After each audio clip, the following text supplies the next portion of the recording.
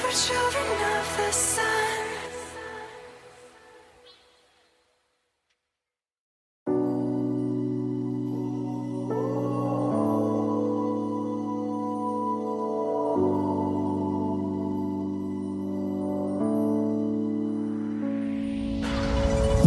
I don't understand it, this wasn't the plan. Don't wanna demand it, I've done what I can. And I never mentioned the times you were rude. And I never mentioned when you heard the truth. Scared to lose it all, I won't stand a chance.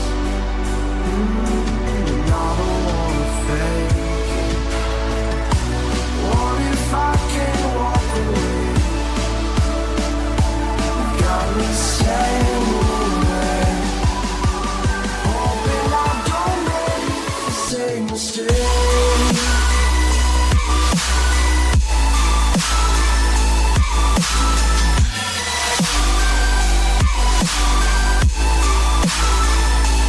Same mistake.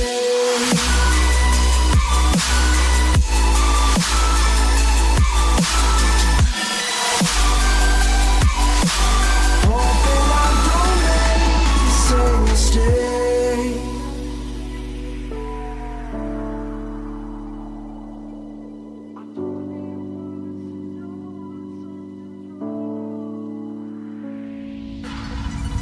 I don't like to leave things unresolved. Maybe it's madness. I'm begging you, please pick up the call. You're causing me damage. I should've known, wasn't your fault. Don't even matter. I wasn't thinking clear, trying to take it there. Scared to lose it all, I won't stand a chance. And I don't wanna fake it. What if I can't walk away? You got me standing in the rain, hoping I don't make the same mistake.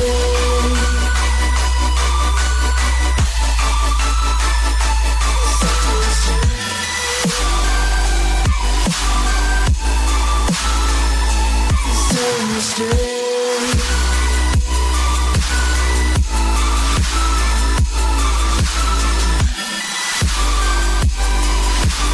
Hoping I don't make the same mistake.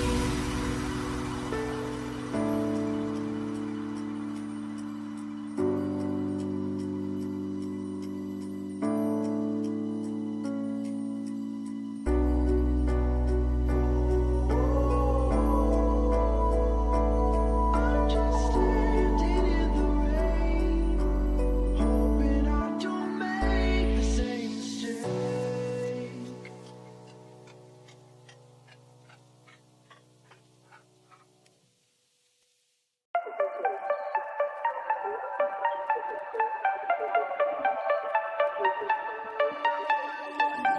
Hand out, she holds. It's feeling like we've been here before. We're both so broke. That's something that'll keep us afloat. Don't walk too slow. We can't keep falling deeper again. Came too close and the day's so far from pure. A rush of blood, but we search for so much more. We've all been here before.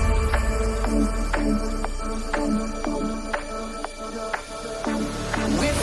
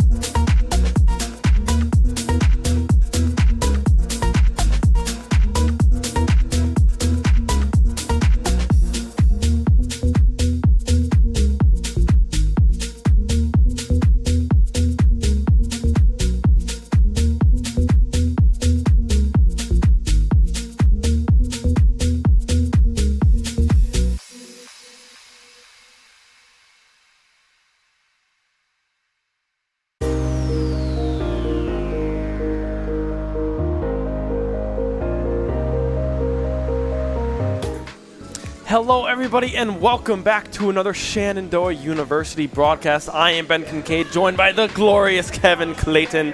We have some fun Smash Bros. For you today. We have a little bit of a unique structure. Kevin, walk us through what we have going on today. Yeah, so Shenandoah University has a bit of a tradition when it comes to events on campus, and that there's an event management-based class, meaning that right now, what you see behind us, this competition is run entirely by the students. Yeah. So we have a very unique format going on with a Smash Bros, almost like a tennis-esque tournament where players will go, there will be 3 players on each team going in this sort of back and forth sort of style, playing in a bunch of different formats, and it should be incredibly exciting. Great stuff all around. Yeah, I'm very excited with this format. Like you said, it's a little bit of a tennis style. So we're going to start off with doubles, 2v2 with the 2 teams. The fun thing about 2v2 is that you can hit your friends. You can hit your team. Buddy. So it will be very interesting to see how they kind of play around that with this new format. Then we'll go to squad strike. So pretty much when you die, you have a completely new character for your next stock. So 1 character per stock.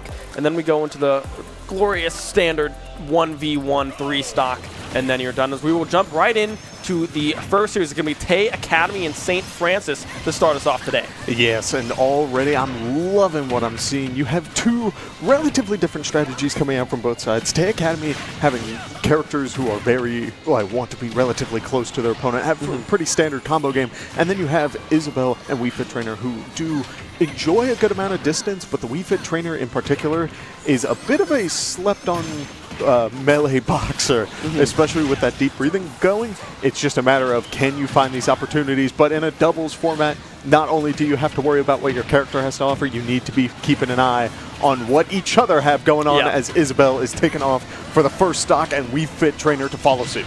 Yeah, a really good opening here from Tay Academy. Deathless and Knives playing very, very well together. Kind of keeping St. Francis on the opposite sides of the map to really prevent any combos to there be you go. drawn up together. Deathless getting up in the air, but now We Fit Trainer just trying to get some space with this charge beam orb that they are able to fire out at rapid succession. Oh, yes. And because you can keep the opponents at this distance for this sort of format, when you have two players and you're keeping these projectile-based characters on the opposite sides, it does mean that, yes, the distance that they're working with is a little bit less, but they still have a very commanding presence both on and off stage, as we did see the Isabel was able to take a stock off of the Palutena.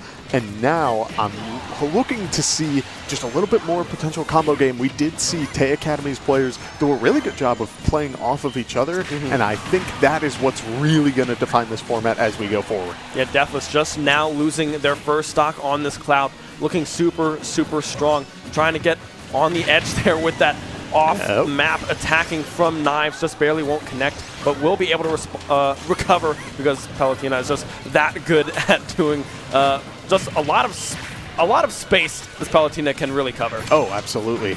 And I'm loving what I'm seeing so far. A lot of great smash attacks, able to take stocks at very safe percentages.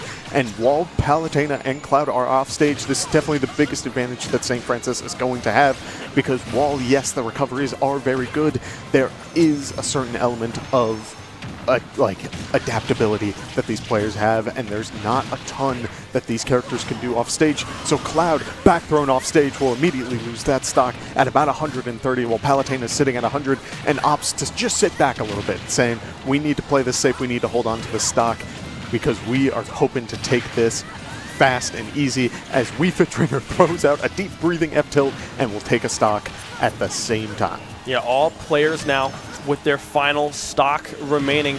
Both members from the side of St. Francis at that 100% mark. Knives still at 0. A pretty big advantage here for Tay Academy if they are able to just avoid combos coming through from this We Fit Trainer and this Isabel. Looks like they will be able to do just that. The We Fit Trainer already off the board. Now it's just the Isabel left standing. Yes, and when you're in this situation, this is where we will see some of the most combo-based back and forth between these two players, because a lot of the time this gives you a lot of freedom. You don't need to worry about someone else disrupting your combo, so we will see a lot of setups. We will see the Burning Flame, and it will just take the stock outright. No need for any follow-up. That move sending them straight up to the heavens, and that will be game number 1 going to Tay Academy.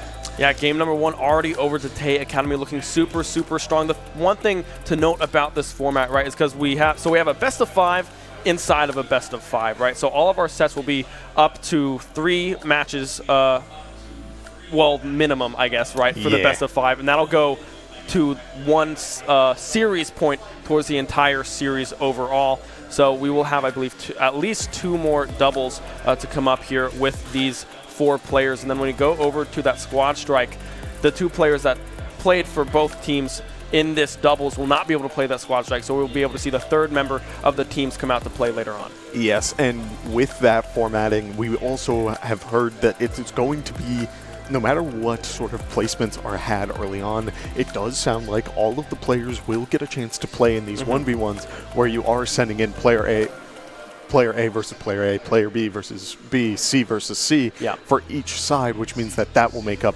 round 3, 4, and 5 for this tournament structure, which means we got a lot of Smash Bros. Oh, yeah. And I like a lot of Smash. I like a lot of Smash Bros. Indeed. It'll be interesting to see if there's any kind of switch up of characters. I know a lot of these players are very set in stone about they've trained and practiced these characters so much that I just expect to see the same things kind of run back over and over again to really get things going. And just to try to find these combos coming through with these 2v2 playstyles. Yeah, not only that, I think there's an element of just consistency.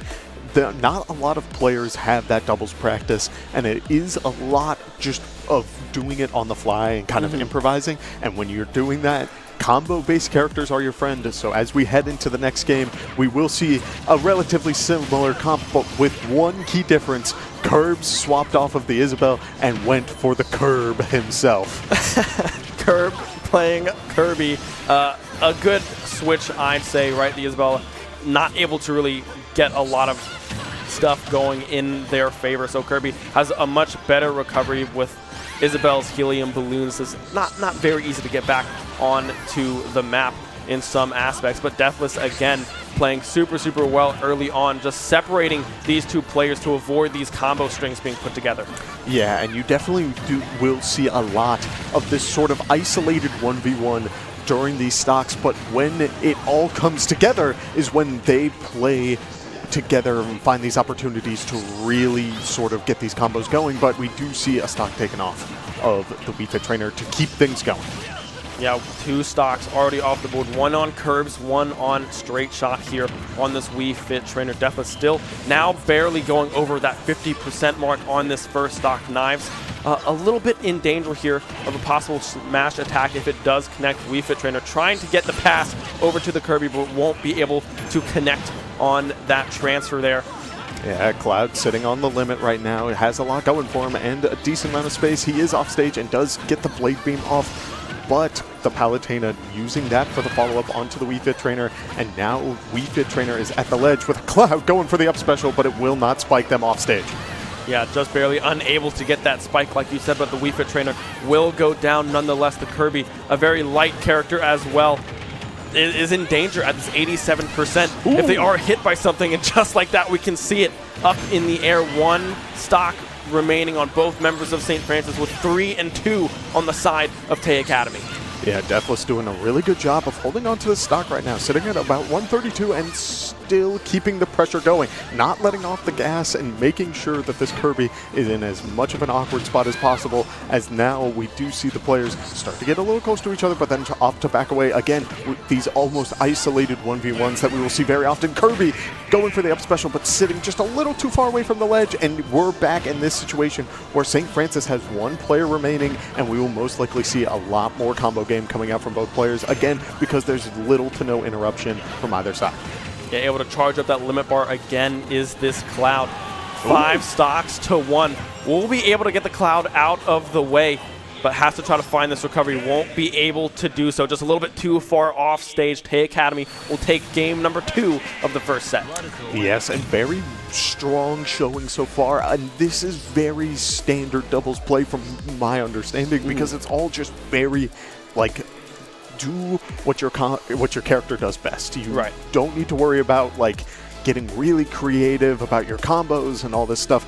Whatever you know, that is fine, and it is on the other player, your teammates, to really sort of adapt and be like, oh, I have a good understanding of what you're trying to do. We can have a lot of fun with this and try to get even more crazy strings going. And we're seeing bits and pieces of that come to life. I'm looking forward to more of these matches throughout the day, because I think that'll get people more on the same page, and we will just see craziness ensue.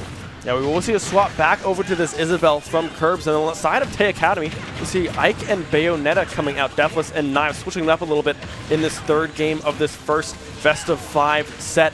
I like the switch, just getting a little bit more familiar, getting warm with these other characters to make sure that these strings and really just the characters in general are just looking good for today. Yeah, and what I love about the Bayonetta pick is that the characters are caught in these combos for so long. Isabelle was taken off of the top early already. An amazing combo coming out from Knives, and just keeping that momentum going in Tay Academy's favor. Yeah, Bayonetta does a really good job in the air. The ground game is good, but when Bayonetta is starting to juggle you and gets you up high in the sky, you have to try to get out of that combo, or else what happened to Isabelle will happen to you, right? Very good. And you can see it again off the edge as well. Knives playing unbelievable on this Bayonetta. Yeah, I mean, just finding these great opportunities, but the Wii Fit Trainer deep breathing, center stage forward smash will send Bayonetta the complete opposite direction, and will take a stock incredibly early. I'm telling you, that deep breathing is so good, and is frankly almost slept on. People forget about how crazy the knockback gets. Yeah, I've definitely been hurt with a deep breathing a few times when I play Service House. I'm like, what on earth just hit me? It does a whole lot of damage. So being able to avoid that one, and really for a straight shot, able to land that one in that instance to get that stock off of Bayonetta is huge. Bayonetta, again, already up to that 112 percentile on this second stock. Deathless as well will be knocked out there towards that left side of the map.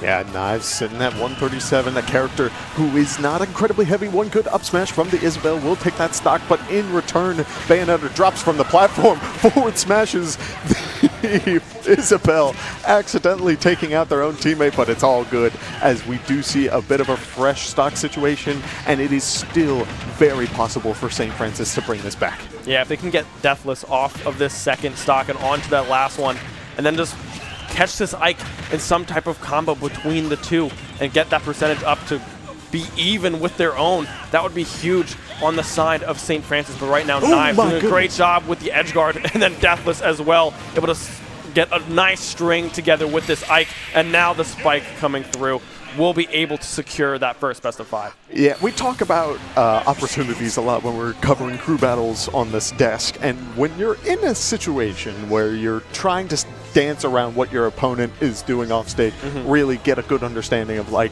okay, this is the area that they can cover, this is what they need to get back onto the stage, how can they bait it out, all that. It's a lot more difficult when there are two people alternating back and forth. First is one who can stay off stage for an incredibly long amount of time, just twirling in the air, and then the moment they're back on stage, suddenly there is a big, beefy man throwing a huge sword in your face and just sends you flying into the blast zone. It's very difficult to get back into those situations, and that is where, again, the doubles aspect of this is going to become critical, because you will see more and more of these opportunities where characters are going to go off stage and even while the other teammate is alive, because it's just so valuable. You can get so much off of it, but it's going to be on the players to really try and punish that going forward.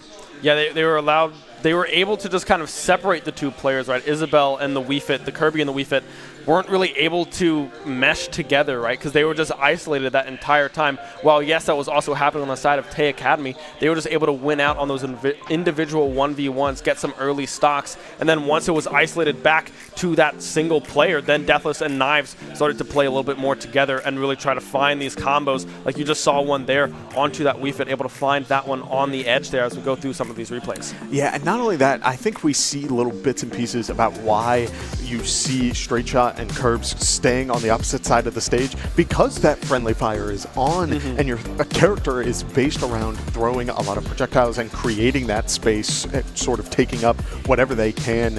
It's on the other teammate to make sure that they're not getting hit by all of that. And on the one hand, yes, you could sit behind that player who's using those projectiles, but on the other hand, that means that they're not able to use projectiles of their own. Right. You would almost have to play this sort of vertical play style where someone is throwing a projectile on the ground and one of them is throwing them up high, but it just gets a little awkward. So that isolated strategy coming out is definitely the way to go, but Tay Academy doing a really good job of utilizing that smaller space that the players have to work with to punish and keep the momentum going. Yeah, especially in that last game, Knives Bayonetta was unreal, right? They were able to play so well off stage and finding, I think it was the Wii Fit and, no, Isabel twice up top and over to that right side of the stage with these just aerial combos that they were able to string together. So no one tricks here, right? We have a lot of stuff in your pocket to bring out, and I'm very excited to see it. Yeah, and as we move into the next part of this sort of tennis format, we do see the Squad Strike characters come out. We have the Spaceys for the side of Tay Academy, but on the other side, we have Mario, Luigi, and B-Junes, the Nintendo classic. Our boys in the Mario Brothers series have come to play. I like that we have kind of themes here for these teams, right? Yeah. Everyone from the same game, Falco and the Luigi, the first ones out is Teo and Avail to pull up the back end of this Squad Strike here for Tay Academy and St. Francis. Looking pretty standard so far. Yeah, Teo is playing a character that is so explosive in nature, but we do see a bit of a reset. I think we were doing a little bit of testing by the looks of it, so we may have to cut back for a moment. But I do like what we're seeing so far. I like the idea of a little bit more thematic style of play. If the Ultimate is a game with 80+ characters, and a lot of people try and focus on one. Yeah. So I'm not surprised seeing these more thematic-based teams because people are very comfortable with what they have learned over the 4+ years of Ultimate's life. And so with all of that, I'm hoping that like we do see maybe a player or two who enjoys sort of having these primary secondaries and really pushes that narrative forward. Right.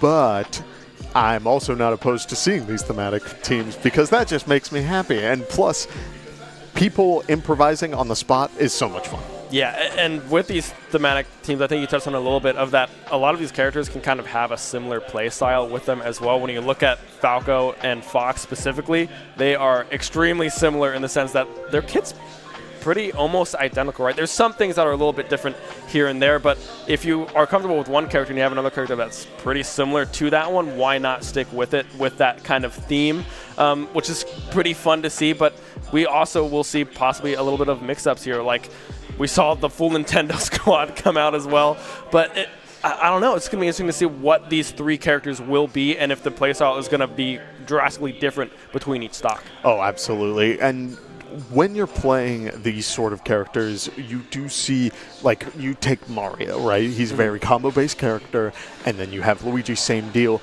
Bowser Jr., yes, he has that combo game, but he also doesn't mind sitting back, and so it's going to be on these players, each stock, to sort of flip the switch in their brain to like really understand, okay, we can't be playing this sort of aggressive playstyle 24/7 unless we are given that opportunity. There needs to be this level of understanding that sometimes you need to really adapt your play just off of the stocks alone, just with the character that you're given.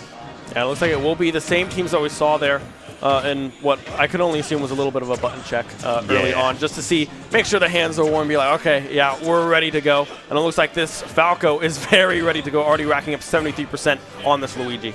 Yeah, and I mean, two incredibly good combo-based characters, right? You have Luigi, who is infamous for his combos that can take you off of a stock just like that in the blink of an eye, but Falco, who plays a very standard game, looks for his opportunities to get a good whiff punish in and then gets a combo worth 40-50% and just keeps things going. So as we see the percentages start to rack up, Luigi going for the down smash is not going to be able to take the stock to start things off, but Falco is sitting at 140 off stage. Yeah, we can already see Luigi putting together a little bit of these combos and then finding these edge guards as well.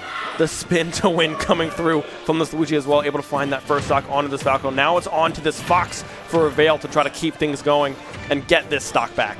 Yeah, we do see the Luigi player using the grab a lot, making sure that these combos are definitely in his favor, getting as much damage as possible. But at the same time, we are seeing Tay Academy's player opt in, trying to go for the up smash, but the Luigi invincibility on the down B is offering so much, and a very good back air will be able to close the stock off of the Fox as well.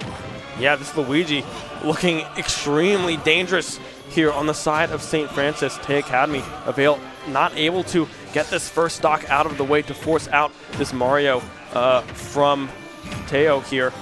Now a little bit of a combo coming through with this Wolf.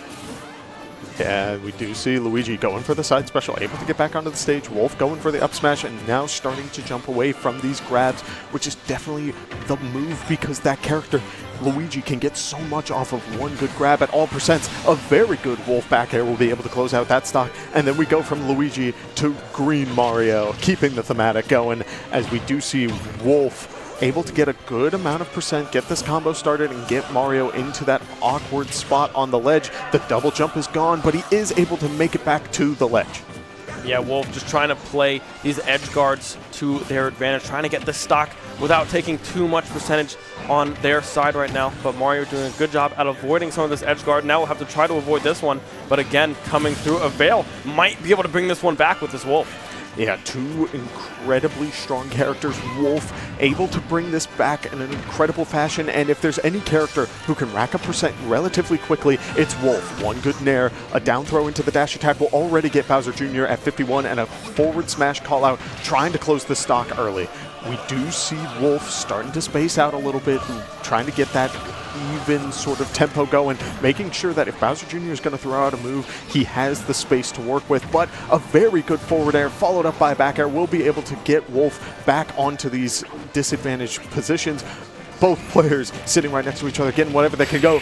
But the Bowser Jr. jab connects, and that jab takes stocks, which means that we do see the Bowser Jr. take it.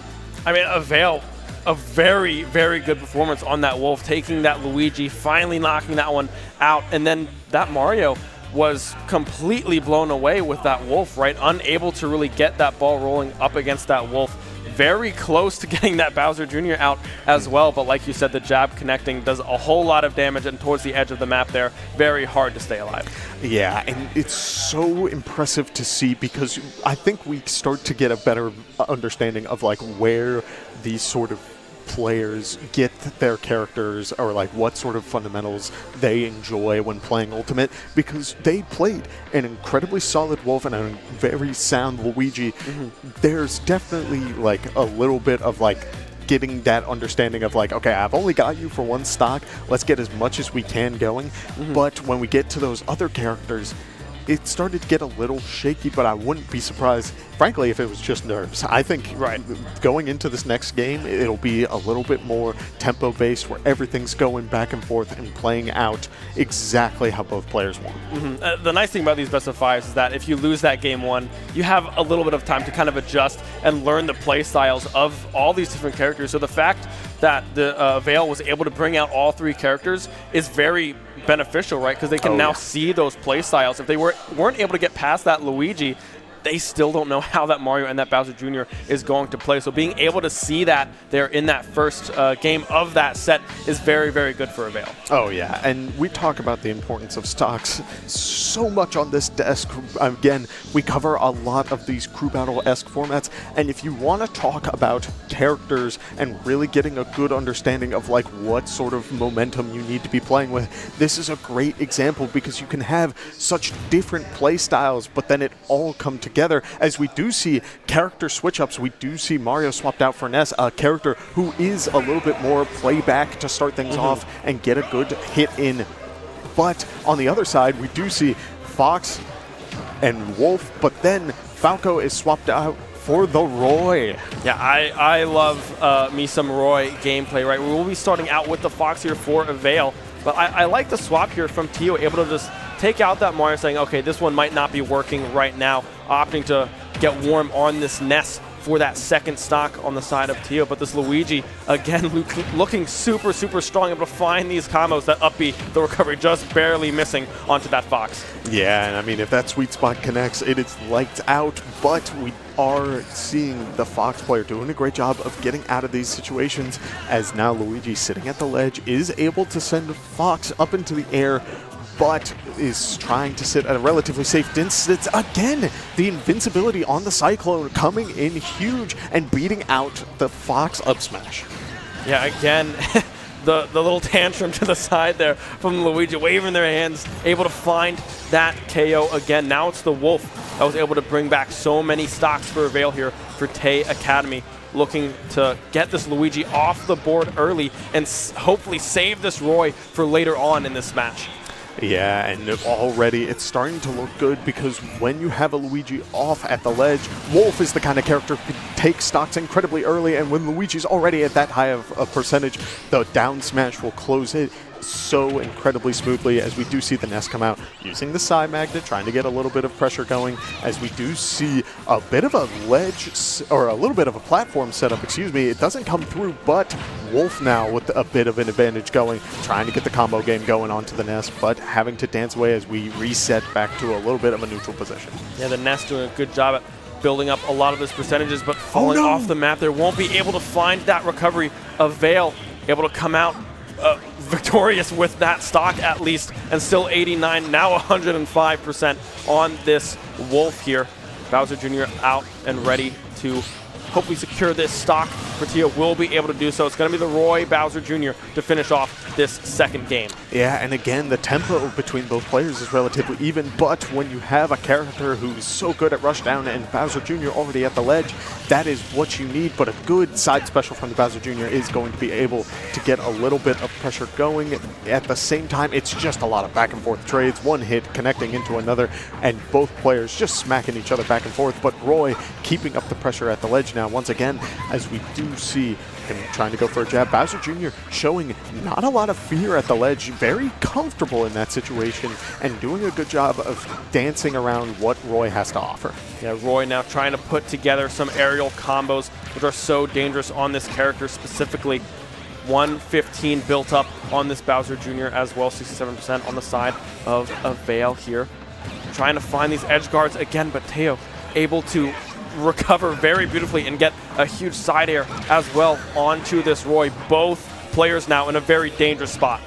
Yeah, and we do see Roy holding shield, but is able to get the parry off. I do think that would have brought his shield down to mere pixels, but Roy calling out the jump is able to take that stock, and now it is 1-1 for the Squad Strike format. Yeah, and I like this format a lot, right? Squad Strike is something that is super fun to see because you get to see so many characters and a lot of fun play styles from these players as well. I like seeing Roy, of course. That is my favorite character, right? Because you can have all these little suits of armor. You have the blue, you have the pink. It looks very, very pretty, but also is a very, very fun character to play. And you can see it there, right, with those aerials, those chains being able to be put together by a Vale there, and then finding those edge guards as well. Bowser Jr. wasn't really able to play on the map, right? A lot of that time was spent off the sides. Oh, absolutely. And I love seeing players who are comfortable in situations that a lot of players tend to sort of panic. When you're off stage, it is very common to see players almost become scared. They don't want to run off, they don't want to deal with anything off stage, and they use their double jumps, their recoveries as quickly as they can just to get back to the ledge, and it becomes almost predictable. But this Bowser Jr. has done a really good job of really adapting and sort of playing it slow, really understanding that they have time to react to what their opponent is doing, the glories of offline. But at the same time, I'm hoping to see that when they are in this offstage position, that it's going to be just a little bit more like if you have this punish opportunity or you find an opportunity to get that hit in on the ledge with that hammer from the up special, you just sort of dash back and get center stage control. Yes, it's comfortable to be off stage if you really know what you're doing, but it's still not a good place to be, so you want that center stage as often as you can. Right. We will see the same lineup here for the side of Teo, but now we're going to see the Ike first off here for a Vale. The Fox and the Falco have found their way out of this lineup. The Wolf, the only one still remaining from that first game of this set. I like seeing this Ness again, right? Because I feel like we didn't really get to see a whole lot of it because they just weren't able to find that last second recovery after getting tossed off the map there. So I like seeing the same lineup coming through from Teo here. Yeah, and I like the idea of having the Ike go out first against this Luigi because Ike has a lot of combo starters that start in the air, which means grabs are uncommon, but at the same time, when you're throwing out an up special, that does mean that Luigi finds the opportunity to cover it and does get a very solid combo off of that grab. It is going to be on this Ike player to sort of find these opportunities and find a good nair into a potential follow-up. Luigi burning the double jump, burning the air dodge, is able to make it back onto the stage, but a good up smash will be able to close out one stock. Tay Academy taking the lead to start things off. Yeah, that's the first time we've seen that Luigi lose that first stock, right? The Luigi already off the board, the Ike looking like a good response here for a Vale on that Luigi. The dash back onto the map there, just stopping a little short right in front of that Ness, but Ness now trying to work with the edge guards. The up special will be able to connect and get a Vale back into some ground space to work with. Yeah, and look at this pressure that the Ike is putting on already. Is sitting around the platform and using the falling nair to really just make the Ness struggle to find the space to get this combo game going, and is already just building up so much pressure. A good forward air to knock the Ness off of the stage, going for the counter off stage, but it will not connect, which means that Ness does make it back, and the PK fires start to connect as the yo-yo is thrown out, but it won't be able to take the stock as now both players sit around the ledge. Yeah, Teo finally able to get that up smash onto Ike there to get that Swordmaster out of the way, but now another one enters the fray. It's going to be the Roy, saving that Wolf now for last. 105 built up on this Ness. Very dangerous percent spot for this Ness, but if they're able to avoid these combos, as they're able to do so far, this Roy could be in trouble. Yeah, and we will see if there is a character that can close out the stocks. It is Roy, as a good up special won't be able to take the stock. Excuse me, the forward air will, which means that now Bowser Jr. is the last factor, but this Bowser Jr. has put up so much pressure, so I'm not surprised to see it taking this anchor position in the squad strike format, as now we do see Roy doing a good job of keeping the Bowser Jr. in that awkward spot. But again, this Bowser Jr. Teo doing a great job of really dancing around in these off-stage positions, making sure that if you're going to take a hit, it is nothing more than one stray hit, and you will find an opportunity to make it back. But unable to get back to the ledge, is able to use the up special once again, and it does make it back. It is on now where Roy doesn't tech, which means that the side special will follow up, but now there's a Mecha Koopa in his hand thrown back, and both players back airing, just reset into this neutral position. Yeah, Teo doing a great job at recovering from these off-map positions. Avail trying to find these edge guards, was able to find some for quite a long time, but now Teo in a good position to try to find this KO here. The down special will be able to land, but won't be able to find the kill. 138 built up on Avail. Now Roy playing a little bit safer, waiting for the time to strike on this Bowser Jr. Now the edge guard possibly coming through yet again from Avail, trying to find this final smash. Yeah, I mean, we do see Roy is the type of character who can move around so much and has so much ground speed, but Bowser Jr. using the side special to really cover the options, using the up special to get that hammer hit off, and does get that stock, but now 150% against a Wolf is such a dangerous spot to be in, and he goes just a little too low, and it will end up losing that stock, which means that now we do see Avail taking the lead.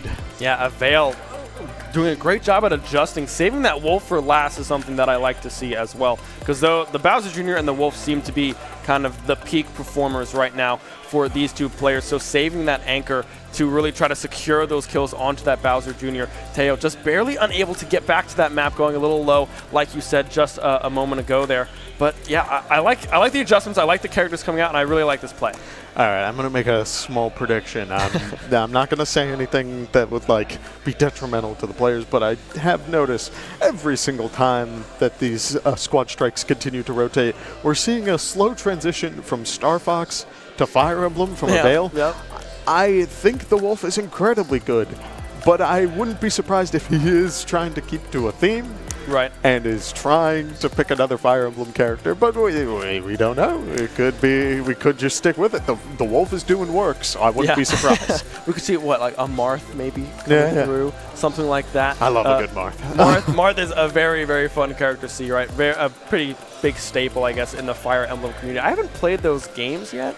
I think I have to hop on the Fire Emblem train, because Three Houses, I guess, came out, what, like a year or so ago? Yeah, it's been a little bit, but I mean, hey, that's another character we could see. We could see that Byleth. I wouldn't be surprised, but I'm loving what I'm seeing from these players so far, because we've seen Avail, who's playing these rushdown characters, doing an amazing job of covering the stage and really keeping that pressure going, but at the same time, we see on the other side that Teo is doing it just great at just really sticking, if I'm going to be in this disadvantage, I'm going to get as much value as I can getting back into the neutral or into the advantage state. The Fire Emblem thematic is not going to happen. That is okay. I loved seeing this Wolf so far, but the Mario characters are going to be chosen, but we do see the players quit out of the squad strike for a second. Something could be changing. Nothing too crazy, right? But I liked seeing from what we saw. Luigi's been doing great work. It was only during this last round that he was unable to take a stock early on, but even then he still had 100%. Yeah. And you got the Bowser Jr., who's been putting in crazy amounts of work this entire time.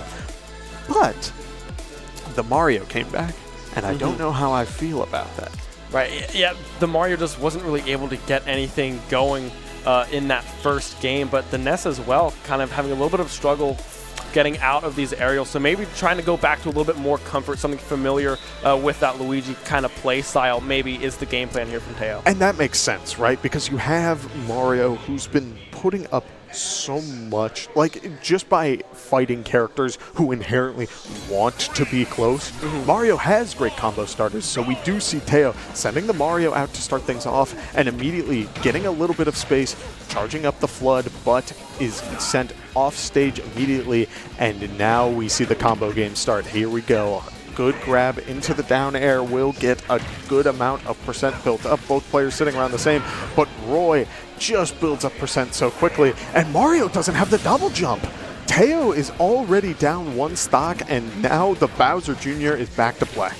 Yeah, the Mario, again, just not able to find any ground here in this match. Avail opening up with this Roy instead, possibly expecting a switch with kind of this Luigi coming through, or maybe a Bowser Jr. start coming through. It will be the second stock here for Teo, instead saving this Luigi for last, hoping to possibly just get something with that Mario, trying to get one of these sword characters out of the way. But right now, Avail with this Roy looks unstoppable.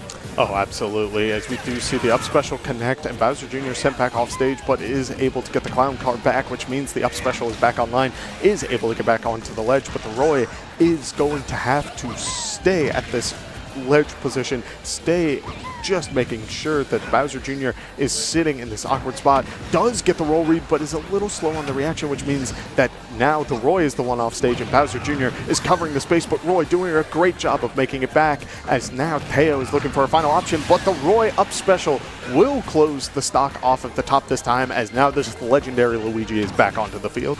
Yeah, Teo now with the Luigi has to find 3 stocks in a row. This Roy looking weak, 146 built up percentage on this Roy. The side special coming through as well, just trying to find this final kill. The up air will be able to do just that. Teo now needs to try to find this Ike, which knocked out this Luigi in this last game. Right, as we do see the Cyclone starting things off, getting out of these Ike combos, which is a very sound strategy because it just offers so much, but you need to be careful because if there's any character who has a strong hitting move that can close stocks early, the Ike up smash, if he calls it out on a Cyclone, that could be incredibly detrimental, but at the same time, Teo doing a great job of not overusing the Cyclone and keeping the pressure alive, as now Ike has taken 66% to Luigi's 53, but at the same time, it is still a relatively potential even game. Yeah, Teo just trying to find these combos in the air, but now finds himself off the map more so than they might want to be. Right, still trying to find these grabs to really get these combo chains started in the air. Just trying to play a little bit of poke damage, and that will be the one to do it. The Ike out of the way. Now it's the Wolf Luigi back to go. The grab will land. The combo coming through. The chain, unreal, but Wolf just barely able to get out of that one. Yeah, look at this already. The tempo is starting to even out, and if Luigi getting a couple of good hits in, I do think one solid grab from Luigi will be able to close this, but at the same time, a solid F-tilt, a solid back air may be able to close it. The back air not going to be enough, but is Luigi going to be able to make it back? He is, as we do see the neutral state start to come back as Wolf goes for the nair, goes for the dash attack. Is it going to be able to take it out? It does, and Avail takes this part of the series 3-1 for the side of Teo Academy. Teo, that was unbelievably close, just barely able to miss out on a little bit of those later grabs. If they were able to land one of those, that Wolf was in serious trouble, because we saw the combo coming through there in the middle of the stage, in the middle of that stock, and I was like, oh, this could be it. This could be the combo to finish things. Oh yeah, and Luigi is the kind of character who needs a little bit of time for his moves to come out and get a good setup to take his stock. Wolf has a lot of options that come out so incredibly fast that he can basically call out Luigi. Luigi needed a good amount of space on the battlefield to really just get his either grab out or potential Cyclone or some sort of starter. But because Wolf is so incredibly just commanding in covering options, just covering that space, it really just became difficult, and I think it was just solid play from both players, but the Wolf player able to get that solid dash attack off to just close it out and continue the lead for Teo Academy. Yeah, it was a very, very close squash strike, but now we move over to the standard singles, right? 3 stocks, same character, best of 5 kind of format again coming through here. I believe that evens up the series as well. Okay. Oh, no, I think that's 2-0 now on the overall series score for Tay Academy because they did win that 2v2 battle earlier on. Right, which also means that while the series may fall, like if Tay Academy does win, it doesn't stop the players from playing each other, continuing forward. The goal of any LAN, obviously, is to let people play their game. Right. And, you know, you might as well get a little bit of experience and see what the local scene has to offer. So I wouldn't be surprised if we do see a couple of the characters that we've seen so far. We've seen the Roy come out. We've seen this crazy Bayonetta pick during the doubles, which I was super interested in. I don't know if we will see it in the 1v1. That character is very difficult to pilot, but definitely has a place in Ultimate's meta in this 1v1 state. Right. But who knows? It could be any of the characters we could see, or it could be something completely different. People get crazy with their picks. Yeah, there is a slew of characters you can pick from. It will be Straight Shot and Knives to open up. It's going to be the Bayonetta that we saw at the end of that 2v2, and the Wii Fit Trainer already love the recovery coming through. Knives almost biting the bullet. They're trying to play off that stage, but able to come back. But Wii Fit Trainer now just trying to get these aerial combos put together. Yeah, this stage feels almost like a handshake between both of St. Francis and Tay Academy's players, because on the one hand you have Bayonetta, who loves sending you way up high for these combos, but at the same time you have Wii Fit Trainer, who really enjoys having that little bit of space to get a couple of projectiles going, get that deep breathing online, which means now that these moves will hit so incredibly hard, as Bayonetta going for the slide is unable to get a good hit in, which means that now Wii Fit Trainer is sending the Bayonetta back onto the ledge, but is going to get a little bit of chip damage in, as now the Bayonetta combo starts. The Wii Fit Trainer is able to fall out. Straight Shot doing a great job of really falling out of these Bayonetta combos, and if you're going to take that percent, just make sure you aren't going off of the top, off of some wild string. Right, yeah, Straight Shot doing a great job at avoiding some of these combos, like you said, but Knives now pushing Straight Shot off of the edge. The clock will land, but won't be able to get the kill just yet. Straight Shot trying to find the recovery. Won't be able to do so. Knives, with a lot of dashes still under their belt, able to get back in time. Straight Shot looked very good being able to get out of those combos, but just barely wasn't able to put away that stock. And now we see another combo coming through off the stage. Straight Shot just barely able to get back. That's the power of Bayonetta. Every single time I see someone who is incredibly good at piloting Bayonetta, I am in awe, because we have not seen much of this character much anymore, and it just puts on so much crazy pressure. But at the same time, Wii Fit Trainer is in a similar boat, where once you have a little bit going for you, that character racks up percent just incredibly fast. But here comes a Bayonetta combo, the air dodge, able to get Wii Fit Trainer back onto the center stage. It's so incredible to see what both of these players have to offer, as a very strong down air will be able to connect for Tay Academy, but it won't be enough to take the stock, as now Bayonetta calling out the jump, trying to go high, but again, Wii Fit Trainer falling out of these multi-hit combos.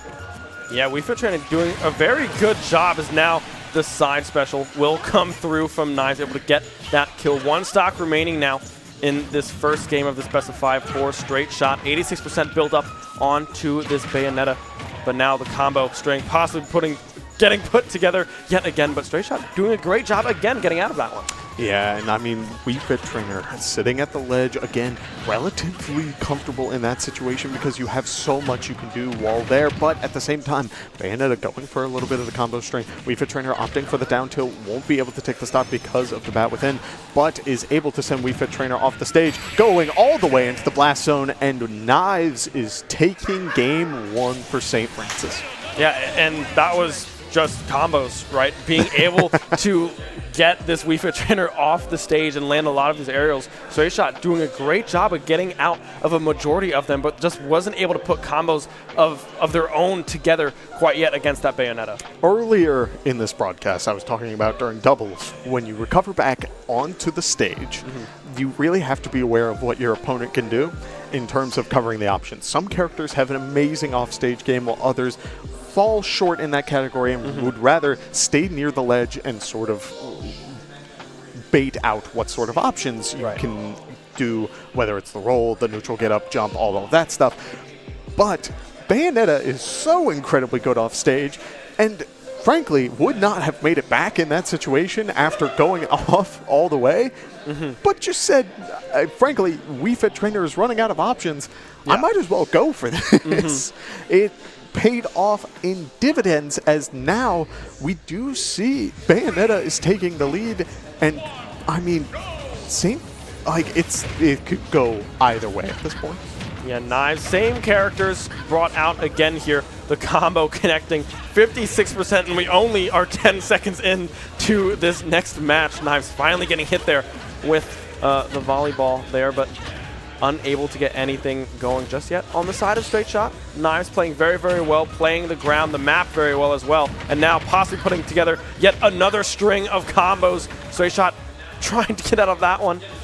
Maybe we'll be able to. Yeah, no, Bayonetta sending you all the way to the blast zone, using the double jump and the dash to get back onto the stage. And this is what you love to see when you're playing this character. Look at the percent buildup, look at the multi-hits, and just everything connecting just how you want it to. Which means now we do see, I mean, Knives is starting to feel really comfortable on these stages in this pick, in this series. He's looking amazing. Knives is certainly looking very, very strong, and Bayonetta is scary, right? I have not seen a Bayonetta played this well in such a long time. Now Straight Shot able to get something going, trying to find this first stock.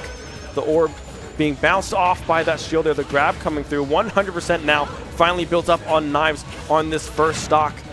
Yeah, Bayonetta using the air dash to get closer and is able to get past the volleyball of the Wii Fit Trainer, but is not going to get much else, as we do see the forward smash come out from Bayonetta, taking up enough space to catch the jump, as Straight Shot is now on the last stock, but going for the down tilt won't be enough to take it, even with the deep breathing, but a good hit should be able to take it. It's a matter of how much extra credit can this Bayonetta get off of this stock, instead taken out by the Salute the Sun, and is able to close out a stock.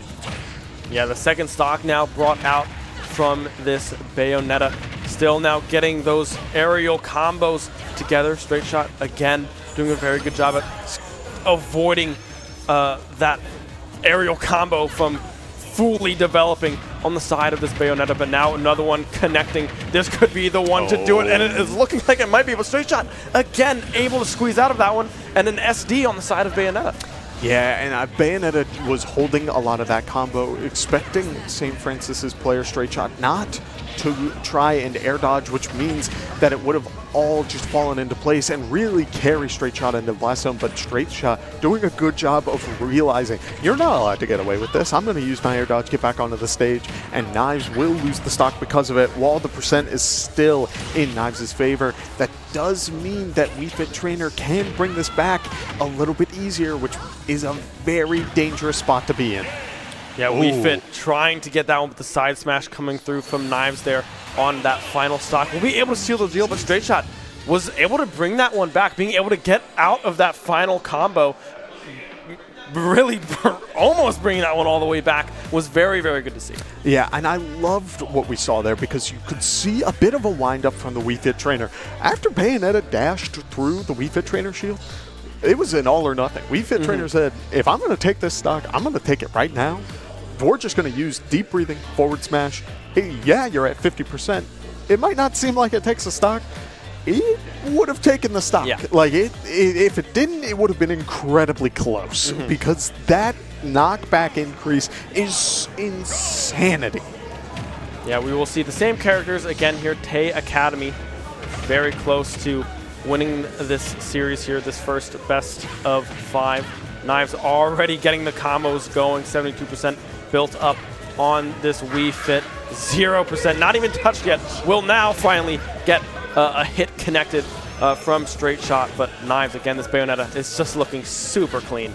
Yeah, and I mean, just the amount of pressure you can get off from using the Bayonetta down special, just off of Wii Fit Trainer not having, oh my goodness, a very well-placed forward smash is going to be able to hit the ledge hang, which means that the Wii Fit Trainer goes down. A couple of clanks means that the trades will be even, but again, the down special coming in huge for Tay Academy's Knives because it's just incredible how much that character could really put on the amount of pressure.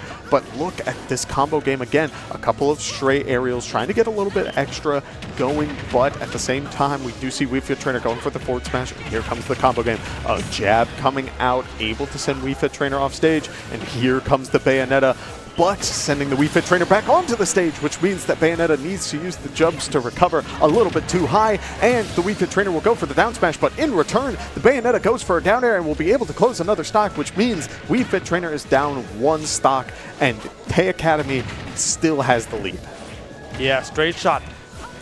Great job of getting that first stock, able to get that recovery back, but again, Knives with that down air, like you said, able to just find that response almost immediately. The last stock now here for Straight Shot, trying to just charge up some of these orbs, some of these long-range shots, trying to get the combos in the air going. Will miss the volleyball toss. Just trying to predict maybe a fast descend coming through from the Bayonetta onto that ledge. But now, Bayonetta just trying to find these combos. Will get hit by these power orbs yet again. Yeah, Straight Shot just sitting back, realizing that I do not have to approach. This is the win condition I need right now. It's just a little bit of space, get a little bit more damage going, and find a couple of good straight hits that will close this out. But Bayonetta doing a great job of dancing around what they have to offer, but a stray aerial that barely misses the Wii Fit Trainer means that Wii Fit Trainer will be able to connect a forward tilt and take out that stock, as now St. Francis Straight Shot is sitting at 116, while Bayonetta is sitting on a fresh stock, but I mean, it can still fall into Straight Shot's hands. It's just going to take a couple of good stray hits from stuff like this volleyball.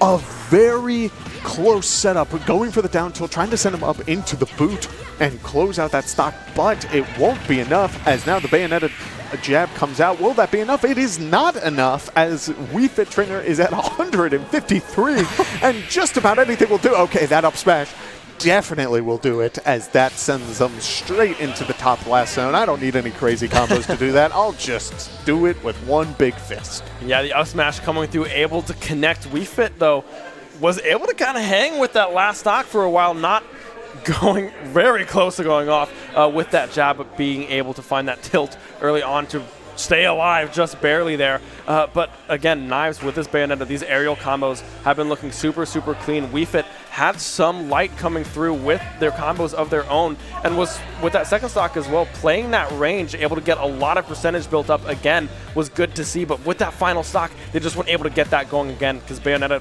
Knives just kind of realized, all right, I just got to run at them, try to get these combos going, and we're able to do so. Yeah, and when you're playing a character who's so incredibly good,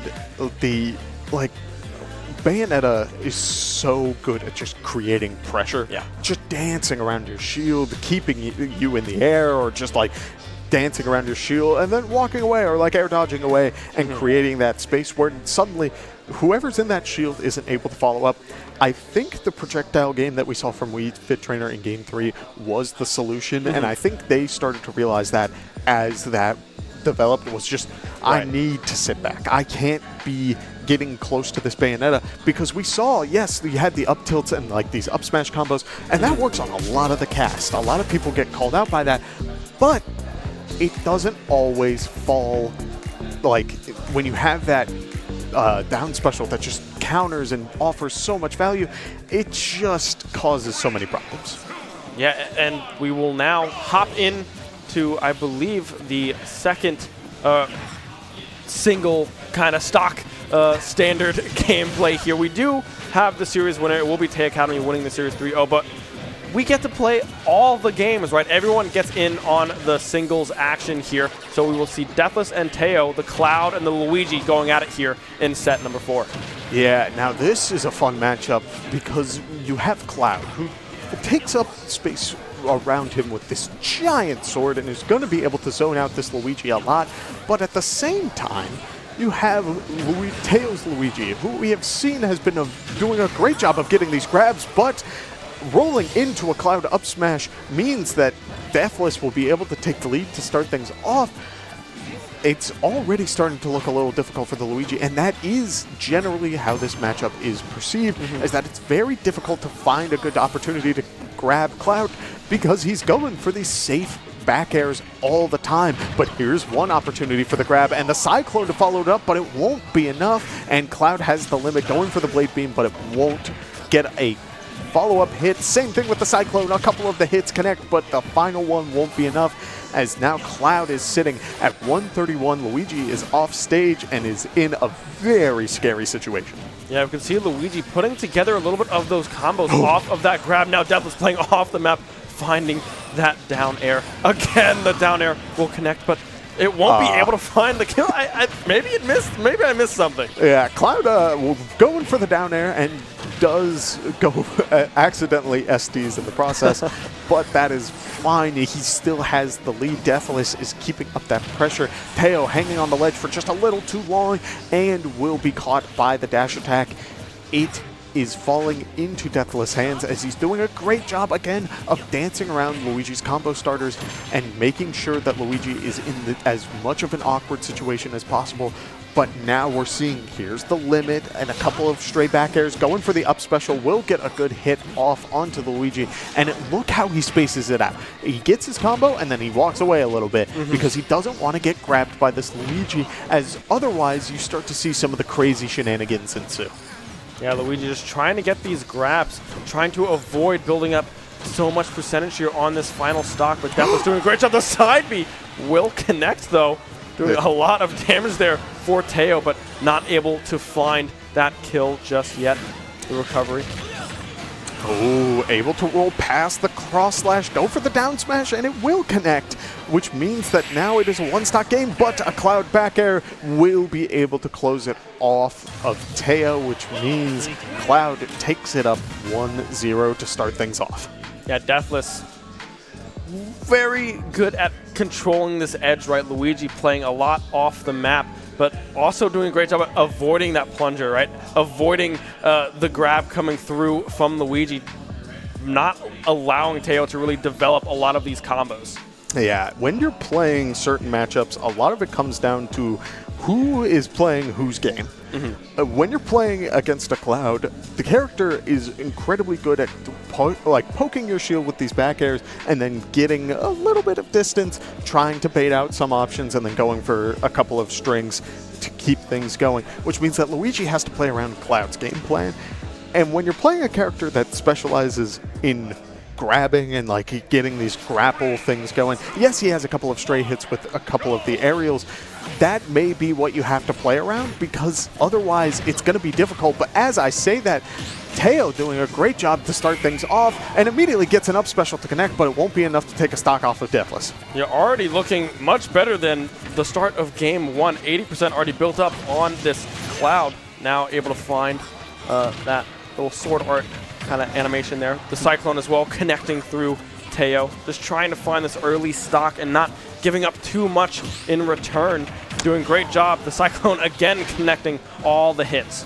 Yeah, and look again how Luigi is playing around the Cloud's game plan, not trying to punish anything too crazy, instead opting to dance around, stay up high, and keep this punish game going, as now Cloud is at 163, and it goes a little too low, which means that the first stock falls into Teo's hands, as this is a completely different game than game one, and that means that it is very possible for Teo to bring this back. It all falls on, does he continue to play around this Cloud's game plan, or does this Cloud have other strategies to sort of keep Luigi on his toes and keep the pressure going?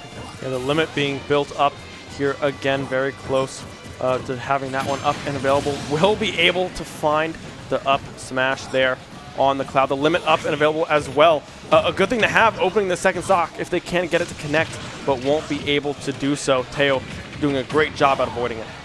Yeah, Deathless able to keep the pressure going, gets a good up special, but Luigi sitting in a good spot to start things off, is able to get the grab and connects the sweet spot of the up special, which means that that stock is gone for Cloud as well. Using the Cyclone to fall down out of the Cloud combo, a very solid strategy, and we're seeing it once again. The fact that that move, it comes out so fast, it has a little bit of invincibility, it just works so well at getting out of these combos, and Cloud, Deathless, is feeling the pressure because of it. Yeah, I mean, this is Luigi playing very patient and picking the perfect opportunities to really try to put these combos together, right? 124 build up on this second stock for Luigi, the recovery, enough to get back to that ledge there. The limit up and available, however, for this Cloud, if it connects, would do a whole lot of damage. It will, but won't be able to find the kill just yet. Teo needs to try to find this recovery, will be able to do so, and gets that side air as well in response. Yeah, Luigi trying to use the neutral special to beat out the Cloud Blade Beam, but when the limit is active, that means that that move has so much priority and will be able to connect onto the Luigi, but it won't take the stock, as now we do see Cloud sort of dancing around, is able to get the sweet spot on the back air, which will close that stock off of Teo, and now it can fall back into Deathless hands. The limit is online, and a good cross slash could rack up the percent incredibly well. The Blade Beam comes out, but it won't be enough as it falls onto the Luigi shield, and a Cyclone able to bail out the Luigi from a very dangerous cross slash situation. But we do see both players just keeping that tempo going. Yeah, Deathless doing a great job at avoiding these grabs. Wasn't able to do so earlier on in this second game, but so far, being able to bring this one back almost, doing a better job at avoiding that, right?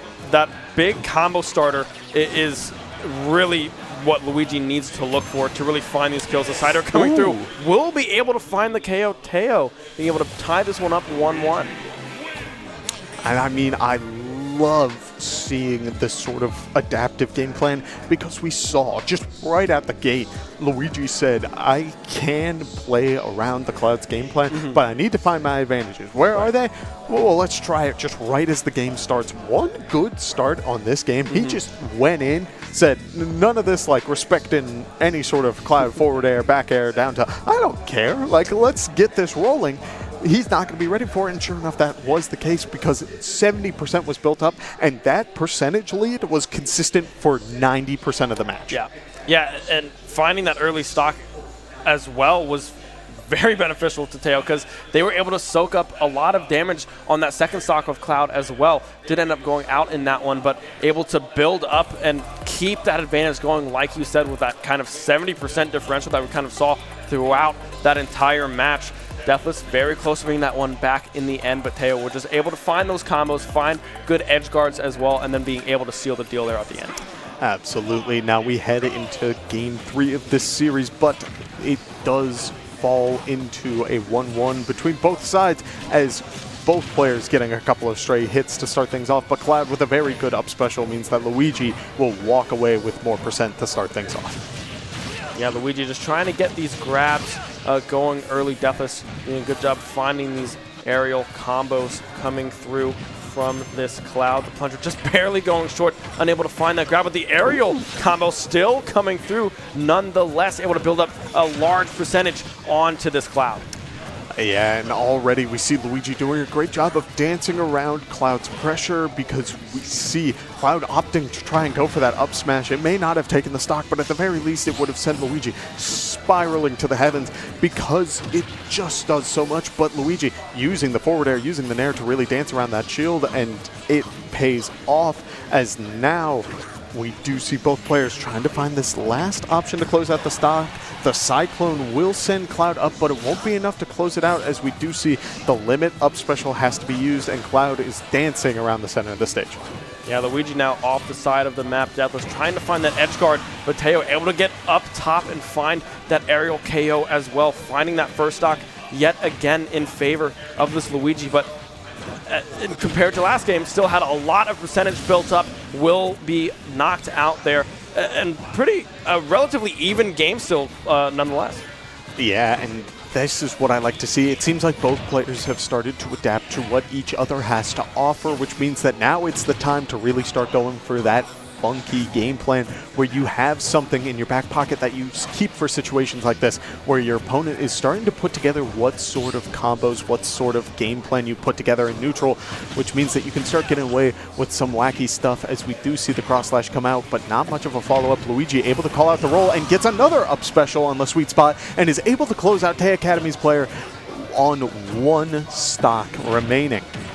Yeah, 61% as well, only built up on this second stock for Luigi. It looked like it was even coming into these stocks, but the combos coming through, the grabs as well. The side B will be met, but able to get back to that ledge. Oh my. Is Teo, but now under the map, still be able to find the angle to get back safely.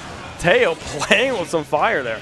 Yeah, and I mean, we're seeing a lot of value coming out of the green missile. It's offering just so much, but Cloud connecting the up smash will be able to get this started as Luigi taking off 20% off of one blade beam, almost 50% off of a couple of good hits, 60 off of the forward air. Luigi opting for the dash back, going for the grab, and Cloud again dashing back, using that advantage of getting a little bit of shield pressure and then using that advantage to sort of get that spacing going. But Luigi getting a good combo started, going for the down throw. Luigi jumping up, not going for anything. Instead goes for another grab and is going for the up special, but it won't be able to close it. Jab one, jab two, and a Luigi forward smash will be able to close it out. And Teo is taking the lead for this series with a 2-1.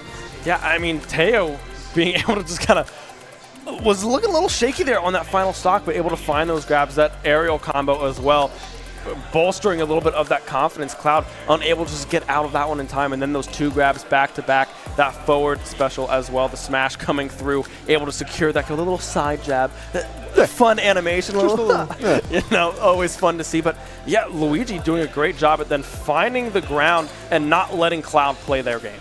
Oh yeah, and that is so critical in this matchup because there's just so much falling into their hands, and it was so well played. But we're heading into this match and a complete swap up of the characters. We're seeing Deathless on Ike, and Teo is back on the B-Junes. Yeah, this is something that we kind of saw in that squad strike matchup earlier on here, right before this set began. Teo doing a great job of finding these aerial juggles with the Bowser Jr. Ike having a little bit of a struggle getting back to this ground game that they like to try to start a lot of their combos on. Yeah, we do see Ike going for a lot of the falling nairs, and Bowser Jr. doing a good job of spacing it out, using the shield, and just sitting at a safe distance.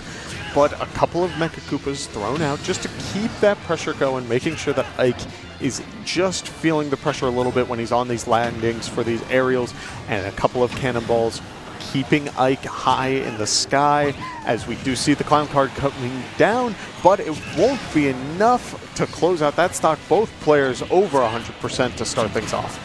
Yeah, Teo finally able to find that aerial attack, able to find that KO onto this Ike. Still 104%. If Deathless is able to get a nice combo together and avoid a lot of this percentage buildup on this second stock, that would be ideal, right? But 30% built up. Teo doing a great job at avoiding these combos and these smash attacks coming through from this Ike. Yeah, we do see Deathless starting to feel the pressure from this Bowser Jr., and I love the way that Teo is playing this. He's playing it so that when Ike is going for this combo starter, going for these falling aerials, he's very uncomfortable in these landings because there are Mega Koopas walking all over the place, as well as these cannonballs, which are just in the perfect spot to prevent any sort of dangerous punish, which means that Bowser Jr. is at 170, but an up tilt from Deathless will be able to close it out, finding that opportunity and closing out that stock. Yeah, Deathless still built up about a 70% on this second stock. Teo doing a great job at surviving for as long as possible. Now just trying to avoid this edge guard coming out from Deathless. The nair, the grab coming through onto Teo. Evening up this second stock, a great response coming through from Deathless here. Yeah, and I'm loving what I'm seeing from Deathless. Deathless is keeping the pressure of Bowser Jr. in that corner when he can, because that is what you need, is keeping Bowser Jr. on his toes where he doesn't have this projectile setup to make your setups just a little awkward, which means that now we're seeing these opportunities for him to get this percentage buildup, which means that now both players are at about 105. Yeah, 105 apiece here on the second stock. Deathless now trying to get in position for this edge guard, but will bail on it, knowing that Bowser Jr. has a lot of utility and options when entering from this high space of the map. We'll be able to find the grab again as well. Both of these players, extremely high percentages and barely staying on the map. Oh yeah, as we do see Bowser Jr. going for the side special, won't be able to close out the stock, but goes for a forward smash call out, and Ike going for the roll behind does get caught by the hitbox, which means that now Teo has the lead again, but is at 121, which means that you're just going for your extra credit. Look at how Teo is dancing around, but here come the up air strings. This is what this character is known for in the communities of the Bowser Jr. gaming, because these up airs offer so much. They add so much percent, and they combos into itself, which means that now Ike is at 62 just off of that, but a falling up air from Ike will get Bowser Jr. into the disadvantaged spot. Yeah, Teo doing a great job at building up a lot of the Really? Oh my goodness! Teo out of nowhere able to secure the win. I cannot believe that that was able to take that stock. That hammer offers so much pressure and takes. I knew it took stocks early, but Ike is kind of a bulky character. He can take a good hit. Right. But Bowser Jr. just flew up there, said, "You have to come down here at some point." It is able to connect and close out the stock early. Yeah, and I believe that then is a 3-1 in that best of 5 of that set 4 in favor of St. Francis there. So that'll be a 3-1 scoreline as we now advance now into our final set here. We have a little bit of some replay here. The switch to the Bowser, Teo's Luigi did a lot of work against this Cloud, but the Bowser Jr. as well coming up huge for St. Francis. Yeah, and I love what we saw from this, from one Deathless. Deathless did a really good job of understanding that he has this game plan of just keeping Luigi in this awkward spot, and game 1, it really felt good, like the momentum was on his side, but Luigi did a very good job of adapting onto that and making sure that, okay, if I can't go for the grabs all the time, I just need to find my opportunities or bait out options that will let me get these grabs. So dancing around the Cloud Shield, forcing an up special means that that pressure's going. But enough about that game. We're going into the third, and already Curbs is at 94 against this Roy. This is your guy. Yeah, I mean, this Roy's air presence so far has been stellar, right? Isabel not able to really get anything going in their favor. And the speed of this Roy as well, just chasing down Curbs as they are just trying to escape and stay alive to get something going in their favor as well. Curbs now getting up in the air, but that aerial again connecting from a Veil, able to secure that first stock. Yeah, and I love seeing this pressure from a Veil. We're seeing a lot of jab combos coming out from Curbs, and they're doing great pressure and just sort of getting that percentage going. But we do see a Veil saying, I am not getting near that projectile stuff. If I'm going to get close, it is going to be on my terms. That is just how it's going to be. So we do see a little bit of fun enjoyment from the side of a Veil, but Curbs feeling the pressure a little bit, trying to keep that going, as we do see a lot of setups coming out, as the slingshot and a good distance away means that Isabel is sitting pretty. Isabel just trying to play this range, trying to avoid a Veil's sword, because once you get hit with one attack from this Roy, a combo can easily be strung together. The side B there, able to find that smash for Roy as well. 3 stocks to 1, 104 on this Roy, and again in the air, trying to put the pressure on Curbs. Yeah, Veil starting to get the pressure going for a custom call, calls out the air dodge, and is able to close out the stock onto Curbs, and it is it was a 3 stock coming out from a Veil. A solid performance overall, just showing that I am like a Veil is clearly very familiar and just has a very solid understanding. When you have that lead, it is rewarding to go for some of these custom combos where you're going for some crazy stuff, and it paid out in stride because he was able to close out that stock off of a call out, and that is so important. But on the other side of that, can't let the nerves get to you at this point. Just feel like it stinks being caught in these combos. It definitely, there's a lot of pressure on you, but it's when you start to panic and go for these crazy options or go for an air dodge just a little too early that it really starts to build up. But as we head into this game, Roy with an amazing combo to start things off, and Kirby rocking a couple of good hits to try and bring the percentage back up. Yeah, Curbs will swap over to this Kirby. Will swap out of that Isabel there, not working like they might have liked here in that first game. Roy now just trying to play a little bit of distance, waiting for that shield to be worn out to start their combo chains yet again. But Curbs doing a great job at responding to the movements that Avail is trying to find to start their chains.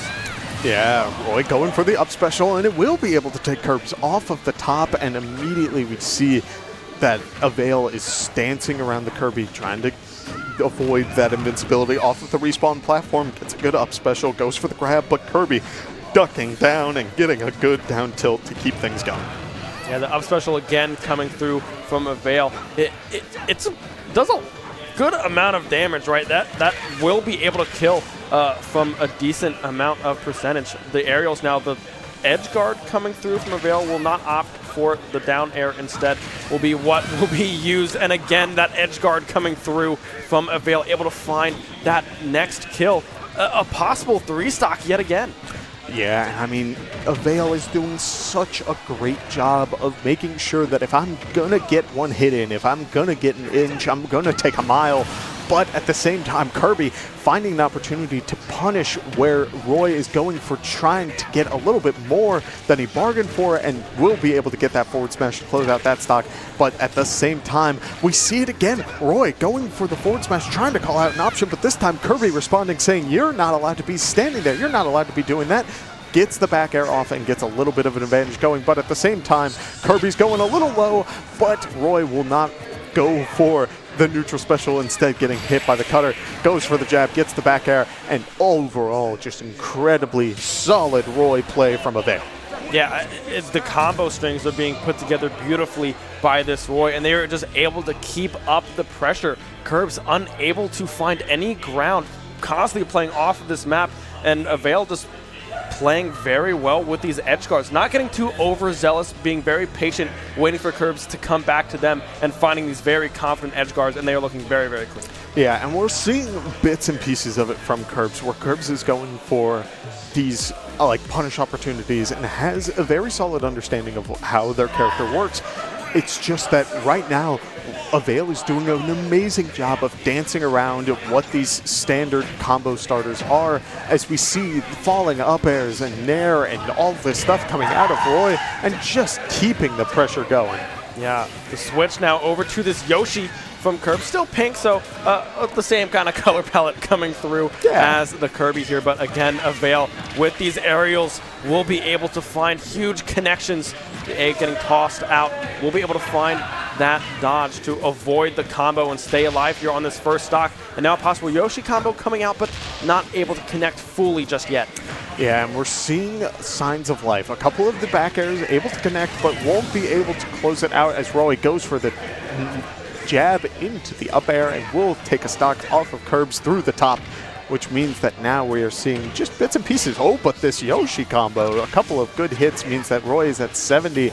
A nair able to close it out, trying to go for the jab block, but won't be able to connect it, as now it's Roy's turn for the advantage. But Yoshi able to get back onto the ground, holding onto that shield, sitting in the egg, and just offering so much by just sitting.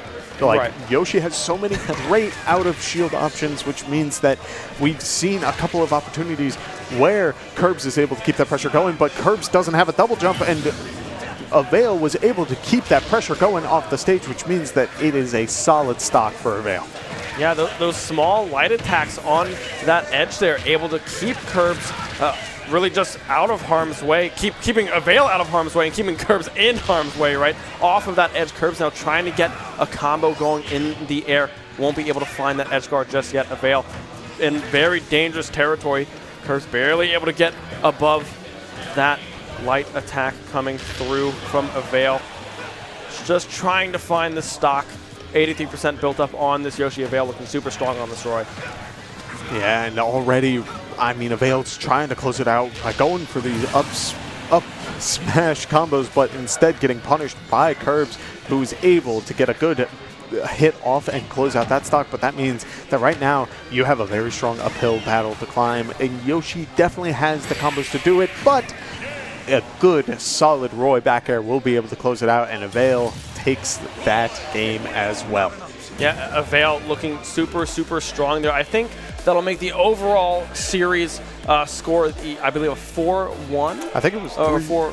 3-2, yeah, for this little set coming through right there. But yeah, Tay Academy looking super it was strong, 4-1 Excuse me. in favor of Tay Academy. We just got the confirmation from our production. Thank you very much, production, for that one. But overall, what are we feeling with this first series under our belt? I'm liking what I'm seeing so far because it's showing a lot of where people's strengths lie. Curbs did an amazing job during the doubles and had moments of sunshine, but when it fell into this 1v1, it became a little bit difficult because Roy was just adding so much pressure, and there wasn't someone who was able to punish this Roy for really just keep going for more and more, which means that the whole game plan got turned on its head. But overall, I'm kind of enjoying this format.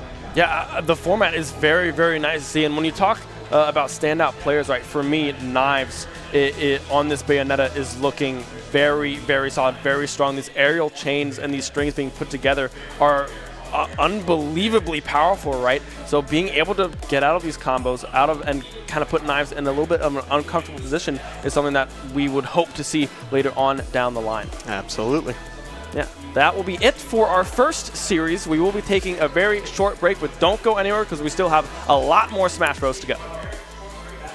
Not only do you have to worry about what your character has to offer, you need to be keeping an eye on what each other have going on as Isabelle is taking off for the first stock and Wii Fit Trainer to follow suit. Combos coming through from this Wii Fit Trainer and this Isabelle. Looks like they will be able to back away again with these almost isolated 1v1s that we will see very often. Characters are caught in these combos for so long. Isabelle was taken off of the top. Unbelievable on this Bayonetta. Yeah, I mean, just finding these great opportunities, but the move because that character Luigi can get so much off of one good grab at all percents. A very good wolf back into these disadvantaged positions. Both players sitting right next to each other, getting whatever they can go, but the Bowser's in a neutral position. Yeah, the Nest doing a good job at building up a lot of his percentages, but falling off the map there, won't be able to. Can close out the stocks. It is Roy as a good up special, won't be able to take this stock. Excuse me, the forward air will, which are the same, but Roy just builds up the percent so quickly, and Mario doesn't have the double jump. Teo is right, still trying to find these grabs to really get these combo chains started in the air. Just trying to play a little bit of poke damage, and that will be the one. Incredibly good at piloting Bayonetta. I am in awe because we have not seen much of this character much anymore, and it's trying to get out of that one. Maybe we'll be able to. Yeah, no, Bayonetta sending you all the way to the blast. Connecting. This could be the one to do it, and it is looking like it might be able to straight shot. Again, able to squeeze out of that one, and an SD. From using the Bayonetta down special just off of Wii Fit Trainer not having, oh my goodness. Dean has been doing a great job of getting these grabs, but rolling into a cloud up smash means that is fine. He still has the lead. Deathless is keeping up that pressure. Teo hanging on the ledge for just a little too long. Special, but Luigi sitting in a good spot to start things off, is able to get the grab and connects the sweet spot of the down throw. Luigi jumping up, not going for anything. Instead goes for another grab and is going for the up special, but it won't be able to close it. Jab one, jab two, and a Luigi forward smash spot to prevent any sort of dangerous punish, which means that Bowser Jr. is at 170, but an up trying to escape and stay alive to get something going in their favor as well. Curbs now getting up in the air, but trying to avoid Avail's sword, because once you get hit with one attack from this Roy, a great job of making sure that if I'm gonna get one hit in, if I'm gonna get an inch, I'm gonna take a mile. Signs of life. A couple of the back airs able to connect, but won't be able to close it out as Roy goes for the already. I mean, Avail's trying to close it out by going for these up smash combos, but instead right now you have a very strong uphill battle to climb, and Yoshi definitely has the combos to do it, but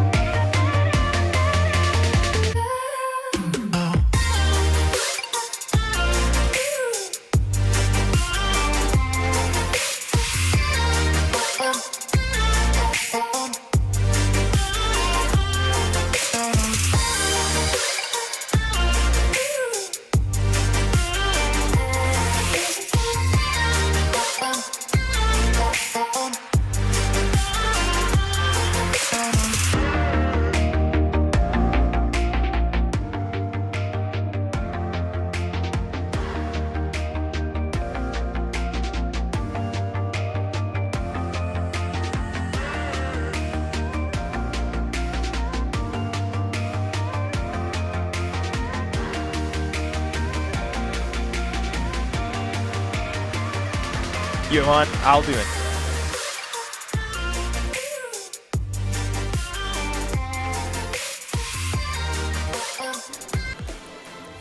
Welcome back, everybody, to the Smash the Nest Smash Bros event here at the Shenandoah Esports Arena. My name is Chris Clayton, and I'm joined by my lovely brother Kevin, who was on here last series, for those of you who may be watching. And Kevin, we got a special thing going on. Like, what did you see last series? We saw some really good, solid Smash Bros. All around, and for a format that encourages adaptability, I think we saw a lot of that throughout the series. As we look at the standings, I mean, overall, Tay Academy had a very solid performance across the board, but we're also seeing Brick Squad also up 4-1, which means that I think we have a bit of a strong competition on our hands. Yeah, I mean, it'll be very interesting to see all different kinds of competition, as we'll eventually get to see all these teams on broadcast. But I want to note that Averett, in the middle of the roster, or in the middle of the standings, did not get to play, right? We have 5 teams, and they've been sitting this whole time. Well, now we get to see them on stream against the St. Francis team that we just watched last series. So,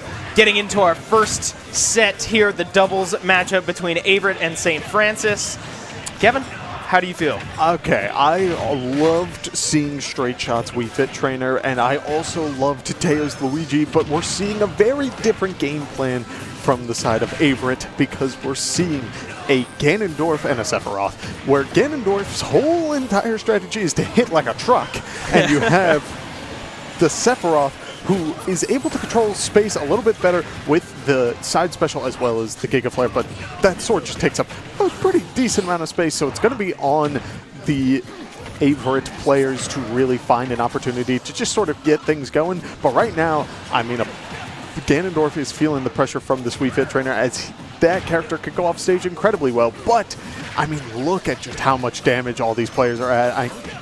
Every character on the screen right now can do so much damage so quickly. Yeah, and what a stark contrast from last series, right? We saw a lot of at least relatively meta characters with Swordies and, you know, the Nesses and Luigis of the world, but now to see these characters, this Wii Fit and Luigi, have to transition into Ganondorf, yeah. One of the like most gimmicky and just like all around strange and unique characters. It'll be very interesting, but so far it doesn't look like they're struggling very much, as Ganondorf is in danger of losing his second stock.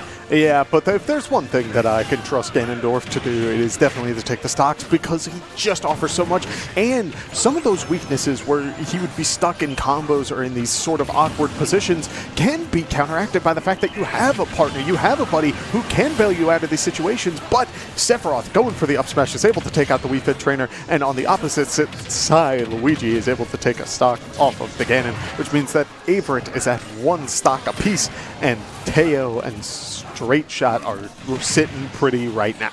Yeah, and there's an interesting dynamic in here that we haven't really, or we never really do see in just 1v1s, and where we usually see these characters. Oh my lord, Ganondorf finds a violent kill there, but as these characters need to deal with friendly fire, right? Sephiroth has some big hitboxes, and so does Ganondorf. And both of these characters' big hitboxes hit very, very hard. So it'll be interesting to see how they have to kind of avoid each other and manage each other, as they now are both looking for edge guards, and we see Sephiroth hit his teammate with a down smash. Yeah, but Luigi has already lost those stocks, and right now it's a 1v2, but there is a potential of sharing stocks. We may not see it this time around, because Wii Fit Trainer is already at 140 as a boot comes out from the Ganondorf, and both players go for the down air.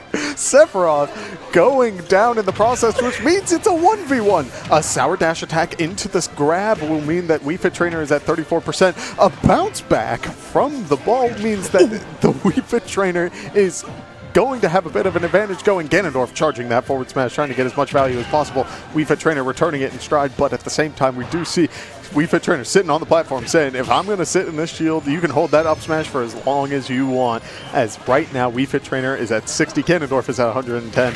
And frankly, both of them are at kill percent. Yeah, and we're seeing this Wii Fit Trainer really start to adopt a new strategy, right? All of a sudden, this game has become way closer than we might have expected in the 2v1 situation. And Wii Fit standing back, shooting the sun, the soccer ball, just spacing this Ganondorf out as he now struggles to find a way in, and it looks like the way in is going to be that down B if he can keep finding those, but dodging around these projectiles, this relentless assault of projectiles. And can he get a read? No, he can't, and a dash attack won't quite finish the job, and now Ganondorf up to 150%. Just about anything would finish this off, but he's able to shield through one, kicks the other one, but gets caught in a grab and won't quite go down. Able to air dodge the soccer ball, but Kevin, how is this going to end?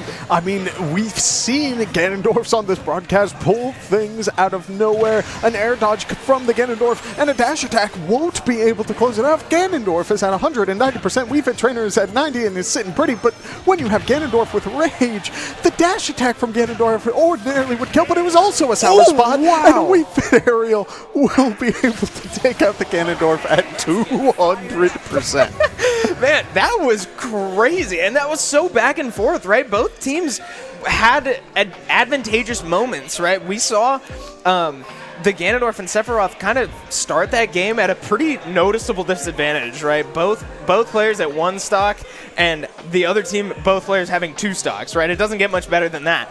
But somehow able to claw out of that situation a couple massive smash attacks from Ganondorf, even the game, and before you know it, there's a player disparity and numbers advantage for Ganon and Sephiroth. Then a slight misplay for Sephiroth to then kill himself on a ledge guard. Unfortunate situation, then leaves Ganondorf on an island to try to close the stock out at a percentage disadvantage to begin with. Just all over the place. Very hard to follow, but very exciting. Oh, absolutely.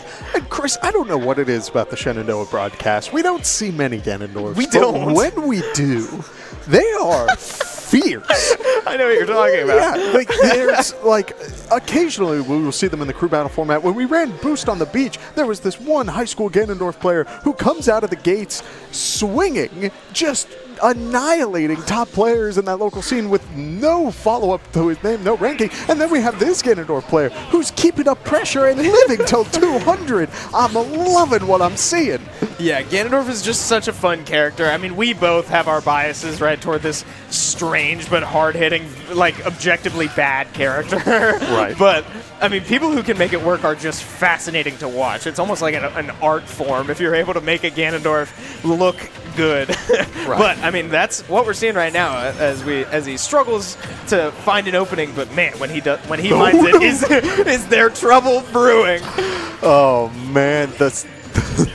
the side special able to take down the Wii Fit Trainer in the process, practically resetting the percents. But I'm also seeing Teo has swapped to Mario, which means that if we're going to keep this combo game going, while you might not get as crazy combos onto the Sephiroth, you will get really nice stuff onto the Ganon. And so it's a matter of really just keeping that pressure going. I'm also seeing when we had 2 incredibly different game plans from what we saw before in the last series, because we had 2 projectile characters who had to play from opposite sides of the stage to not hit each other. Right now, it is Sephiroth and Ganondorf trying to play around each other. They have the ability to throw out their moves, and yes, while they do take up a lot of space, they're doing a great job of dancing around each other to the best of their ability. Yeah, they're certainly trying, and wow, as a up smash does catch a Wii Fit and pixels off of hitting his own teammate again. Now, Ganondorf runs to the ledge to find the other one as well. 2 kills in favor of Avery. And I love what I was talking about it during the last series, where suddenly, where you have 2 people coming off stage to try and take you out, it's not easy to make it back. It's doable, but there's so much you need to be taking into account, and that's not something a lot of players are used to, which means that suddenly you have a Ganondorf and a Giga Flare in your face, and it just adds so much value. Yeah, now we see all these players move back to a neutral state as Wii Fit is able to find a down smash and send Sephiroth flying to the blast zone, but in return, looked like he might have dash attacked his own teammate there. Did I see that? I think you're right. I think Sephiroth went for the dash attack and sent Ganondorf through the top blast zone, but the stocks are relatively even still. The only thing is that Mario is the one sitting with the lead right now. A Sephiroth dash attack hitting all 3 players. A pretty well worth trade in my opinion, so. But at a cost now, because right now Wii Fit Trainer is doing a great job of keeping the Ganondorf off stage, but Ganondorf is able to make it back, trying to hold the up smash and trying to get a stock lead, trying to make a call out, but instead is thrown off stage by the Wii Fit Trainer one more time. Yeah, and another thing we haven't really seen to its full potential yet is this comeback mechanic from Sephiroth, right? We see the wing is out, which gives him an extra jump, but it won't matter because he's sent directly to the blast zone, and Ganondorf short to follow. A pretty commanding answer there for St. Francis.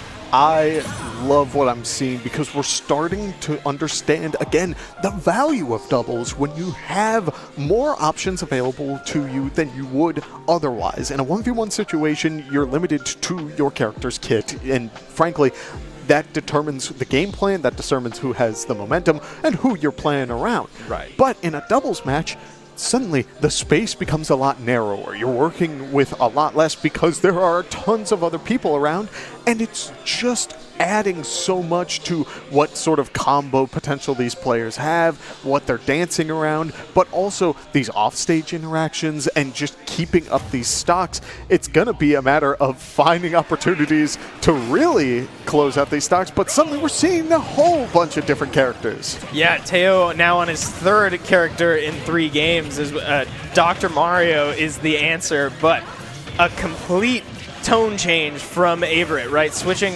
Ganondorf to Pyra/Mythra and Sephiroth to Bowser. It doesn't get much different than that.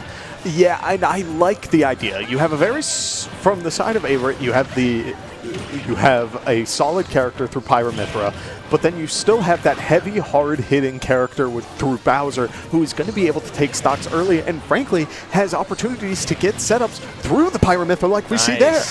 Yeah, very, very well-coordinated attack, and this looks much more like a double strategy that we were expecting to see, right? Very coordinated on these ledge trap situations as Wii Fit is able to get her way back and kill a Bowser in return. But yes, gorgeous, gorgeous stuff as Wii Fit looks to get a quick stock, but Bowser able to make it back and back on stage now. Yeah, and we do see Mythra going for a couple of good hits. Bowser going for the side special is able to get a solid hit in, but Soccer Ball bails out the final hit, which means that Wii Fit Trainer isn't set and flying. But Dr. Mario is able to take a stock off of the Aegis, as now Bowser is looking to do the same onto the Wii Fit Trainer, but Wii Fit Trainer finds a very good grab, and Bowser is forced to air dodge back to the stage, which means a little bit more percentage is built up. And yeah, and Wii Fit has not died yet. This is a 3-stock Wii Fit Trainer. I mean, she is getting tossed around, don't get me wrong, and there she will finally go down. But, I mean, you talk about the heavy hitters. This Bowser has pretty much been assigned to Wii Fit Trainer in a forward tilt will take a stock right back in the other direction, and these heavy hitter early stock takers really haven't seen their value yet. Yeah, we are seeing a lot of the side special coming out from the Bowser, just trying to get that percentage lead going, but it won't be enough to take out the Dr. Mario even at 133, as now Bowser having to recover high a little bit. Wow. The Salute the Sun hits the Dr. Mario, keeping him in place for a second into the Bowser down air, which means that Doc will lose his stock, and now the Bowser is racking up the percent to boot. Yeah, and I mean, the stock situation, though, is basically mirrored, right? 2-1, well, I take that back. As Dr. Mario is stuck in a very uncomfortable situation without his jump and a pretty bad recovery on that character now, as Wii Fit left on an island with 1 stock remaining and needs to take 1 stock, excuse me, from Pyra/Mythra and 1 from Bowser, but we've seen this before. Yeah, and this is where we're going to see some of the creativity come out from the side of Averett. Look at these combos start as Wii Fit Trainer is the one feeling the pressure, 62% off of a couple of straight hits, but in the process, Bowser is accidentally hitting Mythra in the process while getting these combos going. Just a couple of stray hits, man. And the deep breathing is offering a lot as well, as we do see the Pyra is able to get back onto the stage, Wii Fit Trainer as well. But it's going to be on the Wii Fit Trainer to get this deep breathing back online, as well as find a couple of stray hits, because frankly, yes, these characters are relatively heavy on the side of Averett, but a deep breathing forward tilt right now can probably close out a stock. It is crazy how much value that move gets, but instead, a forward tilt from the Pyra pokes the shield just a little bit, and suddenly a Bowser bomb from the heavens closes down and will take that stock. Yeah, and that's much, much more of the values, the doubles value that we were talking about, with the amount of ledge options that you can cover with 2 players is so overwhelming. And if you're in that 1v2 situation, it's hard to come up with a strategy to get out of it. You kind of got to hope that the other players give you some help by hitting each other and stuff. You can certainly play around their space and distance, but when you're off that ledge, that's going to be so hard to overcome, and we see why just then. Yeah, it is very uncommon to see someone make it back from that sort of situation, but when they do, there's the reason why that clip will be shared around for forever is because it shows the fundamental strengths of the player as well as their understanding of the character. As long as you have a solid understanding of what you're dealing with, while yes, it is incredibly difficult and the stars do need to align in certain aspects, it is very possible, especially when the teammates can hit each other and get a little bit of extra percentage going. But speaking of, Bowser is taken off of the top by Mario, who throws his hat around in celebration saying, "This is my show." Yeah, and I do have a quick question for you, because doubles smash is not something we get to see, at least on broadcast, very often. The players love playing this at majors and stuff, but I'm curious, is friendly fire a common thing in doubles matchups? Generally, yes. The big thing is that when it's an in-person tournament, or frankly, if it's like an online in the arena sort of deal, you will see the friendly fire. But when playing online, just generally, if you're playing on the like standard online scenario, you play without friendly fire. That's just how Nintendo has it set up, which means that you don't get that experience, which is why some players need time to get comfortable in playing in this awkward situation. Yeah, that is interesting, because friendly fire's a big deal, right? We saw it with those first characters, as now Bowser's down to 1 stock, but Pirate Mythra is still with 3 of her own to somewhat make up for it. Excuse me. Friendly fire can be a big deal with characters like, you know, Ganondorf and Sephiroth with those big hitboxes like I mentioned in those in those early series. But anyway, enough of friendly fire, right? We're back to this game. Pyra Mythra does lose her first stock. Wii Fit still on his first stock now, but stock certainly favoring St. Francis, and if St. Francis is able to take this one, they will take a lead in the full series. Yeah, the Bowser up till able to take it off of the Wii Fit trainer, but here comes Mario, who's put up so much pressure against this Bowser, as it is a 4-stock to 3-stock lead, and a very good up air chain from Teo will be able to close out the stock onto the Bowser, as now the Pyra is the one feeling the pressure, but the shared stock comes through, Chris. You are not sitting in this 2v1 situation for long. Yeah, I like that too, because it's such a big ask to have this Pyra Mythra with 2 stocks try to take 4 in a 2v1 situation, right? It hurts a lot for the Pyra Mythra, who does end up going down at such a high percentage, to lose one of their stocks without dying, but I do think that's the right move to try to bail out the Pyra Mythra and kind of just pray for a miracle.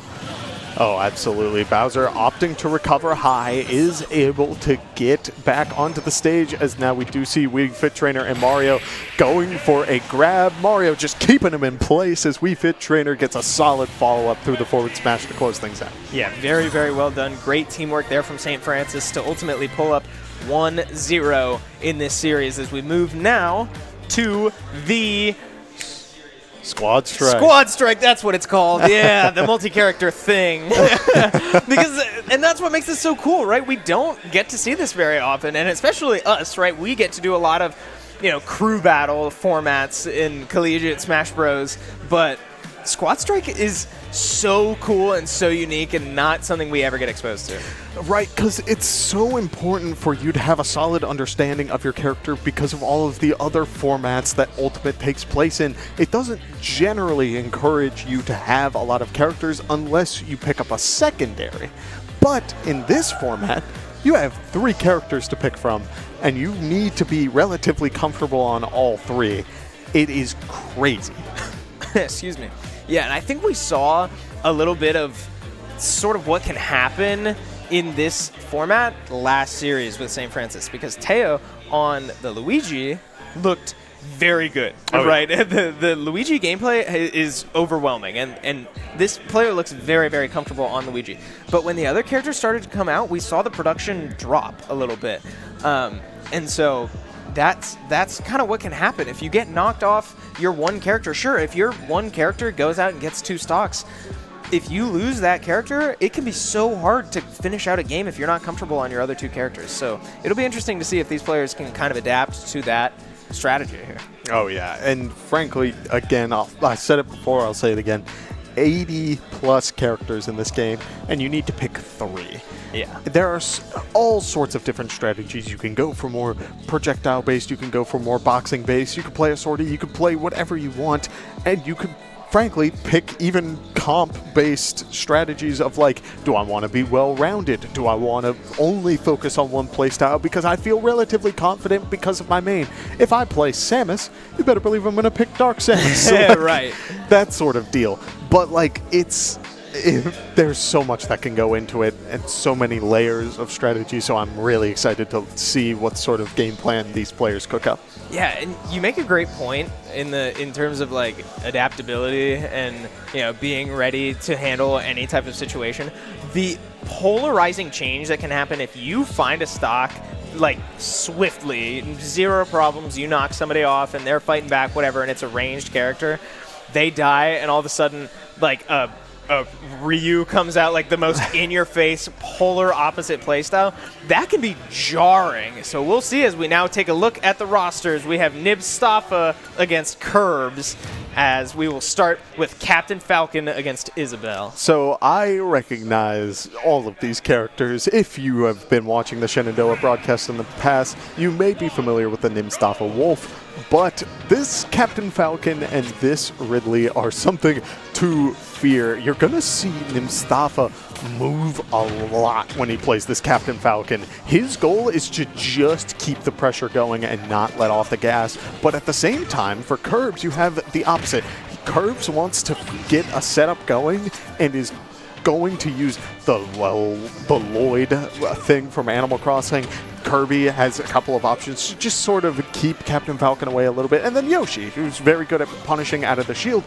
But it's going to be on Adrit to find opportunities to just get that space for that setup, because otherwise Nibstafa is not afraid to just keep going forward. Yeah, and we see that so far in this game, right? 50% to 100% Nibstafa just running around, running at you and just overwhelming you, right? We see all these hitboxes coming out and just the speed that Captain Falcon has at all times in all of his moves, as well as just his raw movement speed. I mean, such an overwhelming character and presence to have to deal with. But so far, Isabelle finding some counter strikes, right? The range coming out, we see all the forward airs and that Lloyd thing that you were talking about, trying to lay some traps, hopefully able to find Nibstafa and take an early stock. But so far, Isabelle definitely racking up percent and feeling it.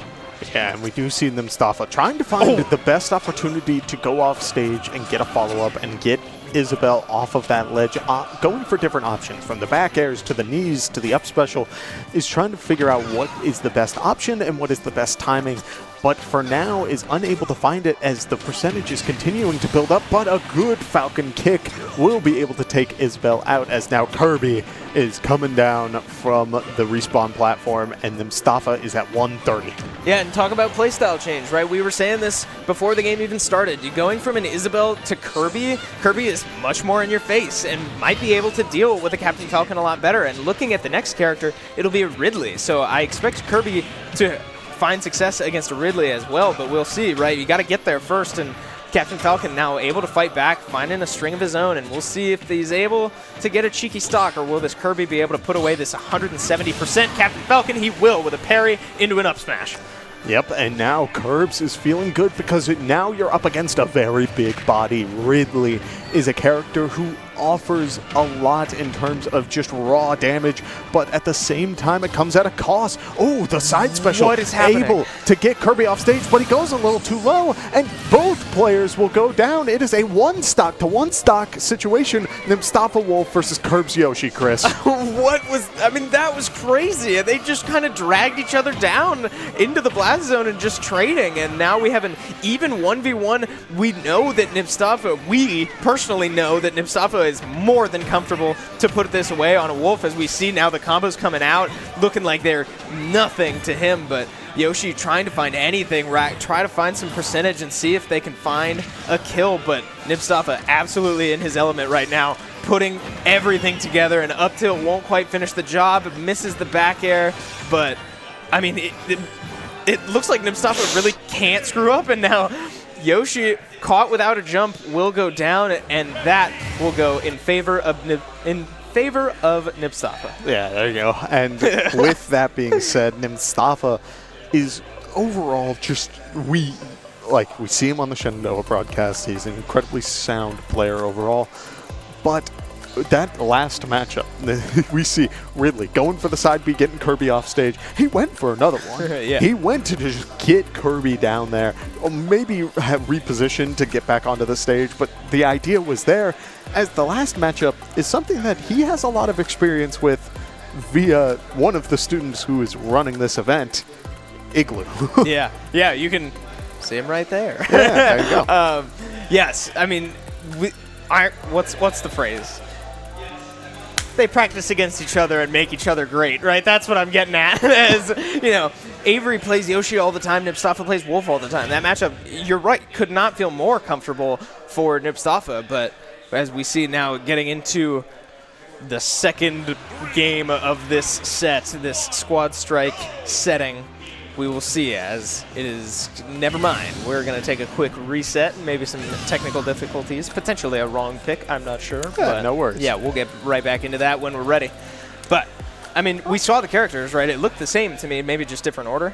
It very well could be, but also I just want to take another moment to acknowledge this, Chris. The reason why Avery is behind us right now and he's walking between the setups. I was about to point to him again. This is a student-run event. Yes, it is. This is done by the students as part of a class. Hey, we're students too. Yeah, Shout out. look at that. But with all of that being said, I'm just so happy to see that these players are getting into it, having some fun with it. I mean, we saw it during the doubles. We saw Ganondorf and just Sephiroth having a good time. A couple of stray hits on each other, Right. but still a couple of laughs that we could hear behind us and just having a good time, enjoying it all.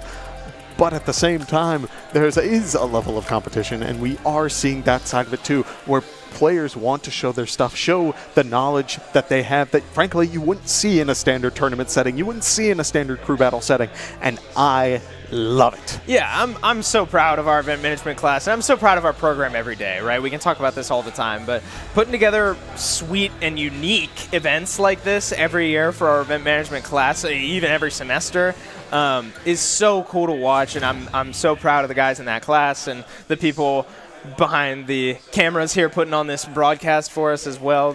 We got a great thing going here. But as we move now finally into game number 2 of this squad strike set, can Nipstafa pull ahead in favor of Averett, or will St. Francis strike back? We shall see. Yes, and I'm already liking what I'm seeing from the Yoshi, because while, yes, Nipstafa is very familiar with the Yoshi matchup, I wouldn't be surprised if it's less so with the Captain Falcon, just because, while, yes, Captain Falcon is fast and he has a good amount going for him, Nipstafa understands that Yoshi is kind of slept on and has a lot going for them, and as such you need as many tools in your kit as possible to really deal with it, but at the same time a very good down tilt will be able to close out Kirb's Yoshi, as Nipstafa is sitting at 60%, feeling good as Kirby falls down from the respawn platform to keep things going.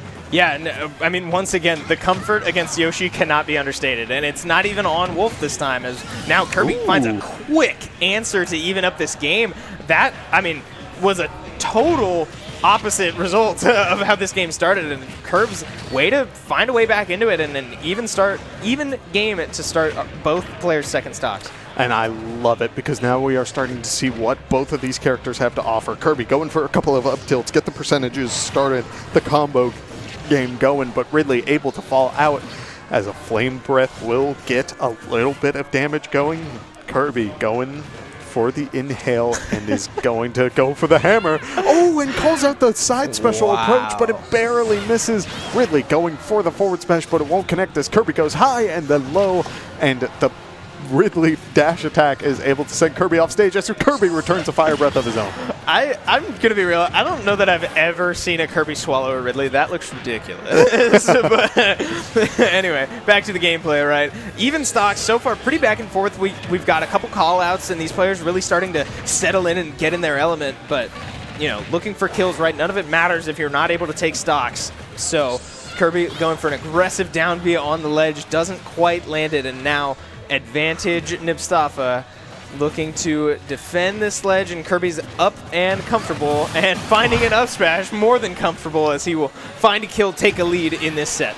Yeah, both players opting for the up smash, but Kirby being a little smaller means that he ducks under Ridley's up smash and returns it in stride, but Nibstafa returning back down with the Wolf, getting a solid hit in as we have even stocks and relatively even percentages, but a refractor on the Rocket means that now that Isabel took 40% off of one reflect. Yeah, and we saw, you know, same characters for both players, but different orders matters a lot, right? We have both these players down to one stock remaining, but this matchup is totally different.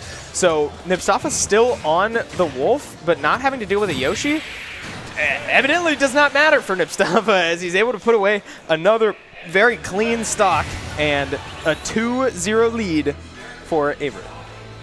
I mean, I love it because it's so incredibly solid game plans all around, and I like that the order that was sent out really showed the adaptability of it, like you were saying, because not only do you have Curbs, who was doing a great job of really finding these punish opportunities as that game went on, was able to even things out, was able to keep that momentum going. It was just one awkward hit early on against that Wolf stock that closed it out.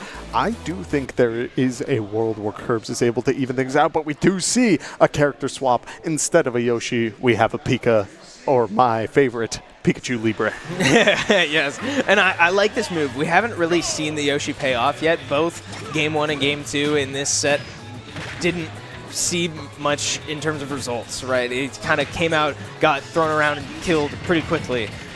So I like the move. We'll see if the Pikachu looks a little more comfortable and is able to find more success, but only time will tell. We'll have to get there, as now Nibstafa looking for it all, looking for a big knee, not able to find it that time, and a forward smash will get parried, and a smash the other direction will more than even up these percents, and a good grab on the ledge will get Captain Falcon a little uncomfortable. An aggressive move from Nibstafa does not pay off. He's not able to recover back to the ledge, and he will go down. Oh man, Chris, and this is a very dangerous spot because, again, Ridley is huge, and I mean, Isabel can throw out these hitboxes and just hit Ridley because he exists. Ridley can jump and still get hit by a falling slingshot hitbox, but at the same time, a couple of good hits from Ridley probably will close this, as Isabel grabs a fireball but doesn't keep it in the pocket because the other one's connected, which means that now it is the Isabel who's in this awkward spot off stage. We do see Nibstafa doing a great job of just keeping pressure on the ledge, and no invincibility because of the regrab means that the Nibstafa Ridley will take a stock off of the Isabel. Will he be able to equalize this percent, or is this Kirby going to put on the pressure once again? Man, I'm really noticing right now how weird of a character Ridley is, right? We're kind of at a loss for words as how this character works, but fortunately for us, Kirby able to put the Ridley away and pull forward for what feels like the first time in this series, right? Pretty much a full stock advantage in favor of St. Francis, but here comes the Nibstafa Wolf. It does not get much better than this, and this is exactly why. Nibstafa finding train after train and combo after combo, unable to find the smash attack to end that last one, but I mean, this looks like a whole different player when Wolf comes out. Absolutely, but Kirby able to catch the double jump with the dash attack. Wolf able to get back onto the ledge, which means that now both players are able to have their double jumps, have control of the recoveries as center stage control. Kirby going for the jab reset, going for the down air, trying to get a couple of good hits to close it out with a potential down smash combo, but instead we see a couple of jabs and no trip from the down tilt, meaning that Nibstafa is sitting pretty for right now. An up smash will send Kirby up to the top blast zone, but will not take the stock. Nibstafa returning it with an up air. Kirby sitting in a rock for a second and just eating a down smash hit, because what are you going to do? Oh no. Yeah, very, very interesting exchange, but it's worth noting that Curbs has a whole extra stock to throw away here, as Nibstafa just catching a little bit too much damage in order to take both of these stocks. I mean, it would pretty much take a miracle at this point for him to put away both the Pikachu and the Kirby, but we'll see. I would kind of selfishly like to see the Kirby go down and we see the Pikachu, right? I want to know how it looks, and sure enough, we will, as Kirby will go down. A 1-stock-to-1 situation here for Averett to potentially put it away. If Nibstafa is able to put this Pikachu away, maybe I spoke too soon, right? Nibstafa took a lot of damage, but it might not matter if he's not able to get hit. Nibstafa looking very, very comfortable, very much in his element, and Pikachu just looking for basically one hit to put this away. 150% for Nibstafa. Anything will do it, but just can't find it. Yeah, we were oh my goodness, there's no way. Wow. Oh my goodness, Mustafa able to bring it back at 150%. Will be able to close it out against Curbs, against that Pikachu, and close it out into Averett's favor. Yeah, I mean, I guess I did speak too soon, right? I talked about how I felt like the damage in that first stock was going to be a little bit too much, and sure, Curbs' namesake is certainly going to be what he's most comfortable on, but I mean, wow, that was crazy, and a very, very impressive comeback from Nibstafa to just win it outright. Yeah, when Pikachu came down from the platform, we saw up smashes and we saw nairs into up smashes. Pikachu was looking for that final hit and definitely had the right idea for the setups, but Nibstafa doing a very good job of dancing around those options, making sure that staying aware, staying active in like the mindset of this is what my opponent needs to close out these stocks. As long as I'm dancing around that, my character just builds up percent slowly over time. A couple of forward air strings will be able to get me up to a percentage. And Pikachu is light, which means that I only need to get those strings one, maybe two times, and then we see it. Full rage down smash takes the Pikachu out. Yeah, very, very clean stuff. And again, I can't stress it enough, the comfort that is so invaluable for Nibstafa, right? We get to see it every week on our Smash broadcast here at Shenandoah. Nibstafa is a freaky Wolf player. Very, very good player. So, yes, I mean, we see it pay off there as he will take that set, the squad strike, in favor of Averett as we now move to the 1v1s. It will be very interesting to see who comes out first, but now that we've seen all these players play, granted in unique situations, we will now move to some textbook Smash Brothers. Right, and talking about what the players could potentially play, I wouldn't be surprised if we see the Wii Fit trainer. I wouldn't be surprised if we see the Isabelle or some other character along those lines. Like the Mario is probably going to make a return. But for the other side, we saw a little bit of flexibility for the doubles players, where it was these sort of like Bowser, Ganondorf, like a heavyweight champion who is willing to play a couple of those options. And on the other side, a lot of Sephiroth and then Aegis, which are two incredibly solid characters, but also characters that differ in a 1v1 environment. So I'm very curious to see who Averett picks for these matches, who we are going to see for Game 1, because it could be as simple as, oh, we're going for a textbook standard, we're going to play the same thing that we played in doubles, or we might have something completely different in our pocket, and we wanted to have a completely different strategy for that game plan. Right. It's so interesting because we get to see the doubles gameplay first. And that's strange because at least I view Smash in its like purest form to just be the 1v1s, right? That's how you get to know a player. That's kind of how you evaluate a player, is how they perform in their 1v1s.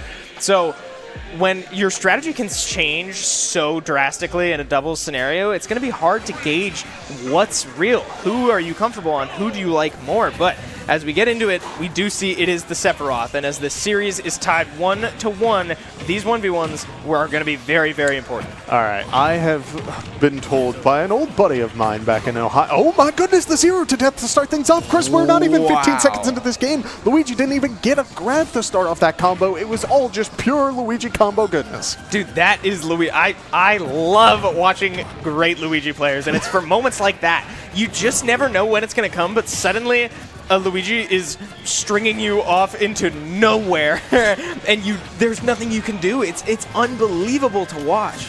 Yeah, Luigi player who's very aware of what all they have to offer, how to use their kit in the proper way.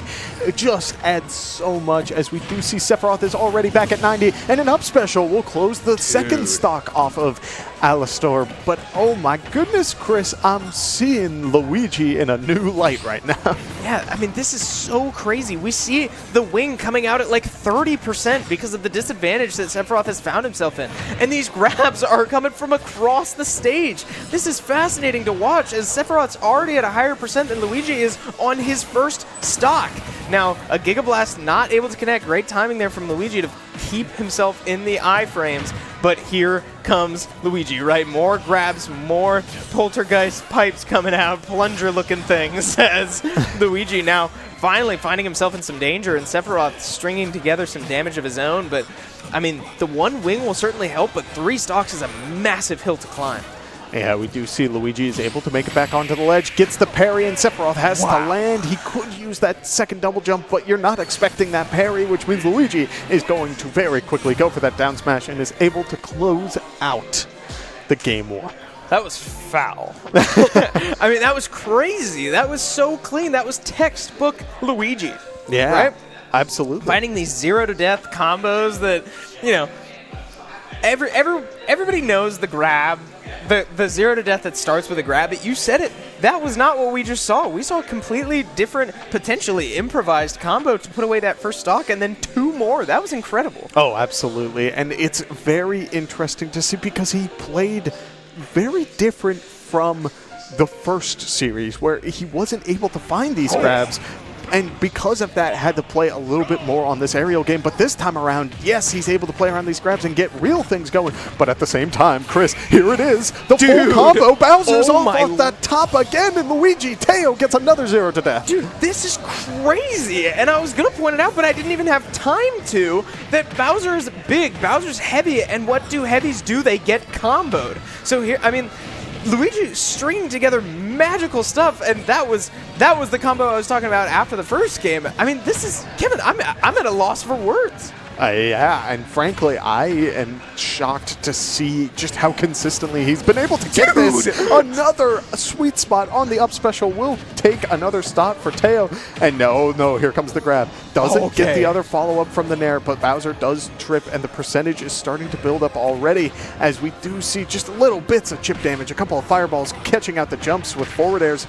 Bowser looking for just a couple of stray hits, trying to get something going, but it's finding very difficult, as he just can't get these hard hits off fast enough, and Luigi has so many great options to just throw out and respond to Bowser needing that windup.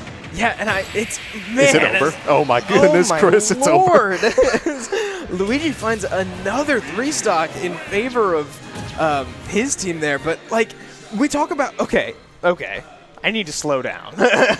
We talk about how fast Bowser is, even though he's a heavy, right? He's this weird hybrid of super speed matched with weight and heavy hitting. Yeah, but he has a lot going for him. But, I mean, what is going wrong? What needs to change? Because we saw the character change from Sephiroth to Bowser, sure, but like, I mean, do you change again? What's going wrong? I think it definitely, Bowser versus Luigi has its place, and a lot of it comes down to really spacing out your options. But for right now, we're seeing a whole different character swap. We're seeing the Mario come out, and instead of the Bowser, we're seeing Chrom, which I have not seen very much of recently. Yeah, I haven't either. And oh no, Chris. Man, what a change of pace, right? Getting off the Luigi that just 3-stocked 2 times in a row is certainly an interesting decision, but Teo showing why it ultimately does not matter, right? Still very, very comfortable in this character, evidently, as he's looking to potentially put this away in 3. I mean, what was likely to be our fastest set of this series and potentially the day, but so far not quite as dominant as the Luigi, but a 1-stock lead off of a back throw will get him in the right direction. Right, and we do see right now Chrom is able to get a little bit more damage, able to keep up with the tempo of the Mario, and I think that's what Alistar needed, is just something that is able to match this sort of in-your-face boxing style. And Crom is one of the characters to do it as he responds with Mario's approach with a forward smash, able to take that stock and bring it to a 2-2.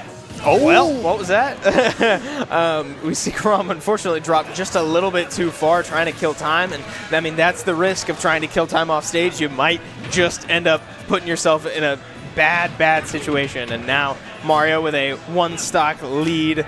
And, I mean, again, the comfort, the strings coming together as he only needs 1 stock to put this away, and we move to our next set. I mean, this has been very, very dominant.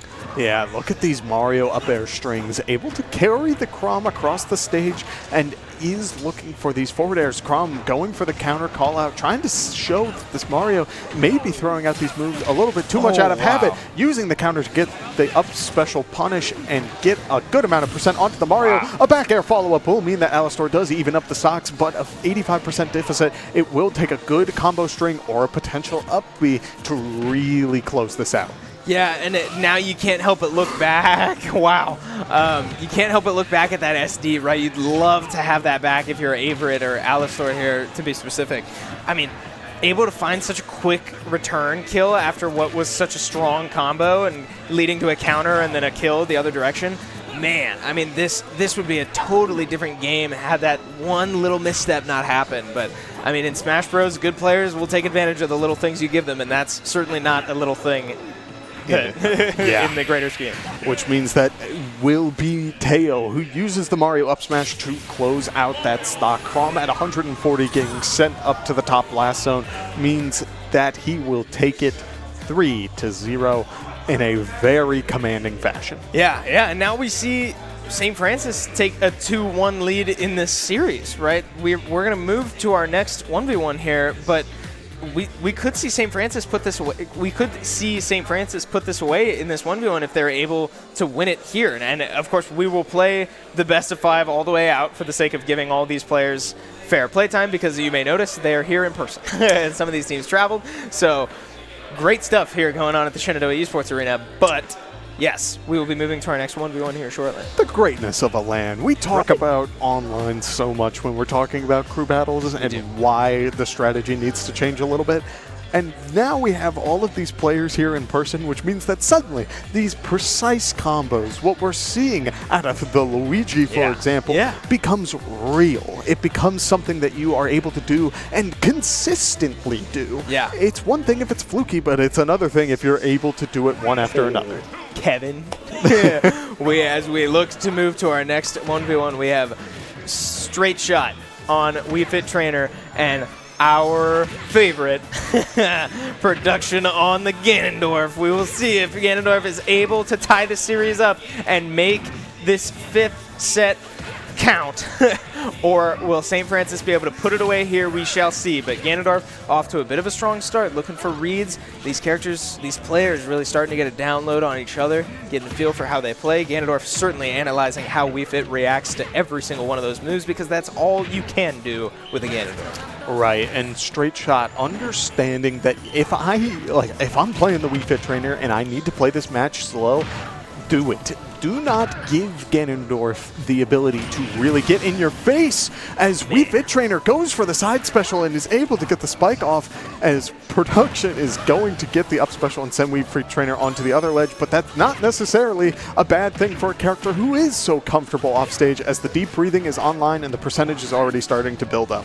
Yeah, and we see the percentage the other direction, right? One hit, there it is. Just about anything in Ganondorf's kit would take that away, and sure enough, a forward air will be the answer. But now, even stocks, percentage certainly favoring Wii Fit Trainer, but you kind of expect that with a Ganondorf. And you know, if you understand Smash Bros, that percentage advantage against a Ganondorf really does not matter.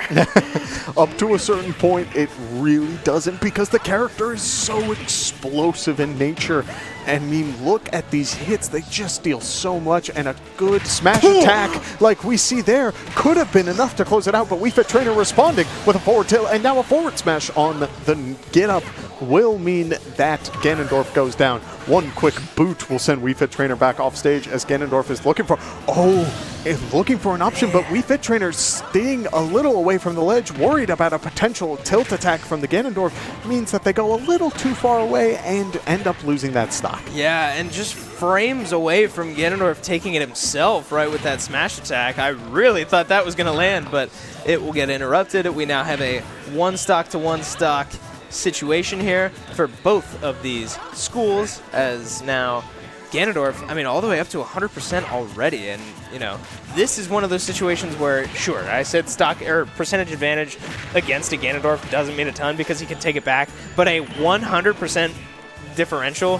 certainly matters, right? It's hard to come back from that, and especially because Ganondorf can't put a Wii Fit away at only 30%. He will have to find a couple hits to start racking up, but right now it's certainly struggling to get in as we see this Wii Fit start to embrace her range. All these soccer balls and sun ball things, balls of light just hurled across the stage, and Ganondorf struggling to find an answer. Right, and we do see the Wii Fit Trainer using the deep breathing, able to get an up air, which will have enough knockback to take the stock off of Ganondorf. Yes, Ganondorf is incredibly heavy, but that deep breathing amplifier, I will never stop stressing it enough. That is amazing. And you shouldn't, right? That's the nature of this character, and what makes Wii Fit so strong is that they do have a self-buff that, I mean, I wish I could think of a word better than amplifies, but like really boosts Wii Fit's damage and knockback. So certainly a heavy hitter with that buff on as we look to get into game 2 very quickly here. A change, a mental game from female Wii Fit to male Wii Fit. But ultimately, same characters here, no changes. We get straight into game 2. Yeah, and we do see one quick Ganondorf down air will rack up the percent to start things off. Wii Fit Trainer able to get a good tilt to return damage back onto the Ganondorf, and now they are sitting at the ledge. Ganondorf going for the down smash to cover a couple of options, and Wii Fit Trainer able to space the neutral get up back onto the stage. A very hard call out coming out from the Ganondorf, opting for the choke move and then going for that up smash. It is not true, but it does cover so many options. Because of that, I love seeing this sort of aggressive playstyle. Yeah, and this is what we talked about early in game run. In game 1, I mentioned that, you know, these characters, or these players, excuse me, just kind of getting a download and a read on each other, seeing how they react to certain situations, as now Ganondorf does find a dash attack to put that stock away. Those side B situations for Ganondorf are kind of what makes the character, right? Those little moments, if you can guess how your opponent is going to react to being slammed on the ground, and you read them and throw a smash attack in that direction, that's what makes this character so deadly. So as this series goes on, I expect this Ganondorf to find more of those opportunities. I saw Ganondorf going for that up smash and barely doesn't get it off as the neutral special from Straight Shot is able to interrupt it, and because of that, he is able to get a stock, which means that now the percentages are starting to even up, the stocks are even, and it's on the Wii Fit Trainer to potentially get this lead starting now. But Ganondorf at the same time is sort of playing a little bit slower, is trying to analyze what are my best opportunities to get close, because right now it is not easy as the percentage buildup is getting insane. Yeah, and I'm starting to doubt whether Ganondorf's playing slow intentionally or not. It's just because of how this Wii Fit has started to space and just play a slower game, and Ganondorf just has to obey. But, I mean, we've said it so many times throughout this broadcast, a couple hits the other direction, and all of a sudden this Wii Fit is absolutely in kill territory. Yeah, but the same goes for Ganondorf. One quick back throw will be able to close that stock as a down air connects off the Wii Fit Trainer. It does take the stock at 110 off of the hit, means that now you are off in the top blast zone, but here comes a couple of stray hits from the Wii Fit Trainer. You are buried into the dirt as Ganondorf goes for the down air, gets the forward tilt, goes for the Wizard's Foot, but does not get the follow-up as Wii Fit Trainer opting for the spike to try and close it out early, but it does not connect. Yeah, and this is very, very intense. Wii Fit able to find a spike there, looking for a combo. Ganondorf goes for an up smash, but it gets shielded. Able to mash out, but just not soon enough. And sure enough, this damage is starting to rack up. This is becoming dangerous territory for this Ganondorf, as he's not able to find his 2-3 hits that he needs at this territory. I mean, there's one, and 50% is nothing to scoff at. Ganondorf now finding some damage of his own, but I mean, he is at 150%, right? This is so uncomfortable. I mean, just even a forward tilt would put him away from this Wii Fit, and such a fast character and versatile character is certainly scary to go up against. Oh, absolutely. Salute the sun, my friend, as Ganondorf is sent into the blast zone. Not a fan of cardio, but, you know, he's getting by. He is sent off into the blast zone, loses that stock, and because of that, we see Wii Fit Trainer is up 2-0 to start. Yeah, and I'll be curious to see if this Ganondorf feels the need to change. You know, selfishly hope he doesn't, right? We love watching Ganondorf's play, but it has looked uncomfortable. And it's not the player's fault. It's the nature of Ganondorf, right? You're going to struggle against literally every character in the game.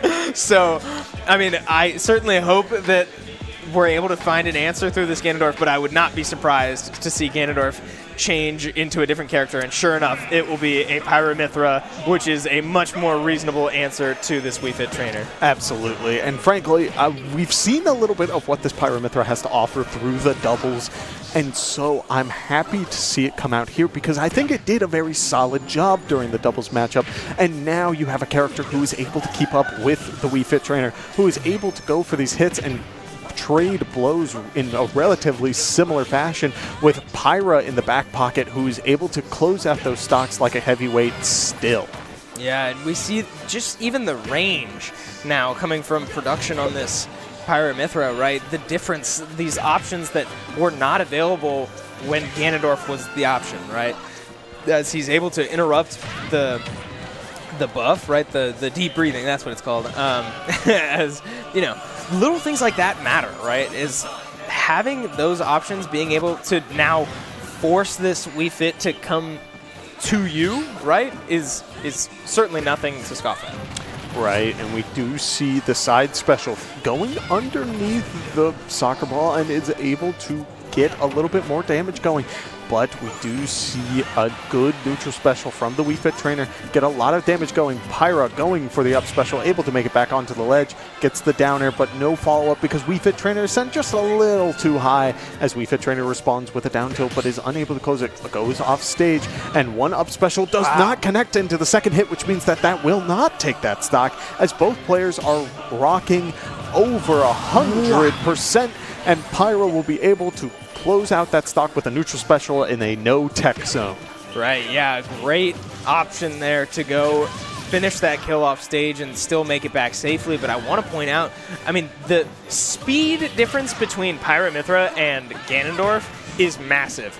But the way this game has been played is significantly slower, right? You'd expect the Pyramithra to really come out swinging compared to Ganondorf, but this game has screeched to a halt as these players now have to both change their playstyle and adapt to each other, because, I mean, this is a polarizing difference in playstyle. And that's just what you need when you're playing Wii Fit Trainer. Yes, the character has a lot going for them, but they need that little bit of setup time, and you're playing against a character.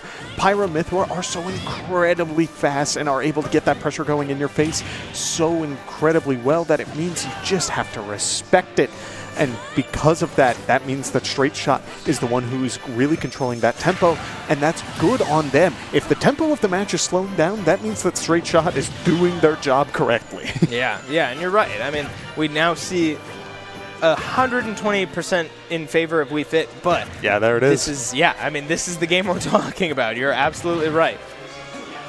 As we do see Straight Shot going to try and take this Pyra stock early, but instead Pyra going for the side special is able to knock Wii Fit Trainer a little bit further down. He doesn't have the jump, which means that he goes down a little bit early, as Straight Shot is now at a one-stock disadvantage against Pyramithra, a character who is known for having an incredibly good advantage state and can get incredibly good combos off of one good foresight. Yeah, and I mean, a SD the other direction will even this series up. We were just talking about how Pyramithra can thrive with a full stock advantage, and just like that, I blinked and it's gone. Yes, and we do see while the Wii Fit Trainer was doing a good job of evening up the percent, Pyramithra is able to return it in stride, as now both players are relatively even, but Pyra getting a good forward tilt and is getting that pressure on the line. We do see able to catch the roll with an up tilt. Going for the up special, won't be able to do it. Wii Fit Trainer unable to connect the up air, but look at how much damage is being added on with that deep breathing again. We do see the side special come out from the Pyra, who is able to get more damage online, 120%. Wii Fit Trainer sitting at the ledge, and Pyra throwing out the side special, realizing that if Wii Fit Trainer is going to sit there around that ledge, there's got to be a response in some capacity. But Wii Fit Trainer saying, if you're going to have to wait for that, then you're not going to be doing it against me, as production gets the stock on the Pyra. Yeah, and can that up B take you down? I don't know how that works. Okay, so it can. It definitely has a spike box, but not in the way that Ike or Crom or that, where they would beat out first. It would be a matter of the it has a very slight spike box. It's very small, and Pyra moves so fast during that move that yes, both players are going to go down there, but like Pyra's going down first. So in that situation, Pyra was definitely going for a recovery more than a kill. I think so. I think what they were hoping to do was use the up special to come up, and you can still move it like with Ike and Crom in the way that you can sort of ride the ledge and then slam back down here. Big AoE hitbox around the ledge means that Wii Fit Trainer would get hit by that move, blast into the blast zone, and it would have turned the other way around. But unfortunately, you just weren't that high up, and that closes it out and ends the series. Right, yeah, and that certainly hurts, right? We saw the change, we saw it start to pay off with a full stock advantage for the Pyra Mythra, but one SD and then a tough break down the stretch will unfortunately mean that, yes, that series will go in favor of St. Francis, but I believe we will still be playing the series out, the full best of 5, so we should have one more 1v1 coming our direction. Which means that we're going to be seeing Curbs, and we're going to be seeing Mustafa once again. Yeah, you're right. I am curious to see what sort of characters each player's pick, because yes, Mustafa does have this very comfortable wolf, and yes, it is able to really command a sort of tempo. But he has been playing a lot more of this Captain Falcon recently, and some of the Ridley, but I wouldn't be surprised if that one is put on the shelf for just a little bit. Who knows? It could go either way, but at the same time, Curbs has a plethora of options available as well. Yeah, and it'll certainly be interesting to see. I kind of hope we get just a Nipstafa Wolf against Curbs, presumably Kirby, or really whoever they feel the most comfortable on, because I do want to see a proper 1v1 between these players. We got a little taste of it in the second set, the Squad Strike. Squad Strike. We got to see how these. I know, it's just so weird. We never see it. I keep forgetting what it's called, but it's so cool. We just never get exposed to it. But no, yeah, we got a little taste of how these players play, how they can play against each other. But I would really, really love to see them really get to have an opportunity to settle in on a character that they like, not have to worry about changing characters, changing playstyles mid-game. And just see who comes out on top, because it really looked so evenly matched earlier. Yeah, there were definitely moments of sunshine from both players, so I'm getting excited for who we are going to see as we do get both players locked in, sitting down, and we will be heading into game for a moment, but we do get a little bit of a sneak peek behind us, Chris, as you call it right on the head. Curbs on Kirby, excuse me, and Mustafa on the Wolf means that this is a very traditional, very textbook, what you would almost expect, but at the same time, there is a whole plethora of stuff that could be happening here. Yeah, and if I'm remembering correctly, I believe that in the Squad Strike, we never got to see the Wolf against Kirby specifically. Both of these players picked these characters, but put them in at different times, and I don't know that we got to see them go against each other, or at least for very long.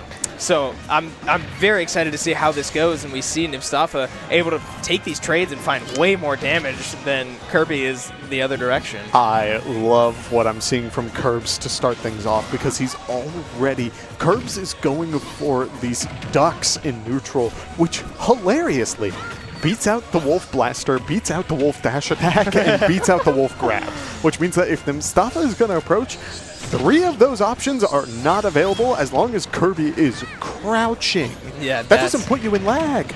That's crazy. That's so weird to think about. And for those of you at home who may not know what we're talking about, if you ever see Kirby quite literally squish flat on the stage, that makes your hitbox smaller. And so we will see the moves that Kevin's talking about will quite literally go directly over Kirby's head, and that matters. Those little interactions matter. If Wolf is throwing out a move that he knows is going to hit, or at least expects to hit, because it hits on 99% of the roster, but Kirby's able to just quite literally duck under it, that will make for some very, very strange moments.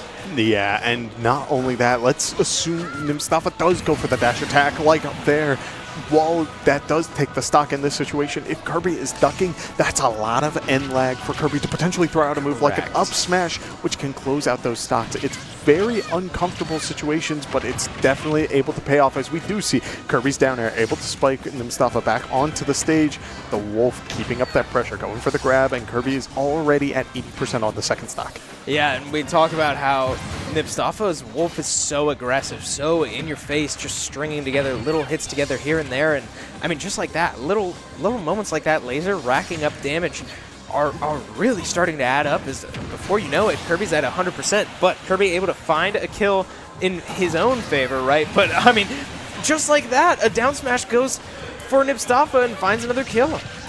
I mean, you ever see the Sandman in Punch-Out? He walks up, says boo, and then slaps you. And that's exactly what you see. You're allowed to just walk up to your opponent, wait a second, because they are the ones who need to react in 9 out of 10 situations, which means if you stand there and do nothing, you have full reign, if they're feeling a little jumpy, to get a follow-up. Wow. But instead, Nimstafa able to go for the forward air into the back air and close out that stock, which means that Averett will go up for 1 point in the Nimstafa Curbs matchup. Yes, and Nimstafa, so aggressive, so in his element. That was a commanding start to this series. We saw a pretty evenly matched squad strike, as it's called, be the second set in this best-of-5 series. But I mean, yeah, the players looked very evenly matched. We never got to see them on their mains until now, and based off that, I mean, Nimstafa looks very, very comfortable. Oh yeah, absolutely. But we did see little signs of light from Curbs. Curbs had a very strong start in this series. It started to fall away when Nimstafa really started to adapt and really started to dance around what Curbs has to offer, which means that right now I wouldn't be surprised if we see Curbs go for more of this sort of dance around the opponent option. But look at these down tilts. They're clanking with Wolf up smash. I know people who complain about that move on the weekly, and instead Kirby's down tilt is the one who's able to beat it out. Yeah, and it's so strange how certain moves are able to beat each other out, right? You feel like Nimstafa, or Wolf specifically's laser, feels so strong because it stuns you for that little second, but certain moves, yeah, are able to just kind of bounce off of it, and you know that goes for moves outside of just the laser. So interesting stuff, and we expect players at this level to really understand which abilities beat what, right? That's going to be a very easy way to have a massive advantage over your opponent. But I mean, it's so strange how that mechanic works as a fundamental of Smash Bros. Oh yeah, clanking is an art form that's very few people utilize to its fullest potential, but when they do, it can offer a whole avenue of new opportunities, as we do see Kirby able to beat out the Wolf aerial. And while yes, Kirby is at the 150, Nimstafa is the one who's feeling the pressure off stage. Yeah, and this is a stark contrast, but just like that, a side B from Wolf gets him right back on stage and could have made a dangerous situation, and sure enough, it is a dangerous situation, as a smash attack will put a Kirby away at 150% any day of the week. Oh, absolutely, as now we do see, look at Nimstafa's tempo on this. He's trying to play a little bit away, waiting for Kirby to go for an option and then go for the whiff punish, as we do see there. One missed down tilt will mean that Nimstafa goes for the full combo and is able to get up to 76 onto the Kirby, but at the same time, if these hits start connecting like we do see from the Kirby up special, like we do see from the Kirby back air, it will keep falling into Curb's hands. It's just a matter of time. Yeah, and I mean, it really is just a matter of time. This is a ticking clock. I mean, what feels like both directions, right? These players have been so explosive, just kind of ticking up damage until they really need a massive hit, and both players know what hits those are, right? These players are very comfortable, very much in their element because these are their characters. They don't have to worry about other random characters coming out after each stock, right? These players know what they need, know what they're looking for, and probably know what the other player is looking for as well. I loved what I saw there. Nimstafa going for the parry and then immediately going for the up smash, but it doesn't work out because Kirby's using the multi-hit. Kirby walking off the stage trying to go for something a little bit cheeky there, but is not able to get it off as Nimstafa was able to mash out in time. But at the same time, Kirby 176, one Wolf Dash attack will send Kirby one frame on the stage, next frame off. And so with that, we will see Nimstafa continue to get the lead. Yeah, and it is worth mentioning that Wolf's recovery is nothing great, right? If Kirby's able to find these little gimmicky inhales, walk off stage, and maybe get like a footstool or something, Wolf could struggle to come back from that because his vertical recovery is not great. So I'd be interested to see if that's a direction that Curbs opts to go into. I do like that we did see Curbs anticipate the up special and was able to get the parry, but that move is technically multi-hit, which means that he is going to be punished. But we do see Curbs going low, going to the opposite side. Nimstafa getting shaken up for a second like, wait a second, you're not supposed to be able to do that. Instead, once Kirby is back on stage, is able to get a good hit, knocking Kirby towards the blast zone. One good F-tilt will be able to do it, and Nimstafa is now up 2-0. Yeah, I mean, once again, a very commanding display from Nimstafa on his Wolf, right? Able to take that game relatively simply. And now a 2-0 lead in favor of Nimstafa. Again, unfortunately, the series is over for Averett, and it will be, at best, a 2-3 loss for Averett. But, I mean, for tiebreakers purposes, these moments matter, right? This could be the difference down the stretch. So you certainly love to see Nimstafa take this away if you're Averett. And, I mean, while you have the win, again, these tiebreakers can be a big deal down the stretch. So a reverse sweep would certainly be favorable. Absolutely, and we will be heading back into the games in just a second as we do see another character swap. Curbs opting instead of the Kirby, going for the Yoshi, which did have a lot of like high moments during the squad strike battles where the snowball potential of Yoshi just really racks up. I mean, one good down air and Nimstafa already took over 20%. Yeah, and I mean, we talk about how unique of a character Yoshi is because we get the opportunity to see it every week, but that also means so does Nimstafa. Right. We talked about it in the squad strike. This is a matchup that Nimstafa knows uncomfortably well, as now he's able to find a down smash from the ledge and quite a hitbox there to find Yoshi from well above the ledge, but still pretty much max range does put that stock away. Yeah, we do see a little bit of dancing around each other's shields, but Nimstafa able to start the trades off as Curbs is going in for the forward air, is barely unable to get that hit, which means that one more offstage interaction and a double jump used to get back onto the stage. I don't think, oh my goodness, oh the tech, but no double jump means that Curbs does have to go down, but an amazing response from the Nimstafa side B, a very good call out. It just barely wasn't enough. Yeah, and what a move, right? That only can work on so many characters with these weird double jump interactions and just weird recovery mechanics. But Nimstafa, knowing his opponent, knowing the matchup, knowing what he needs to do to put it away, and sure enough, once again, Yoshi caught without a jump will go down after some great ledge protection, ledge guarding from Nimstafa. Will take that away, and we have a 3-2 win still in favor of St. Francis, but a strong, strong showing there from Averett.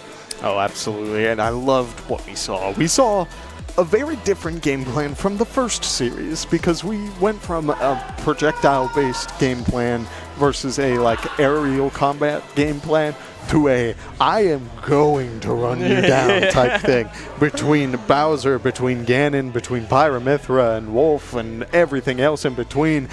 It was fun to see because, again, people come into these with such different strategies and they all have a place. It's just a matter of, are you able to pilot it to its fullest? Yeah, and it's Smash is a great game in that sense, right? There are so many different strategies that can be employed at any given moment, depending on your character, depending on your situation in game, depending on the team situation, right? I mean, there's so many factors and so many different ways to handle it, but I mean, great stuff there from both sides, and I'd be curious to see, you know, that was our first time seeing Averett on stream, right? So it'll be interesting to see how they're able to bounce back from this. St. Francis was able to bounce back from their first loss on stream, but we will see as the tournament will go on. Our round robin will continue. We are going to take a quick break, so we appreciate you hanging with us. Don't go anywhere. We have more Smash coming at you in just a little bit.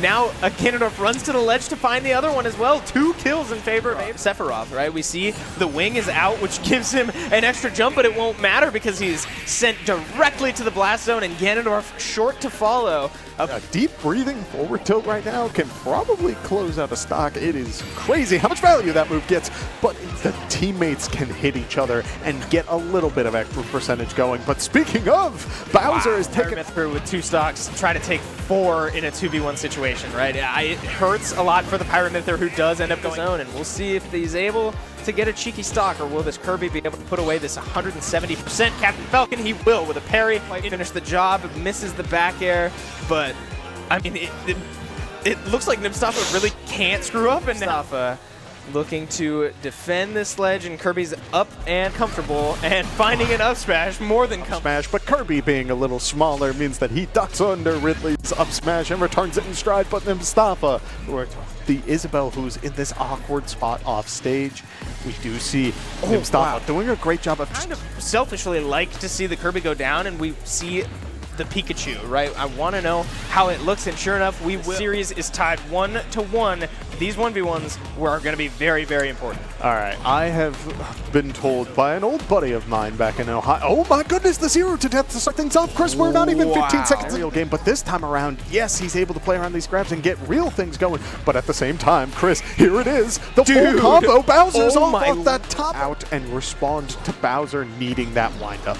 Yeah, and it's, man. Is it over? Oh my goodness, my Chris approach with a forward smash, able to take that stock and bring it to a 2-2.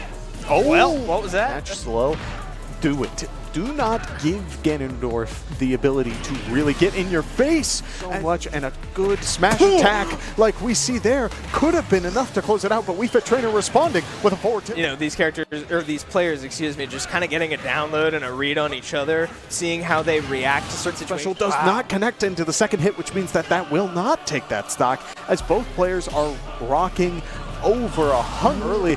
But instead, Pyra, going for the side special, is able to knock Wii Fit Trainer a little bit further down. He doesn't have the jump, which means that he goes down a little. There's got to be a response in some capacity. But Wii Fit Trainer saying, if you're going to have to wait for that, then you're not situations, which means if you stand there and do nothing, you have full reign, if they're feeling a little jumpy, to get a follow-up. But 6 onto the Kirby. But at the same time, if these hits start connecting like we do see from the Kirby up special, like we do see from the Kirby backing up for a second, like, wait a second, you're not supposed to be able to do that. Instead, once Kirby is back on stage, is able to get a good hit, knocking Kirby towards the mud. Used to get back onto the stage, I don't think, oh my goodness, the tech, but no double jump means that recovery mechanics, but Nibstaffa, knowing his opponent, knowing the matchup, knowing what he needs to do to put it away.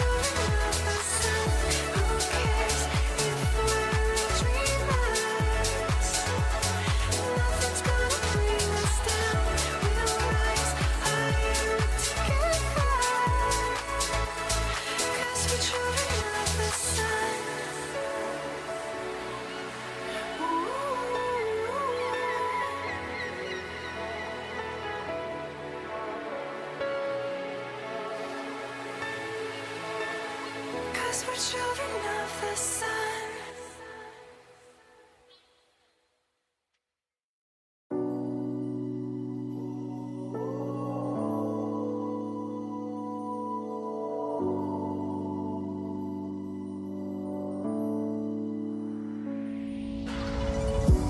Don't understand it, this wasn't the plan. Don't wanna demand it, I've done what I can. And I never mentioned the times you were rude. And I never mentioned when you heard the truth. Scared to lose it all, I will stand a chance. And I don't wanna fake it. What if I can't walk away?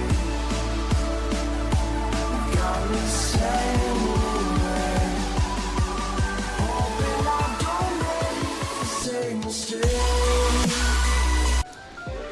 Welcome back, everybody, to the Shenandoah Esports Arena, where we are hosting the Smash the Nest tournament. My name is Chris Clayton, and I am joined now by Benjamin Kincaid. Ben, how you feeling today? Welcome back. I'm feeling pretty good. Glad to be back on the desk. We had that first series underway. It was me and your lovely brother Kevin on the best. desk. He is the best, right? You can't go wrong with Kevin on the desk, right? Yeah. He knows his stuff. But yeah, so excited to jump back on for this third series today, and very excited. I believe it's Averett and Brick Squad today, or for this series coming up. So very excited to jump into it. Yeah, I believe that's true. And as we take a quick look at the standings to remind you all of the series we've seen as well as what's been happening off stream, we have Tay Academy taking a sole possession of first place with 2-0 currently on the day, followed by Brick Squad, St. Francis, and Averett and Lethal Company in that order.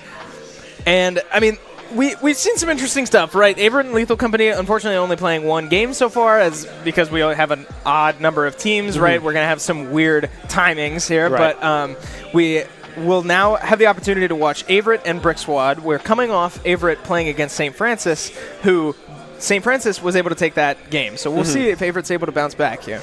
Yeah, definitely looking over towards this Ganondorf to really get that ball rolling on the side of Averett, because it did not look bad by any means. They were very, very close, but just with that character being so slow, sometimes it can be a little bit clunky to try to find those final hits. They were just barely unable to do some of those. Yeah. But if that Ganondorf can come back online and really take a notch up, I think Averett can look really good. No, yeah, I definitely agree. And we saw Averett really struggle to overcome the presence of Teo on Right. both Luigi and Mario, but notably Luigi. Yeah. And so unless there's a Luigi on this Brick Squad team, then I fully expect Averett to be able to hold their own, but we will see. Time will tell as we now move into this doubles game one. Brick Squad against Averett, and we see the Ganondorf you're talking about. Yeah, the Ganondorf coming out here in the doubles paired with the Chrome here. Crom, Yes. Crom. I like the pairing, right? Two pretty heavy hitters, Crom, a lot faster in the regard to really capitalize on these big hits that Ganondorf can have. But we do see Ouster, the Crom, already out of the gate losing one stock. Yeah, and we see potential synergy potential between Kip and AJ. For those of you who may follow us somewhat regularly, right? We have weekly Smash broadcasts as our Smash team here at Shenandoah University competes in various leagues. And two of these names may look familiar because I'll give you a hint, it's Kip and AJ. So we'll see if they ever find themselves up in a 2-1 situation, if they're able to play off each other, right? This is foreign territory. It's not like they get to play with each other very often, but certainly an avenue for some success there if they find themselves in that situation. Yeah, I definitely love seeing AJ getting that grab and trying to toss them back into that hydrant to try to just kind of combo it with that ability that Pac-Man does have. Kip, a very, very talented Pac-Man player that we have here for our SU squad, showcasing it here so far. Ganondorf, though, still 3 stocks, building up a very high percentage, but with how heavy this character is, able to stay alive for quite a long time. Yeah, and I mean, if you would have told me before this game started that Ganondorf would be the last person to lose his first stock, I would have made fun of you like a lot. But but production, I mean, able to just stay alive, right? Stall the inevitable, as unfortunately he will catch a fire hydrant to the face there, but not without getting some damage of his own going the other direction. A massive forward smash coming out does find Kip's shield and almost catches AJ, but now Kip returning the favor on Ganondorf's teammate. Chrom will go down and be on his last stock now. Yeah, the bell connecting there into the side smash from Kip. Of really being able to farm that bell up on Pac-Man is something that you want to do, because that does wonders for your kit and really kind of defends and stops what your opposition is really trying to do. So being able to dodge that one is something that Production and Alistar are looking to try to do, but Kip is just so patient with holding that one. The key coming out as well, almost knocking out AJ, a friendly fire there coming through from Kip. Yeah, and it certainly is interesting with Pac-Man having to charge up these projectiles. You would expect the chaos of having 3 other players on the map to become a bit of a problem, right? If Pac-Man gets hit during that charge-up phase, he doesn't get his projectiles. So it's going to be interesting to see if he's able to get his projectiles, but so far he's gotten, what, like 3 keys in a row? Which means he's charged it up all the way. So maybe not as much of a problem as I might have expected, but he is able to find a stun onto Chrom. Nothing from it. Now, again, on the other side, opting for a suicide. He will bring Falco with him, and Kip, with not much left to do, a Chrom at upwards of 150% catches a forward smash to the face, and it will be a lead for Kip and AJ now. Yeah, I mean, Kip ending that the chaotic 2v2 that we just saw with 2 stocks remaining. AJ and Production we saw over to the side there fighting off the stage, and then Production going, okay, we're just going to take you out. I might go with you. I have faith in my partner here. Alistar trying to get back to that stage with that side smash, like you said, connecting full force onto that Chrom. So, yeah, a good start from both sides. Right, and it is ultimately, like, as gimmicky as Ganondorf is, and as, you know, fun and quirky as we make it out to be, right? We love to talk about Ganondorf because of how weird of a character is. Ultimately, that suicide is actually really smart. Yeah. Because knowing the situation, knowing that you both have 1 stock and your teammates matched up, or your teammate against match. Oh, okay. Let me start over. Your teammate matched up against the other opponent. Your teammate has a massive advantage. So if you're able to trade, even if you had an advantage, could have found a kill, maybe survived, it makes total sense to just grab him and kill both of you. And leave your teammate with a massive advantage then. So, I mean, great thinking. As much as we like to make fun of, you know, Ganon ultimately SDing in that situation, I mean, it's a smart play. Yeah.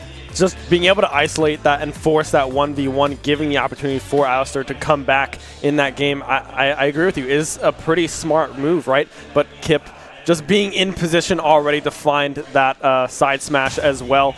Not a whole lot of counterplay that Chrom could really look for, as we do see a huge swap. Bowser and Aegis coming out for the side of Averett. Yeah, and this was the swap we saw similarly in the first series, right? Averett opting out of the Sephiroth-Ganondorf combo we saw last time, and this time now into Pyra/Mythra and Bowser, which I believe was the same character combination that they swapped to last time. So ultimately they were not able to find success in the St. Francis matchup, but we will see if it works off this time for him.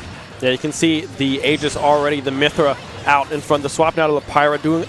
Pyra does a lot more damage than Mythra can do, has a lot more smash potential, as we already see the Bowser going down. Kip able to secure that one while I was talking there about the Mythra. But the Mythra as well is a lot more speedy and has a lot more combo potential compared to the Pyra there. The Bell will connect from Kip onto Production, trying to now find this edge guard.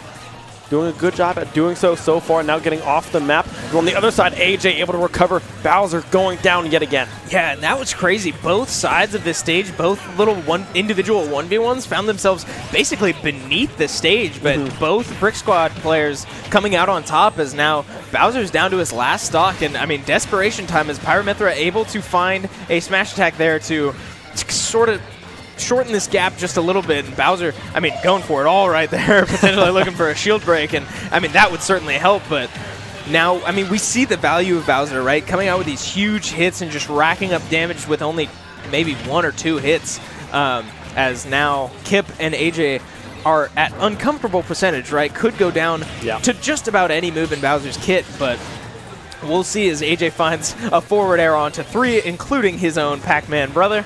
And we will see if, I mean, as this stock lead is really starting to become a problem for Averett to come back from, as Bowser's at 130% on his last stock. If he goes down, might have to take one from his teammate.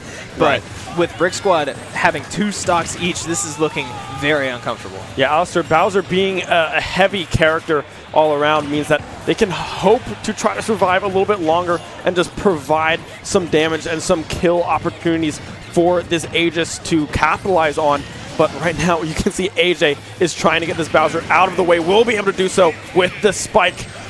It's just production now. The Aegis, the last one standing. 2 stocks to 2, but a 2v1. I mean, I don't know. This is crazy. Yeah, and this is uncomfortable now, because if you're Alistair, do you take the stock away from your teammate and leave her with 1 stock and a very high percentage, but in exchange, right, you have a 2v2 again? Or do you hope that with 2 stocks, your disadvantaged player is able to take 1 stock off of both of these players? It's there's no right answer, right? It's ultimately just strategy, but I mean, we see now the setups that are coming through, right? Both of these, AJ and Kip, both of them are going to be looking to set each other up. Pyramithra really racking up damage, but has another stock behind it, so not time to panic just yet, but she will go down, just barely missing the ledge, and hitting the projectile on the way down may have influenced that. I'm not entirely sure, but ultimately does not grab the ledge and will go down. Yeah, the key up and available does toss that one out into the hydrant, able to get a little bit of chip damage there, but you can see Kip playing very conservative, right? Just waiting for AJ to rack up this damage and sitting there with the bell, with the key, waiting for that final strike as AJ does go out. Now we're pretty much at an even game state, only 10% separating these 2 players. Now Kip has to focus up, right? Can't sit and watch and try to just wait for these bells. The Galaga combo coming through, not able to do a whole lot just yet. Yeah, it certainly looks like the decision to not take the stock was correct, right? And now Pyramithra able to find the 1 stock they needed to even this game up, and although at a percentage disadvantage, ultimately having the extra stock, maybe, I mean, Bowser could have absolutely done nothing for you. And so ultimately, I do think that was the right call, to just let this production player work his magic, and we now have a just true 1v1, but Kip in true 1v1s tends to come out on top as the bell will connect, stunned in the face, and yet another forward smash will put this away. Yeah, and when we look back at this match, right, Bowser losing those 2 stocks early really hurt the side of Averett. If they were able to stay alive just a little bit longer, maybe just have that 1 stock early, but really string out that 2nd stock, that could have been a very, very different match, because we saw the Aegis was performing very, very well, but was stuck in an early 1v2. Right, and it felt like it took just a little bit too long for the value of Bowser to show itself. The heavy hits, the hard launches, I mean, those only came after Bowser had pretty much lost 2 stocks. Yeah. So we'll see, again, opting to swap once more into the combo we saw from last series. It will be Sephiroth and Ganondorf looking to reverse sweep this Pac-Man Falco combo that has looked so clean so far.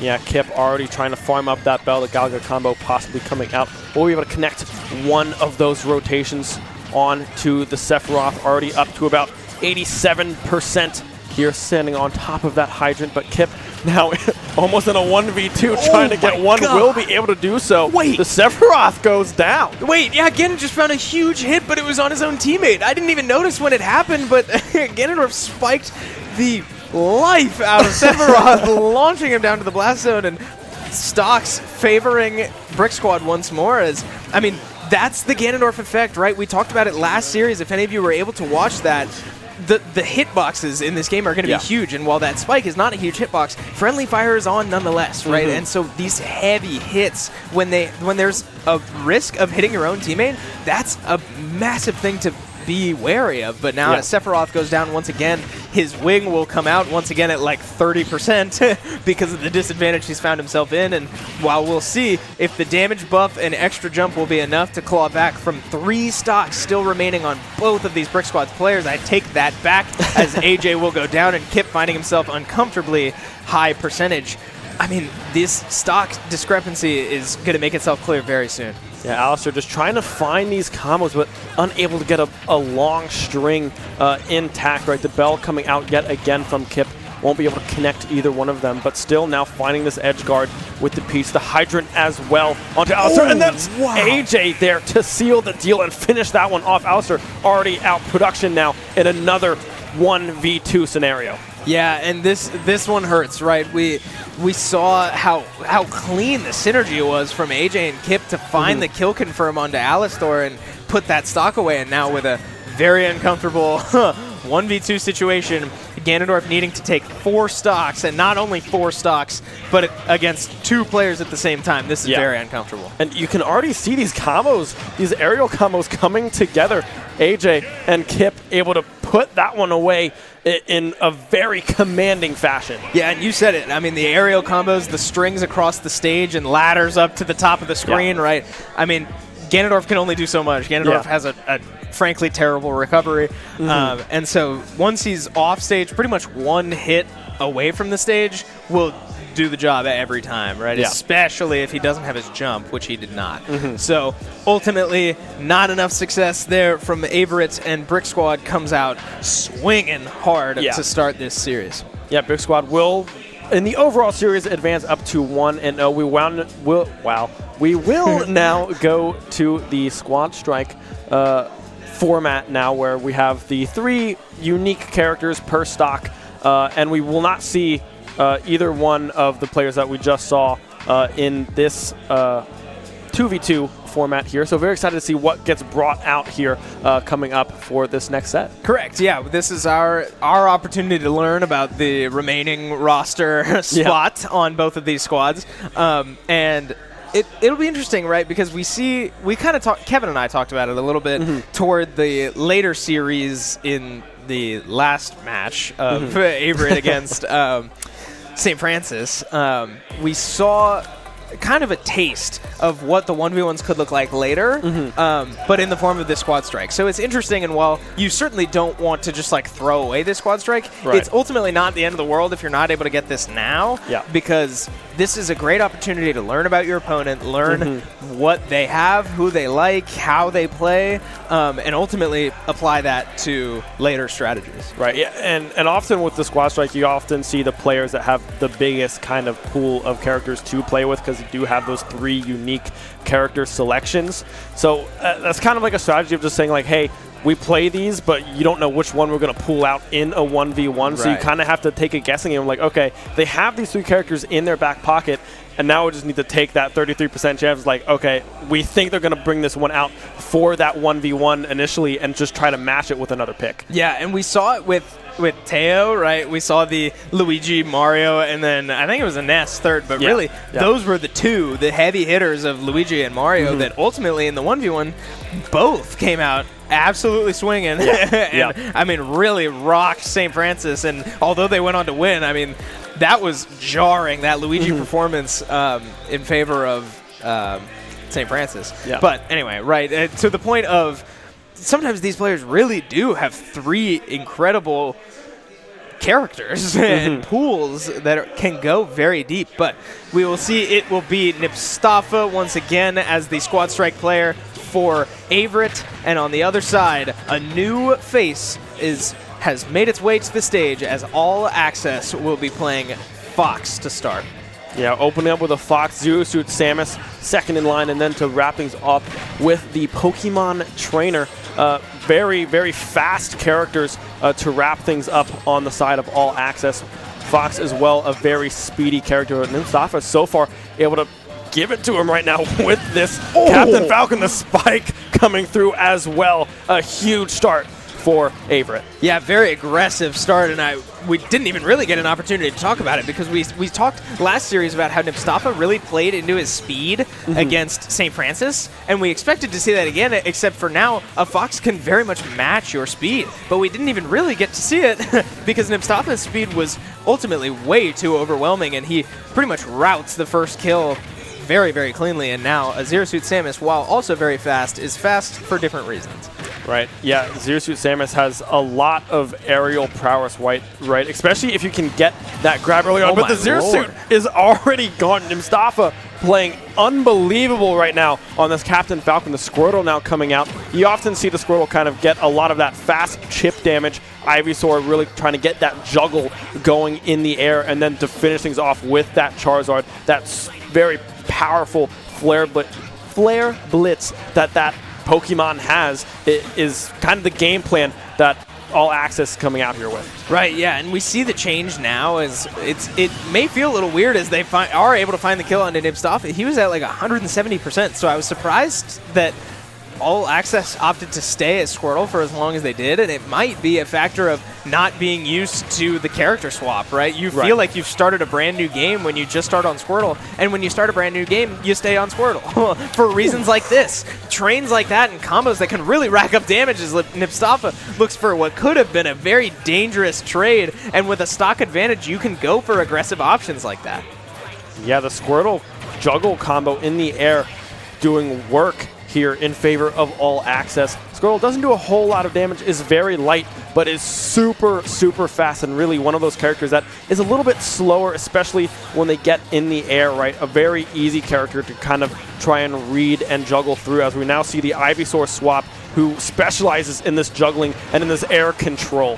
Yeah, we see Ivysaur with just massive hitboxes, right? Just throwing out up airs, down airs, whatever in between, but opting not to stay on the Ivysaur, which is probably the right move as their own percentage starts to rack up, and 140% will be the number for this Charizard to ultimately have to take 2 stocks from, and as, I mean, hit after hit is landing for this Ridley in favor of Averett. I mean, it's becoming unbearable as Charizard finds an up throw, not quite able to put the stock away, and is able to dodge that up special. Does find the kill onto Nibstoffa, but unfortunately, Nibstoffa's one and main character remaining is Wolf. So I fully anticipate Nibstoffa to be able to put this away 180%. Oh no! He's side B's off the stage and cannot recover from there.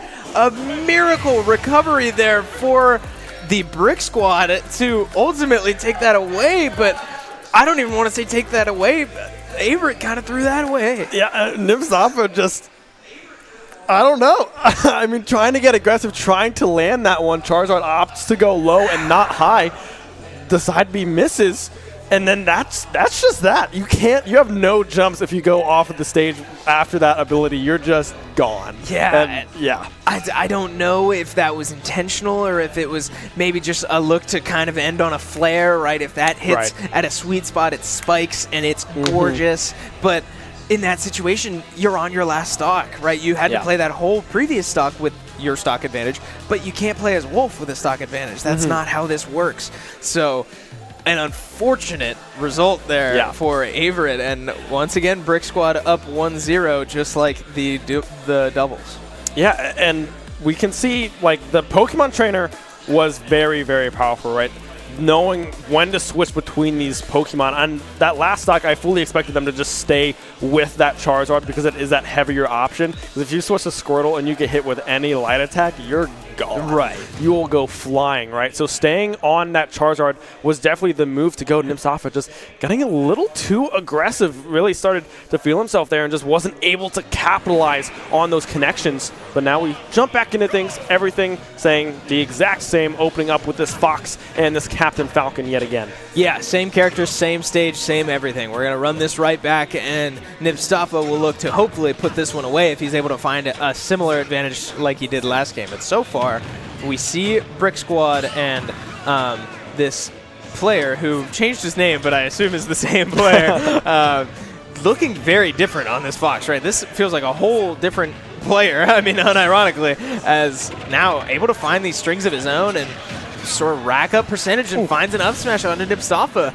And I mean, just like that, a lead for Brick Squad for the first time in this squad strike. Yeah, the Captain Falcon already out of the way. Now over to this Ridley, a lot slower, right? Especially compared to someone like Fox, who can really get these aerial combos strung together very, very quickly and can play a lot of range as well with that. Those short bursts of that gun doesn't do a whole lot of damage, but can really interrupt pathing and movement that this Ridley is going to look for. Counter coming through as well from this Fox, but the toss. Not enough to kill just yet. Not enough percentage over here on Gokeska. Yeah, and man, are the percentages getting high, right? As we see a forward smash will absolutely do the job to kill a Fox at 120+%. But second character coming out for Brick Squad will be Zero Suit Samus once again. And another character that we didn't really get to see a ton. You started to talk about, yes, how overwhelming this character's aerial game can be. But we haven't seen it yet. And so we'll see now as she does find a stun into her back air, will launch Ridley across the stage, but not that time. And this Ridley up to now 150%. Just about anything will do the job for Zero Suit Samus, but not quite that forward air, and looking for more stuns in her down smash or neutral B, right? Anything. If the Zero Suit can land just about anything, it'll do it. Then sure enough, there it is, right? A back air from the middle of the stage will end up killing a Ridley with a percentage that high, and now here comes the Wolf once more.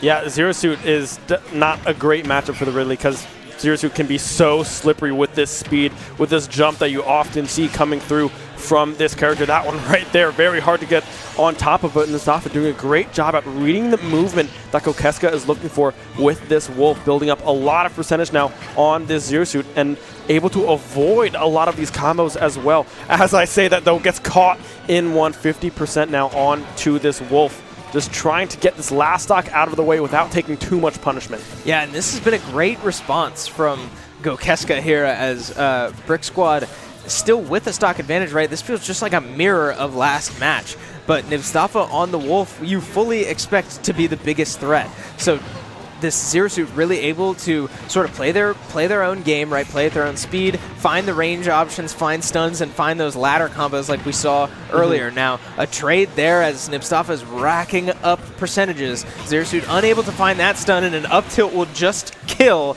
off the top of the screen. But here comes Pokemon Trainer, right? We see an instant swap to Charizard, to looking to put this away now, as Nipstafa is at 100% and just about anything, almost anything in Charizard's kit will hit hard enough to cause Nipstafa massive trouble. Yeah, the Charizard now just trying to get some type of ground. Nipstafa doing a great job of juggling this Charizard. The edge guard coming through as well. Pretty even, but the side smash coming through. That's the power of Charizard right there, right? Does a whole lot of damage. That is Pokemon Trainer yet again able to seal the deal. Yeah, and Brick Squad now up 2-0, and with how that first game went, you wouldn't know it. Yeah. Like, you looking back now, if you're Averett, you want that back so badly. Yep. But unfortunately, not how time works. So you know, we press on as Nipstafa now finds himself in a hole. And I would be shocked if characters swap here. We've seen a couple character swaps over the last squad strikes and just series all around when teams find themselves in a 2-0 hole. But based off how that first game went, and frankly how the second game went too, I think the characters are not the problem, and Nipstafa just needs time to settle in, get comfortable with the characters he's got. Sure enough, yes, we see 0 character changes, although it is worth mentioning that Brick Squad's order is now flipped. So they will start with Pokemon Trainer and have the Fox out to potentially deal with Nipstafa's Wolf. Yeah, the Pokemon Trainer coming out early here is... I like the match, right, to try to get this speed match on this Captain Falcon, especially with this Squirtle already able to take a lot of these trades and these combos in their favor. Still hasn't been hit, and as I say that, of course, Squirtle does take a kick to the shell, right? But now Captain Falcon has to play on this edge. Squirrel does a great job at finding these edge guards, especially if they swap over to this Ivysaur with that Razor Leaf to come out. It's very potent and oppressive, and we can see the switch coming out just then. Now Gokeska just trying to get this Captain Falcon in the air, but the knee won't be able to knock them out just yet. The switch to the Charizard for the recovery will be made. Yeah, and that almost wasn't a recovery too, with Charizard's recovery not being all that special. Yeah. Dangerous territory there as the Falcon knee just, sent him flying, but not quite enough. And now Nipstafa will likely need to find another one, but we'll see as Charizard starts to rack up some percentage and will now open the window for more kill potential moves. But we'll see, right, as Charizard now in this weird matchup that we haven't seen yet. A parry onto the knee will buy him some time, but not able to punish it. A back air won't finish the job, and a little too early to the ledge guard will mean that Charizard is not able to protect that, and Captain Falcon is right back on the stage and finding himself in a ledge guard situation, and a spike will finish the job, going down to put that away, and now Zero Suit Samus will be tasked with finishing this Captain Falcon the other direction. Yeah, and that first stock was extremely close. Both players finding themselves relatively even in the percentages. Gokeska now with the speed of the Zero Suit Samus, looking to finish off this Captain Falcon, the edge guard. Just barely, not enough to find that kill. Just barely mistimed there. Gokeska still now finding the air, finding the juggle, only taking 41% on this second stock. Good to see. And now we are back to this Ridley Zero Suit matchup, which, in my opinion, heavily favors this Zero Suit. Yeah, I mean, we're seeing the effects of that right now, right? With the range and just mobility that the Zero Suit can have, stringing combos together. And will she get an up special? No, she won't, but a great combo nonetheless, and racking up 72% in the blink of an eye, as this Ridley has not even really had time to breathe since coming out, but now finding some damage, some big hits of his own, and Zero Suit with that great recovery can pretty much recover directly horizontally from that far out, and yeah, that's going to cause issues, right? If this Ridley's ledge guard strategy is the fireballs that obey gravity and fall down, Zero Suit does not obey gravity. Right, and so, I mean, we'll see, right? The mix-ups will be important, but a great move there by Ridley to catch the recovery. Zero Suit trying to get up high off the ledge, and it will not pay off. And now Brick Squad on their last character, right, Gokeska on the Fox, needs to find a way to put this Ridley away before taking too much damage. Yeah, really does a whole lot of damage. Zero Suit not being a character that has a lot of weight to them, so if Ridley was able to find that connection, which they did, that Zero Suit was going to go flying, and now, like you say, it is the Fox. Gokeska opting to try to match this one with the Wolf. Nice. Will finally be able to get Ridley off of that up air from that Fox, and now we're from the same game, right? Very similar kits between these two characters. Wolf a little bit more I guess, absorbed, right? It's really like if you find that finisher, it'll look really cool, but it can really come back to bite you. We saw that in the first set here of this series. Yeah, and I don't know Star Fox lore. I don't know the the relationship between these two characters, but I mean, we see Nipstafa already up at 100%, and this is his character, right? That's shocking as a start for Wolf to come out and take that much damage, but now pretty much an even game here as a forward smash won't quite connect off the recovery. Fox able to find a down air of his own, and now they're both safely on the platform trying to get the other one off the platform. The dash attack into a shield will mean that Nipstafa is able to jump right over and find a back air to finish the job, and Nipstafa, just like that, is still in this series and will claw back and start a potential reverse sweep. Yeah. Yeah, I mean, Nipstafa there, just kind of the Wolf and the Fox is kind of switching positions every now and then. Jump over shield, jump over shield. Nipstafa able to time that one with that D shield coming from that Fox there, able to find that side air, that smash to secure that win. And now, like you say, the Ridley was able to get that stock onto that Zero Suit, which we will now, I believe, start with to match this Captain Falcon. So a lot of switching and a lot of different matchups we get to look at here today. Yeah, a lot of change and not a lot of change all at the same time, right? The same characters every single game so far, except now Brick Squad opting to change the order once again, sending out Zero Suit first to have to deal with the Captain Falcon, which is interesting because now I imagine that is to get Pokemon Trainer back on the Wolf, but specifically to get Fox on Ridley more than anything, which I think will be interesting to see because I'm not sure, right, Fox has great juggling capabilities, and with Ridley being as big of a hitbox as he is, it'll just be interesting to see, but we'll get there when we get there, as Captain Falcon now taking 100% damage, and we might, at this rate, see Zero Suit Samus go up against Ridley if Brick Squad is able to take this stock early and force out Averett's second character. Yeah, Nipstafa taking a lot of damage. These juggles coming through from this Zero Suit. The aerial combos are coming together to grab as well. Now back onto this edge guard.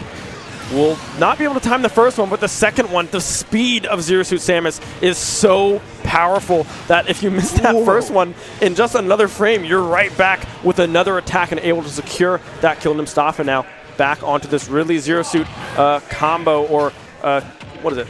Contest, I guess? Matchup. That's the word I'm looking for, that matchup that Mustafa was able to win in that last game. Yeah, and Mustafa coming out swinging. I mean, having to lose that stock early, but coming out and throwing like 2 attacks and launching Zero Suit up to upwards of 100%, right? This Ridley is here to play and might have the opportunity to put this away, but again, Zero Suit is Brick Squad's first character, right? The order matters here, and Brick Squad still has 2 people left, so we'll see, right? Mustafa is going to have to put this away without taking too much more damage, because we're looking at a long game here for Mustafa if he's able to claw back.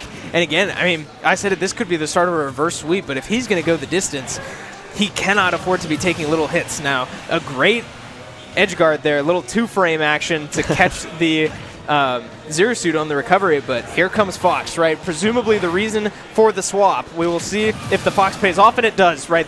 With a hitbox that big, those up air strings and those combos that up in the air, Fox just thrives in, and now pretty much a whole character advantage for Brick Squad.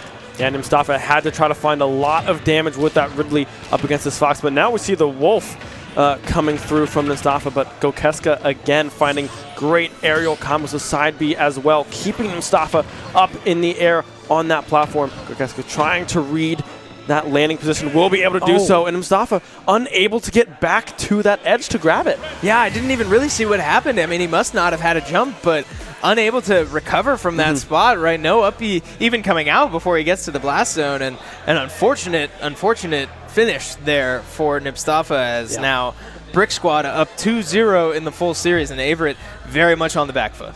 Yeah, and Mustafa, it looked good for those first 2 games, right? But that 3rd game, they weren't able to get that ball rolling on that Ridley, especially onto that Zero Suit, because that Zero Suit was on the screen for a very, very long time, taking almost 2 entire stocks, and then with that Fox coming out, they just couldn't match that kind of pace just yet, especially with that Ridley and with a hitbox, like you say. It's very easy to hit a very big dinosaur/dragon on your screen. So yeah, very good stuff coming out from Gokeska and Brick Squad. Yeah, and a great choice there to swap the order, I think. I think the answer that at those first 3 games showed Gokeska was that we need Fox on Ridley. And so ultimately making that choice and having it pay off beautifully. I mean, we never even really saw a full matchup between Fox and Ridley because of how well the Zero Suit was able to do. But yeah, ultimately paying off for Brick Squad, and now a 2-0 lead as we will now move to our 1v1s, and we should be getting in soon, but I'll be curious to see who comes out for which side and who they play, because last series against St. Francis, we saw the Ganondorf, was what I was just about to say. It didn't quite work out because of the speed and just, I mean, generic struggles that Ganondorf has. And Fox will be no exception, right? Ganondorf does also have a pretty big hitbox and bad recoveries. So we'll see if Fox in these aerial strengths is able to capitalize on a Ganondorf that can't quite fight back very easily. Yeah, and Fox is just so darn fast, and Ganondorf is so dang slow, right? It's very hard to match this pace. You can see the jabs already at 103 to the 17% of this Fox Gokeska. It is just firing right now. There's nothing that production can do. The aerial juggles now coming through, a nice spot dodge coming through from production, able to get to safety, almost to safety. Gokeska able to read the landing position still and able to find that first stock in this single 1v1. Yeah, and that's dangerous territory for Gokeska. I'd like to see, it's scary to chase after a Ganondorf off stage because Ganon can just grab you with his side B and kill both of you, no matter if he's at 150 and you're at 10, which is the exact situation that we just saw the lag stock end. Ganondorf is more than happy to kill himself and take you with him and just start the series over with 2 stocks and 0% on both of you. So something to look out for, and I'll be curious if we see it. But I mean, in situations like that, I mean, what we just saw, there is potential for those suicide trades, and it's a weird thing that Ganon can do, but it'll be very interesting to see because this Ganondorf is a very smart player, and I don't doubt that option is in the back of his mind. Right, and I'm sure that Gokeska is kind of recognizing that as well. We don't see Gokeska really going for these off-map contests onto this Ganondorf possibly recognize that, hey, if I do get grabbed and they're at this 151%, like possibly right there, but the recovery will come through. Gokeska able to reach safety, but that would be one of those instances. If Gokeska gets grabbed there, production will just SD and just be like, all right, we're going to go 1-to-1 stocks and start completely over, like you said. Yeah, and I don't doubt that was intentional. He was looking for it, but just missed. And now, with only one stock left, that option is off the table. If you do kill yourself, you will. Ganon dies first in that interaction. Yeah. So even if stocks were even here, Ganon would get punished for a move like that. But we will see now if production here on the side of Averett is able to tie this game up, or if he will just go down and potentially look for the next game. And sure enough, that will likely be too much, as Ganondorf is unable to claw back from that and make a recovery. It will be a lead for Brick Squad once again.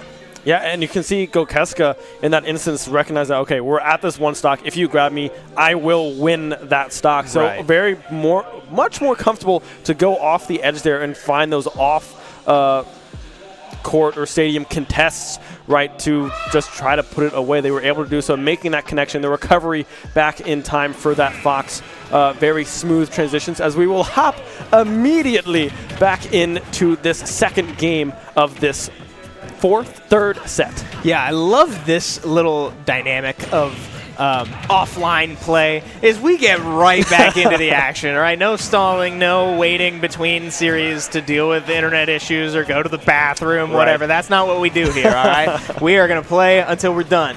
So, right back into the action, same character, same stage, we do it all again, but this time a much different story as Ganon has come out swinging, and just like that, Fox is at 100%, and I mean, just about anything, I feel like I've said it a couple times, just about anything in Ganon's kit will put this away. Yeah, and it will be a kick to the face. A kick to the face indeed. Production, a great first stock here. Now Gokeska trying to get these juggles going. If production can get back in a favorable position in the center of this map, that'll benefit this Ganon tremendously right now. In an edge guard situation, Gokeska able to dodge through that one, able to find the combo and the kill. Only 31% taken on the tail end of production's third stock. Yeah, and this looks much more Gokeska favored now. Like, we saw a bit of a fluky start, what felt like, for production, able to kind of string together whatever he wanted on this Ganondorf and put that first stock away, but much more what I expected is this Fox stringing together combos of his own pretty much at will, right? All these random hitboxes being thrown out that are just too fast and too much for Ganondorf, for any Ganondorf to handle. But, I mean, we see damage racking up still. I mean, you might not believe it, but advantage is in favor of Ganondorf even after all that. Yeah, it's still looking very strong. Man. Oh, just barely unable to get that up smash to connect. If that one hit, that Fox could have gone flying off of this stage. But now a potential SD, just barely missing that edge. The kick will connect, but production just unable to get back in time, but immediately able to find the response. Tied up now, 0% to 1 stock.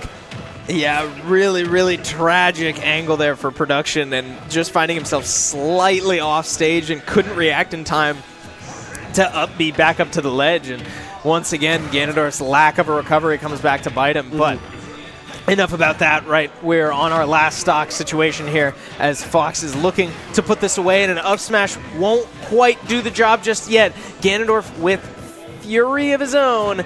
This rage will make itself known soon here, as Ganondorf is able to, if he is able to find any hit of his own, a big read a little too early into an up smash will do the job. That's the rage I'm talking about.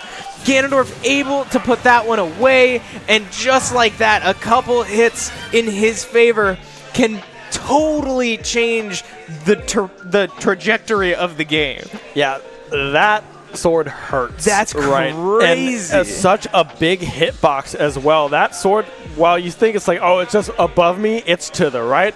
It's below you. It will hit you from wherever you are around that Ganondorf, and will have a huge connection to tie this one up 1 apiece. Production coming out huge.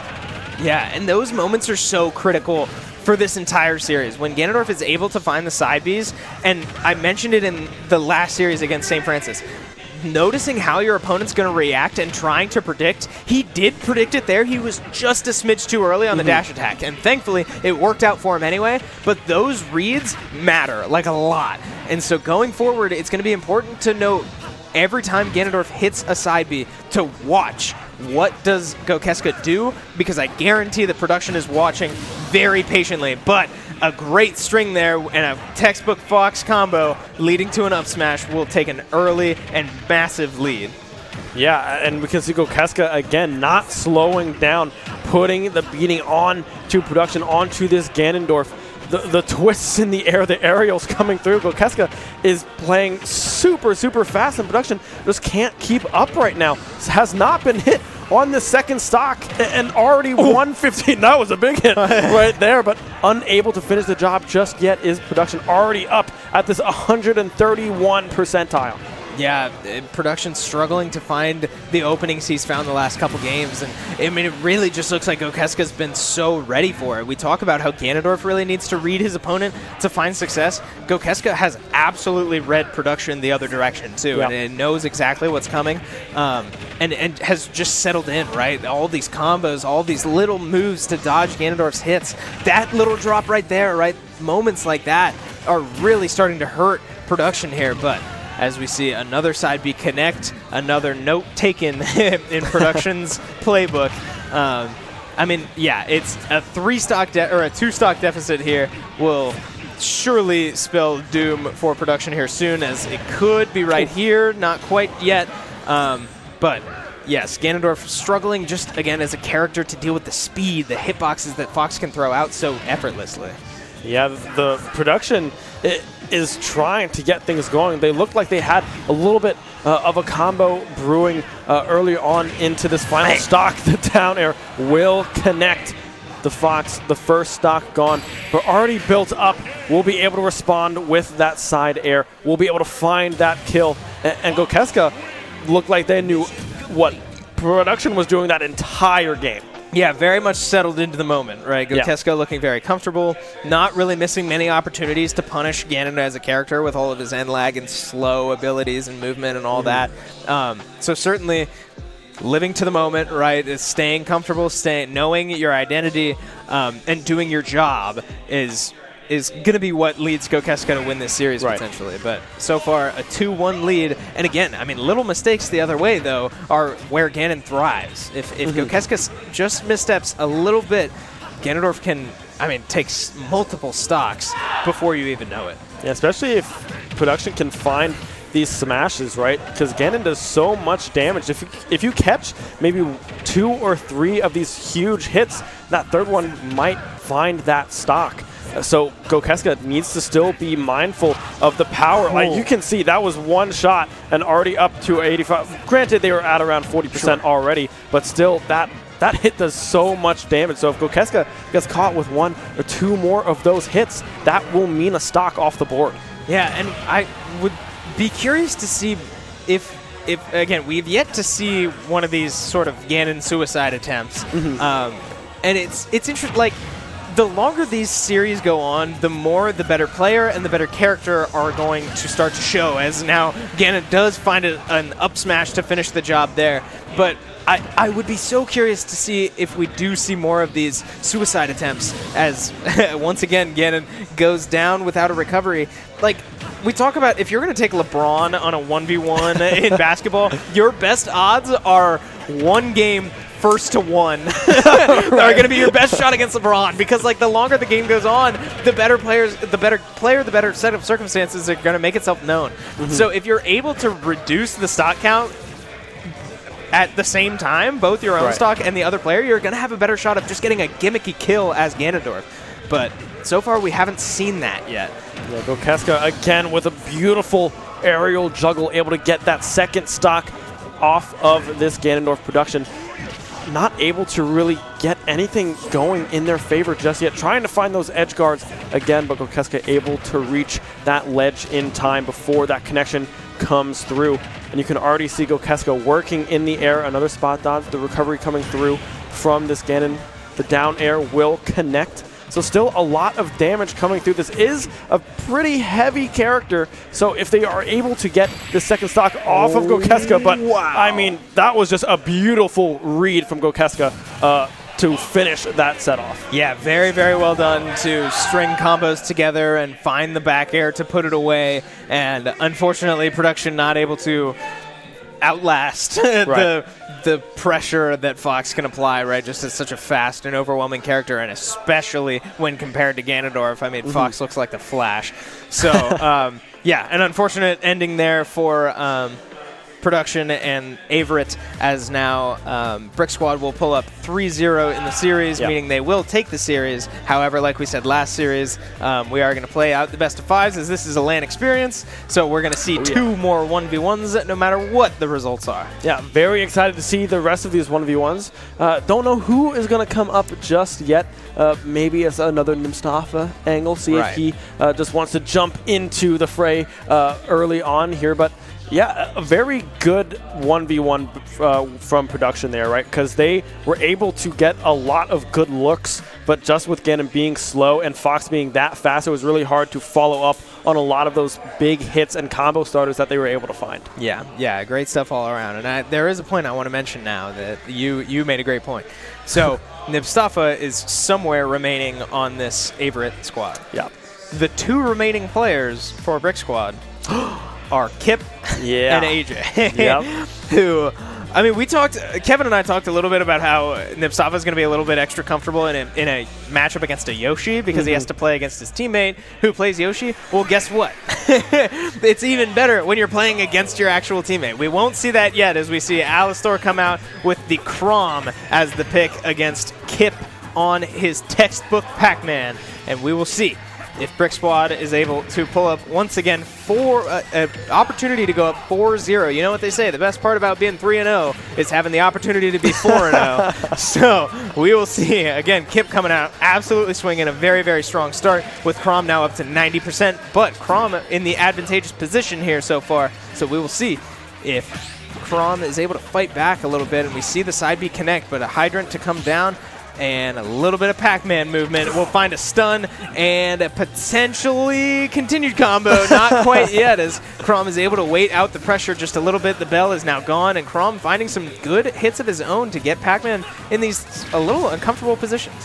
Yeah, Kip able to find that side air as well. The bell off the stage, almost connecting onto Chrom there, but still able to stay alive, finding these side Bs, these little flurries of attacks, getting up some pretty good percentage onto Kip here, onto this first stock of this Pac-Man. But Kip with the grab, the toss to the side, the bell up and available yet again, will be tossed out here. The edge guard coming through, it will connect the side smash coming through from Kip, able to seal the deal on that first stock onto this Chrom, and now the Galga combo shielded.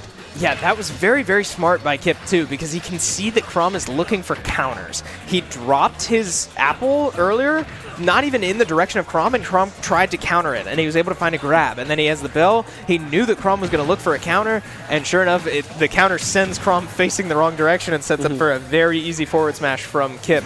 And, I mean, just smart play. This is an incredible Pac-Man player, but not only mechanically, but just in terms of game knowledge, right? Game sense. This is a very intelligent player. So Kip certainly showing why, as now he finds another stun, and a Pac-Man ghost to the face will send Chrom to the blast zone once more. Yeah, I mean, Kip doing a great job at finding these reads, knowing exactly where to place these bells to find these stuns, and then transition them into these smash attacks. Still on their first stock is Kip, 132% built up. Also now trying to find this edge guard. Will be able to find one, but Pac-Man, the character that they are, have probably the best recovery in the game, I'd say. Yeah, I mean, certainly up there, if not number one. But, I mean, we see now the Hydrant movement as looking for a forward smash off the spray. And Chrom, I mean, it would take anything short of a miracle now to come back from this situation, as now will find an up B on the ledge to find a Pac-Man sitting there waiting at about 150%. But again, 100% on this Chrom with one stock remaining, and a Kip who has very much settled into his element. Would take so much from this Chrom to go right, and so far it is not looking that way. Yeah, Kip now preparing for a possible edge guard. Won't do so just yet, but the Bell again into the side smash will connect. Kip, just the timing is perfect for where these recoveries and these landings are going to happen, and just being able to read Alistair like a book right now. Yeah, and this is just Kip as a player. I mean, I can't emphasize it enough. We have the pleasure of watching this so regularly as part of our like NACE and NECC competition, but Kip is incredible, and especially in his setups with these projectiles, and especially with his Bell. I mean, good lord, if you're getting hit with a Bell, you know something else is coming. And even if it's not a hit, if it's just giving him the time to reposition himself, you like the layers in Kip's mind as he's playing at all times are just incredible to watch. Yeah, and Alistair on the other side as well was able to find pretty good strings of combos in the air. Just weren't able to find that finishing smash blow on to Kip here. We will see them switch over to this Bowser a little bit heavier and possibly a bit more potential to try to find a lot of heavy damage a lot faster onto Pac-Man. Yeah, we did see this swap in the last series against the Luigi, though. And my point in that series was that while, yes, I like the heavy hitter, sort of speedy counter pick, unfortunately, against characters, we saw it against Luigi, that makes comboing Bowser all the easier, right? With a big hitbox like that and being so heavy. And sure enough, I don't expect Pac-Man to be any different. So this change is certainly interesting to me, and we're seeing the effects of it now as Bowser is up to 120%, only really now finding his first real hits. But, I mean, like I said, I mean, part of that trade-off is that Bowser, when he does find his hits, hits pretty hard. So, I mean, 2 hits finding himself up at 40%, but again, I mean, Pac-Man can just play his range, play his own game, and now finding himself with a grab and a back throw won't quite finish the job, but Bowser up to 190% almost surely will go down soon. Yeah, and the Bell connects again and reads it to perfection off of that aerial. I mean, Kip knowing exactly where this Bowser is about to be launched and is just in the perfect position now to string together yet another combo with the Galaga there. The shield on the shell and the side smash coming through. Kip playing out of his mind right now. Yeah, and Kip didn't even get hit in that second stock there, right? I don't know what more I can say about Kip as a player. These setups, his game sense is simply so good. And he's able to not only see the plays, but execute them, right? This is just a very complete player, and it's absolutely on display right now. Yeah, Alistair trying to find these heavy hits, trying to get this first stock out of the way, but Kip is just playing with such distance and utilizing this space that he is giving himself with this hydrant to farm up this Bell, farm this Galaga, possibly the key here and there as well to try to find these finishing blows. The hydrant down again, just trying to give him this space. Alistair is able to get around the hydrant for the time being. The shield's coming through as well. The downbound coming through from the Bowser will not connect, not able to find that kill just yet. And Kip again is just dancing around this turtle. Yeah, and Bowser really just looking for anything he can find, right? Whether it's a shield break or a just heavy hit in either direction.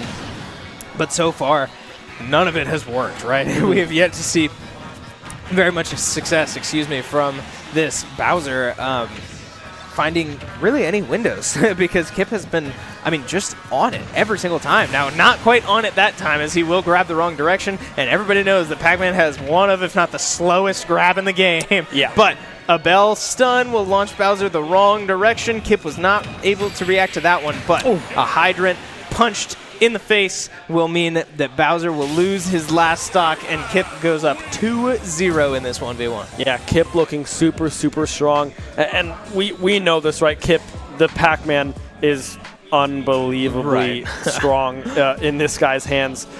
Just able to really string together these very, very strong combos with Galaga, the Bell as well, and just playing with the hydrant and just being able to navigate this map space and take control of very large areas is something that Kip does very, very well. Alistair had good moments yet again, able to find these grabs and find some aerial, some down airs onto Kip while they're trying to farm up these Bells, these Galagas, but just weren't able to really capitalize. As we will see another swap over to the Sephiroth here, maybe opting for a little bit more range onto this Pac-Man. Just a little scared possibly to get up close and personal, whereas Kip is going to try to bring the fight to them, will be able to do so. But so far, the start of this first stock is looking a lot better for Alistar.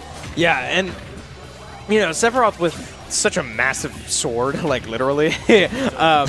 Wow, I mean, never mind. I'm not even going to finish my point because Kip, excuse me, finds a stun with the bell into another forward smash and just starts this second stock already. I mean, good lord, what am I watching? We thought the Sephiroth might look good, and it certainly started that way, but Kip saying absolutely not. I'm not going to give Alistar any hope of coming back into this, and it's certainly going his way. But I mean, with a sword that big, it does give you range. Right. Swordies are kind of in their own category, but Sephiroth is absolutely on the end of that category between the swordy and just a spacey, because of how much space that sword occupies. I mean, I guess I'm saying the same words, but that's intentionally.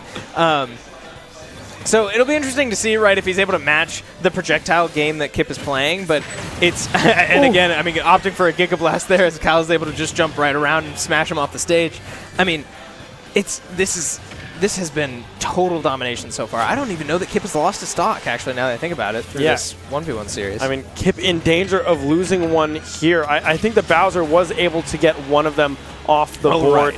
Right. But yeah, Kip again just finding these strings, finding these combos, a side smash coming through as well. I thought that could have been it if that connected a little bit more square onto Sephiroth there, but unable to find that kill just yet. The deflect coming through as well, won't connect on anything. The hydrant off the map, and now we have the bell farmed up. Yet again, the up smash will be the one to do it. Kip winning this one in a commanding 3-0. Yeah, unfortunately, Sephiroth's up B Octa Slash move has insane ending lag. And so if you're able to get a shield off, Sephiroth is forced to stand there for a very long time and just kind of wait for a punish to come. So great patience there from Kip to wait out with his shield. Knew it was coming.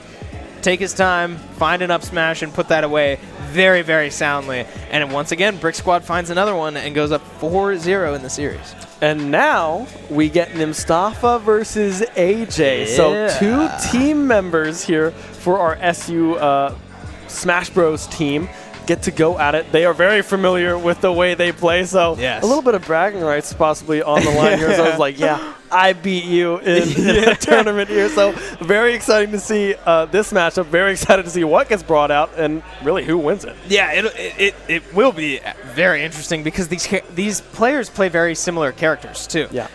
Falco for AJ and Wolf for Nimstafa are fundamentally pretty similar, right? They have their differences. Wolf hits just a little bit harder while Falco's a little bit more combo oriented, but here and there, whatever, right? These characters are fundamentally extremely similar, and they get to play against each other all the time. They are, for our Shenandoah crew battle roster, usually our first 2 guys to go out, and it's because they fulfill such similar needs. But now we will see, as they get pinned against each other, can Nimstafa potentially get a knock in favor of Averett, or will AJ be able to put this away as a clean 5-0 sweep for Brick Squad? I mean, AJ already putting the beating down onto Nimstafa, 61% on this Wolf to the 42 now on the side of this Falco. Trying to just get these aerial juggles underway is AJ with this Falco. Does a lot of damage and a lot of just powerful moves in the air. That's the Falco specialty, right? Both have that little laser gun here and there, bringing that one out, trying to get some chip damage, but AJ commanding this airspace super, super well. Yeah, and this is so interesting to watch because both of these characters are so fast, and so the way they need to play around each other and sort of anticipate where your opponent's going to be, because you don't have time to react to where they're moving all the time, especially with how fast these characters are, right? That might not be true for some of the heavier characters in the game, but that's not what we're dealing with. So Nimstafa now up to 140%. I mean, they are just dancing around each other, trying to find the openings, and a potential up smash there doesn't quite connect, and now as both of these players are well over 100%. I mean, this first stock could go either way and really set the tone for this match. And AJ able to get the kill, the upper, and then Mustafa missing right away. I love to see it. We're back to square one, 2 stocks apiece, 0% pretty much for both players. I love this level of competition between these two players. Yeah, and these two players really are so evenly matched. I would not be surprised at all to see this go the distance if it's going to. And I mean, we talk about how similar the characters are, but these players as well just play so similarly. Now, unfortunately, they're Mustafa getting caught just a little bit too far off stage, not able to get the side B back to the ledge, and now a pretty comfortable advantage for AJ. But don't get too comfortable, as now AJ is able to make it back to the ledge from very, very far away. Mustafa not able to find that ledge trap, but an up smash will launch AJ up, not quite finish the job. Another up smash will not connect, as now AJ is able to string a combo of his own. A forward tilt from Mustafa will send AJ right back off the stage. But a difference between Falco and Wolf is that Falco can use other abilities after his side B. So Falco with a noticeably better recovery than Wolf, and now we're seeing the effects of that. Yeah, Mustafa now trying to just get the second stock off of AJ without taking too much damage. Will be able to do so just then. It's going to be 40% going into this final stock for Mustafa AJ with the clean slate of 0. Yeah, I mean, man, Mustafa only up to 50%, right? We saw a relatively early stock taken as Mustafa wasn't able to recover from that side launch on his second stock. But, I mean, just like that, this series is so close. This game is so close.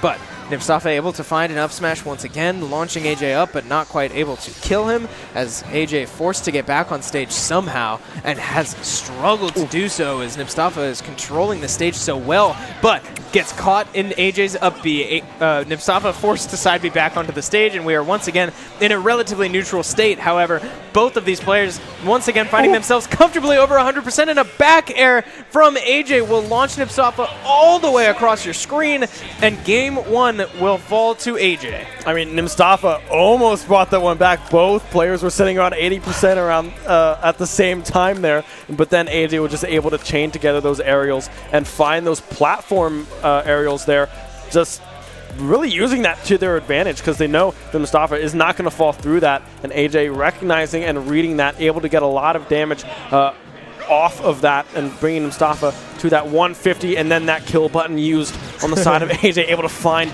that last aerial, as now we see them in the air again. AJ putting together another beautiful string. Yeah, once again, same characters, same players, same stage. Let's just do it all again, right? That last game could have gone either way. One hit, either, you know, here or there, completely changes the results of that game. But now AJ finding himself with a lead once again, as Mustafa scratching 100%, not quite there yet, but lasers coming out both ways, string after string, combo after combo for this Falco will be the name of the game, right? As Wolf looking for any smash attacks, any hard hitters he can find, but it will be Falco finding the hard hitter, as a forward smash from the ledge will send Wolf straight into the blast zone.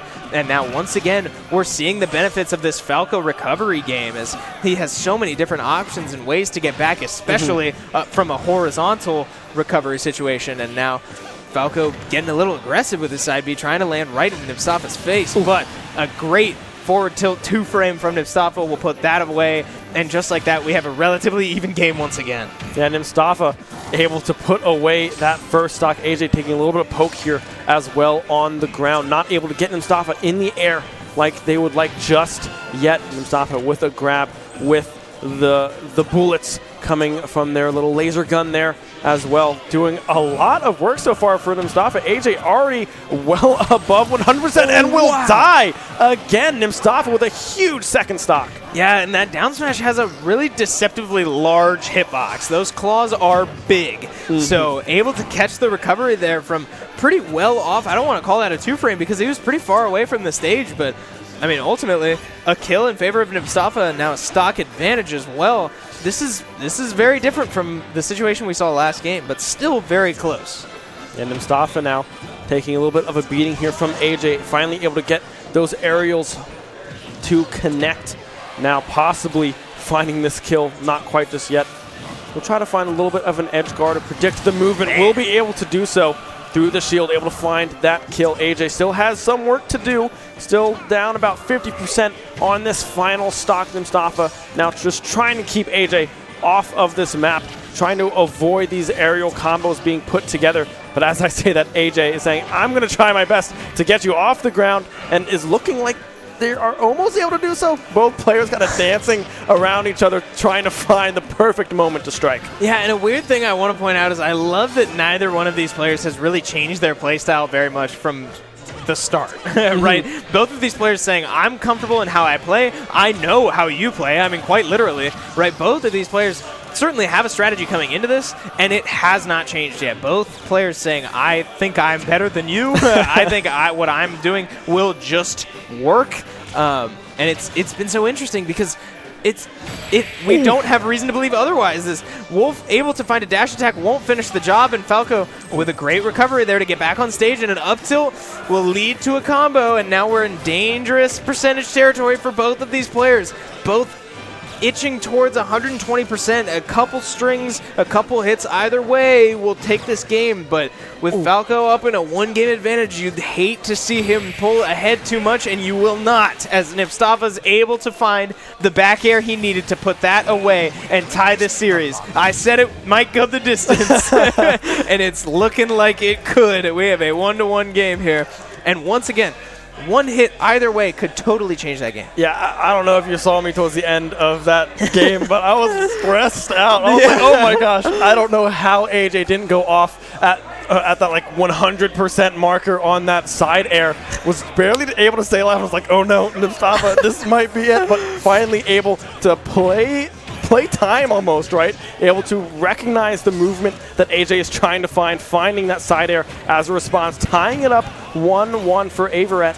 Now AJ again on the receiving end of some juggles. AJ finding one of their own, but another very even first stock coming through from these two players yet again. Yeah, and they're not even giving us much time to talk about it, right? They're getting right back into the action. A great hit there from Falco. Nipstafa finding himself just a little too close to the recovery, but a dash attack reading the roll will be enough to put Falco away and give Nipstafa the stock advantage to start game 3 of this set. And Nipstafa as well able to put together a small chain to get some percentage back onto the second stock for AJ here. AJ just trying to get rid of this first stock for Nipstafa. The good shield, the grab coming through, and now a potential edge guard coming through as well. But AJ dashing through the side B, connecting, sending Nipstafa up into the air. 142% onto this Wolf. A very dangerous spot for Nipstafa to be in, but still doing a lot of damage still with this first stock. AJ up to 85% on their second.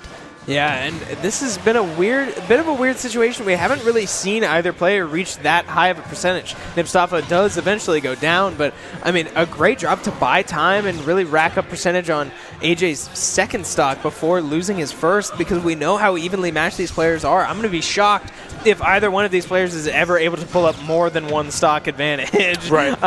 So we knew that stock was going to go down, but then at that point, all the damage you can find in that little window before you lose your stock matters. And another dash attack on the very end of the stage will put Falco away once more. But again, it's going to be on AJ to now get rid of this stock quick before Nipstafa is able to do what he just did last time. And Nipstafa getting a lot of damage again in the air onto AJ's third and final stock. Nipstafa only sitting at around 93%, almost evening this one out on AJ's final stock. Will be able to do so now in a very, very healthy lead, trying to put this one away, putting Averett up to a potential 2-1 scenario on this final set to end the overall series, a potential 4-1 if Nipstafa is able to win these next two games. Yeah, and man, a great kill there from AJ to tie up the stocks. But I mean, once again, Nipstafa able to run around just a little bit too long if you're AJ and rack up some percentage and find himself with, like you said, a pretty noticeable advantage in this situation, right? Because we're not talking stocks. These players are so evenly matched, but a back throw won't do the job. I take that back. A good reflect there from Falco to potentially really flip that around, but again, 160% is very scary for AJ, and he needs to play this basically flawless from here on out. But a parry is not going to start a flawless game, as an up smash at 160 will launch Falco straight off the screen, and Nipstafa pulls ahead 2-1. Yeah, Nipstafa had a pretty commanding lead throughout that entire series. That first stock was very close, but with his first stock still being available as long as it was, really able to rack up a lot of percentage on AJ's second stock there, really cemented that gap in that third game. Mustafa now finds themselves with a 2-1 as we go right back into it. They are ready to go. Same characters, same map as always. AJ now trying to tie this one up at 2 apiece. Yeah, but certainly not off to a strong start if you're going to tie this up at 2 apiece, right? Mustafa basically playing his own game right now as he's yet to be hit, and AJ now up over 100%, finally landing his first attack, but it's not going to be too much. I mean, AJ needs these combos, right? Random hits like that don't amount to much if you're Falco. This is not a heavy-hitting character.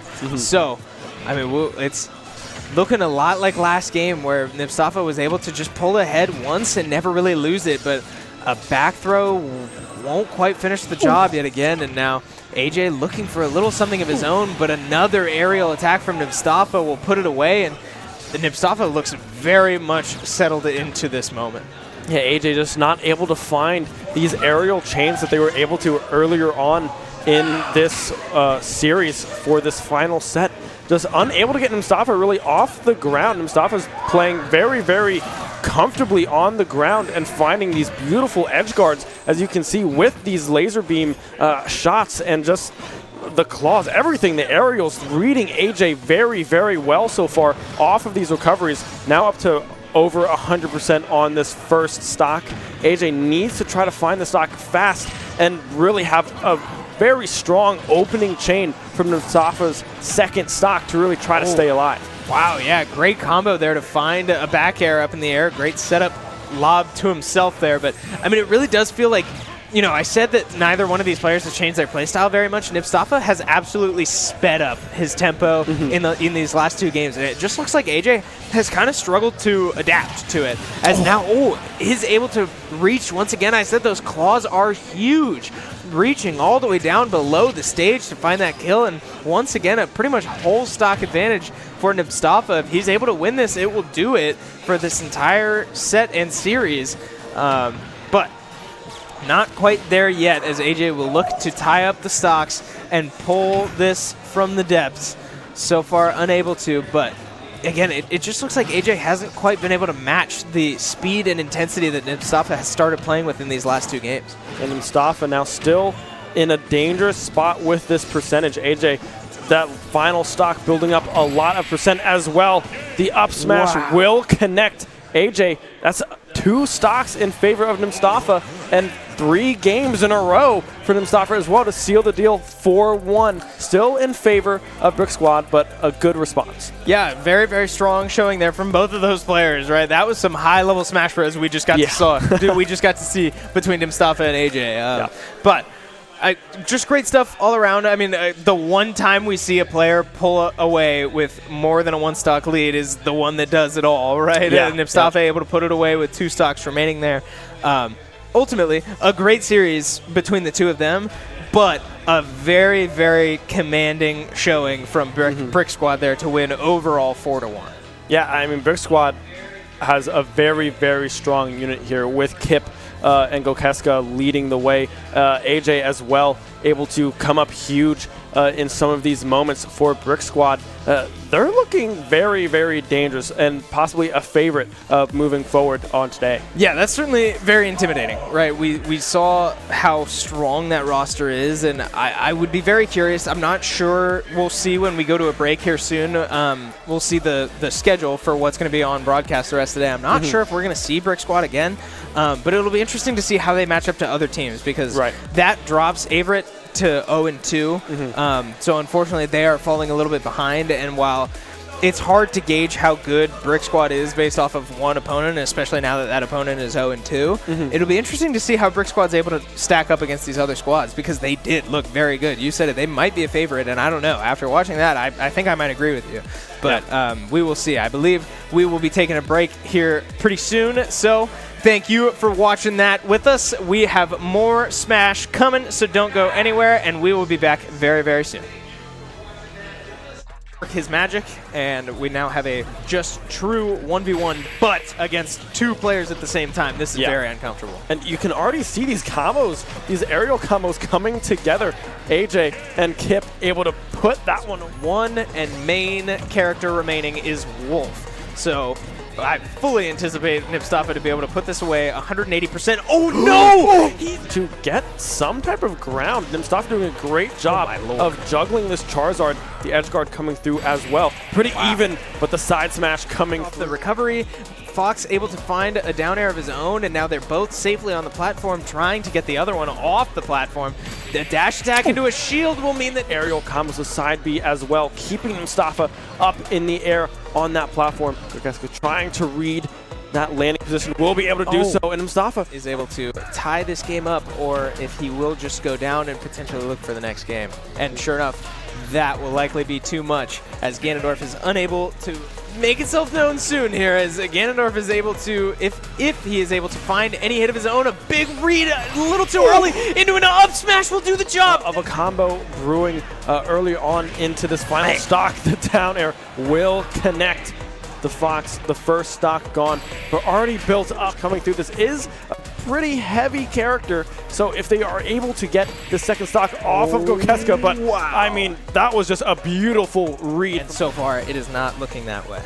Yeah, Kip now preparing for a possible edge guard. Won't do so just yet, but the bell again into the side smash will Just grabbing the game. Yeah. But a bell stun will launch Bowser the wrong direction. Kip was not able to react to that one, but a hydrant punched in the face. find that kill just yet. The deflect coming through as well, won't connect on anything. The hydrant off the map, and now we have the bell farmed up yet again. The up smash will be the one. The Nipstafa forced to side B back onto the stage, and we are once again in a relatively neutral state. However, both of these players once again finding themselves comfortably over 100%, itching towards 120%. A couple strings, a couple hits either way will take this game, but with Falco up in a 1-game advantage, you'd hate to see him around, but again, 160% is very scary for AJ, and he needs to play this basically flawless from here on out. But a parry is not going to start a full. In a dangerous spot with this percentage. AJ, that final stock building up a lot of percent as well. The up smash will.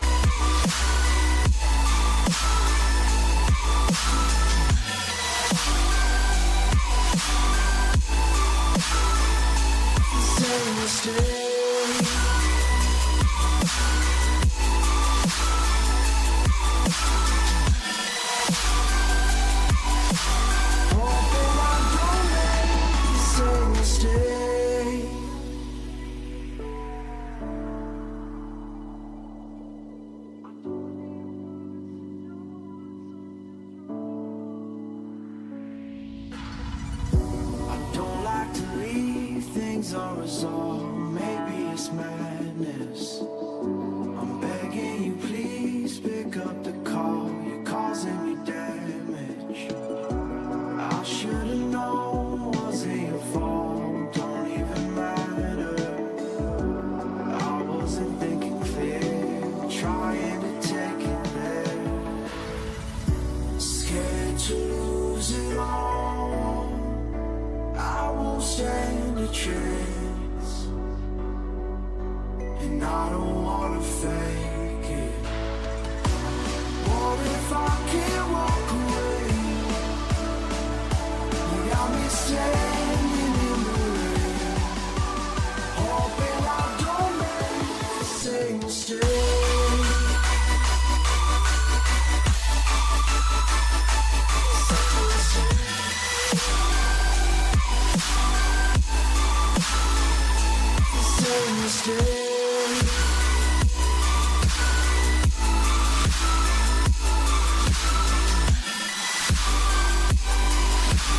Hoping I don't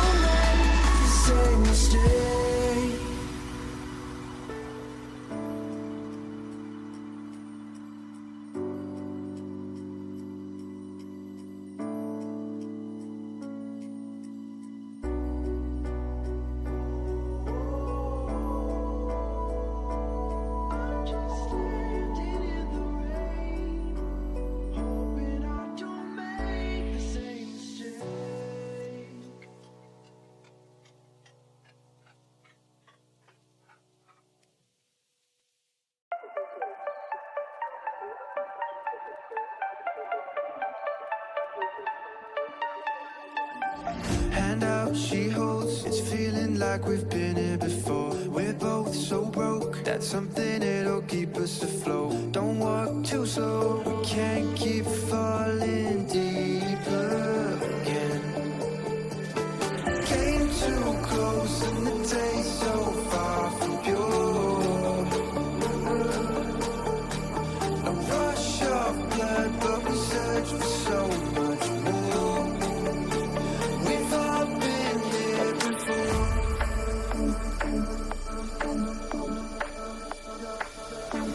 We've all been here before.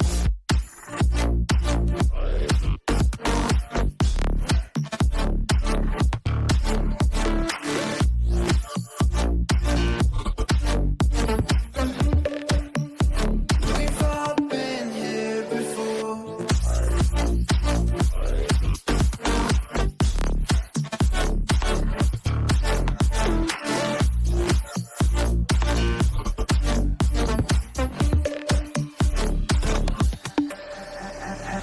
Hand out, she holds. It's feeling like we've been here before. We're both so broke. That's something that'll keep us afloat. Don't walk too slow. We can't keep falling deeper again. Came too close and the taste so far from pure. A rush of blood, but we search for so much more. We've all been here before.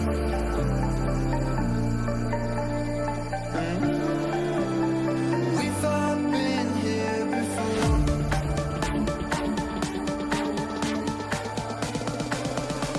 We've all been here before.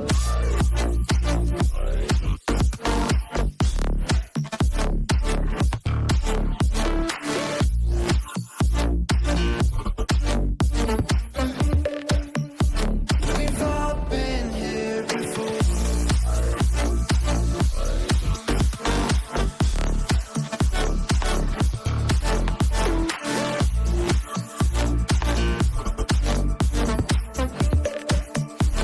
We've all been here before.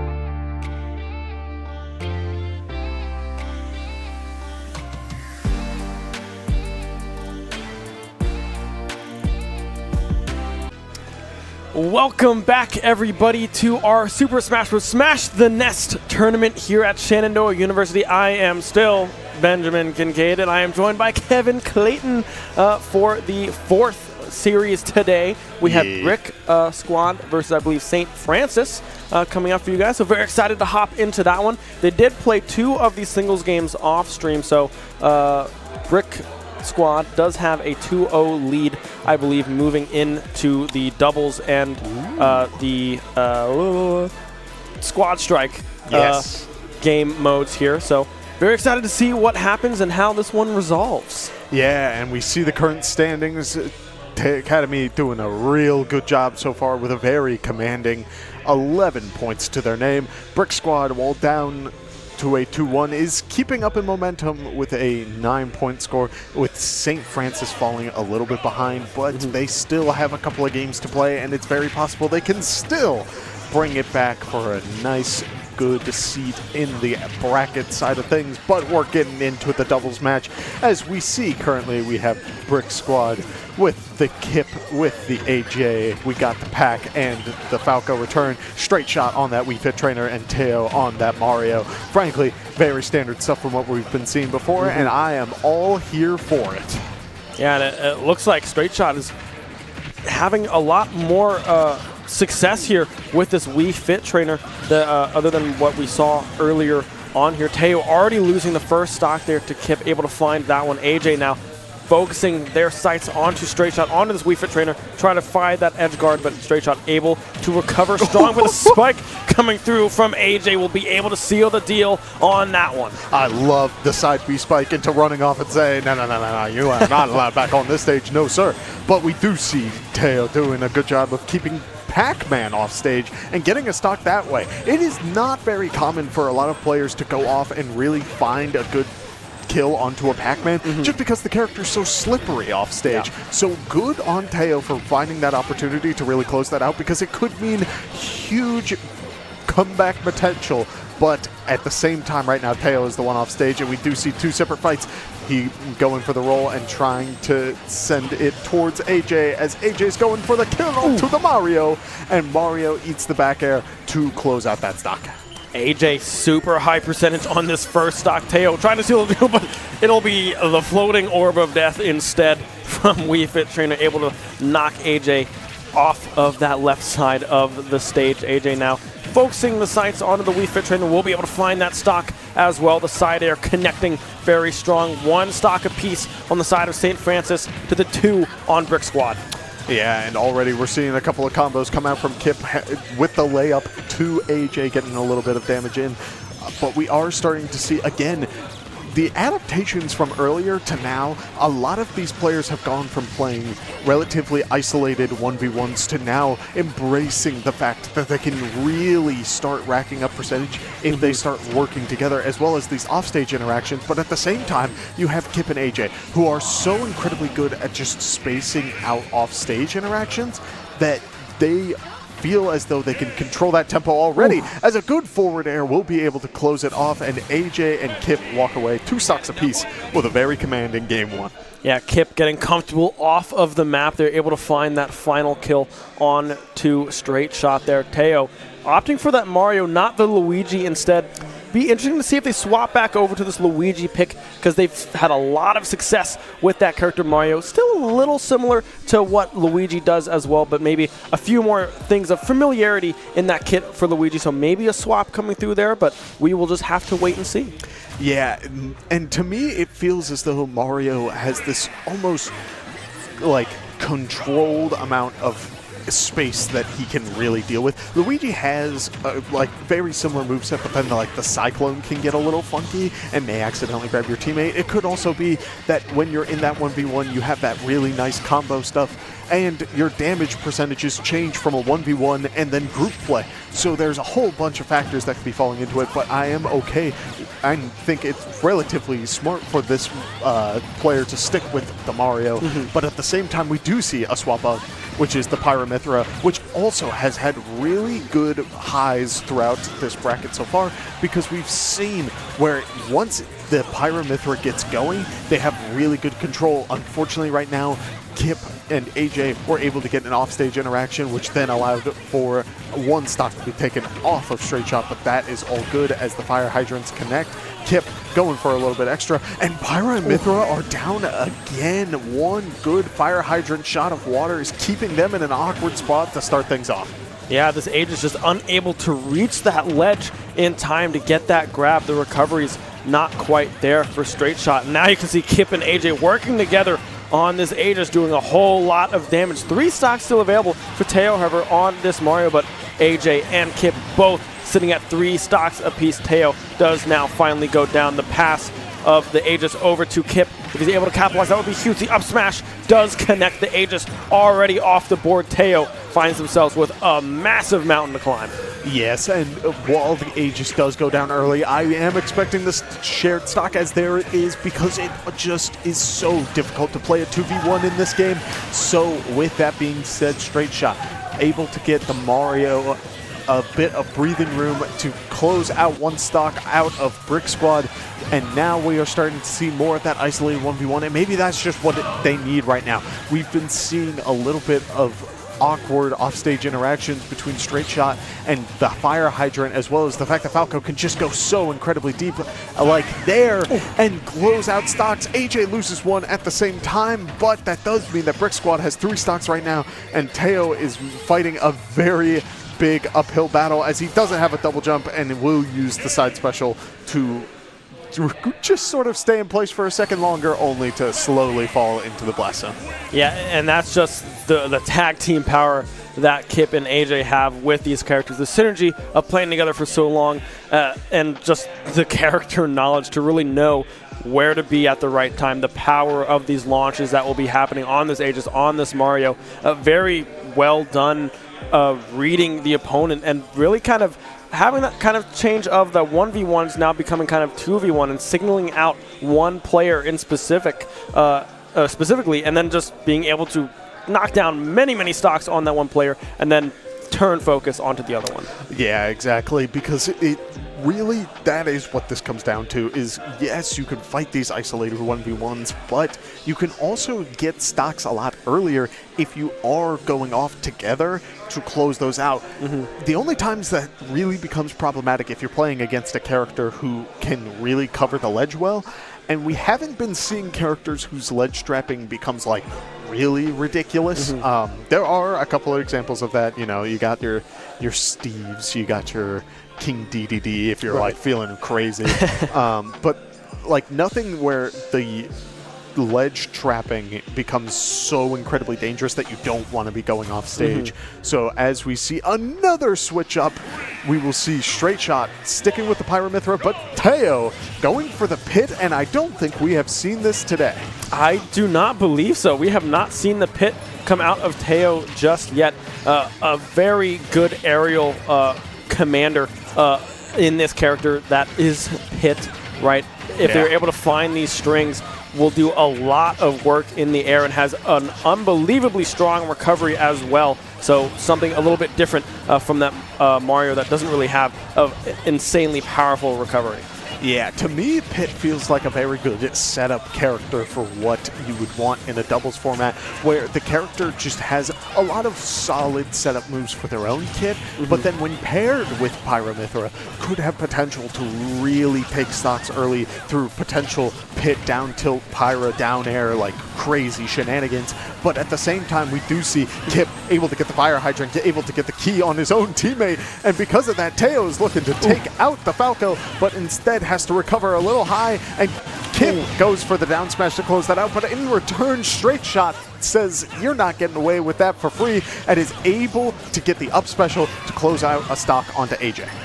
Teo trying to find that edge guard onto Kip as well to find that first stock, but Kip, with the recovery of Pac-Man, was able to fight their way out of that edge guard coming through from Teo, reach that ledge and stay alive. Teo doing a great job at kind of countering Kip's gameplay right now, but Kip now finding edge guards of their own.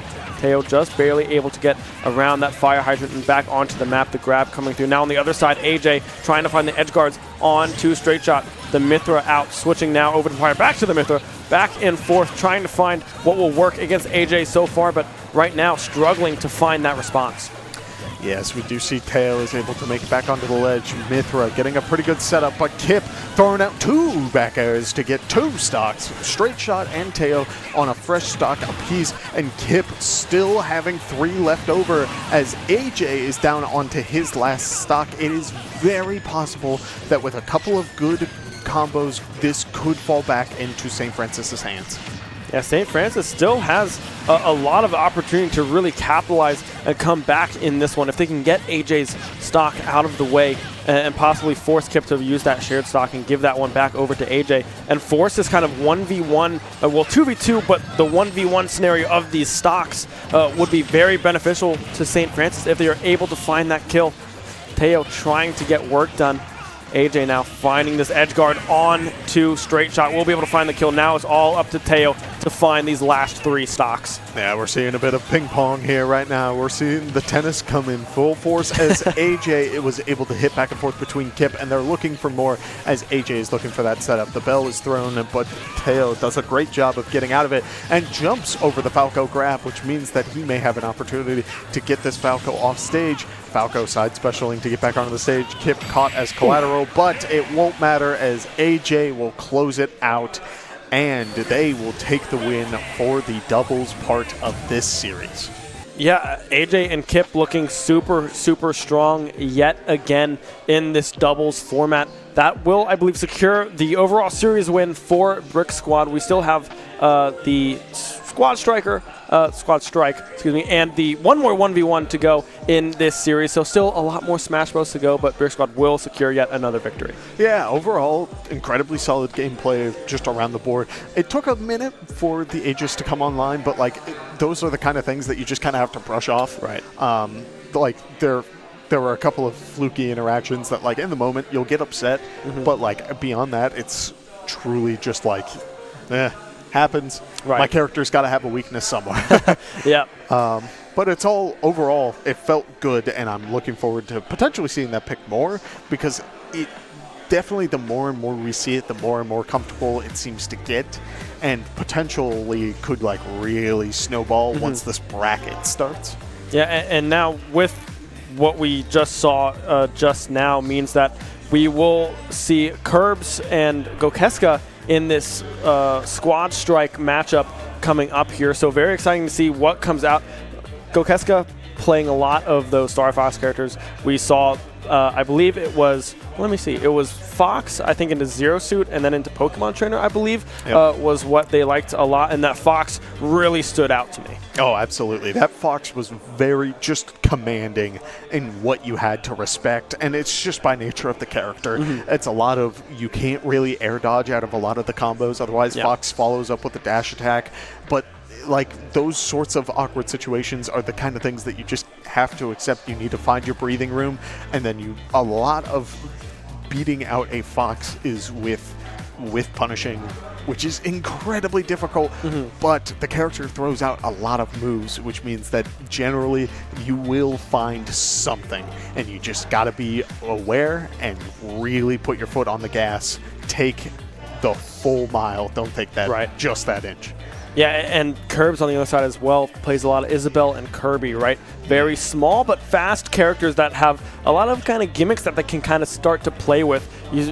We mentioned earlier on in the cast the Kirby, the crouch being very, very small and very hard to hit when that one does come through. And then we also have Isabelle with the fishing rod, the grabs and stuff like that, being able to find a lot of good combos off of that. So it'll be interesting to see the responses coming through and what Curb's third character will be. Yeah, we've seen the Kirby, we've seen the Yoshi, and we've seen the Isabelle, but we've also seen just a couple other flex picks rotating out, the Yoshi on occasion, or frankly the Isabelle.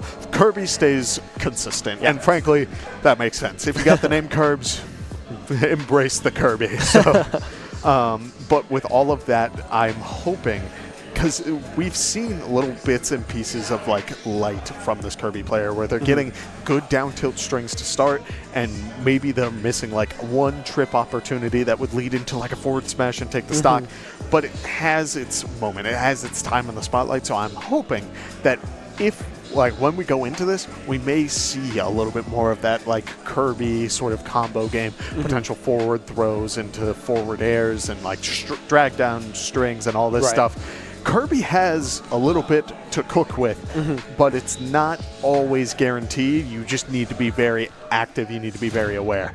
So we head into this. We do see exactly what you said. Pokemon Trainer Fox, I was about to say Wolf, and Zero Suit Samus versus Kirby, Yoshi, and Isabelle. And so with all of that, it should be good to go. Yeah, it'll be interesting to see how Curbs follows up with the speed of Gokeska's kind of lineup here, because there are very, very fast characters. Sure, there's the Ivysaur and the Charizard on the side of Pokemon Trainer, but that Squirtle to start things off is so fast as well. Gokeska a little far behind. You're not able to get these aerial chains to connect just yet on the side of this Zero Suit. Curbs doing a great job at kind of navigating this airspace and avoiding these beginning moments of some of these Zero Suit combos. Oh, absolutely. As well as we do see Kirby's been going for a little bit more inhale than usual, and I wouldn't be surprised it's because Zero Suit Samus getting that neutral special, getting that stun gun is frankly very good on a lot of characters. Can you imagine if other characters, can you imagine if Ganondorf had a stun gun? Oh my gosh. It would be terrifying, and Kirby benefits from that just as well. So I wouldn't be surprised if we do see Kirby trying to get a stock here, but the up special from Gokeska will be able to close out that Kirby before it even gets the chance to even go for that inhale. And so with all of that being said, we do see the Yoshi back out, and this Yoshi has also had moments to shine as we do see a Nair come out and is able to start racking up the percentage bit by bit. Yeah, Gokeska doing a great job at putting some last-second chains together to stay alive in that first stock. The Kirby was looking so strong for Curbs at the beginning, but just finally Gokeska able to get some of those chains in their favor, as we just saw the Yoshi as well finding those aerial combos, sending that Zero Suit Samus off the map, tying this one up in stock at least. Curbs still hurting a little bit in the percentage area here for this second stock. Gokeska now out with this Fox, looking to seal the deal with this one and not even need the Pokemon Trainer. Yeah, we do see Yoshi combos starting off strong, getting about 27%, but in response having to deal with Fox's game plan as Yoshi is able to air dodge back onto the ledge, jumps high, gets onto the platform, and starts the combos once again. Fox going for the back air, which does have incredible knockback, but won't be enough to take out the Yoshi. Yoshi throwing out the down air, getting a good amount of shield pressure, and forcing Fox to punish it to only be the jab as he goes for another down air, and that one will be able to close out the stock as the last character left for the side of Curbs is the Isabelle. Yeah, the Isabelle coming out. The last line of defense for Curbs here against Gokeska's Fox, but the jabs coming through already. Gokeska just waiting, patiently waiting for Curbs to come up, knows that you gotta come back to the map at some point if you're gonna try to bring this one back in this first game of this fourth set here. So yeah, I mean, Gokeska playing very well in the air and being very patient in spacing themselves out against this Isabelle. Absolutely, as we do see Fox really trying to command the space, just dashing a lot into the Isabelle's face, making sure that Isabelle doesn't have the time to go for any of these setups, instead just having to settle with just the slingshot. But Fox running up and going for one strong kick will be able to close out that 1 point going into the favor of the Fox player, which means that now we will go into another round. Another round indeed. Expecting to see the same lineup on the side of Gokeska, right? That Zero Suit is just looking super strong, especially when you go right into the Fox as well. Another very fast character, very hard to navigate around, especially when you get caught in those aerial chains. It's very hard, like you said earlier, to get out of those combos because they just keep coming, and it's just difficult, right? The Kirby looked really good on the side of Curbs as well, but just wasn't able to avoid some of those last-second combos coming through from Gokeska on that Zero Suit to put that first stock away. Yeah, same character picks except for one small change. Our buddy Pikachu has come back out to play, and the last time we saw the Pikachu, it definitely had a moment of sunshine, but at the same time, it was near the end of a Nimstafa round where he was on a very strong streak, which means I am hoping to see more of this Pikachu during this round and what all it has to offer, as Kirby gets a very good 49% string to start things off, and Zero Suit Samus is returning it in stride as she is the one getting the advantage state to start things off. Yeah, Curbs getting a very good start, trying to find this first stock, and this is exactly how that first game went. Curbs was looking good. The down air will be able to find the kill. Curbs very confident off the map, able to find that kill. It will be Pokemon Trainer. The order a little mixed up here for the side of Gokeska. Will not opt to bring out that Fox second. Will save that one to anchor themselves if needed. Curbs up to about 100 or so, 104 percentage built up. But yeah, I mean, Curbs right now playing very well. Yeah, Carbs is starting to really like settle into this sort of environment and has been doing a really good job of really punishing these sort of get back to ledge options. When you have a character with so many jumps, it makes sense that you would want to be going off stage, but a lot of these characters so far have had really good recoveries, and because of that, it's been a little difficult to punish. But at this moment, we did see a very optimal, just sort of awareness about the Zero Suit Samus flip kick, and it really worked out in Curb's favor. So now Ivysaur comes out and is already at 100% and will not be able to take the stock off of that up B, but Charizard coming out going for the up throw that will be able to do it. And now we will see Pikachu coming back, and will they be able to close out this stock against the Squirtle? Yeah, Squirtle 101 percentage there. The Ivysaur struggling a little bit there against that Kirby to find those aerial juggles that Ivysaur does so good at performing at. Right now, Squirtle trying to get some juggles of their own going in the air, but still has to be very careful because Pikachu, while small, can pack quite the punch and knock you out of nowhere. The swap now over to this Ivysaur. I'm loving a little Pokemon versus Pokemon action. Yeah, we got Pokemon versus Pokemon on PS2, but at the same time, I'm kind of excited to see when you're playing against Squirtle. To me, that character is very just like you eat the percentage and you just kind of have to wait for your opponent to switch to Ivysaur or Charizard, right, because it's very hard to punish Squirtle. Now that they're on the Charizard, now that they're on these bigger characters, you have opportunities to punish just like that, as the dash attack will be able to close out that stock. And now it is the last character for Brick Squad, Gokeska, the famous Fox. One quick follow-up with a up smash will be able to close it, and we are back to the Isabelle versus Fox 1v1 as we saw before.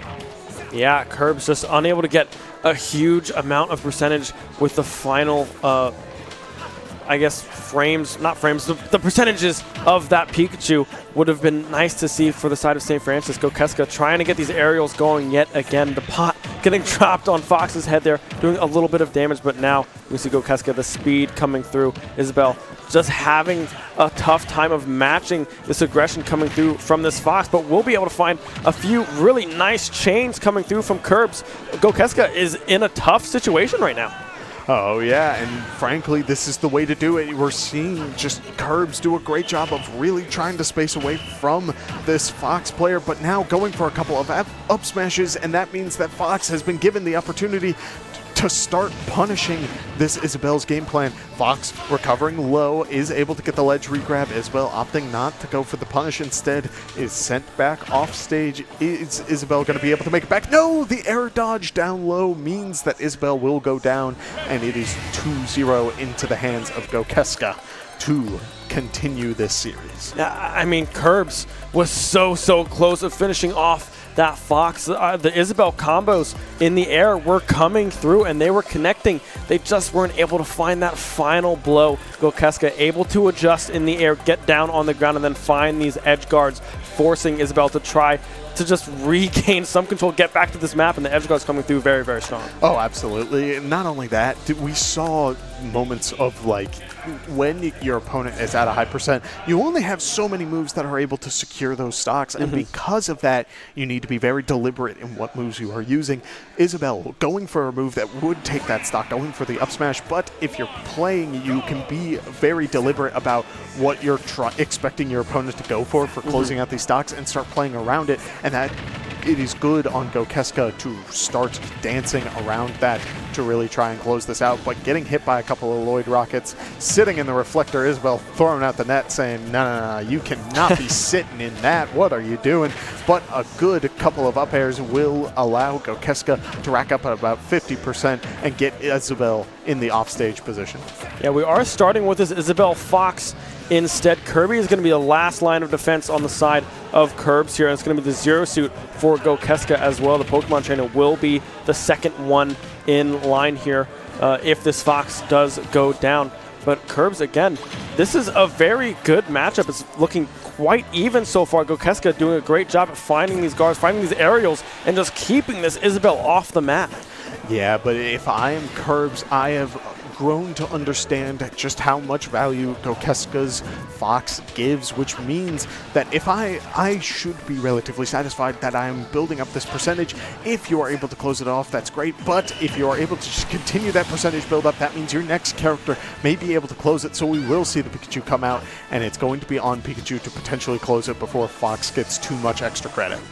Yeah, if this Pikachu can get this final, this first stock, this final last breath of this Fox out of the way without taking too much damage, that would be huge for the side of St. Francis moving forward in the standings here. Will be able, not quite able to do so. It looked like it could have been a potential kill there. 137% built up onto this Fox. Curbs trying to just get this Fox out of the way, but not able to do so just yet. Yeah, not able to find that one final strong hit. The up tilt did connect, but there won't be a follow-up because Fox was able to DI as far away as possible from that move, which means now the percentage is still beginning to build up on Curbs, and Fox is living until a very long percent, which means that now the rage is building up and Pikachu will be taken down to just about anything. And that is so incredibly dangerous, as we do see Pikachu's back air connect, going for the forward air off stage, but it won't be enough. There it is. The other forward air will be able to send Fox off the top, and now we will see the Pokemon trainer come down for Gokeska. Yeah, I mean, the Fox finally out of the way, but Curbs, you took so much damage on this Pikachu. The swap coming through, did he just... Oh, yes. A little bit of a misplay there, an SD coming through. Curbs still in this one full on. Yeah, I mean, at this point now, I'm sitting pretty happy if I'm Curbs, as we do see a back air start to connect. And this is a matchup that if the Pikachu does go down, the Kirby was able to take a stock off of this Zero Suit Samus earlier, which means that I am fairly certain that this is looking really nice, but it may not even hit that point, as a good up tilt into the back air will continue to combo onto Gokeska and get the percentage rolling. Zero Suit Samus able to get the grab and go for the throw, but it won't be enough to take out this Pikachu just yet, as we do see the double Thunder Jolt coming out. Zero Suit Samus going for the grab, the flip kick not able to get the follow-up. A good up air does send Pikachu flying, but isn't enough. We're seeing a Pikachu living at 173, 181. For a character that is supposed to be incredibly light, this Pikachu's living for a really long time and is doing a great job of surviving, as another great back air will be able to control the stage tempo. But Zero Suit Samus jumping over, saying, I am not going down that easily, as the back air will even things out, one stock to one stock. And now it is Curbs on the Kirby. Will this be enough to get a point into St. Francis's favor? Yeah, I love that the Kirby is the last character on the board here for St. Francis against this Zero Suit, because, I mean, Curbs, your Kirby looks so good. This is by far one of your best characters that you have access to right now. And already Gokeska on this Zero Suit is up to above 100% on this final stock that they have here.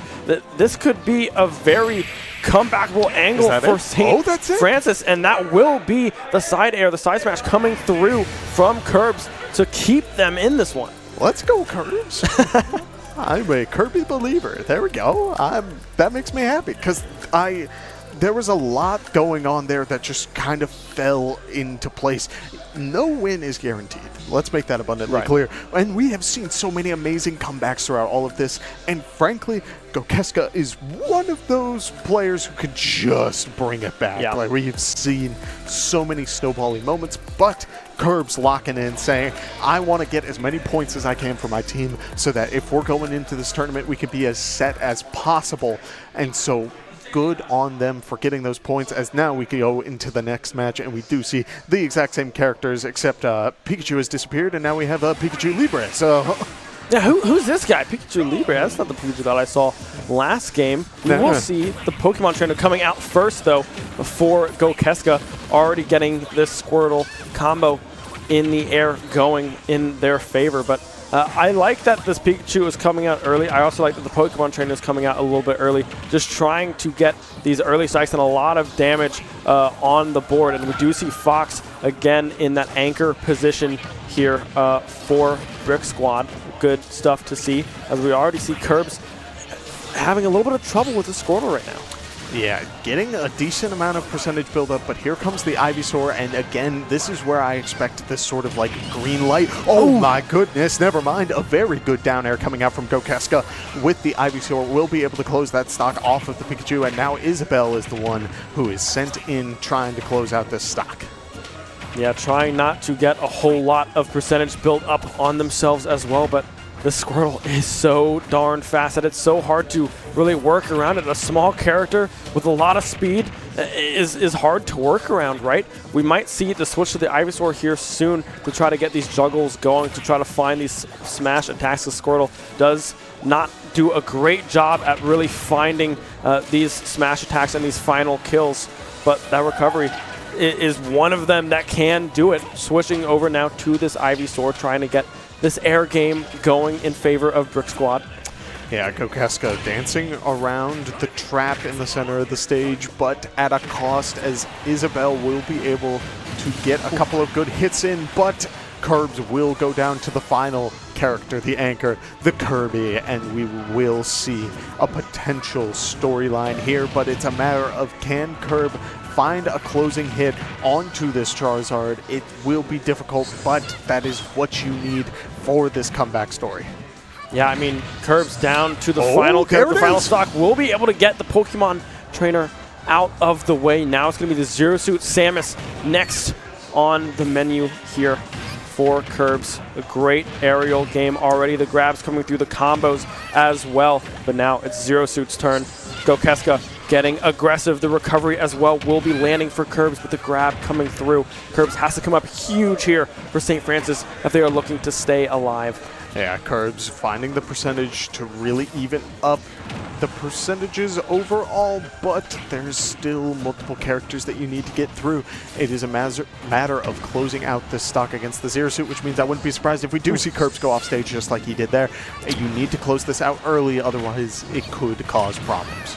Yeah, Curbs 115 built up already. Has to try to get back to the map. We'll find the side air connecting the down light as well, trying to get some chip damage, trying to get Gokeska up in the air. The recovery back.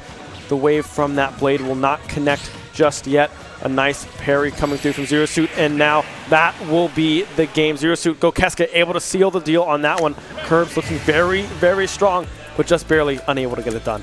Yeah, that Fire Whip is something that, frankly, I feel as though we haven't been seeing too much of. You usually see it just when going for that grab, but that damage buildup, that just incredible knockback really settled everything in, and so frankly, once it connects, it's just kind of like, okay, you did something that we haven't seen a lot of. That's good on you, like, because that's welcome to Ultimate. You need to be a little unpredictable, and you have a full arsenal, a full move set to do just that, and it worked out. So overall, pretty good. Yeah, very, very good gameplay from both sides. I liked seeing a lot of these different matchups because they were kind of swapping around a lot of these characters in the order of when they were going to use them. So very fun seeing a lot of these kind of matchups come out to play, right? The Pokemon trainer on Gokeska looking very, very strong. The Ivysaur in particular with these juggles, with these aerial attacks that they're able to find are very, very positive. We still have one more set for you today. It's the final 1v1.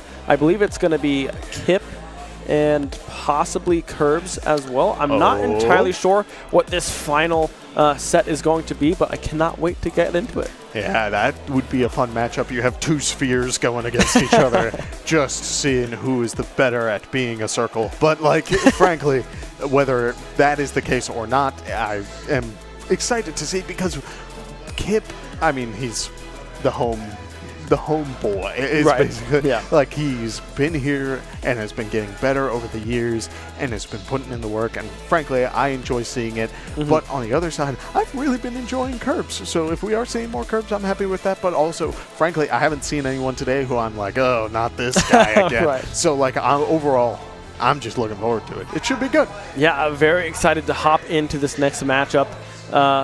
Expecting some high energy, right? Some high action packed 1v1s. If it is Kip and Curbs, it would be a very fun matchup to see. I'm not entirely sure who the two other 1v1s were just yet, So a little kind of up in the air of who we are going to see. I'm not 100% positive, but whoever we do get, I'm sure it'll be a great match. Yeah, I'm getting a little bit of a spoiler behind me as I'm looking at the TV screen, but if this is the case and what I'm seeing is true, we're not doing a button warm-up or anything like that, Kip is picking something that I have not seen in ever. Kip's playing Sonic. I don't think I've ever seen Kip play this character for the time that I've been here at FCU. And it's going to be Teo for the side of St. Francis. I guess Curbs did play one of those earlier 1v1 matches here. We'll be on that Luigi, a little Waluigi cosplay as well with that purple Luigi skin coming through. Love to see it. Wish he was in the game, but alas, he is not. Right, absolutely. But at the same time, I think the reason why we are seeing this sort of Sonic matchup versus Luigi, I'm assuming there has to be something about the Pac-Man matchup that Kip doesn't like. I wouldn't say Kip is doing this more so to just like get off of the Pac-Man unless he thinks that there's a problem with this matchup. Some interaction that he doesn't like as a Cyclone from Teo will get a stock lead to start things off, but a quick forward smash from Sonic will return it in favor. Yeah, one quick response there from Kip. 2 stocks apiece, 0% apiece. The fireball does land. The Hedgehog going crazy, trying to find these angles onto this Luigi. Just trying to get those grabs and those aerial combos underway is Teo, but the Cyclone seems to be the name of the game so far, because that's what's really been able to catch out this Sonic, this speed, and find a response for St. Francis. And that makes sense, right? Is if you're going to deal with a character who is generally very grab-based, you have a character who's moving around a lot, is very hard to track, is in the air a good amount. Sonic definitely has a place in this matchup, and so I'm starting to see why Kip opted for this instead of the Pac-Man, just to keep the momentum going. But also, it seems like Kip isn't doing much of the timeout strategy as you would expect. He's more so trying to get into the face of Teo, really trying to box and keep things going. Yeah, playing a very aggressive Sonic here, Teo, with the side air as well. Now just trying to find the edge guard. The Cyclone will connect. Won't be able to find the kill, but the side waves of the hand there, able to secure the kill. Instead, Kip now onto their final stock. Teo looking super, super strong. 2 stocks remaining. Still about 96%, so not instrumental by any means for Kip here if they're able to find this stock and survive with this one without taking too much damage before that one-on-one stock comes to fruition.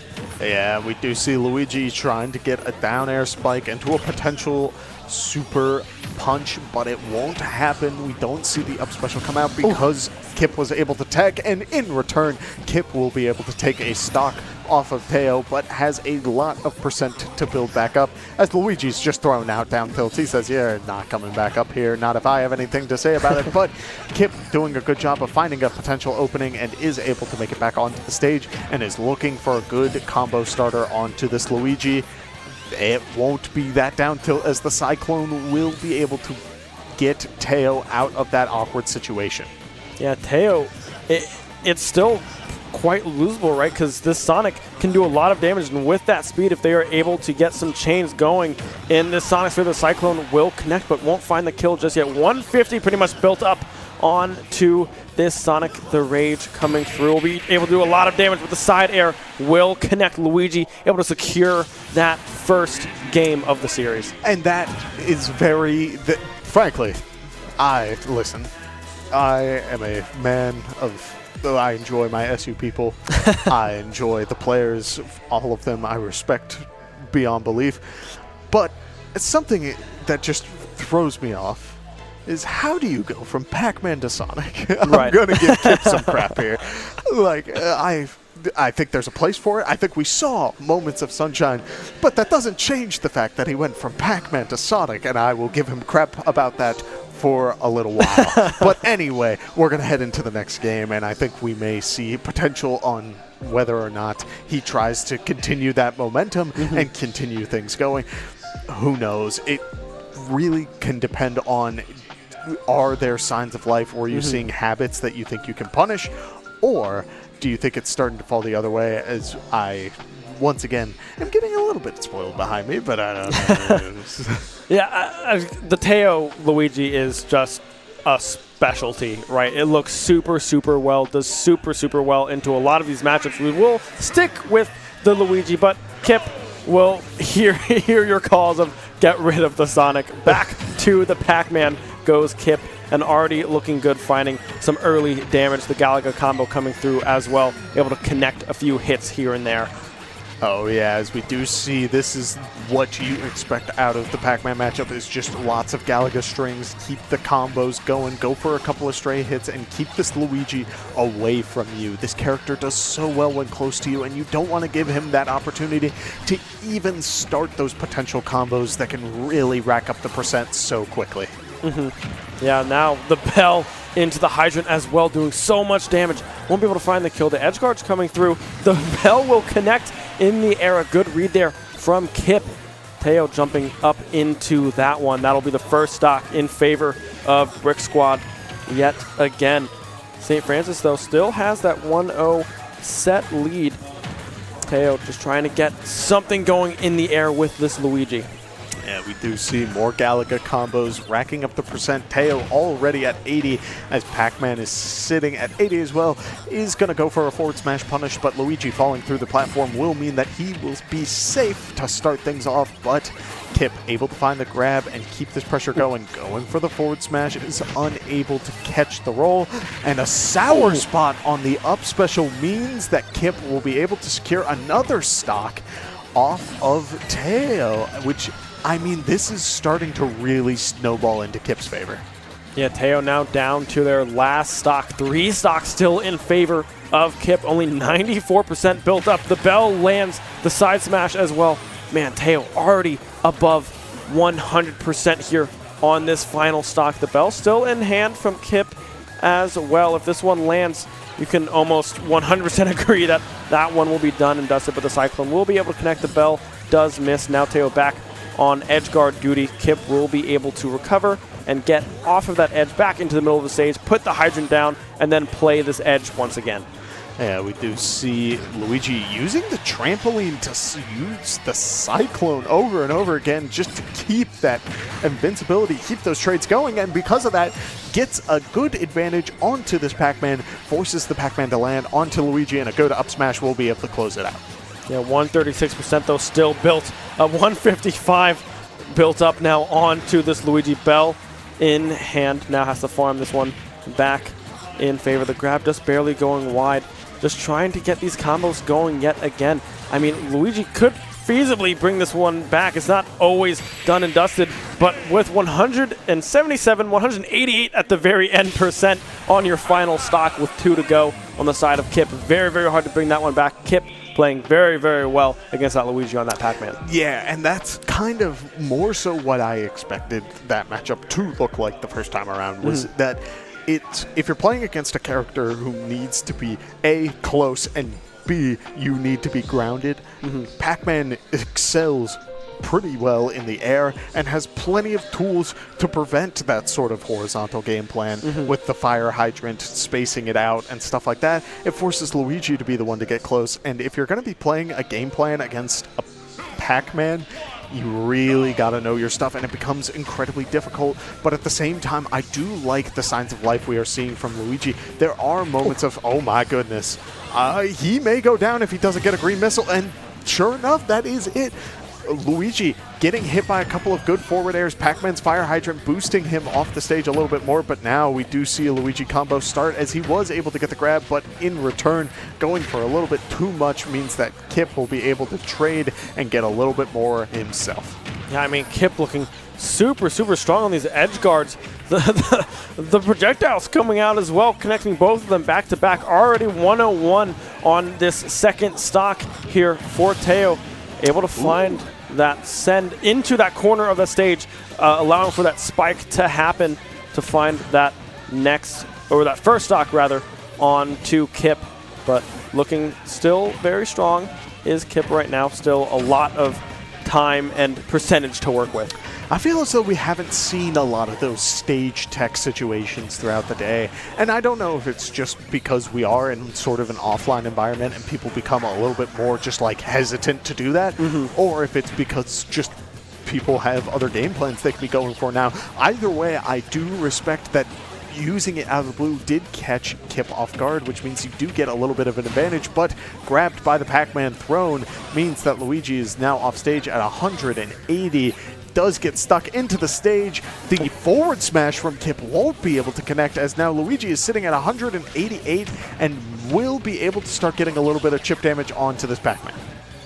Yeah, Pac-Man now in danger on this second stock. Teo really extending this final second stock, will finally go down, but still was able to build up quite a lot of percent on Kip's second stock here. If they're able to find this one fast without taking too much damage from these combos coming through from Kip, Teo could be in a pretty good position, but you need to find that stock first, and right now Kip doing a very good job at avoiding these combos coming through from this Luigi, playing space, farming up whatever is needed to try to put Teo away.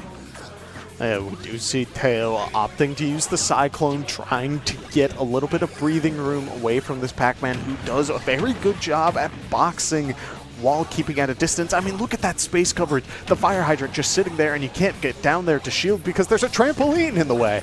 And so now Kip dashing forward, getting Luigi off stage. Luigi able to use the Nair to get back onto the stage and get Kip into the ledge situation.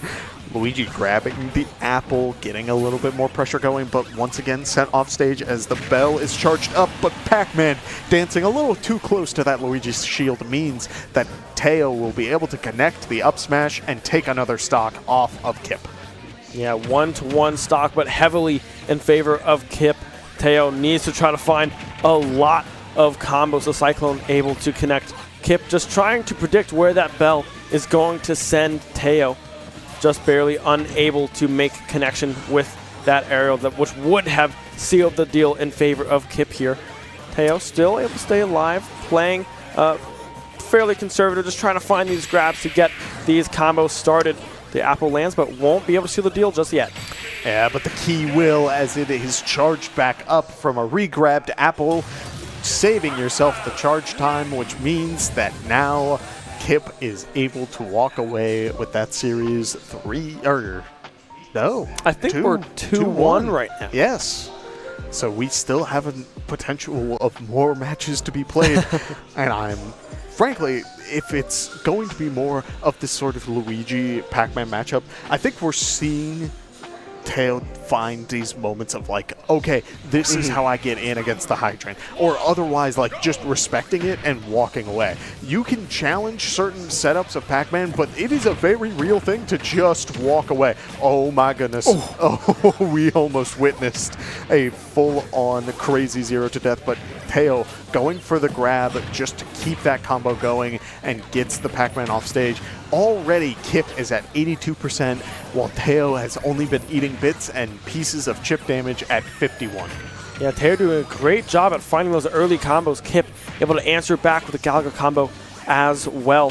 Back on the stage, the edge guard coming through the side air from Teo will connect. I mean, Teo doing a great job at reading the movements. Both players now above 100% on this first stock. The side smash will come through from Teo, able to secure that one in favor of St. Francis. Teo staying alive and looking pretty good. The bell, however, will connect into the side smash from Kip, able to tie that one up. 0%, 2 stocks on both sides. Yeah, Kip using the side special to dash through the Luigi. Luigi using the Cyclone to get out of the Galaga combo, but it falls into the second round, which means that Luigi is now at 66% off of one good string. But here comes the opposite side of that, as now Kip throwing down a trampoline as the combo started, which means he will be able to get out with very little damage, but at the same time is now off stage. Well, yes, a Pac-Man player can be incredibly comfortable off stage. That doesn't mean it's always the best place to be, as a very good Nair into the up special will mean that Teo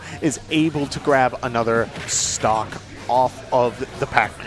Yeah, Teo playing very, very good here in this matchup, learning a lot of the movement from those previous 2 games with Kip's Pac-Man here, but the SD will come through just barely, unable to make connection with that aerial, and now Kip suddenly has a chance, some life here in this game number 4. Yeah, we do see Luigi going for the down throw and does get a down air follow-up, but it will not spike. It won't go for anything too crazy. Instead, just building percent as just about anything in Luigi's kit. May be able to close the stock from the back airs to the forward smash. It could be just about anything, but Kip still has these great combo starters. Luigi using the Cyclone to get out of the Galaga once again as he has continued to build up this pressure. Pac-Man at 131 does have a Galaga in hand, and is Luigi doing a great job of just continuing to build that hydrant pressure, but a Pac-Man get-up attack means that Kip is once again back on the stage and may have an opportunity to start racking this percentage back up into his favor. Yeah, Teo still has himself in a very comfortable position with about 70% lead here on this final stock, but just unable to find these final shots. The Cyclone will connect, but won't find the kill just yet. Now the edge guard's coming through the Cyclone again, connecting. Still no kill on the side of Teo. The Bell coming out will connect. Teo in some trouble. The Bell still up and available, will connect, but Kip unable to find that finishing blow. Teo just trying to stay alive. It's so close. Either side can die almost at any second. Both members now above 100%. Yeah, and right now Teo needs to respect the fruit that Pac-Man has stored up, going for the Cyclone, trying to make that call out, but instead is punished by the Pac-Man, but nothing too crazy, as right now the key is charged up, it is thrown, and now Kip will have the opportunity. Throws out the Galaga, but a green missile will bring it back, and Teo is able to get one more Cyclone to close it out as Pac-Man's going for the re-grab. That worked out amazing for this Luigi. It looked very close there towards the end. Luigi finding that very unfortunate SD there on that second stock, and then Kip almost capitalizing on that one as well to win that series 3-1. It was very, very close, but Teo able to play safe, play some time, recognizing what this Pac-Man has available at different moments of that last stock, and then finally able to find that Cyclone to seal the deal. Very good stuff from both sides. Now we advance now to a tied 2-2 and a game 5 here for this final set. Yeah, and I mean, this point could really change things up for the seeding. It all just depends on what else has been going on in the bracket, but as things start to fall into place, there's one more game to be played, and I'm expecting to see the run back one more time. Luigi has been doing such a great job of really adapting to this sort of game plan. Again, understanding what opportunities they have to get in and what sort of options they can use, whether they want to jump away and just not mess with whatever setup Kip has going on, or vice versa. We've seen now the Cyclone use aggressively to armor through, almost invincibility through these projectiles that Kip is throwing out and get a lead off of it, which means that now it is on Kip to start the adaptation, because Teo has been doing an amazing job of keeping this pressure going. Yeah, Teo now just trying to find these aerials, these combo chains yet again at the beginning, but Kip being able to avoid them. The hydrants coming down as well. Teo just trying to find that grab, but unable to connect just yet. Bell in hand, won't connect just yet. But right now, Kip seemingly in complete control of this first stock. Yeah, we do see Luigi able to get a grab, but doesn't go for much more. Just trying to respect whatever options Kip is able to throw out. Kip using the Bell to his advantage, get a little bit of shield pressure going, and using the hydrant to dash forward for the forward smash and get Luigi off the stage. Luigi jumping high, but is stuck into the stage. It will not matter, as Kip is able to get back onto the stage and get a little bit of a setup going with some fruit. And the Cyclone connecting as well for Teo. They're now just trying to find an edge guard of their own. Will connect the grab, but the up special not able to connect. That could have been a potential kill angle there for Teo if that one lands on that sweet spot, but just barely missing out on it. Kip now farming back up some of these fruits and some of these awesome retro games of the hydrant. That'll be the one to do it. I believe that was the key as well, being tossed out there for Kip to secure that first stock. Yep, and it was good on Kip to hold on to the projectile for a moment. We've been seeing Teo use the Cyclone aggressively to get a lot of value, but it comes at a cost. That move has a lot of end lag, and it's not invincible for the entire thing, which means that if you do wait it out, that the amount of value you can get off of one good key throw, off of one good forward smash is so incredibly valuable, which means that now if Kip lands it again, Kip is very aware of this, that means that Teo is going to have to start adapting once again. And this is the back and forth of a fighting game that I love, is when both players are forced to start adapting to each other on the fly. Yeah, the trampoline coming out, avoiding the grab there for Kip. Teo trying to put that first stock away, but just unable to do so. The side air coming through as well, connecting. 115 built up on the side of Kip's first stock, but Teo, their final stock, in danger again. Kip able to snipe that one out. One stock remains for Teo. It'll have to be a miracle to bring this one back. Oh yeah, and while I do think it will be difficult, I do believe that it is incredibly possible, because Luigi is the kind of character that is very explosive in nature. It just requires a good enough setup, and I do think Teo has done a great job of adapting throughout this entire series, which means that while this up smash connects, and while it won't be able to take this stock at the start, I do think that he has a potential to really close this out and frankly try and bring this back one more time. But as we see, there's the grab, the back throw will be able to take the stock, and this is where we need to be a little bit scared if you're rooting for the pack, because Luigi has so much going for him off of one good grab, but at the same time, he's starting to build percent. He's currently sitting at 100, and Kip is aware of this as well. Look how he was sitting on the platform for a while, because he knows he doesn't want to mess with a Luigi on the main stage. Instead, he goes for the bell, and when Luigi runs forward to go for the grab, he throws it, and Pac-Man gets the smash attack to close out that 1-3-2. Yeah, a very, very close set for Teo there, just barely unable to get that final game going in their favor. Kip doing a great job at recognizing the threats that this Luigi is bringing to the table, recognizing a little bit of this play style, saving that bell, like you said, at the very end, making that connection, finding that smash attack for Pac-Man there. And yeah, a great showing from Brick Squad once again. And that is what I love, again, about fighting games, is that it's just so much back and forth. When you watch people who have a true understanding of this game, you look past the fundamental of the character, you look past the combos and whatever sort of gimmicks they may have, you start to look at what truly makes this back and forth interaction. Where is this momentum swinging? What do you need to do to start changing that? And I think we witnessed a lot of that just now, and that was beautiful. I love it. Yeah, very, very good Smash Bros that we just saw, and we still have more to come. Do not go anywhere. We will be right back with some more Smash Bros. To the Mario, and Mario eats the back air to close out that stock.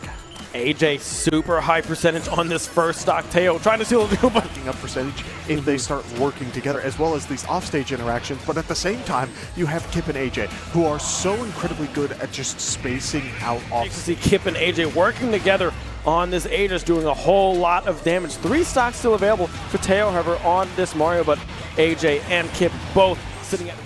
Yes, we do see Teo is able to make it back onto the ledge. Mithra getting a pretty good setup, but Kip throwing out 2 back airs to get 2 stocks. Straight shot, Falco off stage. Falco side specialing to get back onto the stage. Kip caught as collateral, but it won't matter. Able to take the stock off of that uppie, but Charizard coming out, going for the up throw that will be able to do it. Now that they're on the Charizard, now that they're on these bigger characters, you have opportunities to punish, just like go for the punish. Instead is sent back off stage. Is Isabelle going to be able to make it back? We do see Pikachu's back air connect, going for the forward air off stage, but it won't be enough. There it is, the other forward air. Yeah, I mean, the Fox finally out of the way, but Curbs, you took so much damage on this Pikachu. The swap coming through, did he just... What they have here, this could be a very comebackable angle for St. Francis, and that will be. But here comes the Ivysaur, and again, this is where I expect this sort of like green light. Oh my goodness, never mind. From that blade will not connect just yet.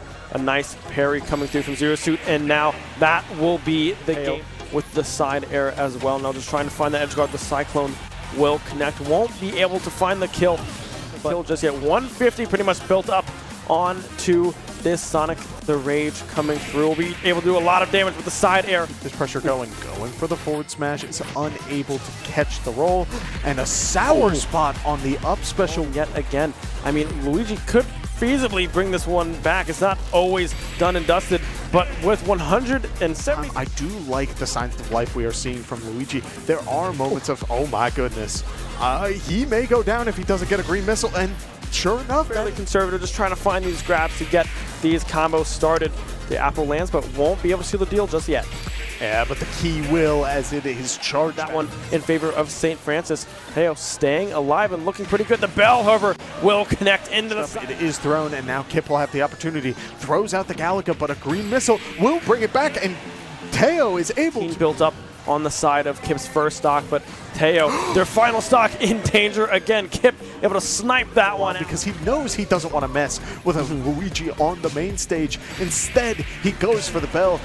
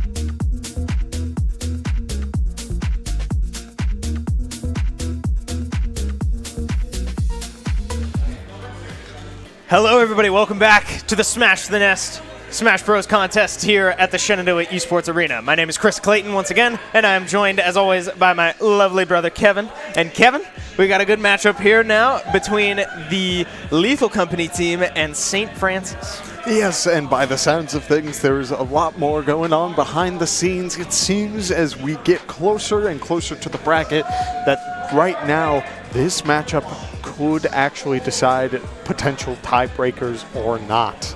Yeah, it sounds like, so there's been some playing off stream so that we can kind of stay on schedule here in person, and it sounds like a singles match has already been played between these two teams, and I believe Lethal Company took that against St. Francis, which means that we're going to play doubles here on stream, but there's also the squad strike being played off stream right now. It's a little complicated, I know, but bear with me.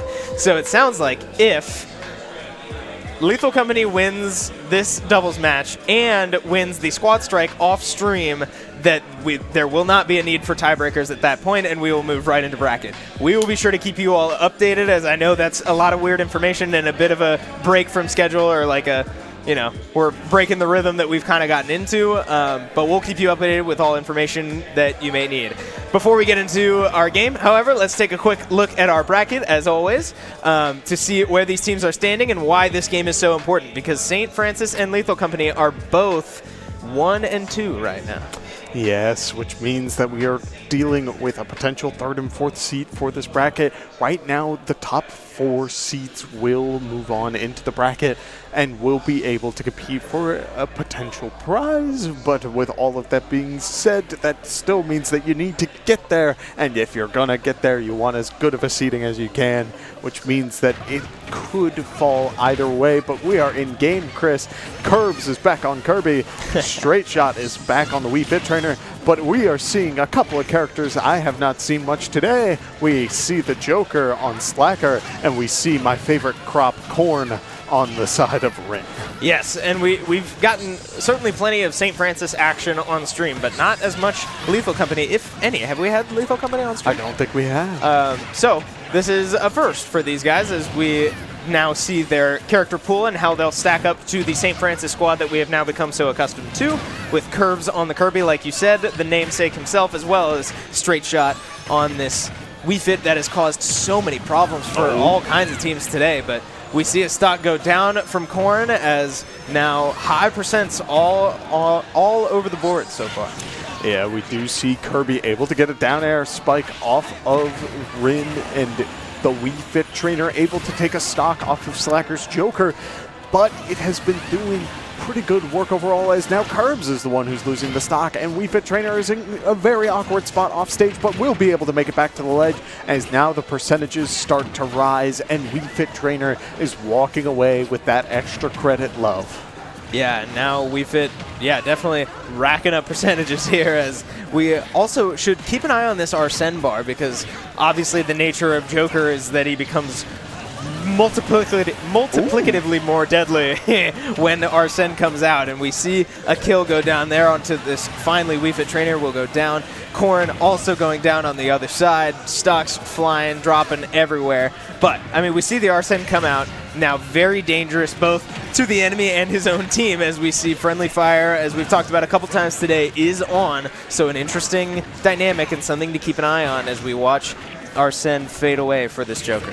Yes, and we do see Curbs embracing his inner Phantom Thief, as right now he has a lot more pressure with this copy ability, able to rack up percentage from such a great distance, but a very good drag it down jab confirm into the forward smash from the Joker will be able to close that, but in return, Curbs slaps Joker back and is able to even out the stocks. Same deal with Rin, who's sitting at one stock, but again, Straight Shot is doing a great job at holding on to these stocks, and I think that will become critical as this match continues. Yeah, this is, I mean, you said it, this is really close, with the one outlier being this Wii Fit Trainer, who is clinging to the second stock so far, but not for very long, as now, unfortunately, it will be a trade for Lethal Company as Joker goes down, losing his last stock, and now a 2v1 situation for Rin, as this Corrin will fight to survive against the onslaught of two players. But, I mean, we will see. We've seen this become successful for the single player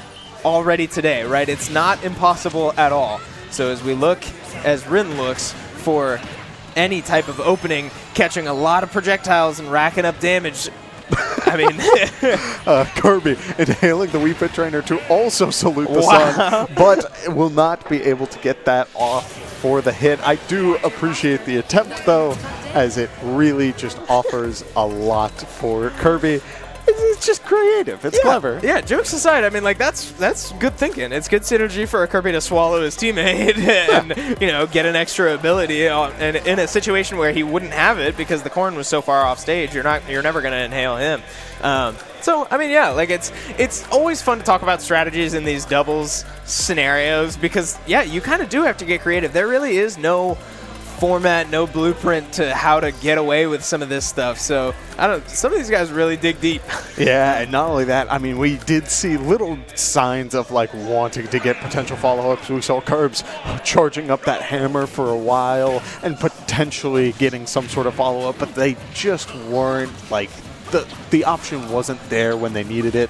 And so we ended off instead with a very nice dash attack. But as we head into this next game, we do see Sephiroth is on the field, which means that now we are seeing a little bit more range coming out of Rin, and I think it could prove pretty vital for how this continues. Yeah, I mean, this is our second Sephiroth player we've seen today, or at least at this tournament here today, and so we're a little familiar with how Sephiroth fits into these matchups and stuff. We saw the other Sephiroth player have to deal with this St. Francis squad, but St. Francis was able to win that series, so we'll see if the Sephiroth works out a little bit better this time, and it certainly is, as it catches a stock from Straight Shot and will knock the Wii Fit, who was such a pest in the first game of this set, now down to 2 stocks. Yeah, we did see Sephiroth's counter do so much, but also Arsene's back air offered just as much value, taking a stock off of a Straight Shot in the process. And now we do see Sephiroth on the ledge, trying to find his way back. And while he does make it back, Joker is now the one who needs to find an opportunity. But in that process, then Sephiroth goes down. There's a lot to keep track of during these double matches. Man, yeah, and this Wii Fit Trainer is hitting hard with the deep breathing buff, just random aerials flying and launching this Lethal Company squad flying because they're not super heavy, right? Sephiroth is deceptively one of the lightest characters in the game. And then Joker is, I mean, rather predictably pretty light as well. So we see an Octa-slash combo into, was that a Kirby down B? It was his own teammate hit him with a rock and it immediately goes down because of it. That was tragic. A tough way to go down there. But, I mean, that stuff matters, right?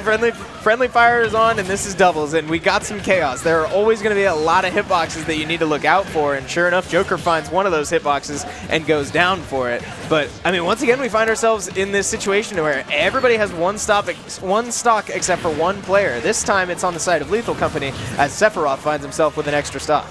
Yeah, not only that, I mean, Sephiroth with Wing is sitting nice and pretty. Yes, the character is incredibly light, but it won't really matter when you have extra jumps to get around some of the more crazy shenanigans that some of these characters have to offer, as Joker is going for a combo. But on the other side, we see Wii Fit Trainer dunking Sephiroth into the ground with the bare feet, and that is hurting Sephiroth. Yeah, and it was a bit of an over-aggressive play from Sephiroth there to opt for the non-Octoslash recovery, but it ultimately does not matter as they're able to find 2 kills back-to-back and put that game away and tie this series. Which is very good because I love a close series, and I think that both sides definitely have potential, especially when we're talking about the potential seeding for what this tournament could have to offer. Don't make it a one-sided thing. Let it be close. Let it be intense. Yeah, and like the winner of this series will have to play the 2 seed while the loser has to play the 1 seed. I mean, like, this matters, and especially in a tournament where, you know, we looked at the standings and the number 1 seed and 2 seed have pulled pretty far ahead from what we can tell. And so this is a prize pool, meaning that I believe the top 3 teams are in the money, which means that if the tournament continues as we see it, the top 2 teams could end up playing in the finale, and these 2 teams could end up playing each other again for money.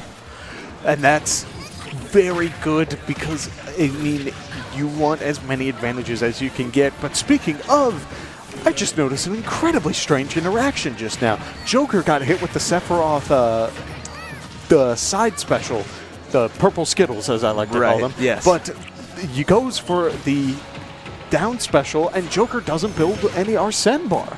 Oh. I don't know what interaction that includes. I would love to learn more about that, but that does mean that you can't just free farm interactions, which means that Joker is going to be... See if he tries it again. Oh, he does? Oh, that one seemed to just disappear. Yeah, very awkward interaction, but still, it's super interesting to think about the potential of, like, farming Arsene off of your teammates. That would be wild. Yeah, and it would make sense that it doesn't work, right? That would probably be just a little bit too strong, just balancing-wise. But meanwhile, never mind. I was going to say nobody's lost a stock yet, but Sephiroth will be the first one to go down as everybody else on your screen is well over 100% and racking up damages. Now we find a Joker on our screen as well as a Wii Fit getting launched off the screen. Kirby, the only one standing with 3 stocks left. Yeah, and Kirby once again inhaling the Wii Fit Trainer to potentially use the neutral special as well. Both players opting to salute the sun, and frankly, it can add a lot of value, especially if you're in these off-stage situations where you don't have much else that you could be throwing out while your teammate is fighting for their life. Yeah, but we see a great counter to get rid of this Wii Fit that was trying to recover on stage, a classic move to jump off and counter a recovery because most recoveries in this game have hitboxes, but we see once again friendly fire coming back to bite as St. Francis takes out their own. Yeah, we do see the salute the sun, maybe saluting a little too much because it does burn Wii Fit right back. But we do see Kirby trying to inhale a little bit more, but now opting to sit back a little bit, waiting for Straight Shot to get towards the ledge, which does offer a certain degree of safety, as now Curbs is looking for the potential follow-up. Sephiroth using the Nair to just get everyone away, saying, I do not want to deal with any of this right now, as Joker is dancing around and is able to find a good hit onto the Wii Fit Trainer, but at a same time, Sephiroth is going to get a strong hit himself, losing his own stock. Man, this is so crazy. It feels like this game is so even and everybody's just racking up percentages at the same time, and then everybody dies at about the same time. Like, we see Joker go down to his last stock and Wii Fit almost dying as well there, but now we finally have a bit of a discrepancy in stocks. But, I mean, I guess not that much, right? Kirby's only up 1. The only one still with 2 stocks remaining is Lethal Company's 2 members are both at relatively low percentages, but we'll see, right? If Wii Fit goes down first here, Oh, wow, and she doesn't. A great interaction there to lead an Octaslash into his own teammate, and now an easy little poke will send Wii Fit well off the stage, and now everybody here with relatively low percents, but Kirby stuck in a 2v1 situation needs to fight for his life. Is this pink puffball going to be enough to close out two of the strongest characters in this game? Because you have so much going for you, and you're fighting both at the same time. And, I mean, look at this back and forth already. A good up air, and they're stringing 53%. The grappling hook able to catch Kirby back out of the rock and just continue the combo game. Man, yeah, and that was so pretty. I mean, they both were clearly very aware of what the other one was thinking the whole time, right? Very coordinated attack to really put this Kirby away, but they can't seem to quite finish the job as they're certainly trying to, but now as Joker will find a forward air with Arsene to put that away, and Lethal Company will take that one. I love what they were going for, and this is what I love about doubles, is that it is so incredibly important to just sort of bounce around your teammate, and when you have the opportunity to, it offers so much, and I love these interactions. Yes, well, if you all were able to join us for the start of that series, you may remember that overload of information I gave you about what our tournament structure may look like. I mentioned that some of the ones had been played off screen, and it is worth mentioning it that Lethal Company did win the squad strike off screen. So if Lethal Company is able to win this doubles match right here, then we will likely not be going to our tiebreakers, and we will move straight into bracket play. So keep an eye out for that, as now Lethal Company is up 2-0 in this series as we start our what could be our last doubles match of pool play. And frankly, I'm all for a Lethal Company win right now because they've been doing an amazing job of playing around each other. And while it doesn't always provide an opportunity for you to do that in a doubles match, it really does show just where people are allowed to get creative. And they've been doing a great job at that. So they're getting the fan on the desk right now. But at the same time, I mean, look at the damage from Slacker and Rin. They're putting so much out there, but there's still deep breathing from Straight Shot. It could be very dangerous here. Yeah, certainly very hard to count really anyone out, as we've seen over the course of today, right? Some crazy comebacks, and Sephiroth goes down at a relatively low percentage, and now so does Joker. So a pretty even match just like that. Lethal Company storming out to a pretty strong start, but I mean, before we know it, this is a pretty close game just like that again. Yeah, and I mean, Slacker getting caught by that Kirby neutral B offstage interaction, going for it all. Curbs has been looking for it throughout the day and hasn't been able to get it, but just now was able to get all of that value, which means it's a very nice stock. Now punishing the Joker, jumping back onto the ledge, but Joker returning it with an Arsene back air, meaning that damage is racking up great numbers as Sephiroth gets back onto the ledge, accidentally pokes Joker. Joker using the Arsene counter to get back a little bit of stage control as he eats a Kirby foot from the other side of the stage and loses that stock. Man, yeah, that was crazy because I thought it was Sephiroth that got launched that far, right? I was like, surely that's the lighter character getting sent that far away, but no, I was wrong. And now Kirby opting to trade with Sephiroth and taking him down with him as they both drop down to the blast zone. An uncomfortably long charged forward smash will amount to nothing for Sephiroth, as now Kirby looks to put the Sephiroth away, and Octaslash back to the ledge will mean Sephiroth is okay, and Kirby gets launched back onto the stage and now has to deal with an Arsene Joker. Meanwhile, Wii Fit is getting tossed around and will go down at a high percentage, and everybody now down to one stock as Kirby gets dunked on. It is a 2v1 situation now in favor of Lethal Company, and I mean, high percentages for Lethal Company, but a 2v1 is very hard to deal with. Yeah, and right now Wii Fit Trainer doesn't have the deep breathing active, and a Sephiroth and a Joker on both sides, which means that you're looking for an opportunity to just create that little bit of space. But here come the combos. Look at how they play around each other. Just a couple of straight hits. The grappling hook grabbing the soccer ball, and instead of poking the Wii Fit Trainer, I mean, these sort of interactions are just getting crazy. Yeah, and you're going to try to see Wii Fit probably, wow, look at the coordination to throw into each other, charging a smash attack well before the throw was coming.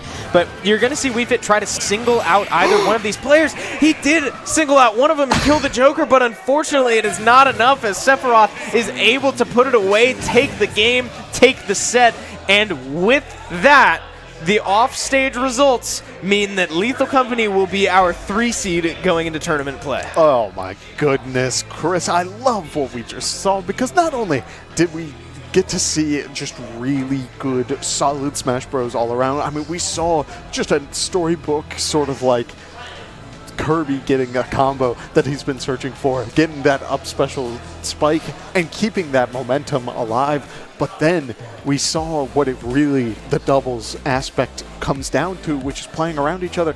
And the team that did have these sort of game plans in their head, really actively thinking about it, it pays off. And suddenly they're the ones walking in with a higher seat for the prize for the tournament. It's going to pay off, I guarantee. Yeah, and speaking of paying off, I do believe the prize pool for this tournament is about $200. So the number 1 team will be walking away with 100, and I believe second place gets like 75 and third place gets 25, if I remember correctly. But point being, top 3 get paid, which means, again, based off the standings we saw before the match, it does look like the top 2 teams have really pulled away. And if we expect that to continue, it will be those 2 teams at the top, and these 2 teams we just watched will play again for third place prizing. So that will be very, very interesting to see. But if you want to see it, then don't go anywhere because we are going to take a quick break and we will be right back with tournament play. Air spike off of Rin and the Wii Fit trainer. Second stock so far, but not for very long, as now, unfortunately, it will be Kirby inhaling the Wii Fit trainer to also salute the sun. But in that series, so we'll see if the Sephiroth works out a little bit better this time, and it certainly is, as it catches, I mean, rather predictably, pretty light as well. So we see an Octa-slash combo. These characters have to offer, as Joker is going for a combo, but on the over-aggressive play from Sephiroth there to opt for the your screen is well over 100% and racking up damages. Now we find a Joker on her racking up percentages at the same time, and then everybody dies at about the same. But we'll see, right? If Wii Fit goes down first here, oh wow, job as they're certainly trying to, but now as Joker will find a forward air onto the stage and now has to deal with an Arsene Joker. Meanwhile, Wii Fit at a high percentage, and everybody now down to 1 stock as Kirby gets Wii Fit try to single out either one of these players. He did single out.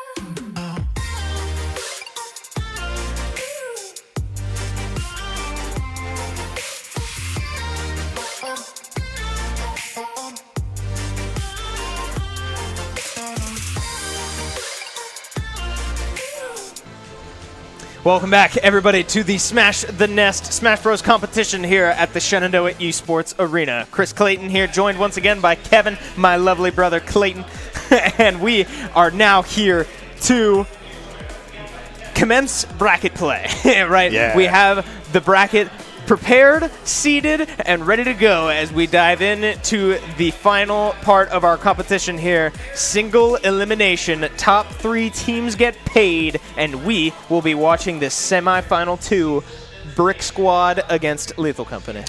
I am looking forward to this because we just got off of an amazing doubles match from Lethal Company where they were doing an amazing job of playing around each other, and while we didn't see their Squad Strike match on the broadcast, which means we may get a chance to see who they've been sending in for that and what sort of formats or strategy they have going into that. So I'm super excited to see what sort of play style they embrace throughout that sort of play as the bracket goes. No, yeah, that's a great point. We haven't had Lethal Company on stream yet until that doubles match that we just watched together.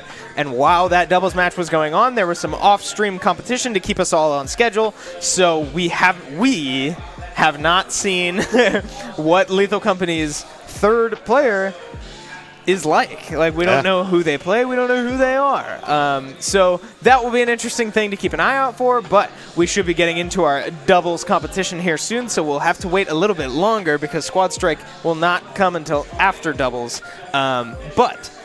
So we just saw Lethal Company play their doubles match with a couple different characters, right? It was Joker was the whole way through, but we also had a Sephiroth that was not Sephiroth the whole time. Yes, and admittedly, I completely forget who that character was. I was kind of hoping you do. Man, who Yeah, am right? I? He's just gone. Wow. Well, anyway. Sorry about that. Yeah, hopefully you all at home know who we're talking about. But, I mean, we saw the success with the Sephiroth, right? Ultimately, it doesn't matter because the Sephiroth is the one that worked. And Joker was certainly a presence to deal with that whole time, able to put away the Wii Fit and... Wow, Kirby. Man, it's been a long day for us here on the desk. But anyway, so we saw that Wii Fit and Kirby combo cause problems for a lot of squads today, as they've been on stream a couple times, and that Wii Fit especially was very, very strong. But now we see that Lethal Company was able to put them down, knock them down to the 4th seed, lock them in as the 4th seed, and cement themselves as the 3 seed with this double squad. Yeah, but now we're going to be seeing a very traditional match, something that we are now going to be very familiar with, Chris, because it's a very SU squad versus the Joker and Sephiroth we saw just a moment ago. Yes, so I had the pleasure of watching these two guys on Brick Squad with Benjamin earlier. Yes.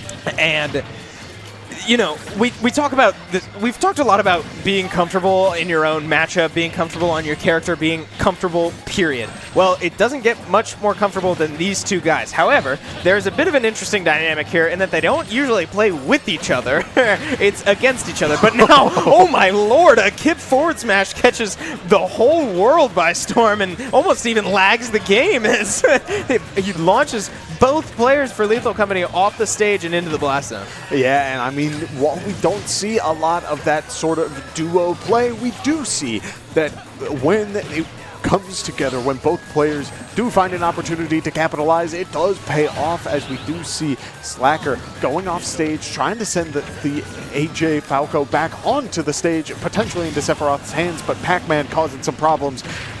But at the same time, they are still going to be able to find a stock off of the Falco. Yes, Falco now down to 2 stocks. Kip still with all 3 of his. Looking very, very safe, very comfortable. Stuns his own teammate and kicks him in the face to boot. But a little bit of habit coming out of Kip there. And hit him with the Hydra. I mean, this is what makes doubles so much fun. That we've talked about it a good handful of times, but the friendly fire is such a strange thing to have to think about all the time, and it's really something that subconsciously you deal with, and it's not worth like panicking about all the time. But man, when it bites, does it bite hard? Yeah, and I did like what we saw there. Both AJ and Kip were sent off the stage, and Sephiroth was going to start charging the Giga Flare, but got a little worried about Slacker being in that offstage position, which could have very well caused problems. But I do think he made the right call of just sort of holding back, because otherwise, with that explosion, you want to talk about Kip's forward smash lagging the game? That bomb would have been wild. Yeah, I don't even want to think about that. But now Sephiroth gets a boot to the nose, and he will drop down to his last stock. Kip, the only one with 2 stocks remaining and still at a pretty low percentage. So that will be something to keep an eye on if this game goes the distance that Kip certainly has the stamina to keep up. And I'm liking what I'm seeing, because right now Slacker is doing a good job of, whenever Rin is in a difficult spot, is starting to get comboed, Slacker comes in for the save to make sure that the tempo is still in their favor. Pac-Man, Kip, does have these setups, and yes, if you leave him alone, he's going to be able to get him, but at the same time, it does pay off dividends. Oh, the Pac-Man shield break! The fully charged Rin forward smash will be able to close out that stock off of Kip, which means that now it is a one-stock game across the board. And now we do see all the players sitting around 100%, except for Kip, who's sitting on that fresh stock, and Pac-Man is so incredibly good at holding on to these stocks. It's going to be a matter of, can Lethal Company take out AJ to potentially get a bit of a 2v1 going, or is the opposite going to be the case, where they, Kip and AJ are going to be able to take out either Slacker or Rin and really start getting that momentum in their favor? But right now it seems like the anti-synergy between Kip and AJ is starting to show a little bit, because AJ's been getting hit by a lot of stray Pac-Man abilities. Yeah, Kip maybe just a little too comfortable practicing against AJ, but now a player will go down for both sides. A 1v1 stands before us, as Sephiroth, with unfortunately a very high percentage, now has to deal with Kip, who, to be fair, is not at a low percentage, right? 75% will be a great starting point for Sephiroth to try to put this away, but unfortunately, really one hit from Pac-Man could do the job, as now 155 and counting. A hydrant in the air, a fruit in the air, and Pac-Man will walk away with the first win of this doubles battle. I love all of this, because we saw the pure strategy of it all. It really just came together all at the end, where yes, both players were able to get this last stock situation, and then it comes down to just pure fundamental Smash Bros. Whether or not you have these sort of plays in your back pocket. Yes, you may be playing with a disadvantage, you may have a little bit of percent build up on you, but if you don't know how to play in those situations, that means you haven't played much Smash Bros, because you will be there a lot. Yeah, I mean, it's very, very interesting stuff. And, you know, we've talked a good amount about Friendly Fire and all that, but that played a bigger role that game than I think we've ever seen it play. AJ and Kip were beating on each other at times, really. Like, Kip, I mean, comboed AJ and nobody else at one point. I mean, it's certainly something to keep an eye out for. As, oh, it looks like they might be trying what we saw earlier. Okay.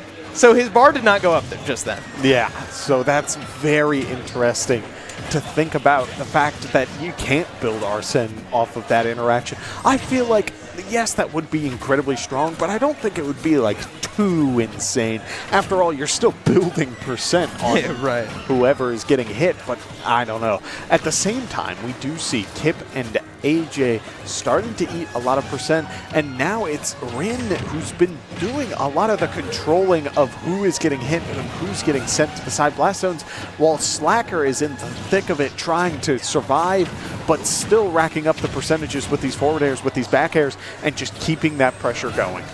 Yeah, and I mean, this has been a shootout so far. Everybody at pretty high percentages, but nobody going down just yet. So we'll see who will be able to take first blood here so far. Nobody quite yet, but Sephiroth does find a very meaty down smash onto AJ, and he will go down, being the first stock taken in this game. And we do see Slacker going down, but also the stocks are once again relatively even, as well as the percentages. Like, it's really starting to show that the tempo of these games are really falling together, but Sephiroth having to burn the air dodge means that one orange to the face means that he will go down. Sephiroth using the down airs, trying to catch Kip off guard, but Kip instead returning it with a Galaga, and now the percentage on Sephiroth is racking up so quickly, and the wing is online. Yeah, and we see both of these characters with unique mechanics. Joker with his Arsene and Sephiroth with his extra one wing, right?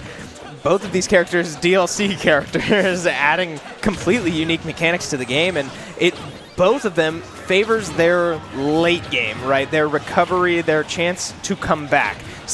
Joker can get Arsene really at any time, but he needs to be taking damage to build up that bar, whereas Sephiroth gets it seemingly at random times when he's not in a good spot. But, I mean, both are undeniably comeback mechanics. That's what we call them. And we see a great reflect onto the Sephiroth on the ledge. Will send his blast right back at him and launch him up, now down to 1 stock remaining. AJ has been doing such a great job of holding on to that, and I think it just showed why it can really pay off at the right time, because Sephiroth goes for this Giga Flare just out of the blue, and Falco says, what in the world are you trying to do? Because I come down and blast it back in your face, and Sephiroth just has to sit there and just accept the explosion. Yeah, just has to take it, right? Doesn't it? The projectile was moving too fast for him to really react. And, I mean, that projectile has a lot of end lag, too. So, I mean, certainly easy to punish if you have a reflect. But Sephiroth finds a good Octoslash on the ledge, able to pin the Brick Squad player against the stage and rack up damage. But, I mean, we see now the combo game starting to come out as both Brick Squad players are sort of down below the stage, and Joker's able to just rain down bullets, and they just kind of throw hitboxes, but Joker finds himself back on stage with an AJ that's looking for blood. Joker goes down, and now we have one stock across the board once again, except for Kip. Yeah, Kip is the one who's sitting real nice right now, as AJ is rocking about 97%. I do think that if I'm Lethal Company, I want to take the stock off of Kip to start things off, because then you won't have to worry about the share stock. Pac-Man can hold on to his stocks for an incredibly long time, which means that it can become almost detrimental. But at the same time, you have Sephiroth, who's rocking 120, and one good Falco hit will send him off. Again, character being deceptively light does pay off great, but now Joker losing the Arsene, but does have a bell in his hands no longer. Instead, at 100%, dashes back, gets the forward smash. Kip hitting him with the bell, and at 164 has 2 stocks remaining. Yeah, pretty commanding win there for Brick Squad. Again, these are relatively close matches, but Brick Squad is noticeably in the lead pretty much the whole time. Oh yeah. So we'll see, right? Something's got to give for Lethal Company, right? This is a long series. It's a best of 5 with different game modes sprinkled in, but you certainly don't want to just look past this, right? You're down 2-0. You certainly can come back, but something's got to change, and I'm not sure if it needs to be character swaps. We haven't seen this team enough to really know what all they've got in store, but I'll be interested to see what they opt to do. I feel as though it doesn't feel like there's a lot that is going wrong for them in terms of just like pure mechanics. It feels like there are just a couple of stray hits from both sides that just aren't working in their favor. And so if that's the case, a lot of it just comes down to don't be afraid to walk away. Don't be afraid to take an extra step back before you get hit by all of these projectiles flying at your face. Yeah, and like, so we get into our third doubles match of this set, and you know, we didn't get the character swaps, right? Which I do actually think is the right move, right? I don't know how deep these players' pools are, and I mean, you said it doesn't really seem to be a character issue or a player issue. It's just a handful of moments that need to be executed differently. So we'll see if this game is able to swing their way, but so far, once again, just an absolute bloodbath to start the game. Everybody racking up percentage of their own. These AJ and Sephiroth just jumping around, staring at each other as Kip and Slacker go at it. Kip able to find a stun and a forward smash before Sephiroth's coming in to bail him out. Now Sephiroth looking to punish the Pac-Man recovery. Does get it once.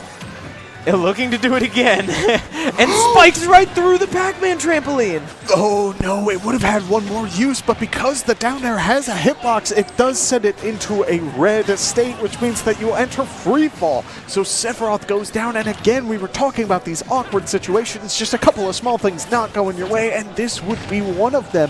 And it's starting to show that you really need that level of awareness to understand that it's dangerous to be going for these sorts of plays, especially in a doubles format. And what cannot keep happening is we cannot keep saying that Kip is finding himself at almost 200%.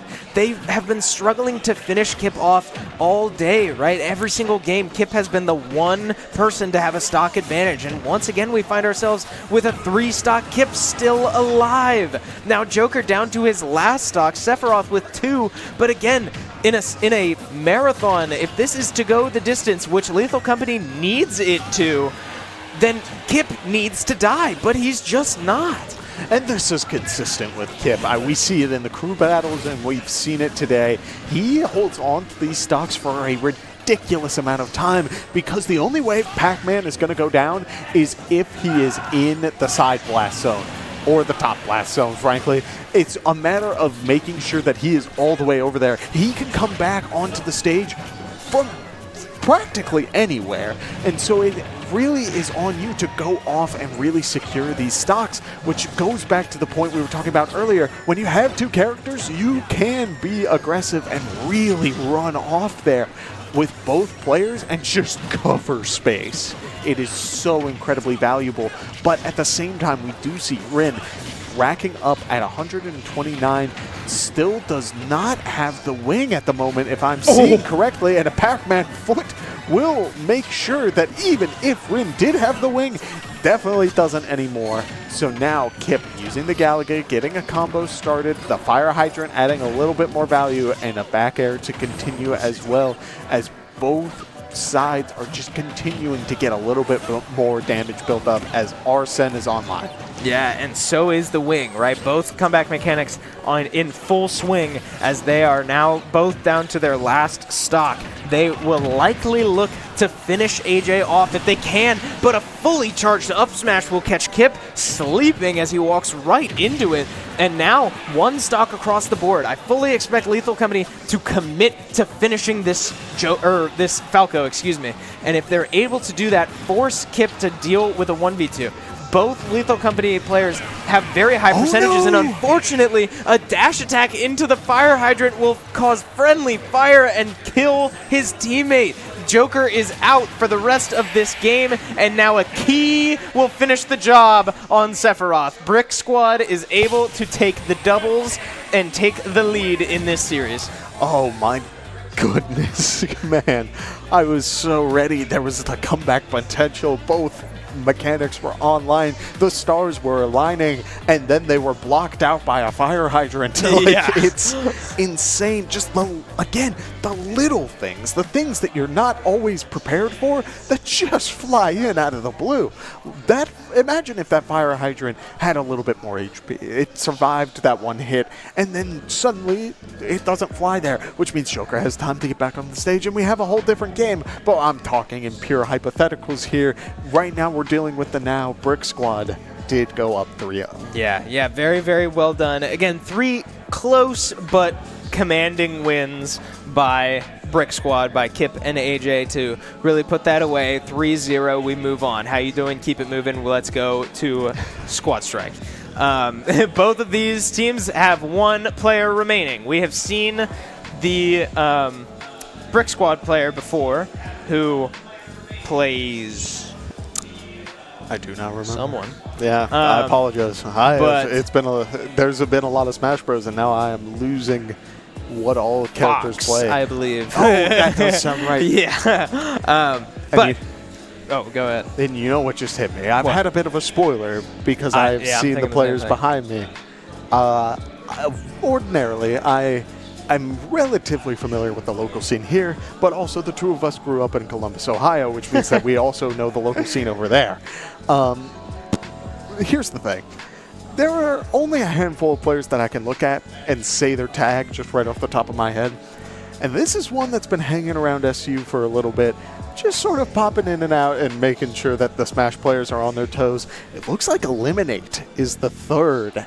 And if you want to talk about a player that I love to watch and someone who can really just shake up everything you know about this game, Nate is one of those players. Yeah, and I mean, you talk about a deep pool too. We talk about, he's certainly known for and most comfortable on his Incineroar, right? Yeah, That's buddy. what we get to watch. That's what we like to enjoy here, is the Eliminathan Incineroar.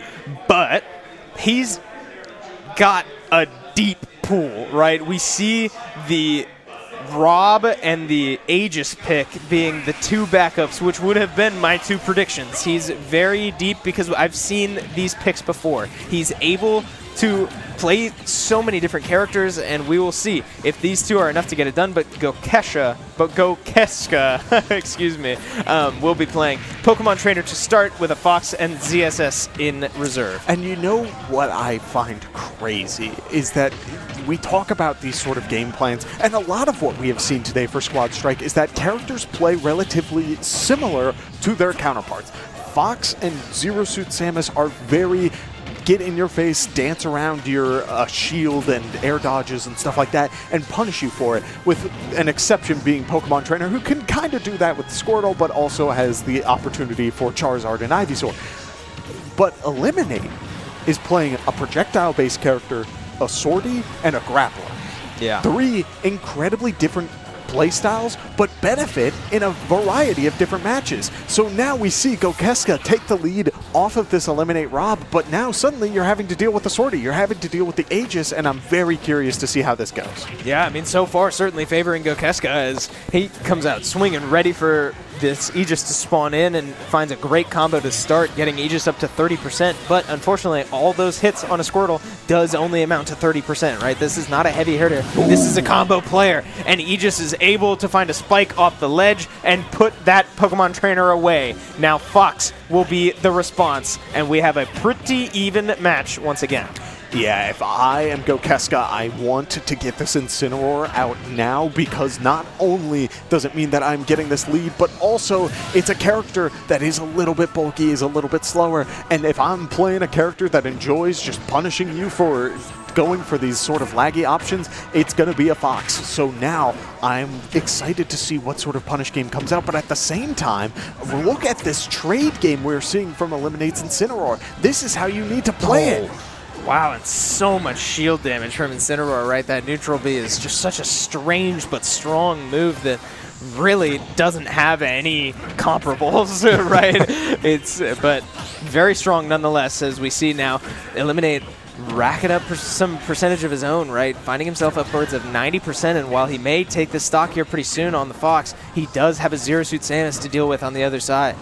Yeah, now we do see the percentage continuing to rack up, going for the back roll, and Fox unable to find the back air, still fishing for it, but isn't able to get it as the Nair comes out, and now Gokeska is on the Zero Suit Samus, and while Zero Suit Samus does have a lot of great options to take stocks, it's going to be a lot more difficult than it would have been with the Fox, and we're seeing that right now. Look at how much damage Eliminate is racking up, because Zero Suit requires just a little bit of setup to really get that KO going.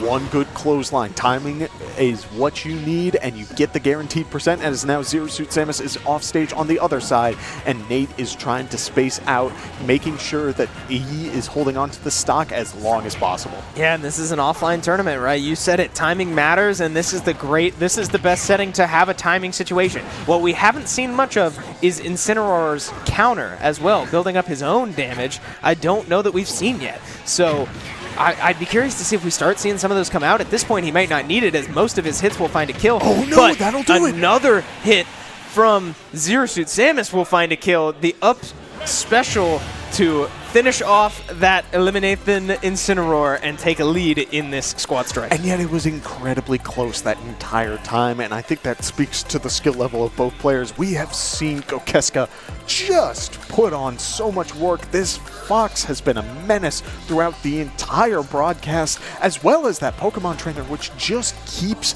getting stocks, getting these Ivysaur down airs. It's almost like a stat check. Yeah. It's like this boss that, like, if you are not playing a character that's strong enough up to a point, it means you don't have the proper answers.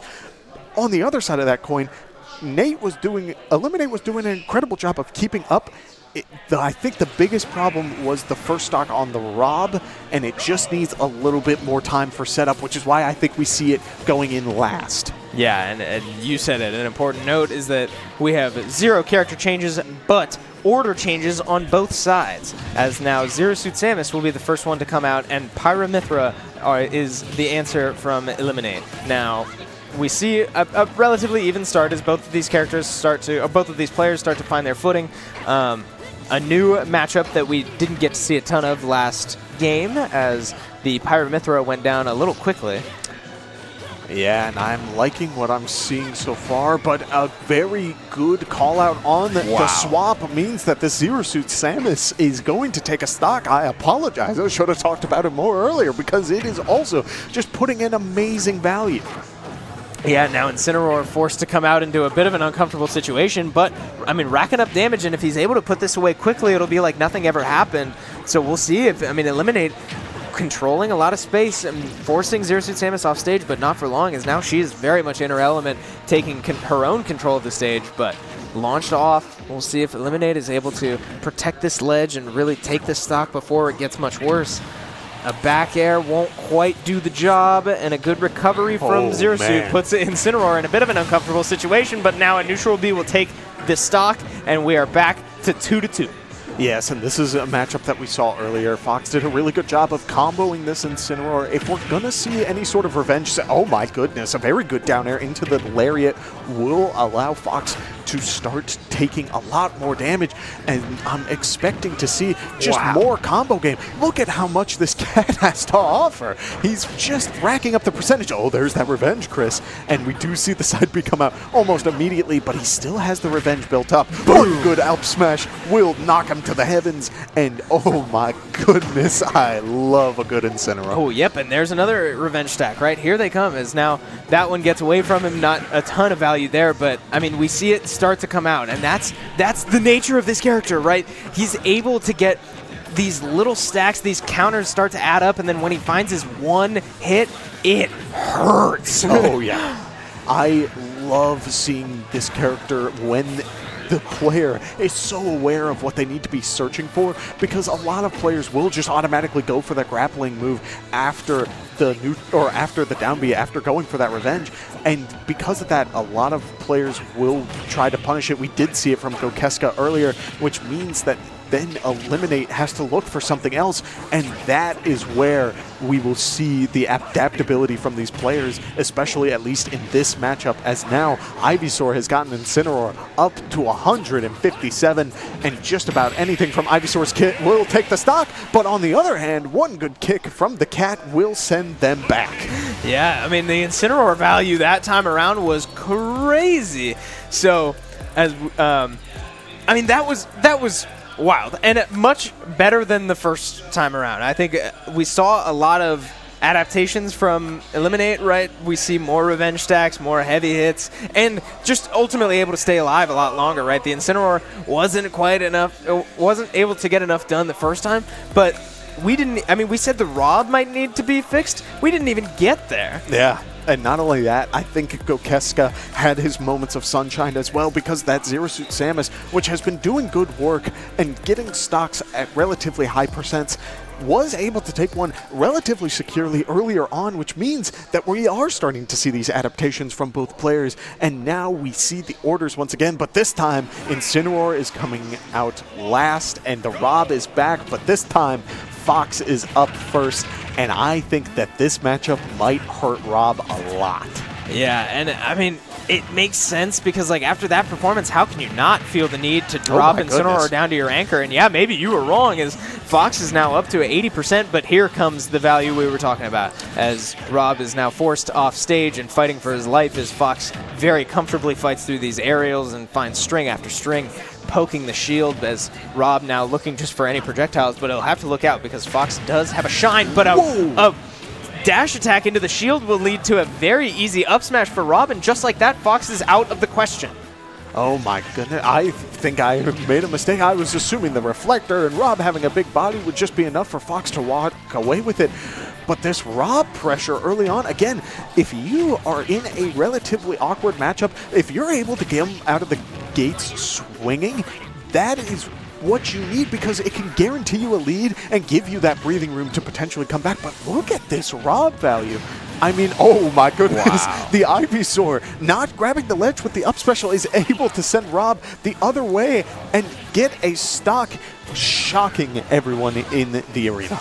Yeah, very well done, but Ivysaur might not have a jump, and yes, he sure does not. Caught in an awkward situation as the Mithra was able to get a forward smash very early after coming off of the, well, I was going to say respawn platform, they don't use that, but after spawning in, right, able to launch the Ivysaur off the stage without a jump, and sure enough, it does come back to bite, and Zero Suit Samus now needs to take 2 stocks in a row from a Mithra as well as the fabled Incineroar that we just saw go on a tear last game. But this is a heck of a way to do it, but not quite enough to finish the job. Of course, I'm pretty sure I have died to that combo multiple times, and instead the Foresight gets them out, and then the Eliminate is able to switch to the Pyra, punish the end lag of the up special on the platform, go for a down air into the up smash, which I'm also pretty sure I have died to multiple times.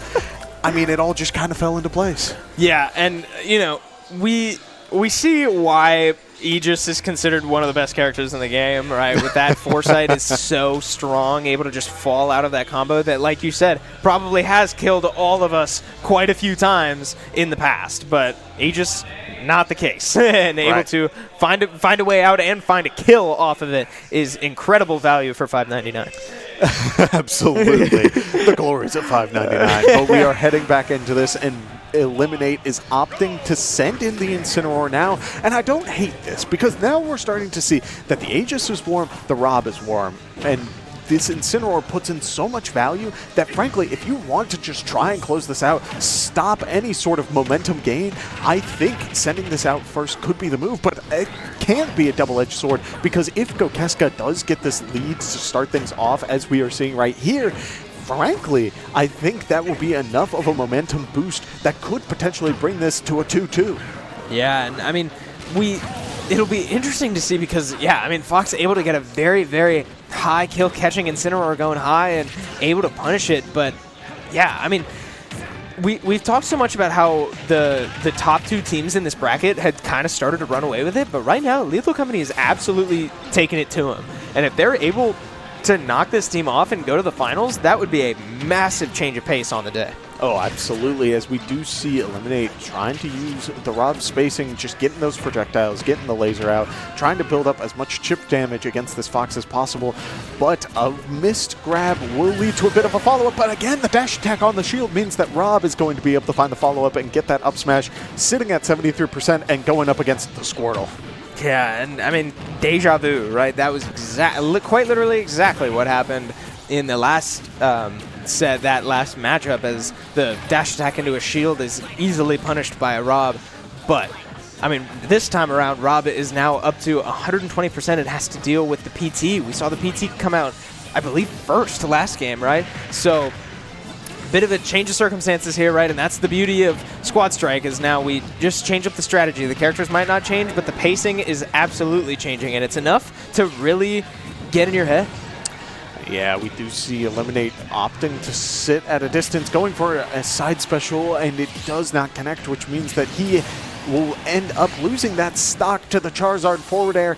Switching back to Squirtle, as now Aegis is on the field, and this character did take both the stock off of the Pokemon Trainer and the Zero Suit Samus earlier, but will Eliminate be able to do it again, or are we going to a Game 5? Yeah, only time will tell, because I mean, he's certainly found a good couple hits to start, but Ivysaur now absolutely still here to play and is finding on the return now. An up special gets a kill spark, but won't quite finish the job, as now Ivysaur, this Pokemon trainer as a whole, just fighting for their life, just really stalling, right? Trying to get as much damage as they can onto this Pirate Mithra before he likely goes down. But, I mean, we'll see, right? You mentioned it. We've seen Aegis take these 2 stocks before.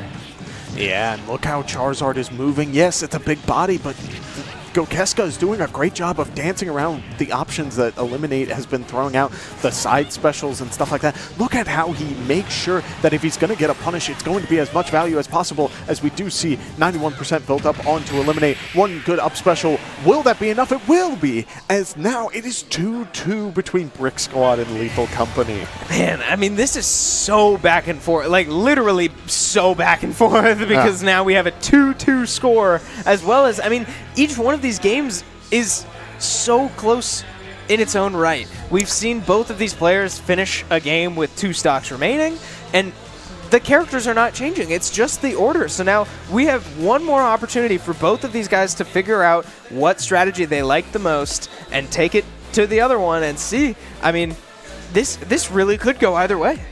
Yeah, and as we get into this match, I'm going to be curious as to what is going in first. It looks like it is going to be the Rob versus the Fox, which did work out. It did work out incredibly well, but I don't know if it'll pay off this time around because it was a very explosive start out the gate, and we did see Gokeska run backwards to start this one off, not allowing that opportunity to run forward and get that momentum going. Yeah, and you know, this is not an Incineroar, right? Running forward at them kind of helps them, and so you certainly want to avoid that, and Rob is an interesting type of character where, yeah, you don't want to be in his face, but you also don't want to be too far away because he can outrange you and beat you up in his face. So, like, what do you do? But, I mean, so far we're seeing success, right? Fox has been able to survive the Rob pressure so far, all of these massive hitboxes that Rob just has in every direction and disjointed hitboxes with projectiles and everything. I mean, Fox now getting Elim up to 120%, and if he's able to take this first stock, that would be a great way to start this 5th game.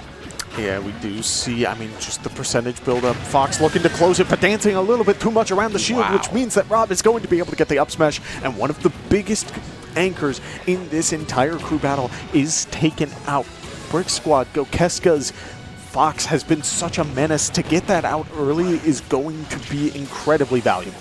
Yeah, and we've been here before, too. Now, we do have the Aegis coming out second in this case, and down air does not quite connect. That could have been lethal for Eliminate, but does not connect, and we fight on. Charizard now finding a down air of his own, looking to finish this stock, but not quite able to just yet. And this Charizard hits so hard that an up smash will certainly put it away. I love Gokeska's movement throughout all of this because he's doing such a great job of dancing around these characters who take up so much space. No jump. No jump, but is able to use the Ivysaur up special to get back.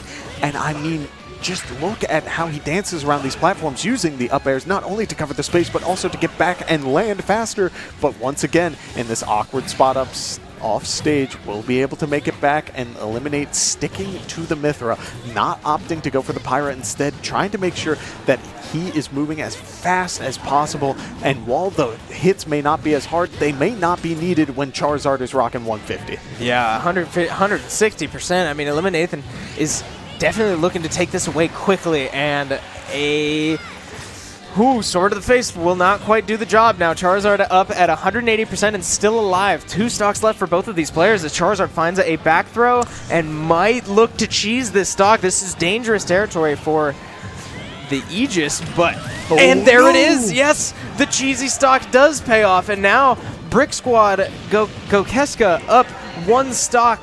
And, I mean, very, very high percentage, but Incineroar now needs to put it away, and he does. We have a 1v1 Incineroar versus Zero Suit Samus. Winner takes all here. Oh my goodness, Chris, I do not believe what is happening in front of me, because right now we are seeing a very combo-based character through the Zero Suit Samus having to play against a character who is so explosive in nature. It could fall either way, but right now it is looking very good for the Zero Suit Samus. Yeah, and Elim getting caught by a few too many of these stuns, now up to 90%, and hasn't been able to find a revenge stack yet. So, I mean, just fishing for hits and looking to rack up any damage, but Zero Suit has been dodging and weaving, bobbing, ducking, everything around all of these hitboxes and has yet to really be hit by anything crazy. Now, a side B does connect and is perfectly timed, of course, by Eliminate to rack up just a little bit of damage, but again, I mean, point still stands. Elim up to 130%, now fighting for his life, will be able to recover from this, but Zero Suit Samus looking to potentially put this away. A simple string could do the job, and up special might kill at this point, but 70% is nothing to scoff at for Incineroar to potentially get the job done. Well, not only that, there's Rage online at this point. Incineroar is at 150, and this is going to be when the knockback is at its highest, which means that he's going to be looking for whatever potential hit could really get him just a solid advantage, get him back to center stage control. But Gokeska, not wanting to give it up so easily, is trying to really dance around what Eliminate has to offer. 154 onto Eliminate, does roll in and is hit by the side special, but is able to make it back from the ledge at 163, and Zero Suit Samus does get hit by a back air, but is not down yet, as now Zero Suit Samus is able to make it back. Gokeska putting in the value, does jump high, and does get the back air to close things out. Gokeska walks away the winner. That was crazy. I thought for sure that Incineroar back air would do the job, but it was not quite enough. Oh man, Chris, no way. One back air into another. I told you, the rage on Incineroar 150% and Zero Suit Samus at about like 70, maybe 90 if it was center stage, sent out and lives just barely and is able to come back and hit Incineroar, who's at 160. Just about anything will take that stock, but Nate tried to call it all. Tried to call out the jump, goes for the dash attack at the ledge, and it barely misses. Zero Suit Samus coming down and getting that guaranteed follow-up, which does bring it down to falling into the hands of the other team. Gokeska walking away the winner. Yes, and Gokeska again walking away the winner, right? He has been quite a force to deal with on these squad strikes, because he, for this Brick Squad, has looked so good, and every time we've seen them on stream, he has been a problem for other teams, and we see now why they are the 2 seed, why they are the higher seed. So, I mean, certainly paying off for them, but now we should be moving into the 1v1s here soon.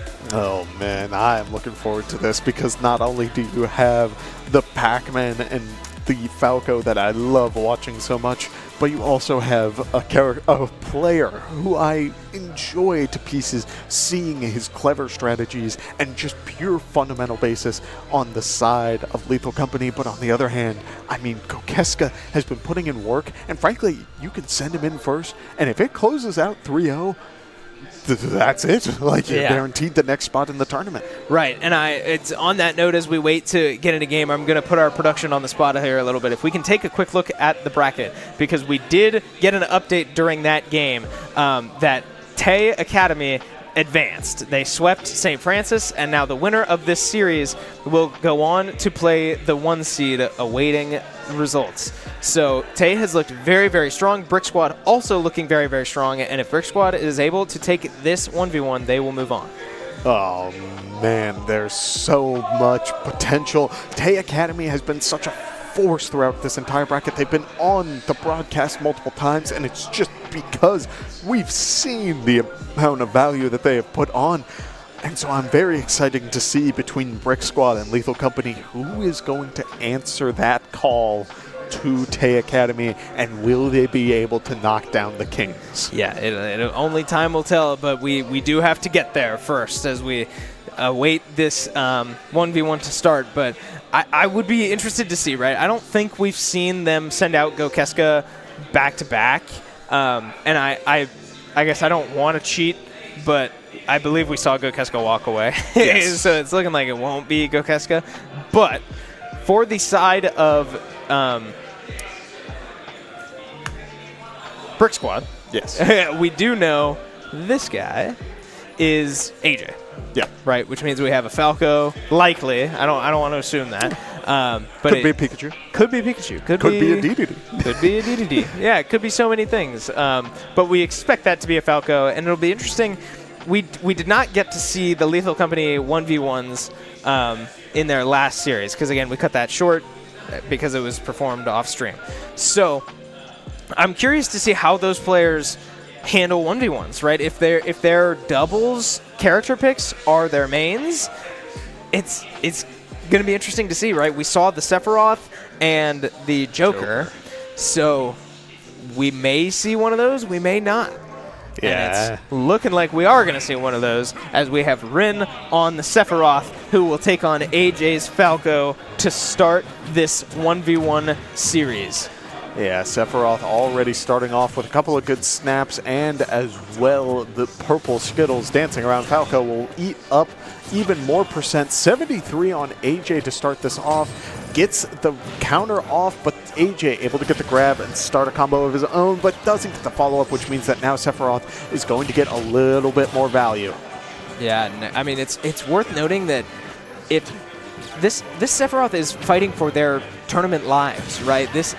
If Falco's able to win this 1v1, nothing else matters. The Brick Squad is moving on to the finals. So a lot of pressure on Rin here to win this series and allow Lethal Company to continue. But able to find a kill there is a strong start now as Falco is down to 2 stocks. Yeah, we do see Sephiroth going a little high with his up special, trying to get as much recovery space as possible, but a forward smash from Falco almost takes the stock. Again, Sephiroth deceptively light as a side special into a back air will take the stock with that combo starting around 85, 89%. Yeah, and great movement there from AJ on the Falco to go all the way off stage to try to kill Sephiroth. Didn't quite work out. Side B all the way back to stage and find a jump in a back air, all swiftly within like 3 seconds. Very, very great presence to know where you are on the map, know how to handle the situation, and know how to punish this Sephiroth because it worked out flawlessly that time.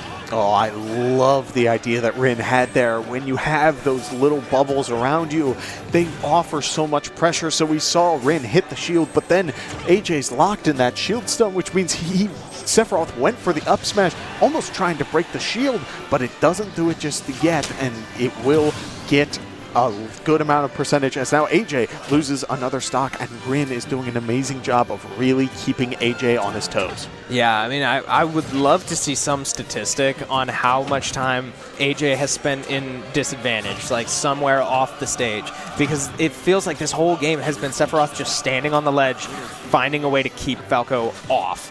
And it's led to 2 very clean stocks, but AJ is able to find his windows, although they may be short and quick. I mean, he has not struggled to find answers so far, so now only up to 50% and finding some hits of his own, but still racking up damage, and Rin is looking very, very good right now. Yeah, using the side B, dancing around the snap, which means that AJ is going to get even more follow-up, but a forward air into the counter means that the advantage state is reset, using the side B to dash through Sephiroth, and once again the back air taking the stock, as now AJ is at 100%, but if there is a character who has a solid combo game and could potentially bring it back, I mean, look at the Falco value, 52% off of one good advantage interaction. Yeah, now, I mean, this really could go either way. Both of these characters are relatively light, so these are dangerous percentages. But was that a side B hitbox that spiked him? What happened there? Yes, so when Falco uses his side special, you get spiked slightly. But there is no world where that ever should do the kill spark. Wow. You need to be at a crazy high percentage for that to actually have no response time whatsoever. And so I think Sephiroth expected that he hit the stage, that he was bounced into it and was forced into a tech situation, so he falls down, and then assuming he's going to be put into a tech situation, had already buffered the shield option, which means he just air dodges and goes even lower, dying to the blast zone. Wow. I mean, a very, very strange interaction, and again, I mean, Falco finding his window. We said it. I mean, they're small, they go by quick, but AJ has played a very clean game and clawing from being behind pretty much that whole game, now up 1-0 in the set. Yeah, and frankly, I love what I'm seeing from both of these players because Rin has been doing an amazing job of just commanding presence. 2 down airs, 3 down airs, 4 down airs, just keep it going. It adds just so much value, so much pressure, and I'm hoping to see that as they continue to go, I mean, look at just the space that Rin has taken up and is really just keeping AJ up in the air, trying to find his opportunities. I mean, this is Sephiroth's game right now. Yeah, for sure. And it has been this whole time, right? Sephiroth has been in such great control for an overwhelming majority of these games, and just like that, he's able to find a down air and taunts after it too. Oh, no. Sephiroth certainly feeling himself now as an interesting decision to go for the taunt down 1-0 in the set, and now AJ certainly feeling himself, right? Sending a lot of damage the other way, and this is a state that we have not seen AJ in complete control of the stage. Now the wing coming out for Sephiroth and the extra jump will get him back to the stage, but AJ finding his own ways in. Yeah, and I love what I'm seeing so far. AJ, once again, just sort of playing around this tempo, but the armor on the Sephiroth down smash will allow him to clank and beat out the Falco down air as another down smash does come out. Falco going for the back throw, and Sephiroth at 140, which is a relatively high percent for Sephiroth, as now just a little bit of stray hits. That's all you need, is just to build up the percentage however you can, and a couple of good up airs, really just commanding that presence, throwing out those to prevent AJ from going for these aerial-based moves. Instead is punished by the side special for a very quick approach. Sephiroth going in and just going for the up smash as clean as day, just saying, you're going to get hit by this, but it doesn't connect. Instead, going for the counter as Falco goes for the down air, and it will send Falco flying. Yeah, and we're really starting to feel the effects of AJ struggling to put that first stock away, as he's now up at 130%, but if Rin keeps going for these just raw smash attacks, AJ has been ready for every single one, so this could be the difference in what gets AJ back into a closer game here, but now he might not have a jump. He does recover relatively simply, and now, yes, another blast from the ledge will mean that AJ goes down another stock, and a 2-to-1 stock situation in favor of Rin could be dangerous for AJ.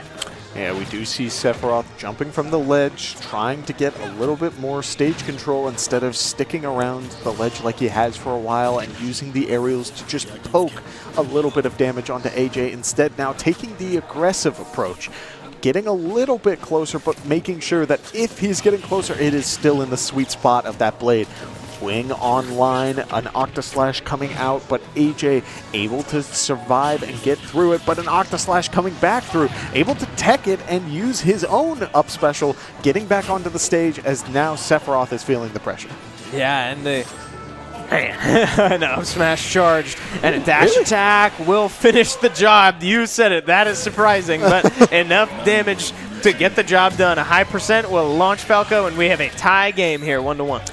See, right now, after the first game, I'm very hesitant to believe Kill Sparks. Like, I'm just like, there's no way that takes the stock. Oh, it takes the stock. That's crazy. But I don't know. There's so much that can go into it. Yeah, so going forward right now, both of these players have been able to take a game, although if you're watching the games, it does feel like Rin on the Sephiroth has been in pretty good control like the whole time. Yeah.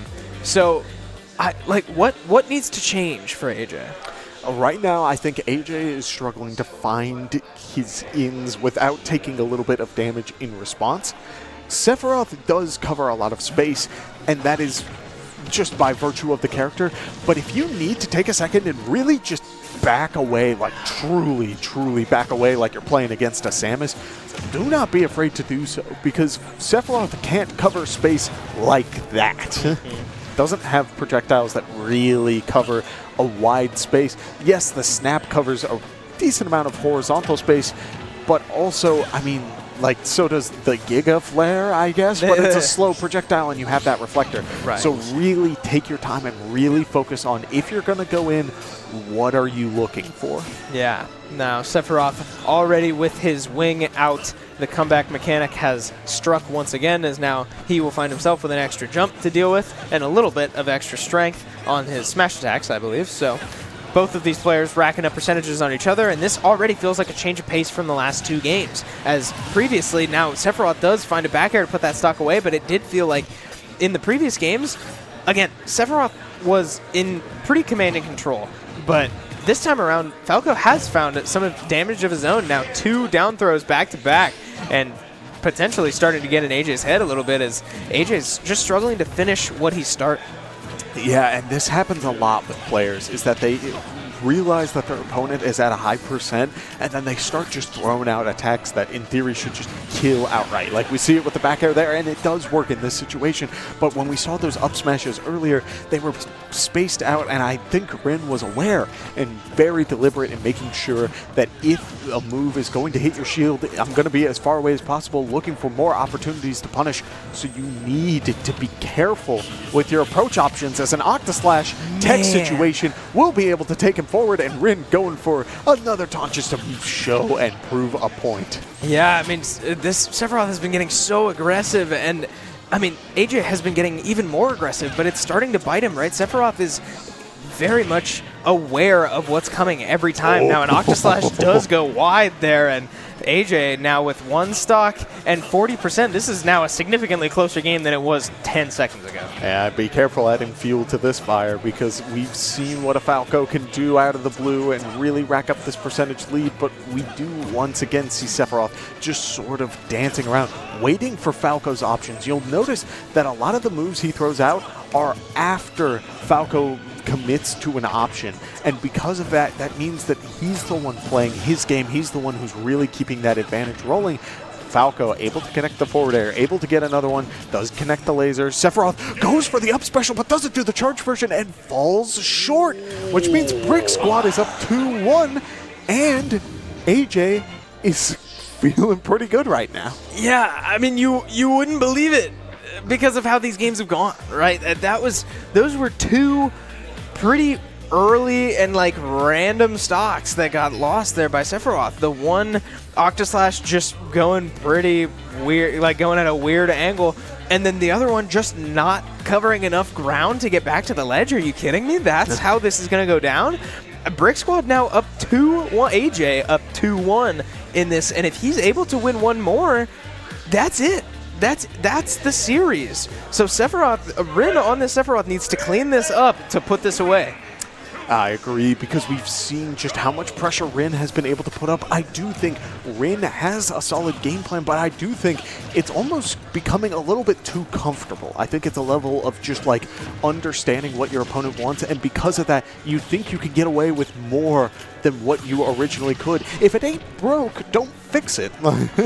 You can stick with the game plan you were doing, and it will pay off. But if you're trying to get creative, if you're trying to get flashy, or just not worry too much, it's going to bite you.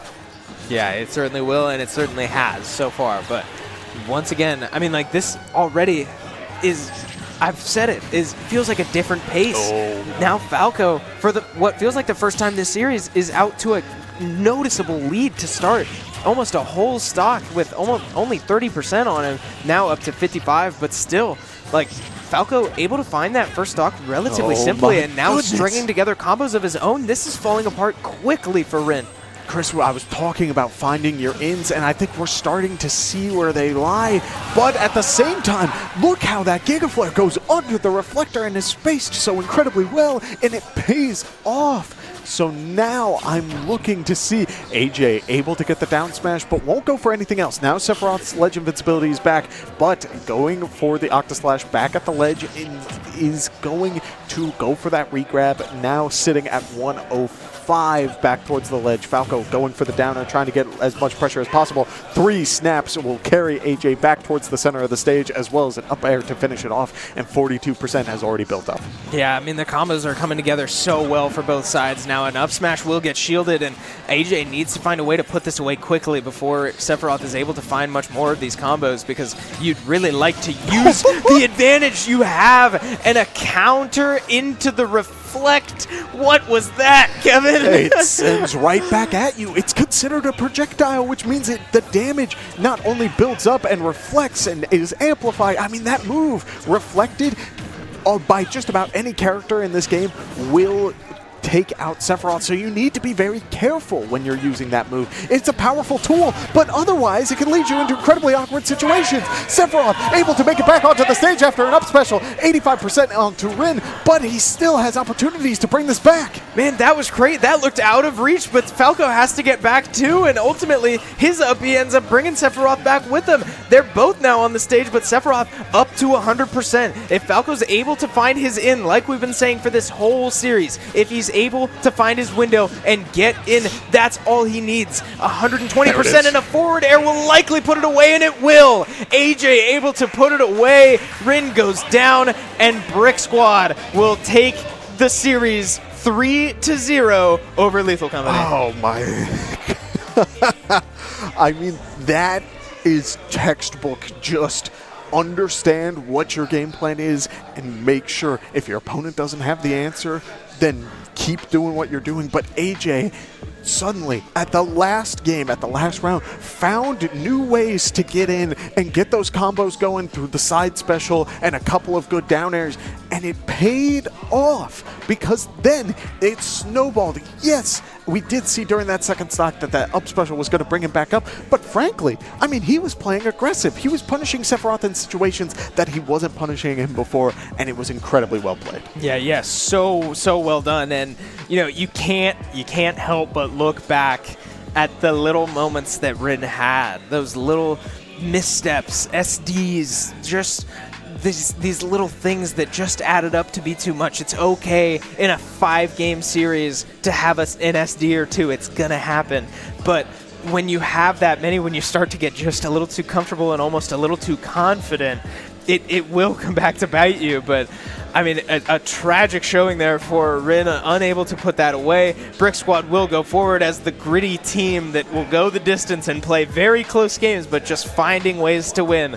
But now we have 2 teams remaining. We will have a championship coming up soon between the Tay Academy, excuse me, and Brick Squad. So we are going to take a quick break. Don't go anywhere, and we will be right back with our grand championship. Back airs and just keeping that pressure going. Yeah, and I mean, this has been a shootout so far. Everybody at pretty high percentages, but nobody going down just yet. So we'll see who will be able to take first blood here so far. Nobody quite yet, but Sephiroth at 100%. Dashes back and gets the forward smash. Kip hitting him with comeback mechanics in full swing as they are now both down to their last stock. They will likely look to finish AJ off if they can. And a grappler. Yeah. 3 incredibly different playstyles, but benefit in a variety of different matches. So now we deal with on the other side. Yeah, now we do see the percentage continuing to rack up, going for the back roll, and Fox unable to find the back air, still fishing for it, but isn't. The Pyramithra went down a little quickly. Yeah, and I'm liking what I'm seeing so far, but a very good call out on the swap. Very comfortably fights through these aerials and finds string after string, poking the shield as Rob now looking just for any projectiles, but he'll have to look out because Fox does have a shine, but this is a heck of a way to do it, but not quite enough to finish the job. Of course, I'm pretty sure I have died to that combo multiple times. Frankly, I think that will be enough of a momentum boost that could potentially bring this to a 2-2. Yeah, and I mean, it'll be interesting. Look at how he makes sure that if he's going to get a punish, it's going to be as much value as possible, as we do see 91% built up on to eliminate. One good up special. Will that fight on? Charizard now finding a down air of his own, looking to finish this stock, but not quite able to just yet. And this Charizard hits so hard that an up smash will side special, but is able to make it back from the ledge at 163. And Zero Suit Samus does get hit by a back air, but is not down yet. As now Zero Suit Samus is able to make it back. Kokeska going a little high with his up special, trying to get as much recovery space as possible, but a forward smash from Falco almost takes the stock. Again, Sephiroth this around the snap, which means that AJ is going to get even more follow-up, but a forward air into the counter means that the advantage state is reset, using the side B to dash through Sephiroth. Yeah, now, I mean, this really could go either way. Both of these characters are relatively light, so these are dangerous percentages. But and a couple of good up airs, really just commanding that presence, throwing out those to prevent AJ from going for these aerial-based moves. Instead, smash attacks, I believe, so both of these players racking up percentages on each other, and this already feels like a change of pace from the last 2 games. As previously, now Sephiroth does find it back. I mean, AJ has been getting even more aggressive, but it's starting to bite him, right? Sephiroth is very much aware of what's coming every time. Now, an Octaslash does go wide. Yeah, it certainly will, and it certainly has so far. But once again, I mean, like, this already is, I've said it, feels like a different pace for both sides. Now, an up smash will get shielded, and AJ needs to find a way to put this away quickly before Sephiroth is able to find much more of these combos, because you'd really like to use. So you need to be very careful when you're using that move. It's a powerful tool, but otherwise it can lead you into incredibly awkward situations. Sephiroth able to make it back onto the stage after an up smash. Falco's able to find his in, like we've been saying for this whole series. If he's able to find his window and get in, that's all he needs. Welcome back once more to the Smash the Nest Grand Finals. We have had a long day of Smash and a lot of very exciting action so far, but we are back one more time for one more matchup between 2 very good teams. My name is Chris Clayton, and I am joined once again by my lovely brother Kevin Clayton, and We've watched a lot of Smash Bros. Today, right? Oh, yes. And we've seen all different kinds of strategies, all different kinds of players, all different kinds of everything. And I want to take a moment before we get into our next matchup to appreciate how we got here. So, although we only have 4 teams in this bracket, and it is a pretty short bracket, I want to take a moment and acknowledge that, yes, we did have a sweep on both of these semifinals. And although it didn't feel like it, Brick Squad did walk away with a 3-0 win over Lethal Company. I am so excited to see Tay Academy and Brick Squad go up against each other, because while, yes, they did sort of break away during the pool season, we did see that they were able to be relatively close score-wise, and so I'm getting excited to see what sort of clever strategies they come up with throughout the rest of this format. Yeah, it'll certainly be interesting to see, because, you know, this is it. This is for the grand prize, and so if you have any more tricks up your sleeve, now is the time to bring them out. And it'll be interesting to see. We have not seen Tay Academy as much as we have, or we have not seen as much of them on stream as we have Brick Squad. So it'll be interesting to see what we get into. Right? I did not get the chance to cast over them. I believe they were your first game, yes. Tay Academy. So. Again, we'll see. I can say it as many times as we can, but we will be getting into game shortly here and see what all this strategy is about. Yes, so from what I remember, and from peeking behind me, I do remember that they did end up playing Palutena and Cloud. 2 incredibly solid characters, with Palutena taking more of the ranged approach, covering a lot of options, while Cloud making sure that he's covering his options via the back airs and just keeping that spacing alive while not sticking too close to these characters. But on the other side of that coin, you have Kip and you have AJ, 2 characters who do well in like together sort of situations, but have in the past been kind of hitting each other a couple of times, a little bit more than some of the other teams should. And so I'm kind of curious if they're going to be able to find these opportunities to sort of prevent each other from getting comboed by themselves, or what else they may have going on. Yeah, I mean, you said it, right? We've seen them work together very, very well, but we've also seen them beat down on each other pretty well.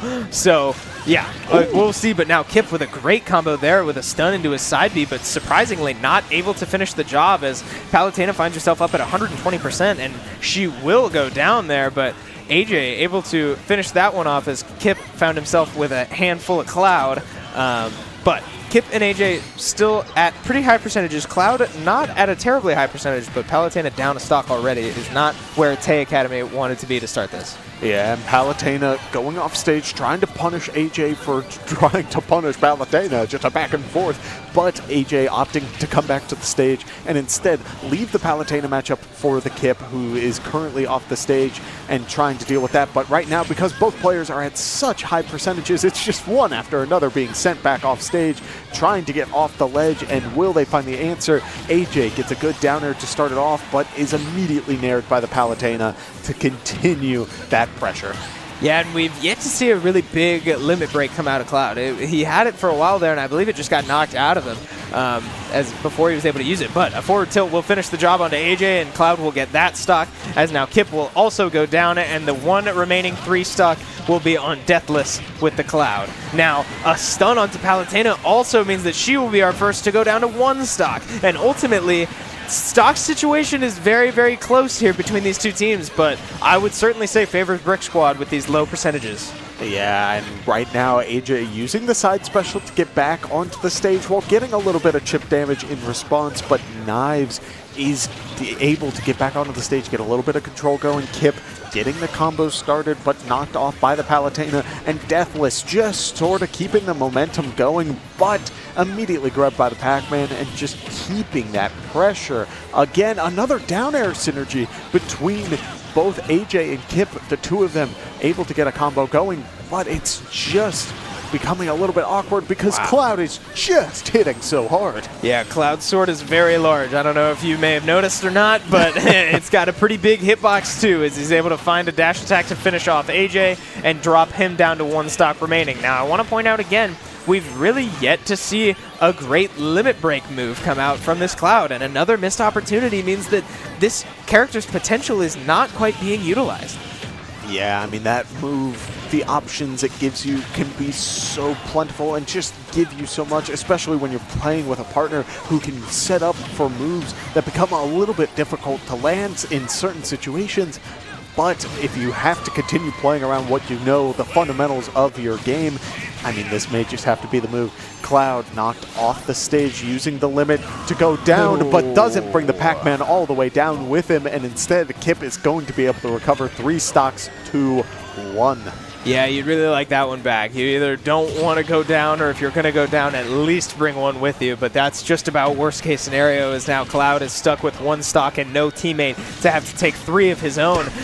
Well, gets a little bit of help from AJ, as Kip now down to 1 stock himself, but still not a significantly more comfortable situation, as he gets stunned, will get trained with an up air. Kip unable to finish that job, but still 100% now on the Cloud, and more just coming non-stop. This onslaught from these two players has not let up at all. And we do see Cloud doing an amazing job of just keeping that momentum going, as now we're in the 1v1. A 3-stock deficit brought down all the way to this 1v1, and the limit is online. The bell is thrown out, meaning that Kip will be able to make it back onto the stage, but the limit is online, which means Cloud is going to be moving just a little bit faster and has all these powerful moves in his arsenal. So it's going to be on him. Will he be able to get a move? No! The limit is gone, the key is thrown, and any sort of follow-up from this Pac-Man may be able to close it out. Yeah, man, 150% and certainly feeling it, but a forward smash gets caught on the ledge, and Cloud does what seemed so difficult and is able to come back from 3 stocks down against 2 players and survives it all. If you gave me a screenshot of the 3-stock situation and handed it to me saying, do you think Cloud wins this? I would have told you no, because it just doesn't happen. But again, we're seeing these comebacks where players are locking down, locking in, and making sure that if they're going to go down, at the very least, they're going to get as much value as they can. So this Cloud did an amazing job, and I liked what AJ and Pac-Man went for, but because they were trying to cover the same space, AJ ended up taking a stock off of Kip by accident, and it ended up hurting him in the long run. Yeah, I mean, that's, like, I feel like I've said it a couple times about these two guys. That's one you'd love to have back. Looking back, I mean, that hurts, taking your own teammate stock and on a move that was pretty avoidable. Certainly feeling it now as they're down 1-0 in this set, but you got to be able to shake that off, as Cloud finds a side B onto all 3 members of all 3 other players on your screen, and has a limit break, able to find it again on his own teammate, but with Kip in there as well. Now, everybody racking up some damage. Cloud does get stunned, but no follow-up just yet from Kip, and now everybody just clumped up here, throwing out moves, trying to spread out the chaos. Yeah, AJ using the side special to get back onto the stage, but Kip opting to get back onto the ledge, and a good Palutena backer will be able to close out that stock, while AJ is sitting high in the sky up against Deathless and is while racking up the percentage, is struggling to find an opportunity to get the final hit in, which means that Deathless will be able to take a stock. And now AJ and Kip Brick Squad are down 2 stocks.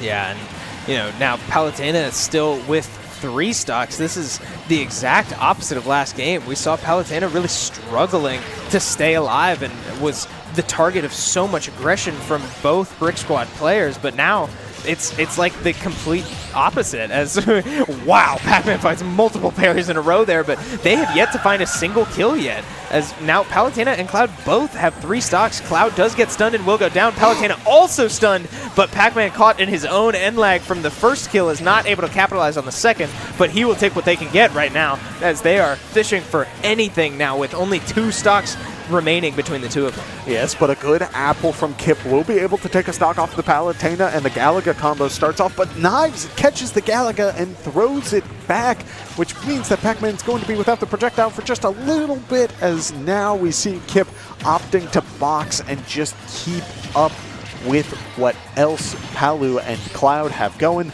But I'm hoping to see that as this continues that they do try to find a little bit more space, because this Cloud has been living right next to AJ and keeping up this pressure, and I think it's just hurting him. I think Cloud's frame data has been paying off in dividends as a blast to the heavens, a laser up to the sky, will close a stock off of the Falco, and a good Palutena back air will close one off of the Pac-Man. Yeah, and I mean, just like that, this is now 2-0 for Tay Academy. And after that first game, it certainly didn't seem like that would be the case. Brick Squad came out swinging and playing so well, playing so clean around each other, and before you know it, they threw the end of that game, and now Tay Academy looked dominant in that second game, only losing 2 stocks total to the Brick Squad guys 6. I mean, that's a polarizing shift in momentum. Yeah, and I think a lot of it comes down to the fact that Palutena controls space while Cloud is able to sort of do his own thing. If he wants to charge limit, he can do that. If he wants to fight a 1v1 against Falco, Palutena will sit in the 1v1 against Pac-Man and just sort of go 50-50 with the both of them. And so now it's really starting to show that, frankly, if you're going to be doing this song and dance, you guys need to be working together for both sides, because otherwise it may start to hurt you and become a little bit unpredictable.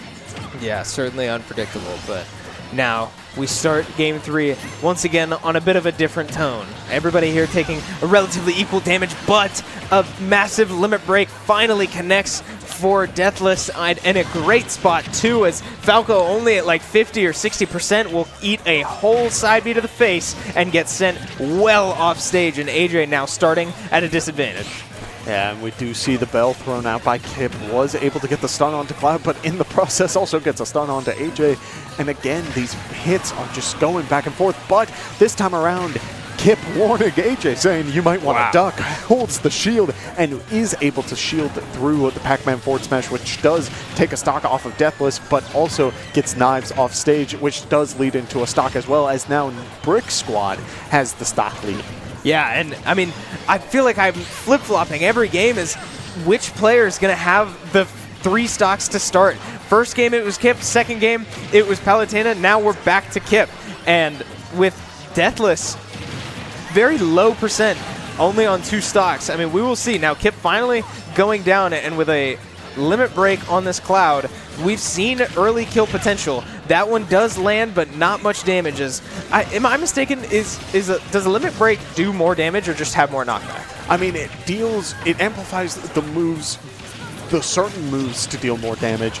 The standard moves that aren't affected by the limit break won't actually change much. What does change is Cloud's weight and his speed. Cloud moves faster, which means that he's able to really dance around what your opponent has to offer. But as this is happening, you can't dance around a Pac-Man dashing into your face, and Palutena does end up going down because of it. Yeah, this is much more like Game 1, except just a little bit closer now, as Cloud will lose his second stock as well, and both Tay Academy players stuck with 1 stock remaining. Now, Kip is very high percentage right now, and AJ is dangerously close to losing his last stock. So, oh no, it's Cloud SDs. That is a massive misstep for Tay Academy, as now Palutena needs to do what Cloud had to do in Game 1, but we've seen it done before. Yes, but this time I do think it's a little bit different. I think this Cloud has done an amazing job of holding on to his percentages, and I do think that AJ and Kip have become a little bit more aware that they really do need to be working together on this stuff, as we do see both players opting to go for these combos. And yes, there still is a little bit of miscommunication, but Palutena going for the reflector reflects the bell, and Pac-Man walks up right behind you and says, boo. Yes, very vulnerable to a forward smash in that situation, as, yes, you said it, the counter does take the first hitbox, which was the bell, reflects the wrong way, and before you know it, you have a Pac-Man right in your back, sending you straight to the blast. Yep. So, very, very well done from Kip to have the patience to wait that counter out and know how to get around it, knew it was coming. Very, very clean play. And again, Tay Academy just kind of in a weird spot, right? They struggled through and kind of tripped into a win in Game 1. Now, Game 2 was very dominant, but misstepping in Game 3 and giving Brick Squad their first win. We'll see if they're able to spin this into more. It's a reoccurring theme, Chris, on this desk, especially today. We've seen a lot of just unfortunate SDs. Last game, it was the fire hydrant, which pushed Cloud just a little bit off of the ledge and ended up taking a stock a lot earlier than you would expect. So if that is going to be a reoccurring theme, frankly, it could continue to fall into Brick Squad's hands, but the other is still the same, where, frankly, the same thing could happen to AJ. Yeah, I mean, it certainly could. And this has been such a volatile series and really such a volatile day. I mean, it's so hard to predict what's happening. I feel like I've caught myself too many times saying that it would be too much to ask for a certain thing to happen one way or the other, and then it does right in front of me. So just anything can happen in these games. These are very, very well-matched players. Yeah, Cloud forced to use the limit, and almost AJ getting the up special to get Cloud into the Pac-Man up smash, but it just barely did not work, as now Kip ends up losing that stock and goes down with everyone sitting around 150, except for Palu, who's sitting at around half that. Yeah, and I'm shocked AJ was able to recover from that. That was really uncomfortable, way below the stage, but again, another stun onto your teammate, but it will lead into a stun on the enemy. Maybe that's a true combo, who's to say? But Kip and AJ able to work together a little bit. AJ does unfortunately go down to an up air from this very high percentage Palutena, and every other player at basically 0%. This is still very much anyone's game. This is the same thing that happened in games 1 and 2, where we saw one of the players on Tay Academy able to hold on to a stock for just a little bit longer, but Deathless, again, the fire hydrant pushing him away just slightly. Yeah, that's, man, it's little moments. How many times have we said it today? Little moments are what matters, and the good players do find a way to punish that. I mean, great job there from Pac-Man. I regret to say if it was intentional or not, because he's just doing his thing. He's placing his hydrant down like he always does, but able to find a kill off of it, just spraying, is certainly something that, an advantage that Brick Squad needs. And look at this, AJ able to catch the bell off of Kip's throw and is able to force everyone into their shields, saying, no one wants to deal with that bell right now. But at the same time, I mean, the percentages are starting to rack up. Brick Squad has the lead, but we have seen comebacks in this series alone. Kip able to connect the bell, is able to get a back air onto Knives, but Cloud returning it into the Pac-Man. So now it's going to be a matter of how are these stocks closed. Cloud using the limit break ups B to then close out a stock onto AJ, evening out the stocks, but the percentages are still in the favor of Brick Squad as Palu goes down, and so does Kip. Yeah, now one stock across the board, and if this goes Tay Academy's way, they will take the doubles in the series. I mean, this is about as intense as it gets, right? This is going to come down to the wire as Kip is able to find a stun onto Cloud and kill him that quickly. 100% Cloud, the one outlier on your scoreboard at the bottom of the screen, will get punished for it.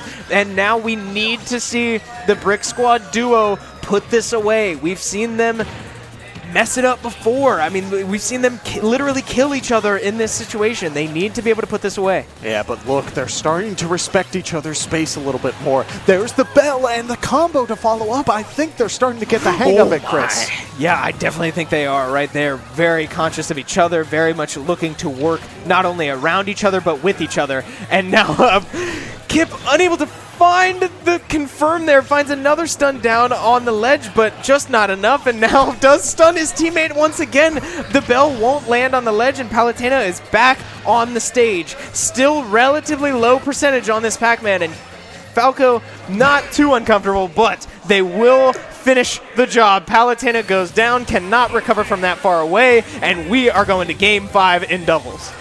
I talked about it before, Chris. You don't need to get fancy when your strategy is already working. We're seeing footstool combos and crazy bell shenanigans and all this stuff. I get that you're in the 2v1. I get you want to show off some of the stuff you've been cooking in the kitchen, but holy, like it's that is the kind. Those are the kind of plays that can really throw games, and so they have. And the prize pool is on the line. It's single elimination. There's no bracket reset. There's none of that. You need to be careful. Yeah, but I mean, they do end up getting through it, right? It's in the past now. They do walk away with a win, and once again, Cloud goes down. He didn't even get sprayed. That was just a weird interaction with the fire hydrant. It didn't allow him to grab the ledge, and now a stock advantage immediately for Brick Squad. And a stun on the other side means a double stock advantage for Brick Squad, as both players for Tay Academy have gone down very, very early. Yeah, look at how Kip is playing, just keeping this pressure going. They are embracing the sort of 1v1, but also here come these sort of combos. Kip doing a good job of knocking it into Falco. Falco using the down special to get a little bit more damage, but Cloud able to find the ground, and it goes for the up smash to punish Falco, trying to get too crazy with the setups. Yeah, now Kip, once again, our only 3 stocks remaining. The rest of the board down to 2, but the percentages are noticeably higher for Tay Academy, as Cloud now very much in kill range, and we will see if Kip is able to put this away as he now charges his limit break, and a forward smash out of nowhere catches Cloud sleeping. This is disastrous start for Tay Academy, and such a different start than we've ever seen in this series. Yeah, here comes a good Falco combo to start things off, and now the players are separated. Kip opting to fight the Palutena, but now Deathless fighting the Falco, and the players getting a little bit closer. Now Knives using the flare to hit their own teammate, and it's really starting to show that the pressure is starting to build up here, Chris. We're in the Game 5 of this. Yeah, I mean, this is certainly very intense for these players. They know what's at stake. They know that this game determines the first point of this series, right? We've played 5 games of Smash Bros, but none of that matters now, as the winner of this game is the only one that will get credit for this series. Now, Cloud does find a massive up smash onto AJ to bring the stocks back to even, but with, again, these percentage disparities, Palutena could die with any given hit, and sure enough, it will be a hydrant from across the stage. Will now put Palutena back down to 0% and -1 stock, and Cloud could be soon to follow. Oh, but AJ's percentage is also starting to build up, and while yes, you have that extra stock on Kip, it's becoming a dangerous territory as Palutena goes for the down smash and is able to close it off. Is AJ going to take the stock? That is going to be the ultimate question, as Cloud is just charging limit. I think you do here. I think it's significantly more worth, because when AJ died, maybe not. I take that back. A great find there from Kyle to put the Cloud away and keep this to a 1v1 situation with a whole stock advantage for Kip.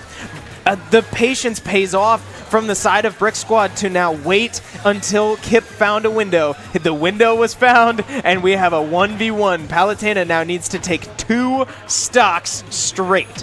Yeah, I hope you like traditional Smash Bros, because this is as traditional as it will get, because not only do we see Kip starting to go for these traditional setups of getting the Hydrant down, starting to charge the fruit and what you would expect. But also, I mean, this is why it works in the 1v1 scenarios, because suddenly the damage output that you need to break down these Hydrants is so much, and it's just not adding enough as Palutena's trying to use that flare to get Pac-Man while charging the neutral special, but it's just not working. Yeah, and this stock feels so close, but you have to remember that Kip has a whole nother one on the other side. We've seen it happen today too many times, and I don't feel confident enough to say that it would be too much for this Palutena to overcome, because it's not.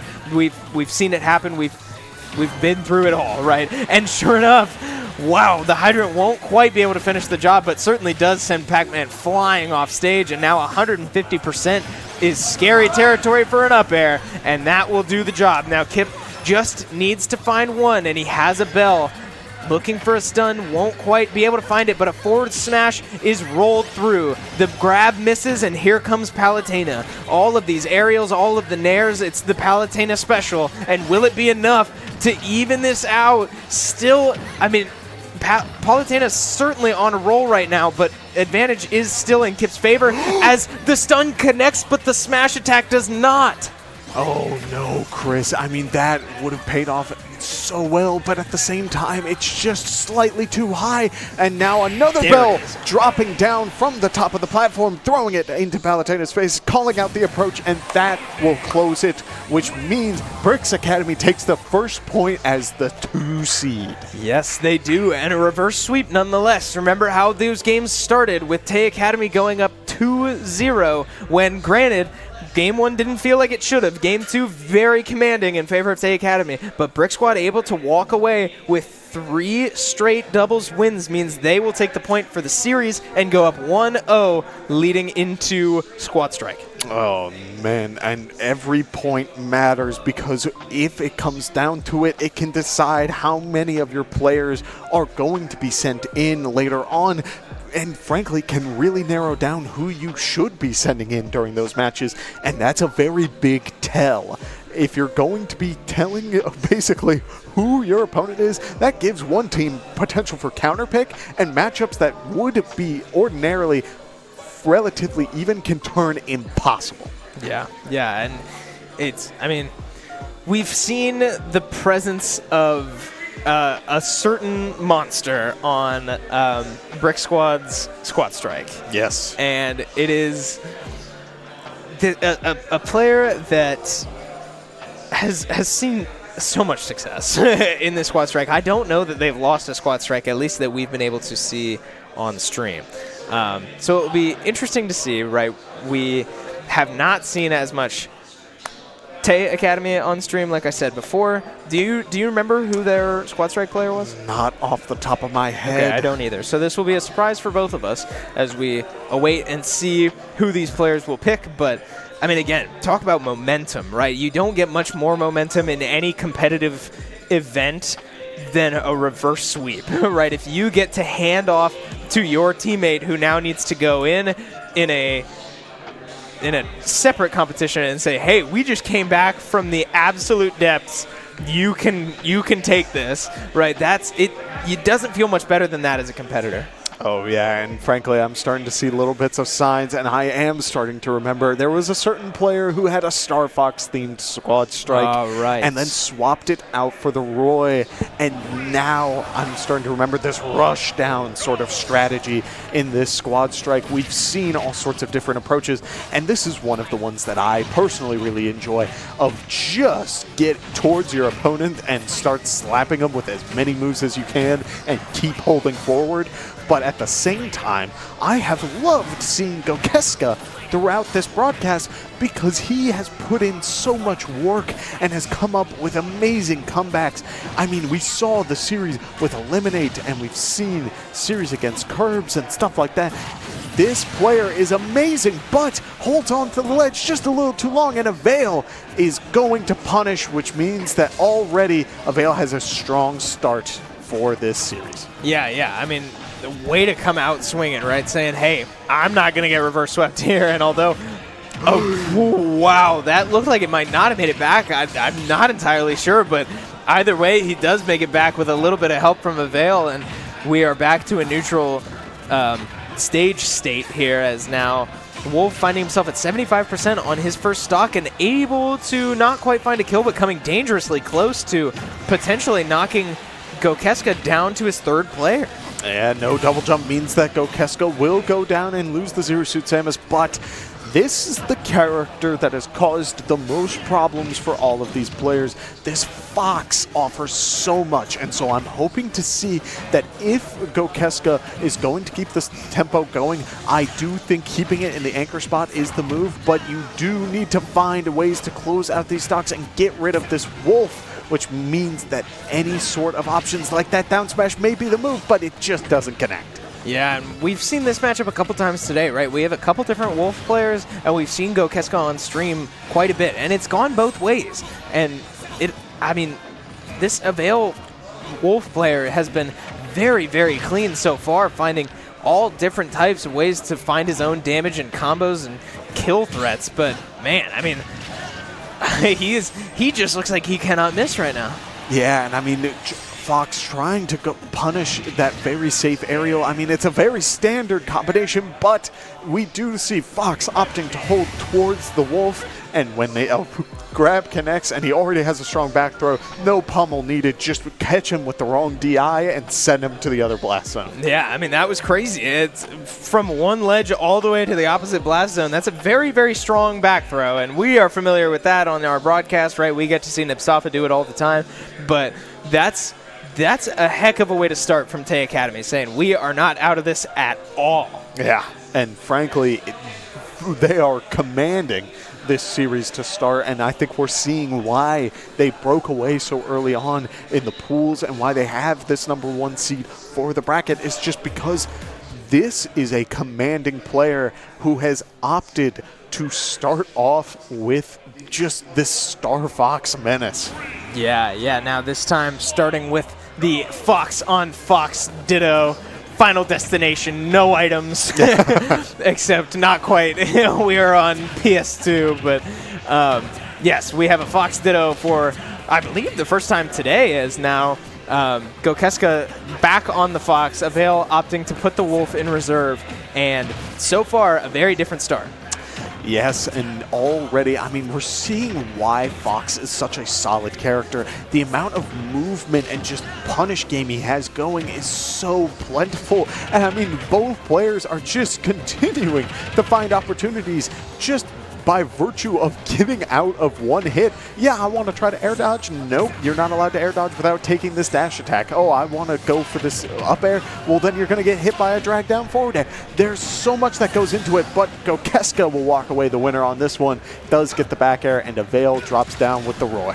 Yeah, and just like that, more stocks taken now in this game too than all of game one for the side of Brick Squad. They're able to take down Avail's first character, but it was not the Wolf that caused all the problems last game. So we will see now as the Roy is able to take a stock of his own and even this up at 2-2 stocks. We do see Squirtle online. We talk a lot about the Fox, but also the Pokemon trainer who has been putting in a lot, not only as the Squirtle, but frankly, a lot as the Charizard. And I don't expect to see that until the percentages are high on either side. But I do think it has really shown just how much spacing really works out, even if some of the moves in your kit aren't the best.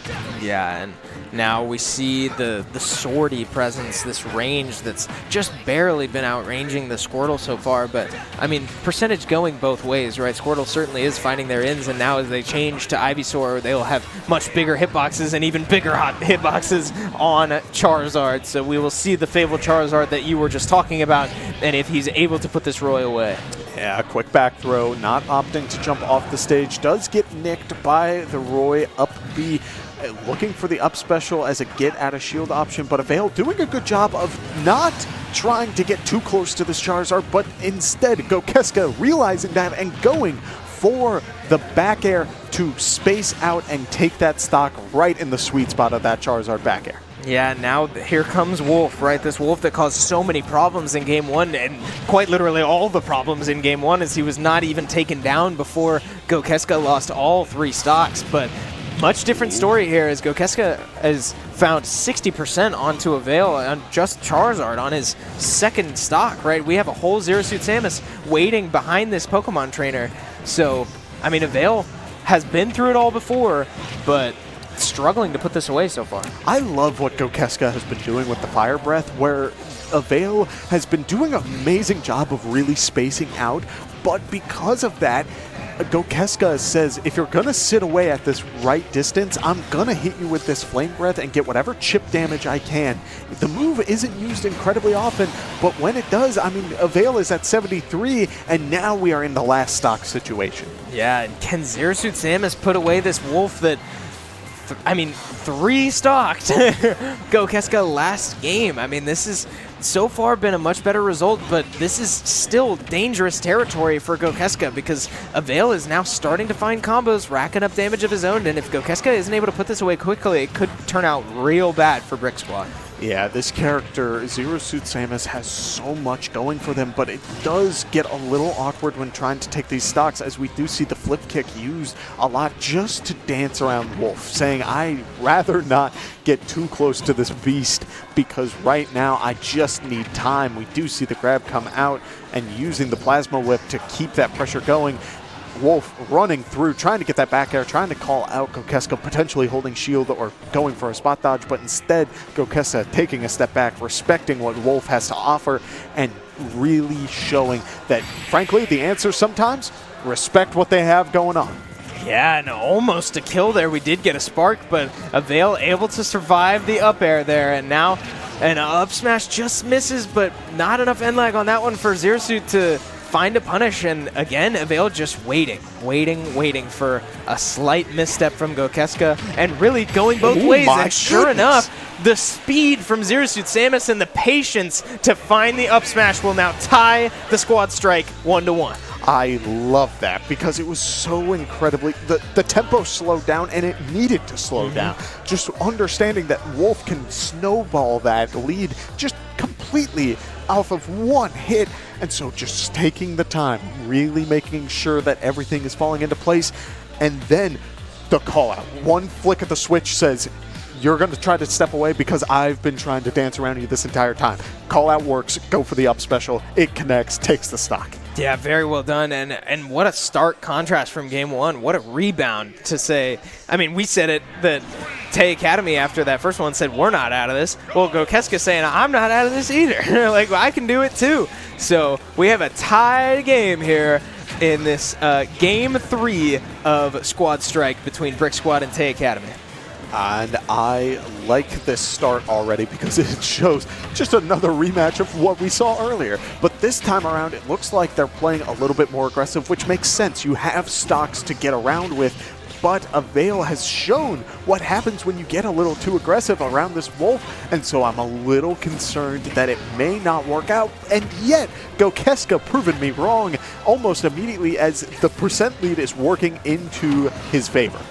Yeah, and Avail able to find an up smash there, but not enough. But the forward smash will do it. The up smash was not enough. The forward smash was more than enough to send Zero Suit Samus flying off the stage. But just like that, the Speedy Fox comes right back for revenge, and a very, very swift up smash will tie this up once more. Yeah, and we saw this matchup earlier where both characters struggle to sort of get that going, where now Roy is going to have a little bit of range on his side because of that sword spacing. But I do think that it will fall into Fox's hands if he can find a couple of good starting hits. I mean, look at this pressure. Again, goes for the tech in place, and immediately Fox has the available option of just going for that rapid jab and getting so much value. Yeah, I mean, it's crazy to watch these players go because this is such high level, and that you can tell that they're both thinking so hard about what the other player is about to do. But, I mean, this Fox speed has been such a problem now as Roy is able to find some damage off his own recovery and launch Fox off the stage. But again, I mean, this is just so back and forth, and I don't know that we're going to get another game that was quite as dominant as the first one. Yeah, I think Kokeska just had a moment of just like, I don't think that should be happening again, and is really kicking up the gas and making sure that this game is staying as even as possible. Both players can frankly go down to a plethora of hits from each other's kits, as right now Fox is the one off stage. Yeah, finding his recovery and back onto the platform, and a Roy up B will do the job to send Fox up off the top, and PT is out to try to finish the job the other direction. A down air into nothing will be the combo for PT, and now Roy finding a combo of his own, looking to finish it with a down air, but not quite able to, as Ivysaur is ready for it, drifting away from the ledge just enough to kill time. Now here comes Charizard. The double up smash, classic Charizard move, did not quite work, but we are right back again. Most Charizard moves will kill a Roy at 160%, and sure enough, an up throw will be the one to do it. Now we have 1 stock to 1, Fox against Squirtle. And this matchup can be a little awkward for Fox if you stick to the Squirtle, because Squirtle's moves, while Fox has so many great moves that come out fast, Squirtle is just small enough and just enough of a little boy that he can put up the pressure, but it won't matter because Fox is able to close it out with a good up air. Yeah, and that's the scary part of staying as Squirtle in that moment, right? You are so light, you can kind of get thrown around if you're not able to change to another character. And so we see the punish coming from Avail to say, hey, if you're going to disrespect me and think you can throw me around, I'm going to throw you around and throw you off the top. So a great answer once again from Avail, and we are right back and forth between these two players, and a 2-1 lead for Avail. And I do think that Avail has been doing an amazing job of keeping up that pressure. We did see Kokeska get a very strong start when that Wolf was dealt with and made a very good call out, slowing down the tempo. Avail sends out the Wolf first.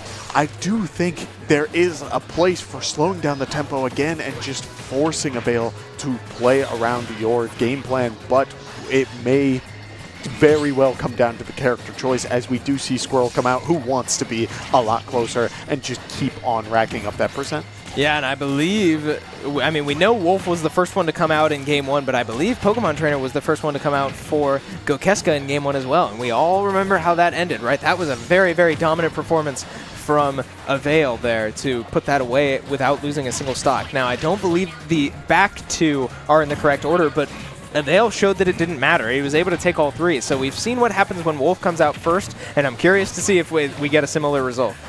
Yeah, and here comes the Squirtle percentage building up, opting to switch into the Ivysaur and just start throwing out these crazy down airs, these beautiful up airs that can offer so much and take stocks very early, but instead having to sit around the ledge. Wolf barely tapped forward and instead goes off stage with an SD. That may have well just been drift. Yeah, I mean, that's tragic there. End up SDing while your opponent is so far off stage and not a threat at all. That's not a great start from Avail, and I guess I jinxed him talking too much about how Game 1 ended, but now we have an advantage for Kokeska on this Pokemon Trainer, looking to potentially rack up some damage and maybe even find another gimmicky kill before he goes down, but he will not, as Avail finishes the job and puts that Charizard to bed. Yeah, now we have Fox Dittos, where both characters are going to be able to punish each other off of just about anything, so it's a matter of who gets the first hit and who can keep that momentum going, and right now it looks like Kokeska is finding these opportunities. Oh, but Avail is returning it in stride after a couple of good hits, as these down airs are just racking up the percentage, the forward air just continuing all of the value. Man, I don't mind telling you, I'll be real. These Fox Dittos are so hard to follow. These characters are so fast and just flying around each other, dodging each other, hitting each other all the time. I mean, this is crazy. I don't know how these are impressive players to be able to just know where you are at any given moment. But a great aerial there from Avail won't quite finish the job, and Fox does find a recovery off that. I thought he might not be able to make it, but he certainly does. And again, we find ourselves with two Foxes on our screens with more than 108 percentage. Yeah, Gokeska able to get the dash attack, start getting that build up going, but at the same time, just about any back air will take the stock if you're close enough to the ledge, and I do think we're seeing it. Avail going for it. Gokeska gets one of his own, but being on the other side of the stage will not end up closing it, as we do see a couple of quick jumps up into the air just to keep the pressure going. You don't need to throw out an aerial to force your opponent to shield, but instead, Gokeska feeling the pressure to jump is called out by Avail and does eat an up air because of it. Yeah, and it's, again, worth noting that if Avail is able to take the stock, then that's a point in the series, right? We have a tie series at 1-1, and we move on to the 1v1s. But not quite yet, says Gokeska, as he will knock the Fox off the screen, and we have a sortie against this Zero Suit Samus. Avail on his last straw, and I mean, Gokeska, I guess even more on a last straw, as if he goes down here, that's it for squad strikes. I like the B reverse neutral special to keep things going and just get a little bit of extra chip damage while keeping the pressure on the shield. But right now, Roy can end stocks incredibly early. Opting for the jabs, could go for the side special. I mean, just about anything will close it out, including those back airs. But the sour spot won't send Zero Suit Samus very far. And we do see Gokeska trying to dance around as much as he can. But Roy's sword just catching just enough of the jumps to keep the pressure going as Gokeska goes for the neutral get up, and Avail is able to get the center stage control, but with a rough landing, Gokeska is able to get the grab, goes for the back air. Roy runs up, goes for the jab, but isn't able to get a follow-up, and instead is now eating more percent. Another neutral special coming out from the Zero Suit Samus. Won't get any sort of follow-up, but is able to make it back onto the ledge. Going for the up special, and it trades, but Roy's up air beats out the Zero Suit Samus, and it is 1-1 overall for this format. Wow, yeah, I mean, a great job there from Avail to tie up the series in a very strong fashion, right? We saw Gokeska look very strong at times, and at times throughout the entire day, Gokeska has been the squad strike guy. Yeah. But Avail coming out with a 3-stock in game 1 and very, very strong performances in his other games to say, hey, we're not out of this yet. You may have reverse swept us in the doubles, but let's even this out and just go to 3 1v1s. Yep, and frankly, that is going to work out, frankly, pretty well for both sides, because that just guarantees that you have a little bit more wiggle room for who you want to be sending in, who you want to make that call out of, like, I want so-and-so player to play against this other option and keep that pressure alive.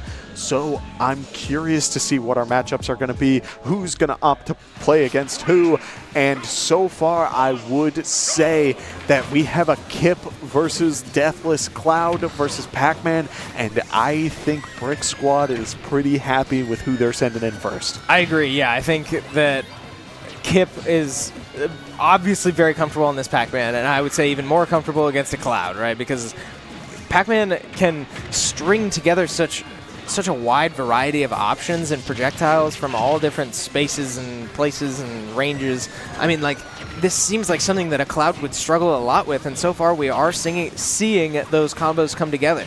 Now, Cloud, certainly nothing to scoff at and can absolutely fight back, but I would give this to Kip in terms of matchup. Absolutely, because not only do we see this sort of projectile-based gameplay where Deathless definitely has to be playing around Kip's game plan, but also during the double battles, we saw multiple times where Cloud was put into these awkward situations where his up special just didn't work. Yeah.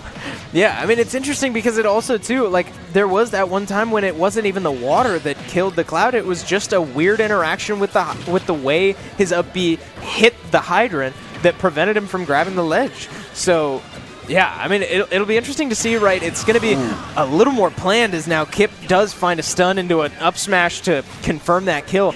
These hydrants are going to have to be a little bit more deliberate, as in the doubles they were just kind of random. Like, Kip would put a hydrant down, and in the chaos, Cloud would be caught recovering and just have a bad moment with a hydrant. But I'd be interesting to see if that mechanic, that interaction, is as present in a 1v1 as it was in the chaos of a 2v2. That's a very good point, because so far we haven't seen those sort of interactions. Deathless has been doing a great job of staying on the center stage and not giving Kip the room he needs for these setups. A quick blade beam calling out the invincibility, and the water pushing Pac-Man into the cross slash. I mean, everything is working into Deathless' favor right now, and he's the one with the lead now after Kip started off taking that stock. Yeah, I mean, very interesting stuff. As we now see, Galaga combos are Kip's specialty, and wow, he does command a forward smash off of the ledge and finds it, but it will not quite be enough to finish this cloud as he gets his limit break from it, recovers all the way to the middle of the stage, and gets back like nothing ever happened. Yeah, here comes the bell. Doesn't go for any sort of crazy follow-up, trying to just potentially get the back air, but making sure that at the very least you re-grab that bell, as it offers just so much pressure. But you gotta break that habit of forward tilting that shield, because Cloud's up smash just puts on so much pressure, and that forward tilt will be able to punish as well, as now the limit is online, trying to cross slash the landing, but Kip still had the double jump and opting to jump away. Yeah, and I mean, this hurts if you're Kip, right? You had a massive forward smash to start that earlier stock, but it wasn't quite enough, and now, again, getting stunned on the ledge, and it won't be enough, or it will be enough for the Pac-Man to finish the job. Cloud unable to recover at such an awkward angle, and only a vertical recovery, not much horizontal recovery to work with, and we now have a one stock to one stock situation. I mean, this has been very, very close. Yes, and Kip is already eating so much percentage, is currently at 95 and doesn't have many of the fruit online. Going low, trying to use the trampoline to get back. Cloud using the back air as well as having the limit, using that speed to his advantage. Deathless, making sure that whatever advantages he has, they are used to the best of his ability, and to keep that pressure going, as Kip is the one who is really struggling to find an opportunity to get these setups going. Yeah, and this feels like the opposite of what I would have expected, right? I would assume that in this matchup that Pac-Man would be the one really dictating this one stock to one stock pacing, but it's been the exact opposite. Pac-Man's been struggling to deal with this Cloud's hitboxes and just presence. But now we see a grab and a limit break ready to potentially finish the job, as Pac-Man looking to just land.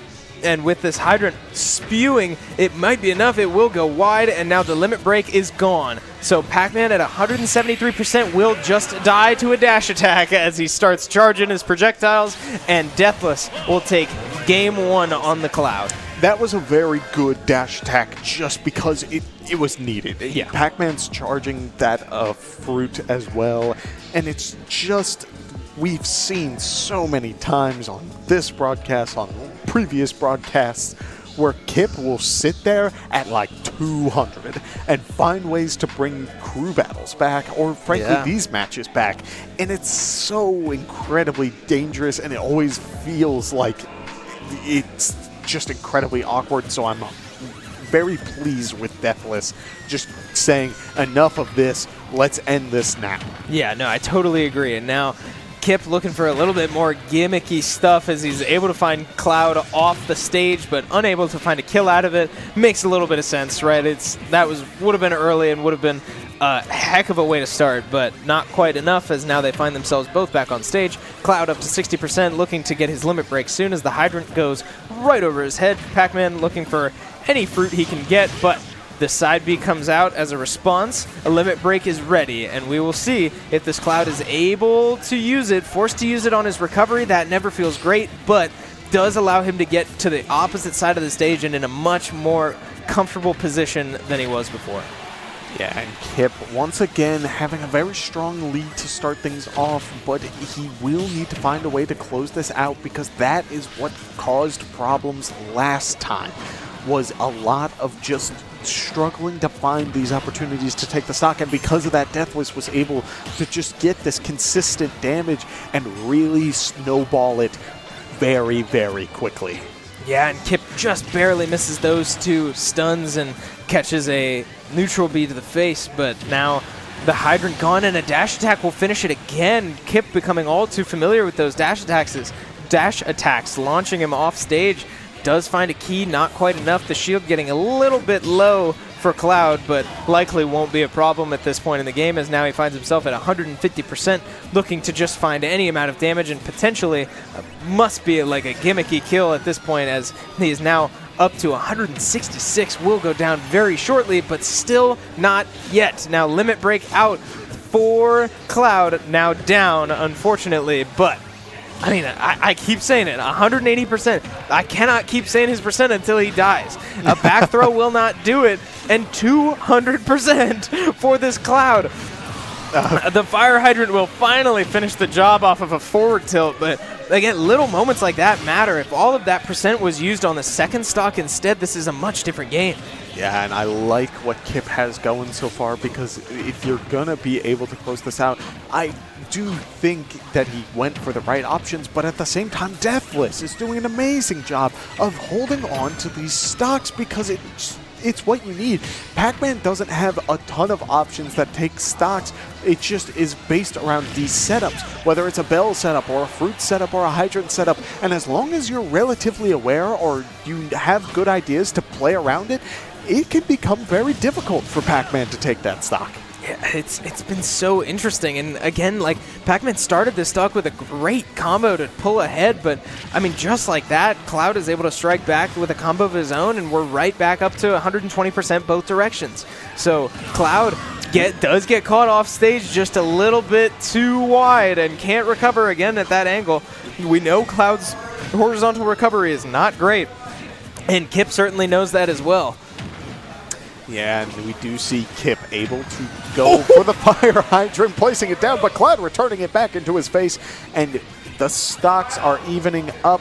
Cloud has full limit, one cross slash, dashes forward, trying to look for a second, I guarantee you, but Kip not allowing it, trying to jump up, as right now Cloud is feeling it. There it is, the second cross slash, and Kip is at 66%.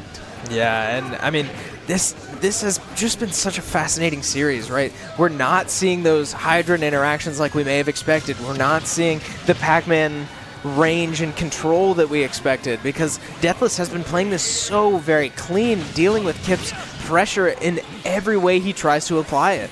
So Kip now just struggling to find a way onto the stage at this point, and the up smash won't quite connect, but Cloud does now have his limit break and might use it very soon. We will see. This is uncomfortable for Kip, as he knows it's coming, but has stalled for as long as he can and is able to get back on stage, but the aerial won't quite do the job. There is the limit break projectile, so no more limit break to be afraid of, but still 150% to be afraid of. If Kip is going to find this stock, he's going to have to stop getting hit, and so far he has been struggling to do that. Oh, there's no way. Okay, the forward smash with full rage, almost taking Cloud out just like that.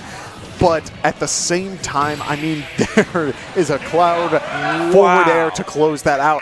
I would have lost it. Dude, that would have been crazy. And we heard someone in the room, I don't know if it was in the audience or one of the players, let out a very genuine what? Yeah. When that smash attack went off. I think that caught us all off guard, but it was not enough. Again, the kill sparks have been deceptive today, so that one was not enough to finish the job, and Kip does end up going down to a forward air, and Deathless will pull ahead 2-0 in this first 1v1. Yeah, but we've all been here before. Any player who enjoys a good bracket scene lives for these sorts of moments for a potential comeback. But at the same time, if I'm Tay Academy, I want to close this out because it guarantees me another point, and the less amount of my players have to go in, the better.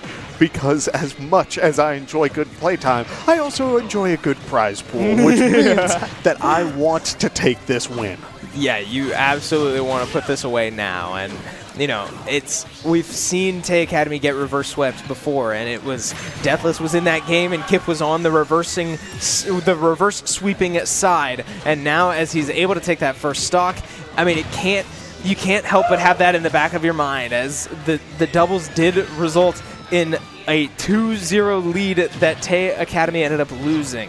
So you certainly don't even want to push yourself to that point if you can get away with a win right now. Yeah, and I mean, Cloud is at the disadvantage right now, but at the same time, I mean, look at how much pressure he just exudes by having Limit. I mean, Kip has to respond, and with a character who enjoys a good setup, I mean, he's just having to get close to this Cloud, and because of that, is not going for anything crazy, just going for this very standard Pac-Man play. Yeah, and a great back air there to finish the job, and he will get his limit break from the downtime of Kip respawning.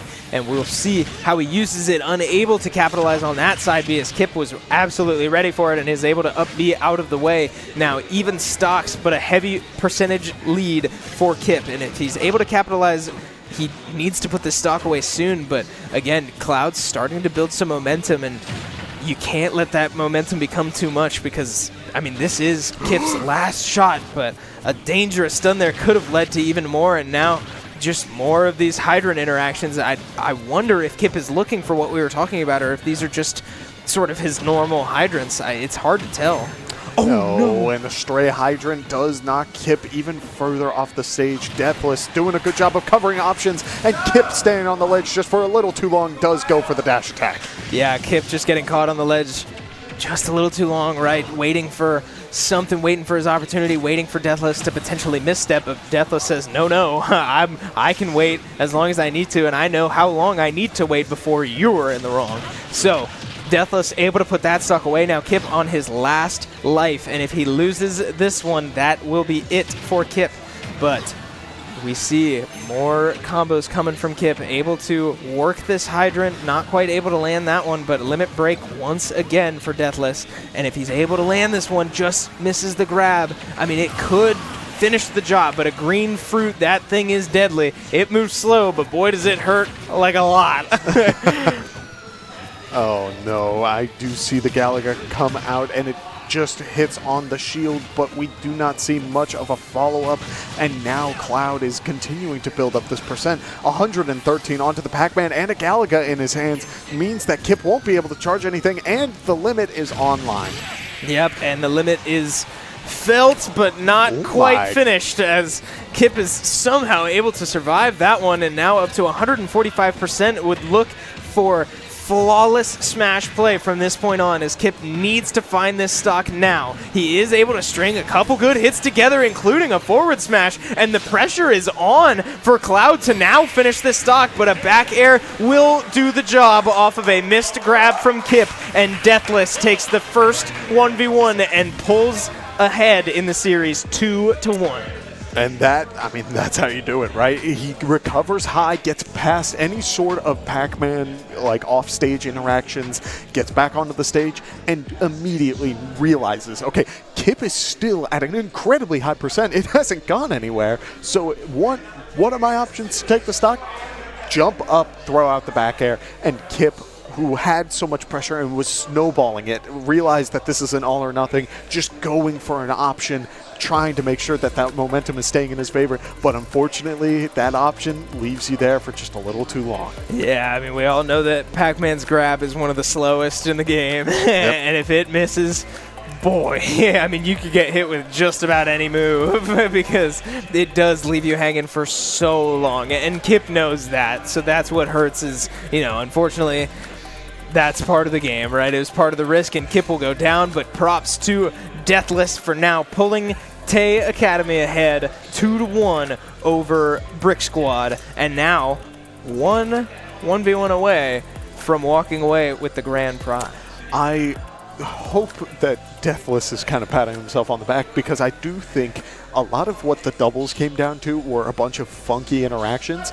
And so going into the 1v1, and frankly, the two of us saying, we think this will probably work out for the Pac-Man, and him locking in was incredibly just well done and shows that level of mental that is needed. But we will get into the next game, the next 1v1, Gokeska's Fox versus the Palutena. Yeah, and we've seen Gokeska have so much success in the squad strike, but we haven't really seen at least a need for success in the 1v1s, right? Because Brick Squad has been able to pull ahead pretty comfortably before he ever comes in. So this will be interesting to see him on full 3 stocks when he needs them as Fox. Yeah, and already, I mean, look at this pressure game. Fox was down about 30%, but one good string just brings it all back, and this Palutena is stuck in the disadvantage where suddenly, oh my goodness, I spoke too soon, because one really good up air took out Fox at 90, Chris. Yeah, it caught just a little bit too high, and again, Palutena's a very, very strong character, and that up air is very strong too, but the recovery not quite enough, just at an awkward enough angle to not reach the ledge, and she will go down just like that, and we are back to even stocks. Yeah, and we're seeing it once again. Gokeska dashing around the shield, trying to keep up that pressure as much as he can, but if Palutena is able to get the shield going, that generally means that that is going to be your opportunity to punish back on the Fox. At the same time, look at the movement from both of these players, dancing around each other to the best of their ability. Palutena using the up smash, trying to catch the Fox side special, but isn't able to get it. One up tilt from the Fox into the up air will bring Palutena up to 110, but it won't be enough to take the stock just yet.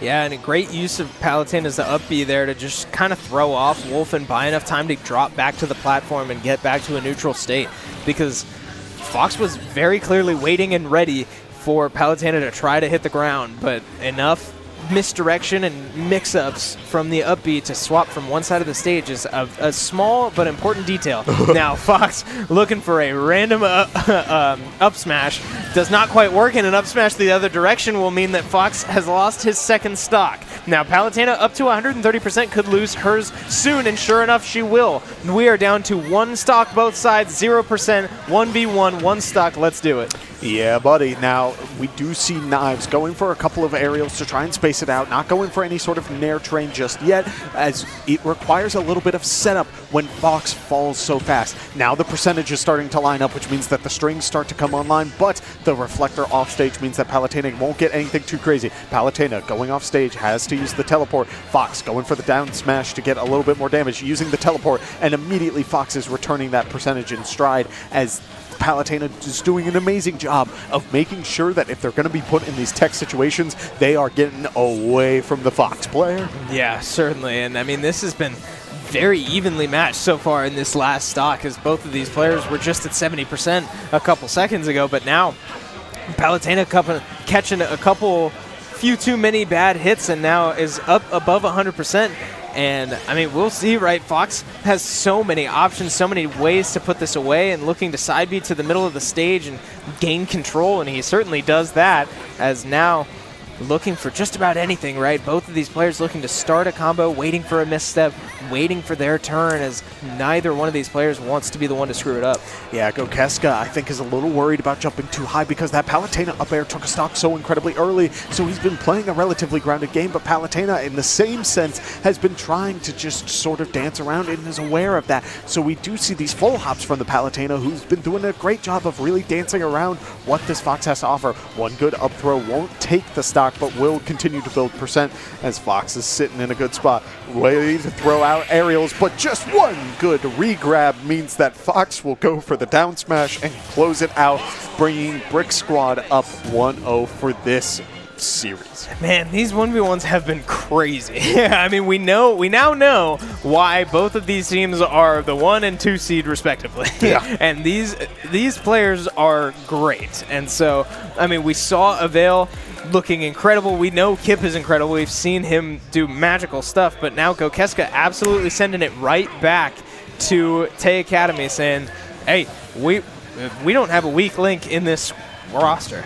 Yeah, and I love that, because when you have this sort of team setting, this format really encourages you to, like, everyone needs to be on the same page, not just in your doubles, not just in your squad strike. You need to have faith in each other, and frankly, we're seeing that there's no reason for doubt for either team, because they're doing an amazing job of just keeping up this momentum. The tempo is relatively even for both sides, and I'm loving it. Yeah, it's been great to watch, and we've talked about tempo all day with how fast Fox is.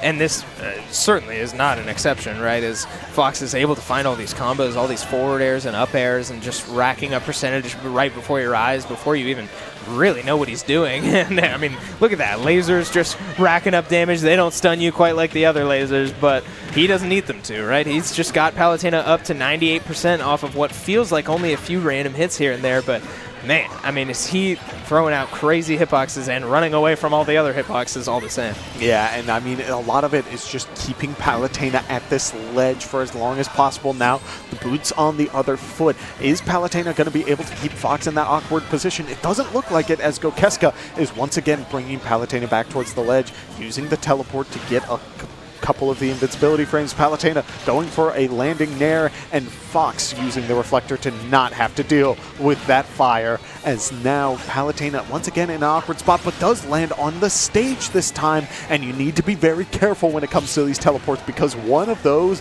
in the wrong spot can really spell problems if Gokeska goes for a potential down or up smash. Right, it absolutely can. And I want your opinion, because I so far am 0 for 1 on matchup predictions, but it certainly seems like Palutena just as a character is kind of struggling to deal with the speed of Fox. And is that true? Is that going to be something going forward, or is that a playstyle issue? I think that is more of a character-based thing, because there's a reason why a lot of people do believe that Fox is just such an incredible character all around. Oh, wow. And it's because he is able to just dance around you. He plays almost with the speed of Sonic, except rather than running away, he is in your face 24/7. And because of that, Palutena does have good moves and is able to get combo strings going, but it's just longer enough that it causes a couple of problems, as we see there. Yeah, and I mean, you talk about just running you down, being in your face. I wish I could count how many dash attacks and nairs I've seen in the last 10 seconds from this Fox. He hasn't been hit yet since losing his last stock. And now Palutena's up to 93% from all of these little hits, little trains just chasing her around the stage like a little fly that you just can't swat. But I mean, it's becoming so much more than just a fly, as now he's finding kills off of jab resets and down smashes. Yeah, and I mean, a good down air was able to do it, as we do see side special into the dash attack, and look how safe that move is relatively. I mean, it's just adding so much value to what this arsenal has, as Knives is feeling the pressure from this Fox. It's just one after another, and it is just going to keep on building one after another, slowly but surely. These up airs, too, just keeping the strings going, as Gokeska is once again just taking a couple of hits, is off stage. It's going to be on Palutena to keep that pressure going, but if they are unable to find this, it frankly could mean that Brick Squad goes up 2-0. Yeah, and I mean, how crazy would that be, too, if game one goes to, or set one, excuse me, goes to game 5, and the whole series goes to set 5. I mean, between these two teams, they are so evenly matched. We all know that. But for it to come out in competition that these teams are truly as equally matched as you can be, that would be incredible. Yeah, and we do see Fox going for the back air, which will be able to close it out, and Brick Squad is going to go up 2-0. Chris, it's looking very likely for a 2-2, and that means it's going to fall on these last couple of players. Yeah, I certainly don't want to write this Palutena off yet, but these games have not seen as many windows as previous players on their back foot, right? Players stuck on their heels after a 2-0 deficit. You usually can find little moments here and there that look pretty good, but I feel like I've really yet to see that from this Palutena. Like, this Fox has played lockdown, absolutely just choke you out until you're dead. And that's nothing against the Palutena. No, what not it at all. really comes down to is that you are put into this situation where you need to punish this Fox. Okay, where do you do it? You do it at the ledge. Well, what options can you cover and really keep this Fox going? Well, he's got everything that every other character has, plus a side special, plus an up B, plus a reflector, and just can keep you in these awkward situations. So it's going to be difficult for Palutena to cover all of these options, but if Palutena is able to get these options right, it could fall back into Tay Academy's hands. Yeah, I mean, that would certainly be interesting if Tay Academy is able to reverse sweep this now too, and have a reverse sweep under their belt in this series, right? Going into, or I guess that would be the end of it, right? If they could end on a reverse sweep, would be incredible to take the grand prize. But I mean, enough about the future, right? We have a game in front of us, and this will determine the trajectory of the rest of this series. Is both of these players at basically identical percentages. Nobody yet to lose a stock, so these players playing a little bit safer, right? A little bit slower, and now Palutena is able to find a dash attack to take the first stock for the first time in a while. Yes, and that is what you need, because if you're able to get this momentum going, you can see Palutena's going to start playing a little bit more aggressive, is going to start trying to match the Fox, and that's frankly what can also even this up is if you're able to keep up. It's not easy, and frankly a lot of the frame data will work against you, but if you can get him into these offstage situations, get him into these spots where he's a little uncomfortable, suddenly it can fall back into your hands, but you need that momentum to do so, and as such, one up smash from the Fox will bring that momentum back to the neutral, and now it is on Tay Academy's Palu, it is on Knives to find another opportunity. Yeah, looking for that opportunity. This Fox gets launched off stage, but is able to get back without much issue as Palutena finds a grab and is immediately shined for it. So we are right back to a neutral state. Palutena able to find her aerial and launch Fox off once again and gets the counter off the recovery. That will be another stock in favor of Tay Academy. And if they're going to come back, I mean, now's the time to do it. We talked about not really showing those signs of greatness yet, or signs of potential that they could show this reverse, or they could pull off this reverse sweep.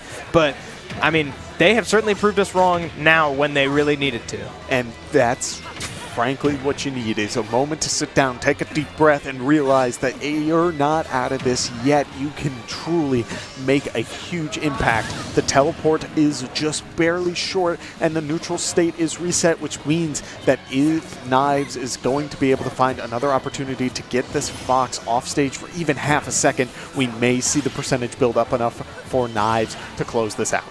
Yes, 75% up on this Fox, and I mean, that's, while certainly nothing to scoff at, I don't know that it's going to be enough, as Fox is asserting his pressure and really showing why Fox is such a great character now, right? We're right back to where we were in these last couple games, but Palutena now finding her windows, finding up airs, finding grabs, racking up damage on this Fox, getting him up to 117, and if she's able to find one or two more of those, it might be enough to put it away. But so far, Fox absolutely fighting back. A nice aerial there to send him off stage and almost kill him, looking for the counter off the recovery, but it just misses, and now it's Fox's turn to be in advantage, right? Defending his own ledge up at 130% itself, but Palutena now up to 100, and both of these players notice the playstyle change. Neither one of them really wants to lose this, but especially the Palutena. Knives cannot afford to die right now because you're down 2-0 in this set, and that's it. If you die here, it's over. Looking for the counter, it misses. The reflect did proc, but the attack did not hit, but it does not matter, as the aerial will put it away, and Palutena is able to find her first win in this set. Oh, Chris, I don't know. I don't even know what to say. I don't either. I'm so pleased that the Palutena was able to bring this back, because frankly, they have had these moments of sunshine and these lights where they're able to bring it back, find the opportunity, find that line, but it's difficult. Yes. And so if they're able to bring this back, it's going to take moments like that where we do see these back airs come out that are so incredibly strong. And frankly, Knives did an amazing job out of the gate last game. So if that reoccurs again, that may be what they need to bring this series back. Yeah, if they're able to do it, that would be incredible, because they truly have had to claw from the depths, but Palutena falling just a little too quick. Thankfully, has a great recovery to make it back to the ledge and not have to panic too much. But now, oh my lord, a couple up airs does actually take Fox off the top, and an early, very early stock advantage for Knives. And oh my goodness, Chris, if you're gonna snowball it, if you're gonna go for some crazy stuff, you need that lead, and here it is again. This means that Knives is going to have full opportunity to go for a lot of crazy plays, go off stage, and really keep the pressure going. But at a cost, now it is up to Gokeska to really lock in and understand, okay, I'm losing these stocks to early percentages off the top. I need to be thinking about my landings just a little bit more. What am I getting caught by, and what is taking me out? Because otherwise, this may just snowball out of my control. Yeah, this is certainly leaning Knives' way, and I think he may have heard us talk a little bit too much about how we hadn't seen much that would make us believe, but I certainly believe now as Palutena is up 3 stocks to 1, and Fox is up to 70%. And in this very uncomfortable range on the top of the screen, right? Palutena is finding ways to get him up there and rack up damage of her own now.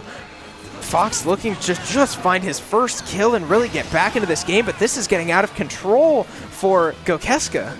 Yeah, 100%, and just about anything in Palutena's arsenal will take the stock at this point. The back airs, the up airs will be able to do it, but will we see the follow-up? Not yet. A good ledge trump will be able to let Palutena connect an up air, and you're feeling good. I mean, just like that, we're here, right? Those were quick games, and I mean, yeah, like we blinked, and this is dangerous territory now for Gokeska and the rest of the Brick Squad team.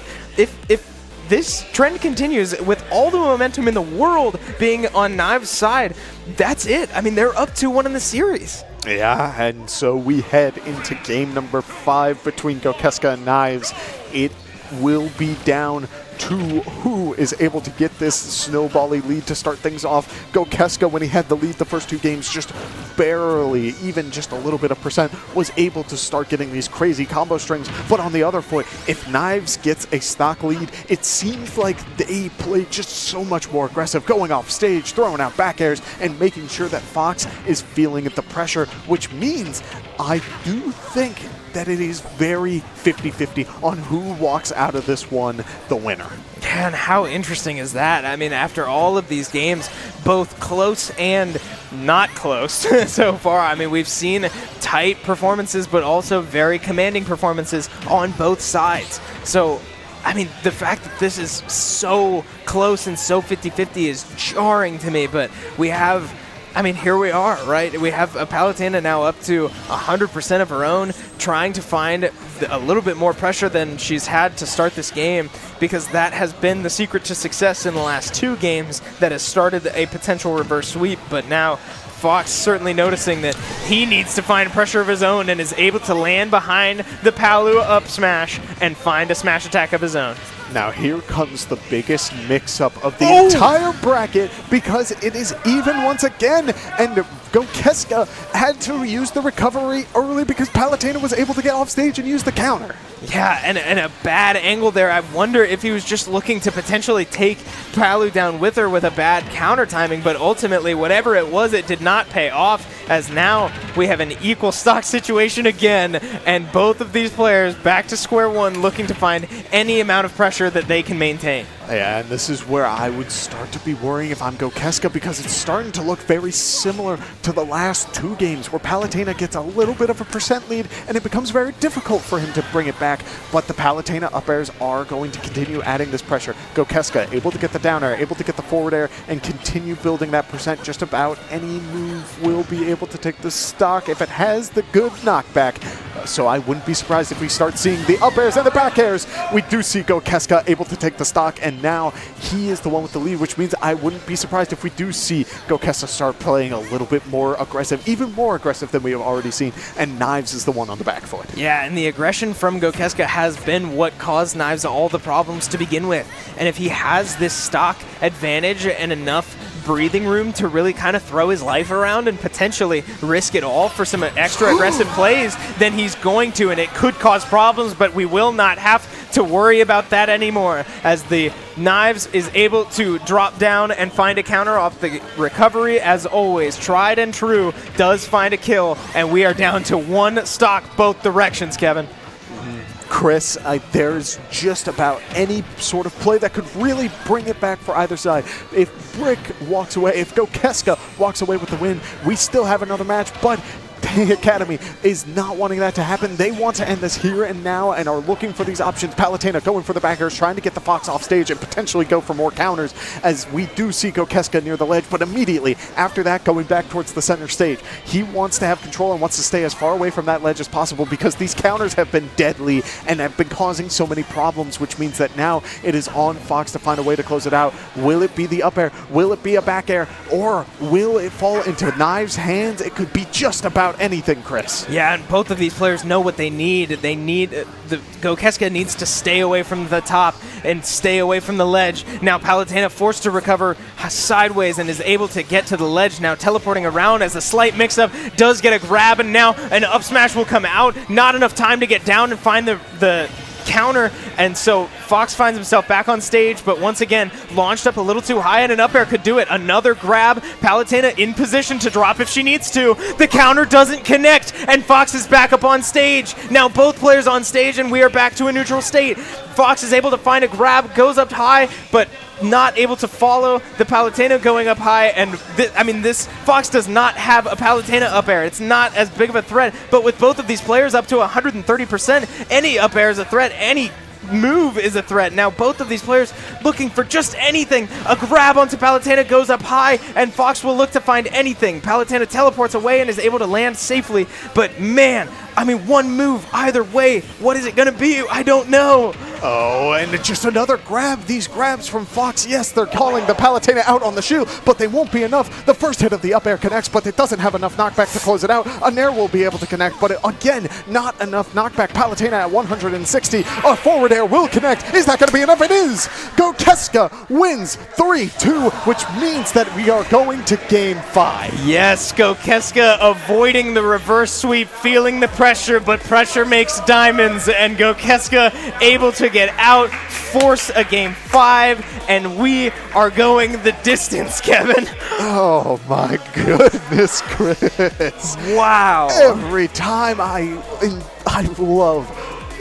tell you this, I love watching good Smash Bros. I love watching players adapt and feel the pressure and understand what all is at stake and adapt on the fly and just continue to learn even when they're in the middle of a situation where habits feel like the right answer, but in reality, you need to be active thinking, you need to be aggressive, or you need to be playing around what your opponent is going to do. You need to have that active mindset, and because of that, that is where we get situations like that, where both sides are dancing around each other at 160% and just continuing to find stray hits. Yeah, and this has been so crazy. We knew that both of these teams were so strong.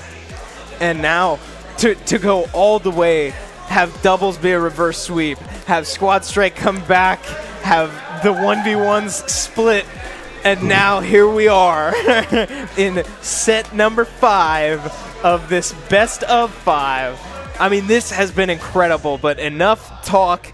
We have 2 players remaining. The Squad Strike superstar from Tay Academy versus the Falco player of Brick Squad. A Falco versus Roy matchup. 2 characters that enjoy getting a good combo string off. One preferring to go a little bit more vertical and the other one a bit more horizontal. So the stage choice feels like a handshake between both players. Hey, I'll give you a lower ceiling if you give me more groundwork to try and carry you across the stage, and one good Roy side B will keep that momentum going. Yeah, we see exactly what you were just talking about. The stage pick paying off, and what feels like a very unique pick, because most of today has been PS2 for literally every team, right? No, it's been very rare that we get a different one, but now Falco finds himself off stage, and an air dodge leading to his death means that a 2-stock lead for Avail and Tay Academy is not at all how you want to start this series. Yeah, and look how aware this Roy is right now. Calling out the side B, ducking under it, and is able to get the Dancing Blade, the forward tilt to poke out the side special as well. Falco up B able to get back onto the stage, but already look at how Roy is just putting up the pressure and making sure that this is not Falco's game.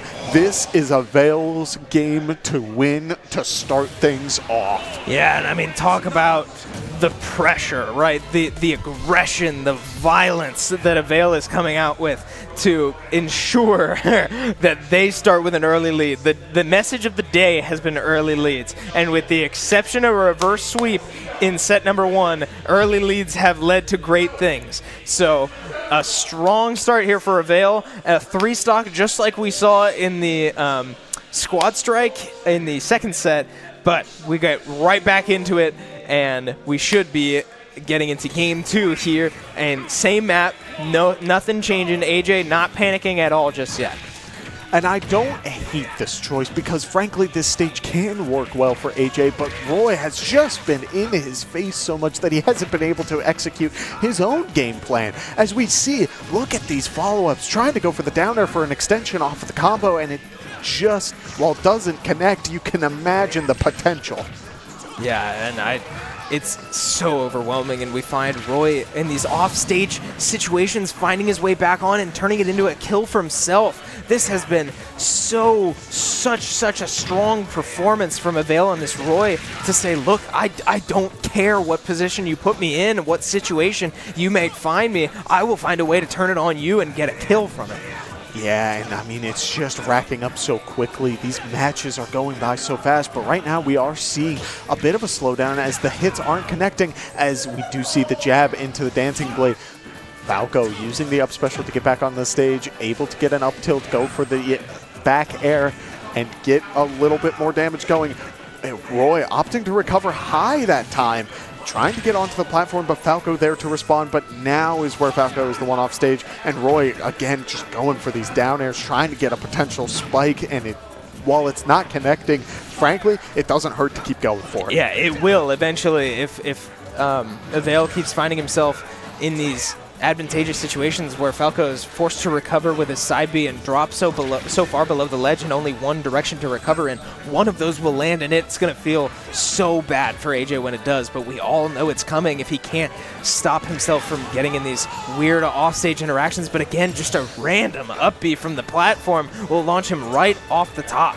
Yeah, I mean, Roy is just building up this pressure. We do see AJ able to get the up tilt, but unable to get the follow-up because he was sent too high. Roy's percentage is in this awkward spot where Falco's combos won't exactly connect, but at the same time, he just about anything will take the stock, so you almost need to throw out a move just for the sake of throwing it out. The up tilt into the up air will be able to do it this time around, and now we will see a potential Falco combo. No! Instead, the reversal coming from the Roy. Oh, Chris, you said it. Yep, there it is, right? Recovery with the side B. Whether the side B is going to hit the ledge or go below it, it does not matter. One of those down Bs is going to hit, and it's going to feel pretty bad when it does. Yep. I'll say it again, but, I mean, this has been absolute domination so far from Avail on this Roy. AJ has found 1 stock to Avail's 6. I mean, this has been violent, and AJ needs to find something right now to turn this whole game around and find another reverse sweep. And it's happened.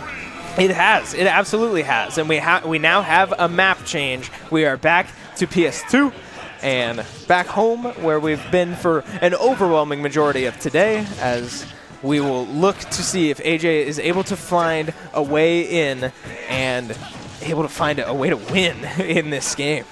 Yeah, and once again, I don't hate these. Oh my goodness, the side special spike will end a Roy stock incredibly early. Chris, I don't want to speak too soon. We won't say anything about it, but it's very real.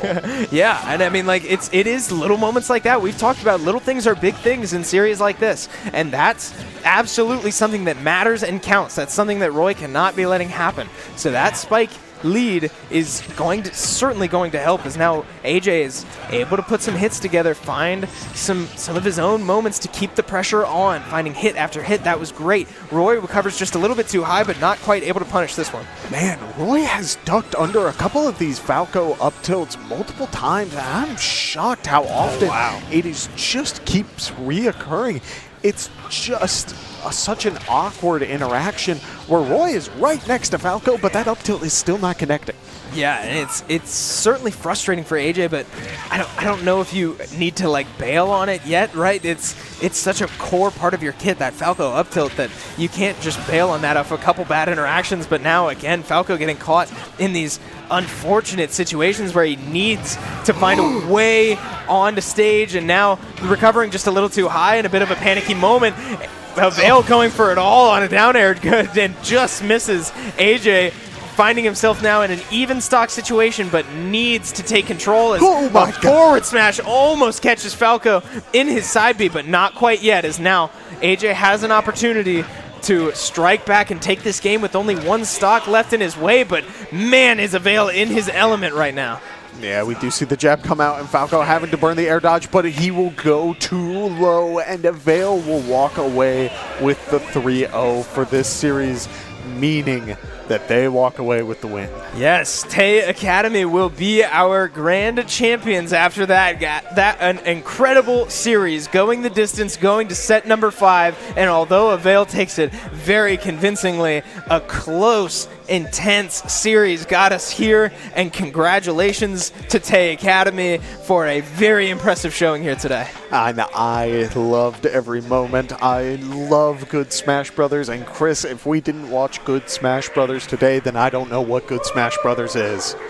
Yeah, I mean, we got to see some high-level play, some very, very interesting formatting, so shout out to our event management class here at Shenandoah University for putting on a great event, adding a little bit of spice to our life, as we don't get to see formats like this in the Smash scene very often, so shout out to all the people who were able to make it here today in person for helping us put on such a great event. Shout out to our broadcast for putting on a great show.